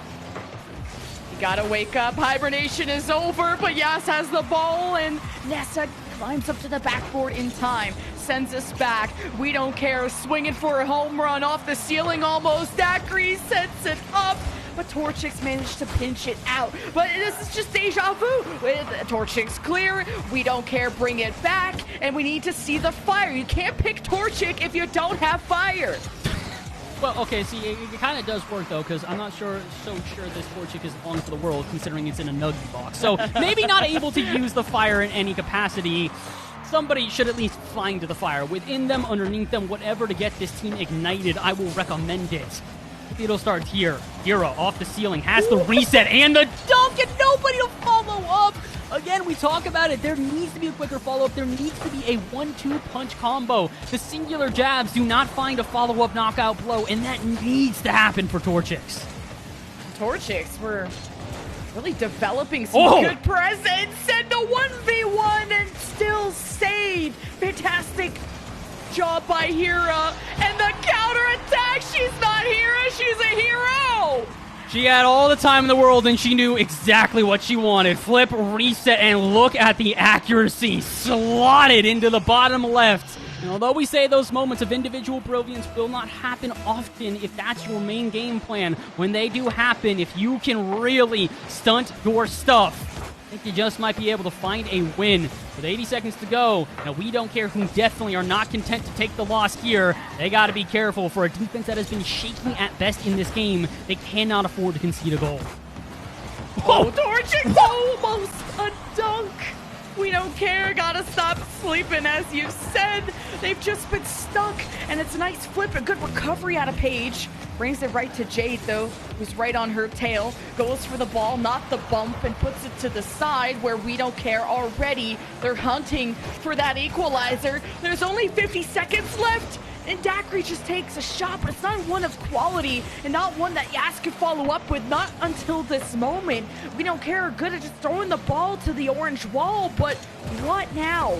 Yas with a powerful one, and Torchic save. That's a triple commit, though, out of Torchic, meaning Boost is going to be low and positioning is going to be a little bit frazzled. They need to play carefully as more shots bring on. Could there be another? We don't care. Let this dribble out. This one's open, but if not for the final save there, barely keeping themselves in, and are Torchics. The game's not done yet. Out at midfield, Yas there, Paige there, all of We Don't Care prepared to take this play and get a goal. They won't find it. Another save from Hira, and the offense will get booted off the half. Torchics probably going to take game one here, especially as they spike this down. Huge turnaround out of our orange team. Wow. Torchic, what a bounce back. And I really think it's We Don't Care over depending on being physical on the play to get the ball across the net. And I just think that Torchic got more used to it and were ready to dodge the demos and the bumps and whatever it was. They got the initial block, and then We Don't Care would put themselves out of position being over aggressive like that, which led to moments where Torchic could capitalize. Chicks did a great job at when the opportunity did arrive, they had a player step up. And it wasn't always the same player. It was always individuals who just found the moment. Speaking of moments, my goodness, Hero, what a flip reset at the perfect time. Yeah. These teams are starting to finally show why they are the best of the best that we have to offer for Women's NA Rocket League. They are incredibly talented, but the biggest issue we've seen today, as we've mentioned too many times to count, I must sound like a broken record, is that the pressure is on and composure is necessary. You need to make sure you keep yourself calm. You need to make sure you got a game plan, and you need to make sure you start off game court strong. Torchic lose this one. We Don't Care are on series point, and although there will be many games of buffer room for Torchic to pull it back, you never want to go down 3-1 in a series. Ooh, but We Don't Care we're just that close from making this look like a sweep. Until the one strat that they had, well, it didn't work out. But We Don't Care is still a mechanically fearsome team to go up against. And Paige and Yas were only just getting started. Now with these double commits from Torchic, they're just barely keeping themselves above water. They barely are, but as long as they're at least swimming and not drowning, it should be good enough. And theoretically, the water wings could, have a puncture at some point, and maybe it starts to get a little bit more difficult. But for right now, I think they're at least treading. And also getting an offense together here. We Don't Care, looking for something, but downfield, not going to allow them that. My goodness, I stuttered for a second as I did not expect a carry in front of Ned. We Don't Care. Maybe playing a bit more patiently than they should. I like the slowdown here to maybe try and play a more possession game, but oh my goodness, if they aren't playing with my heartstrings while they do it. Oh man, this is so stressful. And Hira off the ceiling just to slow down the play and let Torchic get organized, and We Don't Care. Now shoot for the fences. Torchic will get in the way. But now you just throw this right to We Don't Care. He'll take it up high, and Torchic have to back away. But at least someone is going to shake this up. You can't let We Don't Care just air dribble bump you again. That's what worked out for them at the start of the series. The Torchic, who looked awkward, We Don't Care, were just hoping to tap this in. Jade hoping to carry this through, and it's still so back and forth. I do like the fact that Torchics are starting to get way more prepared for these bumps, though. It's not that they're avoiding them. It's more that they're like, all right, cool. You want to send a player upfield that's going to have to be extra aggressive, overexert themselves? We'll just make sure that that player is occupied for long enough to where we have a second player behind them that can be prepared. It's a great adjustment here out of Torchics. It's what's kept this game so much closer than the last couple we saw to begin this series. Doesn't necessarily mean a guaranteed winning strategy, though, because We Don't Care. Continue to play aggressive, continue to play in the face of their opponents. And they can find one good opening, I feel like they'll have a goal, because we're at the halfway point, and neither team thus far has been able to hit the back of the net. Yeah, we don't care. Only sending one up on their offense, so you can't find the rebounds, and you can't build pressure in that way. But maybe it was just cycling to get boosts, and maybe we'll see We Don't Care show a bit more strength on their pushes. But right now, Torchics are the ones still stuck on defense. Now that We Don't Care if the rotation's through, 2 of them are without boost, so We Don't Care have to head back. Don't Care do get back into their own half, but they seem very prepared for it as Torchics really diving at this play, but somewhat haphazardly because it's left Hira in a 1v1, 1v none, or maybe the diving player will make the save. Not sure who it was, but props to Torchics. We talked about this. Their defense needed to step up in this series, and it has been stepping up tremendously here in game number 4. Fortunately for both teams, though, they played good defense, good offense, good everything, and it's resulted in the 2 of them being about as even as ever. We go into the final 100 seconds with not a single goal for either side, and finally the caster curse shows up today here in our final series. Oh, Hira is having such a good series. The MVP of Game 3 with the highest score and an incredible goal to now kicking things off for Torchics on the best of notes that you can hope for with time dwindling down. Torchics were good at absorbing the bumps and the physicality that We Don't Care keep throwing at them. And for Hira to land a shot like that says everything about what really matters. It's how you position on the field, and Torchics, they have a lead, and they've just been forcing We Don't Care to stack all their people on top of this wall and not really get anything going. Okay, Jade, I see you trying to go for the cheekiest little final touch there. Would have been impressive. Unfortunately, We Don't Care, like we said, in a pretty solid defense. They just need to keep playing a bit more offense, though, if they want to tie up this game. Be careful on the double commits there. It won't come back to bite you in that instance, but it could in future moments, and it also could come back to bite Torchics if they only rely on the one player on defense. They'll muscle through there, but it's not going to end the offense entirely, except for We Don't Care that fully retrieve. They're so scared about these counterattacks now, they are sending all of their players immediately back into their half as soon as the offense is over. No sustained pressure means that for this final 30 seconds, they have to find an opportunity and find 2 of them. Jade, another goal, and that should secure Game 4 for Torchics. Man, it's weird to see We Don't Care look this muted and this lost on the, or this, I guess, slow on the defense, where Torchics are beating them at every step of the way, it seems. Yes, not consistently, hence why it's only a 2-goal lead for Torchics, but for We Don't Care to go from a 2-0 series lead to that being immediately responded to by Torchics, this is trouble in the We Don't Care camp. Now 10 seconds left. They had plenty of time to get 2 more goals going, but Torchics, their 50s on the defense just seem unbeatable, and We Don't Care will have to go back to the drawing board. And this is where we talk about the unfortunate disadvantage of being such a young team in a tournament like this. They're feeling good. They're playing good through the first 2 games of the series. Now the pressure is on, though. They're starting to buckle underneath it, and we're seeing that in numerous different ways. Whether that be the fact that the team is no longer completely in control of that midfield and offense with an overwhelming amount of shots in their favor, as this game, they got more shots, but barely. 5-7 is not nearly the margin they need, especially considering 0 goals on 7 shots versus 2 for 5, 40% shooting on the other end. Kind of feels like the pressure's not only getting to them, but they are really struggling to find ways to alleviate said pressure. Even if it is individual challenges, that seems to be enough for Torchics to keep control. And when you go from MVP Yas with like 600 score hat trick in game 2 to a very muted Yas in that game 4 of about 100 score and a couple of shots, but they just weren't able to put up the saves. So that's a weird We Don't Care that we didn't start the series off with, but it's also Torchics adapting to the main crux of strategy of We Don't Care being such a physical team. And then Torchics just have really nice mechanical accurate shots that can compensate. Again, it's really not one of these things where I believe that it is, they're just straight up outplaying their opponents. But like you said, their individual brilliance and individual mechanical skill is good enough that if We Don't Care do give them an opportunity, capitalize in every time. Unfortunately for We Don't Care, I think this is the biggest game for them. This is the make or break. If they let Torchics take 3 games in a row after having an initial 2-0 lead on the series, I don't know if any team would be able to fight that momentum. So do it here and now, We Don't Care. Prove that you can take this to at least a Game 7. Game number 5 is officially underway.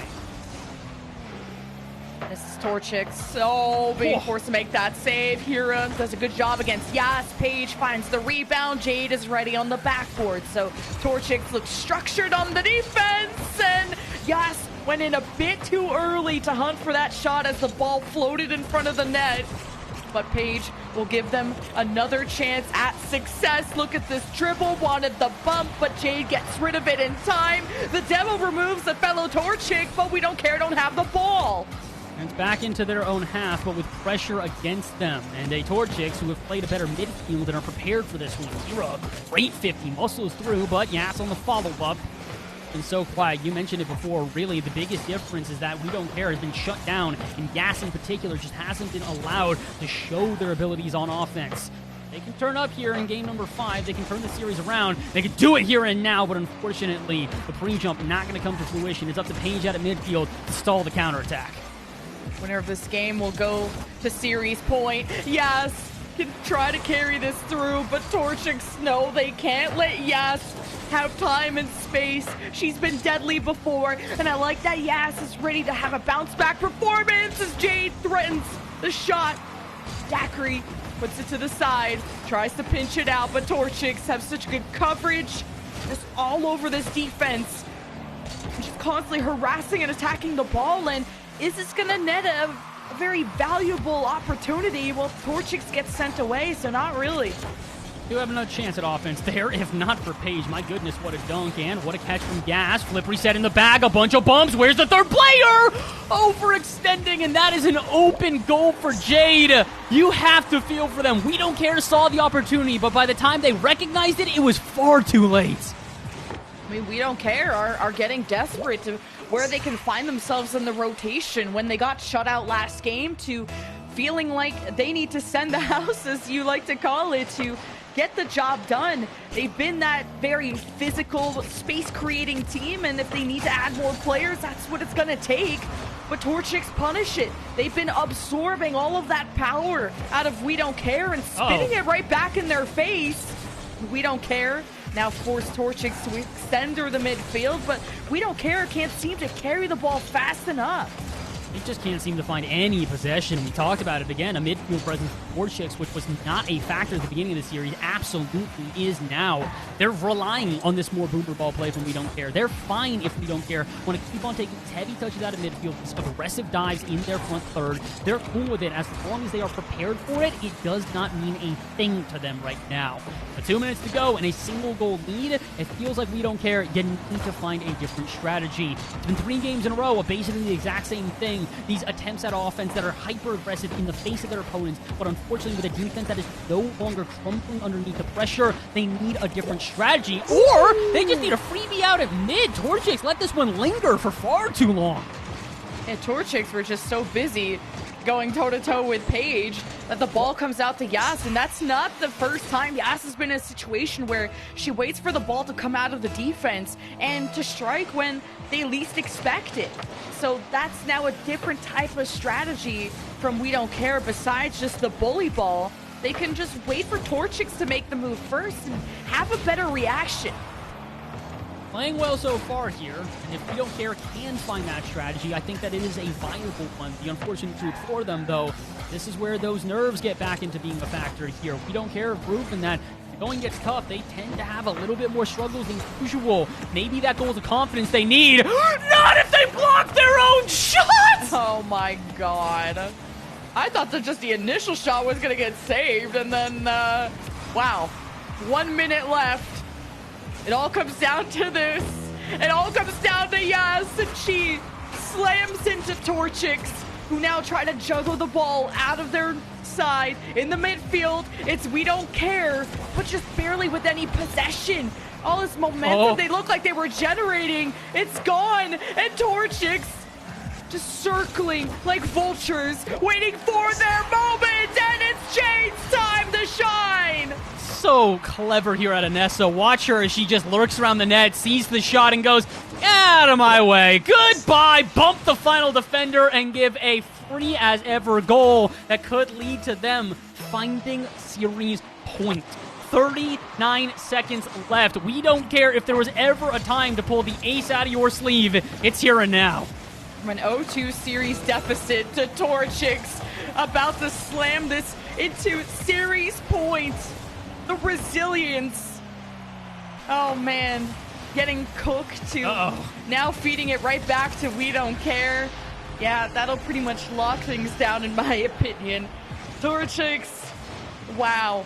To deal with we don't care bullying you around the field to now punishing we don't care's eagerness and hopefully not tiltedness.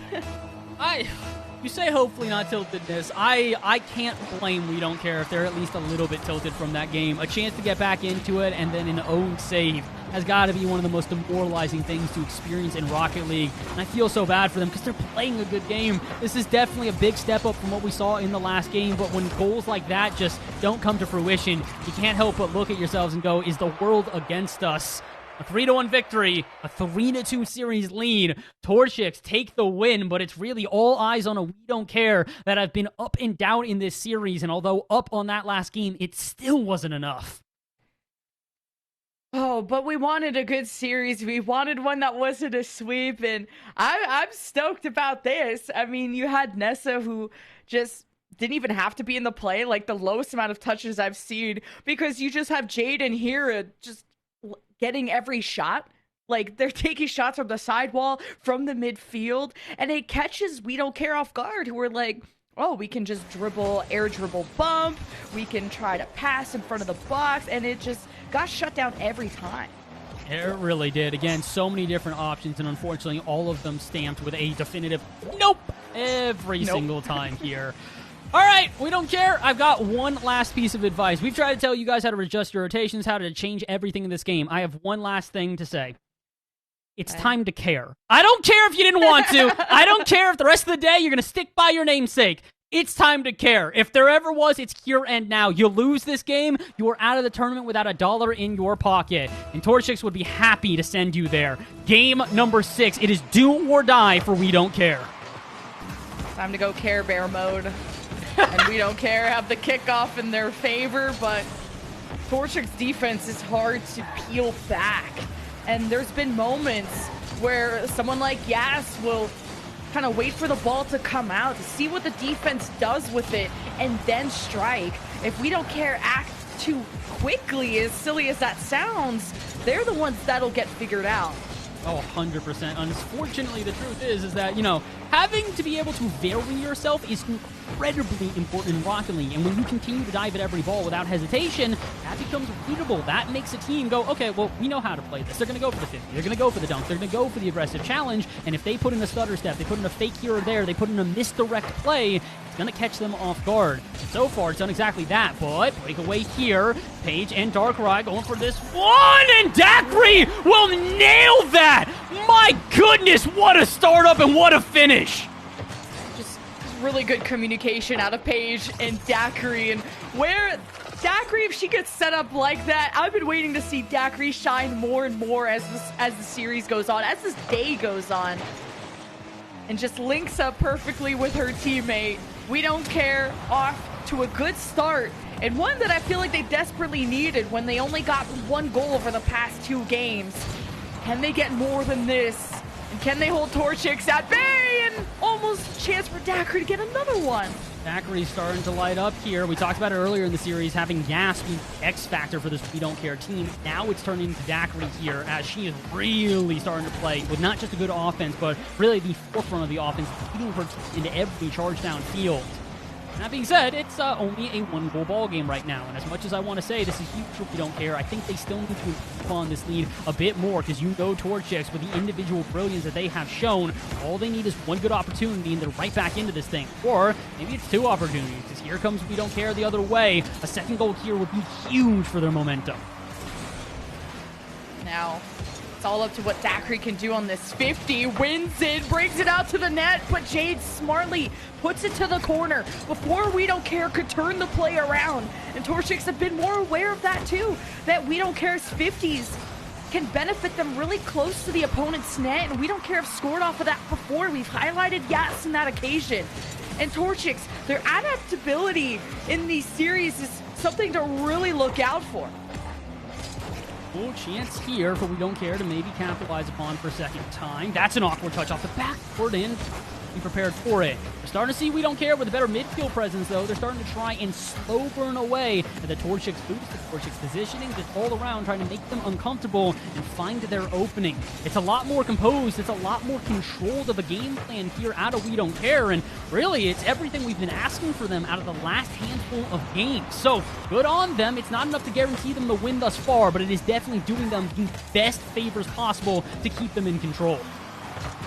Daiquiri setting up, yes, and dunks the Torchics, and We Don't Care with a solid enough lead going into the second half, and just looking like such a revitalized team, which is what we wanted to see, which is what could send us into a Game 7. I really, again, 2 minutes ago, I did not think we were getting a Game 7 based on the We Don't Care who... Look, in every reasonable scenario, if they tilted out after the loss they just took, no one would blame them. That's incredibly difficult to bounce back from. Instead, they took what could have been a demoralizing loss and turned it into, I'd say, the fire underneath them that turns it into a condition that gets them going. It's the encouragement they've been looking for throughout the series, and that encouragement is, we're not going down without a fight, and they aren't going down without a Game 7, especially if they had scored there. Unfortunately for We Don't Care, though, they had a full field retreat. I can't quite excuse that one, though. Daiquiri trying to go for the follow-up touch, can't find contact, and with 90 to go, they're not going to give up the lead yet, but that could have been a big goal for them to cement this game. And Jade has been such a stable person on the back front until Daiquiri just comes in and dunks on everyone. What is going on? Daiquiri having just a game of her life. Daiquiri has decided that it doesn't matter who steps up in this game. She will step up, and she will send us to Game 7 here. 3-0. I don't know if I can think of the last time we had a scoreline this overwhelming in this one. As much as it is, 3-0, it's not that crazy. We got a minute to go, and it feels like We Don't Care aren't even done. I would not be surprised if they score a couple more before the clock hits 0. Torchics, it's got to start with one, right? Every comeback starts with one, right? And this just sails above We Don't Care's head, and that was the comeback. I was trying to cast a curse or bless, depending on who you're a fan of, but oh my god, that was almost an open net. Thank God for the 50 out of Hira to just pop it to the ceiling. Now tries to ground pitch it, but Yas has a good read on it. Every second that ticks off the clock, the further and further I think that our initial vibe check might have been correct. A Game 7 on the horizon, barring a miracle from Torchics, and considering they have all the offense in the world and still can't score a goal, it seems like it's destiny that we get there. 2 Game 7s in a row to end off the day. I can't say I'm complaining by any stretch of the imagination, but Torchics might be. They had 3 games in a row. It looked definitive that they would take the momentum they built through the back half of the series and close it out. With 15 to go, technically it's possible, but if I were a betting man, I'm saying we're going to Game 7. And that initial shot at Anessa had everyone jumping, and not like the fun type of jump like at the club, like jumping at the ball and leaving the net open. But I guess you don't really care about mistakes like that when all the work has been done for 90% of the game. So Torchics on a defense too. It's going to take time to sail across to the other side of the ocean. And to not our surprise or to not our expectation, we will go to a Game 7. I'm just going to let the entire audience take this one in. I'm going to let you take it in. I'm going to let the players take this one in. I did not think we'd be getting here. I will be the first to admit, like we said after a Torchics who took 3 dominant wins in a row. Really, I'd say the third of those wins, maybe less dominant, but more demoralizing for how the defeat happened for their opponents. The bounce back here from a We Don't Care that we had many questions about. A young team, a rookie team, one which is unproven and many other cases might buckle under this pressure and the nerves of a Game 7 on the horizon. How do they stand up? I had doubts before. I have no doubts anymore. This team has proven they are up there with the best of the best that Women's Rocket League has to offer, and regardless of their age, regardless of their experience, they're ready for a Game 7. They're ready to close this series out. Torchics did a really good job too of shutting down We Don't Care did a good job of shutting down Jade, who I think had this heroic performance in game 5, having like an 850 score, 2 goals, like was just all over the place. Nessa could sit back and just watch, because Jade and Hero were MVPs, both of them, but especially Jade. And now you just had the other side happen. You had Torchics just be muted all around, not really know how to set up someone like Hero and Jade for success, and not really get the other team to make mistakes. Well, let's see which team plays a more perfect game here in game number 7. Stakes really have been one of the biggest factors in this series. If you see your opponent slip up for a moment, you know you have to capitalize before they can react. That's what might have to be the X factor, the difference maker, the individual thing that separates these two teams in this game. Or maybe it's just the shots that don't go on target! The follow-up will! Nessa will get it, and what a chaotic way to start game number 7. Yeah, what an absolute scramble that happened in front of the net, where Yas comes out, leaves room for Paige to save, and then it just goes from post to post, from coast to coast. Torchics will have a lead, and this has been sort of a trend this series, that as soon as the game starts, somebody scores. I gotta hope, though, it's not gonna be too demoralizing here to We Don't Care, a team that we've talked about, needing to make sure that they keep their nerves about them, to make sure that they don't just start to see the Torchics warm up and get nervous, get scared of the gameplay that's in front of them. When they play confident, that's when they play the best, and an early goal could be... Okay, never mind! It will not be something to set them back. It'll only encourage them further. Oh, welcome back, Yas, to the show. Just a show-stopping play. Oh, Yas with the solo play. We don't care. We'll have a response. Picked up the phone, and now can just get themselves back in this game. Daiquiri just diving at that one. We don't care. Still have to be measured on their aggression. That's something Torchics have been punishing them for before. They punish here. No, not quite. Half volley. You'll send it back out to midfield, where Daiquiri, time, space, and a lot of boost. Yeah, I can understand immediately sending a player at the net! I have no words! A huge chance for We Don't Care! A huge mistake from Torchics, and all we can do is say play on! Yeah, We Don't Care. We're gonna keep the press on, and this ball comes out. Jade, you just can't get past her once she's set up and comfortable on that defense. But We Don't Care. Keep finding the rebounds. Nessa helps get it out. No, Daiquiri is just trying to draw out Torchics from their den.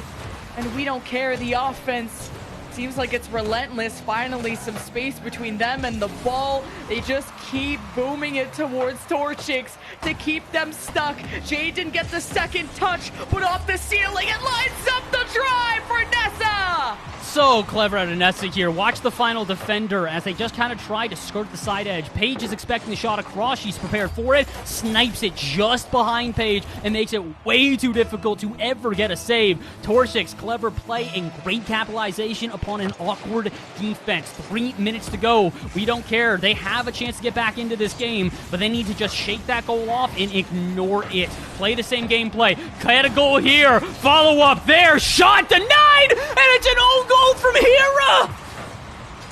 Forced out of Daiquiri, though. All 3 of We Don't Care. Putting it all on the table. Risking it all for the equalizer at 2-2. As Torchics just couldn't handle the heat in that moment. It's game 7, and there's money on the line, and everyone's getting locked on this kickoff, and Paige flicks it above and makes them all look silly. This is the most chaotic game we have seen all day, and I am absolutely here for it. The lead continues to flip-flop back and forth between the two teams. We Don't Care who refuse to ever let Torchics get a moment of reprieve. I mean, we're only 2 minutes into this game. We're not even at halftime, and we've got 5 goals. Let's make it a 6th. Yes, denied, but the offense back for We Don't Care. There's Torchics. I couldn't launch this down the field enough. Not with Paige there and Daiquiri part of the equation. You might as well get subtracted as Yas swings for the fences. But We Don't Care might have extended far, but the ball is slow enough that We Don't Care can get reorganized and apparently come back for more. But Yas has no boost. Had fun off the ceiling, but it's Torchics that are gonna squash that real quick, and it needs to be Hero that dribbles this above and beyond, below the defender, and stopped right at the line. Barely keeping that one out, We Don't Care, and they got to be happy about that save and the follow-up one we see there. A one-goal lead for them is definitely not secure enough, but they'll be happy to take it if it is what's required. They'll be happy to take, I think, another own goal. Torchics, the defense, just failing at the absolute worst of moments. Oh. At least they can high-five each other with the own goal. Trying to go for the demo there. You try not to demo the ball into your own net, right? So it was the player intended. I think they got in each other's way, and gotta shake that frustration off. Torchics have been composed, playing from an 0-2 series deficit to forcing a Game 7, and We Don't Care. Have kicked them right where it hurts. And We Don't Care, just gonna escort this ball out. Yas hoping for the redirect out of Paige. And it's Daiquiri in a front position to keep Torchics unable to fly, but Hira just brings it across. And now Jade can take a shot. No, sets it up for Nessa, but We Don't Care hole. Torchics still not going to give up in this game, though, with 90 seconds to go, and the only thing separating the two teams being the own goals here. You know they do not believe that they are out of this game. You know that they believe they can still find a way back, but they need to score on chances like that. Waterfall off the ceiling. The two defenders back for We Don't Care, well prepared for it.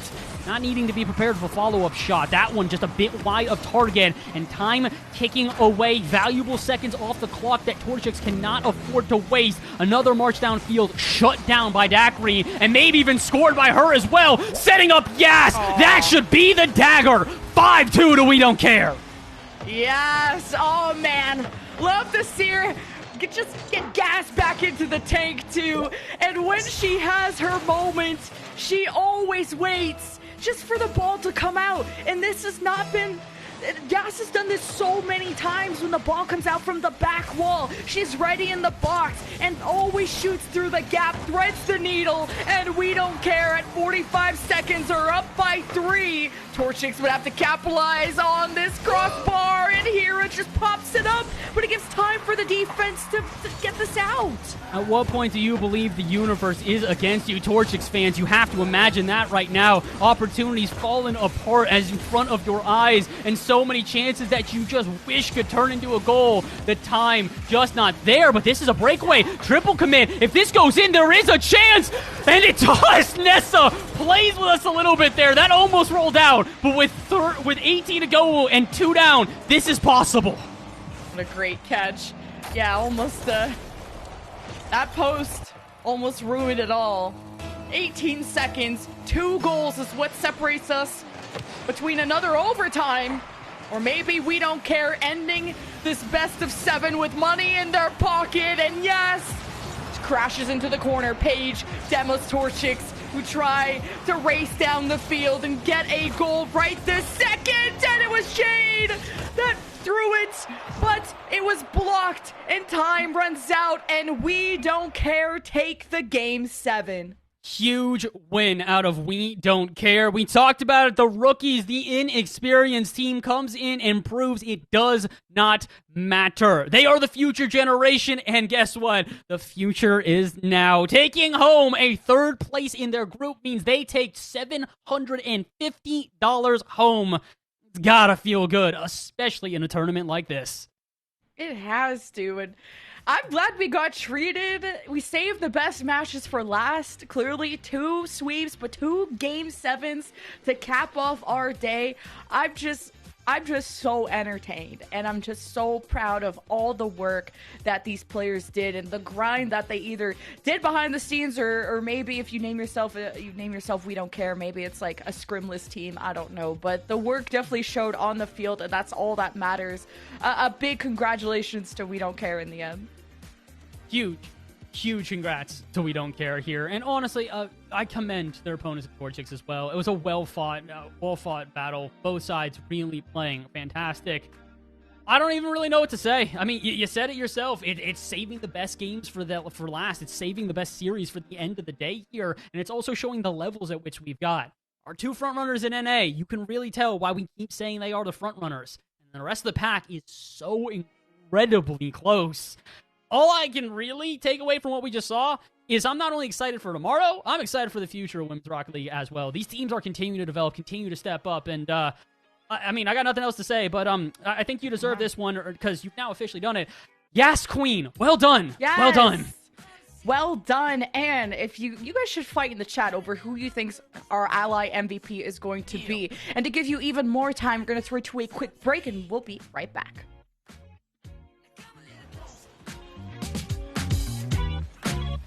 I'm feeling light in the light track. I felt a bit of bad, but I came back. Still a little light in the light track. Still a bit of good, so good. And I know just what to say. And I know just what to do. And I'm so sick of pain. But it's all too quick with you. Losing this game, I can't afford to be losing this game. And I know it's safe bad. Losing my mind, can't find the words, no, I can't seem to find. But I'm really trying again. Reason right, let's take our time and choose whether we win or yellow, whether we did or shadow. Please me now, 'cause we're about to lose. Whether we buy or hello, whether we stay or jello. Sometimes funny me, you want a little bit of gasoline. I burned out, so to speak. Come a little closer. Here's some disclosure. Do you mind to quit your pretending? Truth or false, the shit never ending. Hear me now and stop condescending. You see, I'm begging, you hear me begging. If you're sick for love, don't try to hide it. Find it deep inside and try to hide it. If there's a way, I wanna know which way to quit your games and now that you're denying it. Losing this game, I can't afford to be losing this game. And I know it's safe bad. Losing my mind, can't find the words, no, I can't seem to find. But I'm really trying again. Reason right, let's take our time and choose whether we green or yellow, whether we deep or shallow. Please me now, 'cause we're about to lose. Whether we buy or hello, whether we skip or jello. I got room and make amends, but can't go through the same regrets. It could feel so good on mine. Love by love, again.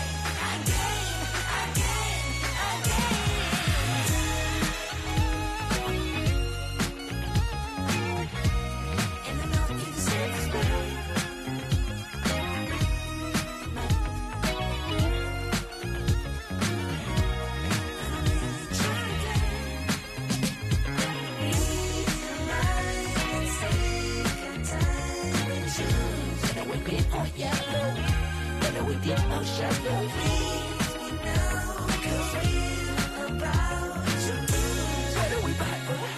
What a way to end off the day, heading to another Game 7 here for the last match of that round robin. Again, a big congratulations over towards We Don't Care for their 4-3 up against Torchics. But Levin, I mean, when we're looking at how this series kind of pans out, I know it seemed like somebody maybe spilled spaghetti on the pitch in that last game with like some of what was happening there. But overall, both these teams, aside from some of those own goals that I was just joking about, they both looked really, really good in this head-to-head, and Torchics even took us by surprise. It was a fun series that didn't look like it was going to be fun with how it started. Like, We Don't Care. We had already saw their gameplay, so we know sort of where their potential was. And I say sort of because they faced a very, very difficult team in the past, and now that there was a one more at their level, we were wondering, were they going to be better? Were they going to be worse? Who knows, right? Because sometimes you underestimate your opponent and you play worse. So it was what version of We Don't Care we were going to get, and we saw the solo mechanic potential out of people like Paige, out of people like Yas, who maybe got frustrated at some points when Torchic started to come back in the series. But we were entertained nonetheless, where We Don't Care were just cleaner and closed out in the end. Yeah, they really picked things up, but looking at the way that they were struggling, I guess, mid-series there, Bass, what was going on? What were you reading on the pitch as far as what Torchics were able to take advantage of, making it that much tougher for We Don't Care to close it out? In my opinion, it was more on We Don't Care than it was on Torchics at that point. I think that the nerves got to them, and that's, again, understandable. You're playing up against the highest level of Rocket League. It's very difficult to keep your composure, as we mentioned many times throughout the series. This is a We Don't Care that don't have a lot of experience. They're a very new team. They're a very young team at that. And when Torchics, who, it was 2 games in a row where they just kind of like cruised on by, all of a sudden, that same Torchics team steps up, and you're sitting here going, and you gotta fully adjust. That's hard, and I cannot blame them for having a little moment of where it just took them a little bit to adjust. I'm glad they did, though. Their performances in Game 6 and 7 were monumentally better than what we'd seen prior in the series, and I think they deserved the win after they were able to step up like that.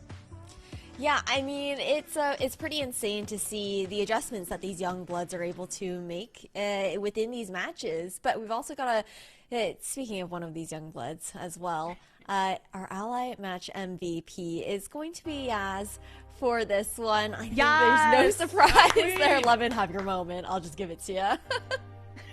Yes, oh my god, what a killer. Like, such an innocent looking normal name, but an absolute demon on the field. Like, she was just playing in the opponent's half. Like, you just don't know what she's up to. She looks like she's just cruising, having a Sunday drive, and then boom, turns her car around as the ball comes out and she scores on you. Like, expect the unexpected. Yas is on the hunt. She was incredible to watch.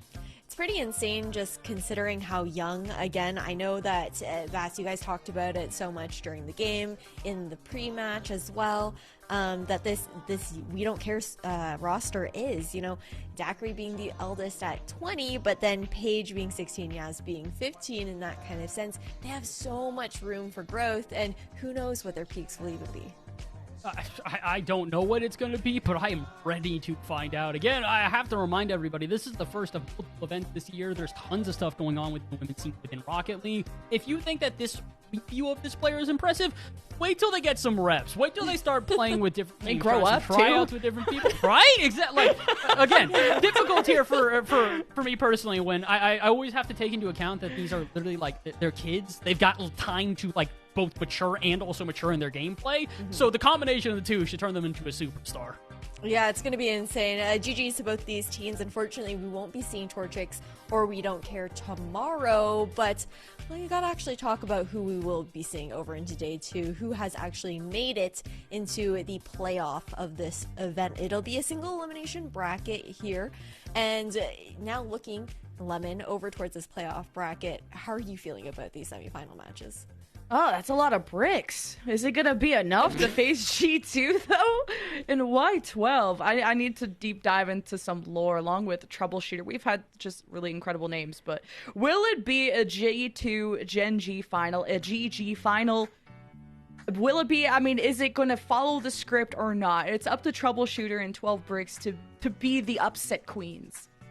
Yeah, that's the big story, right? I think consistently when you're looking within the Women's Rocket League scene in general, there's always that story of, okay, these top teams who have very consistently stayed within like the top 2, top 3 kind of placements, and then everyone who's trying to almost play that catch-up game.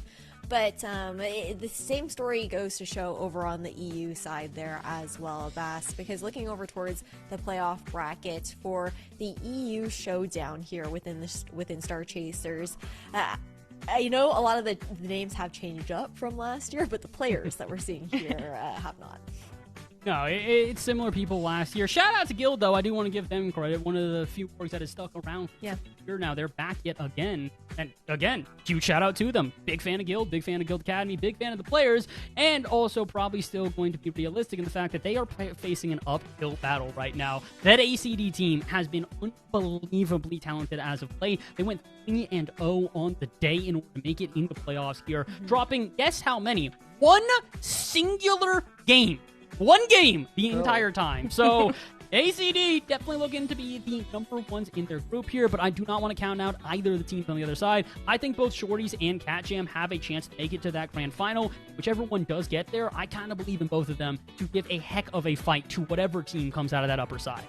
Yeah, I'm really excited to see what Day 2 does end up bringing now that we do have to say goodbye to a few of these teams here within both NA and the EU region, and seeing that top 4 heading into tomorrow for both regions here. But that's a wrap, guys. I mean, thank you, Levin and Bass, for being on the desk with me today here for Star Chasers Showdown NA.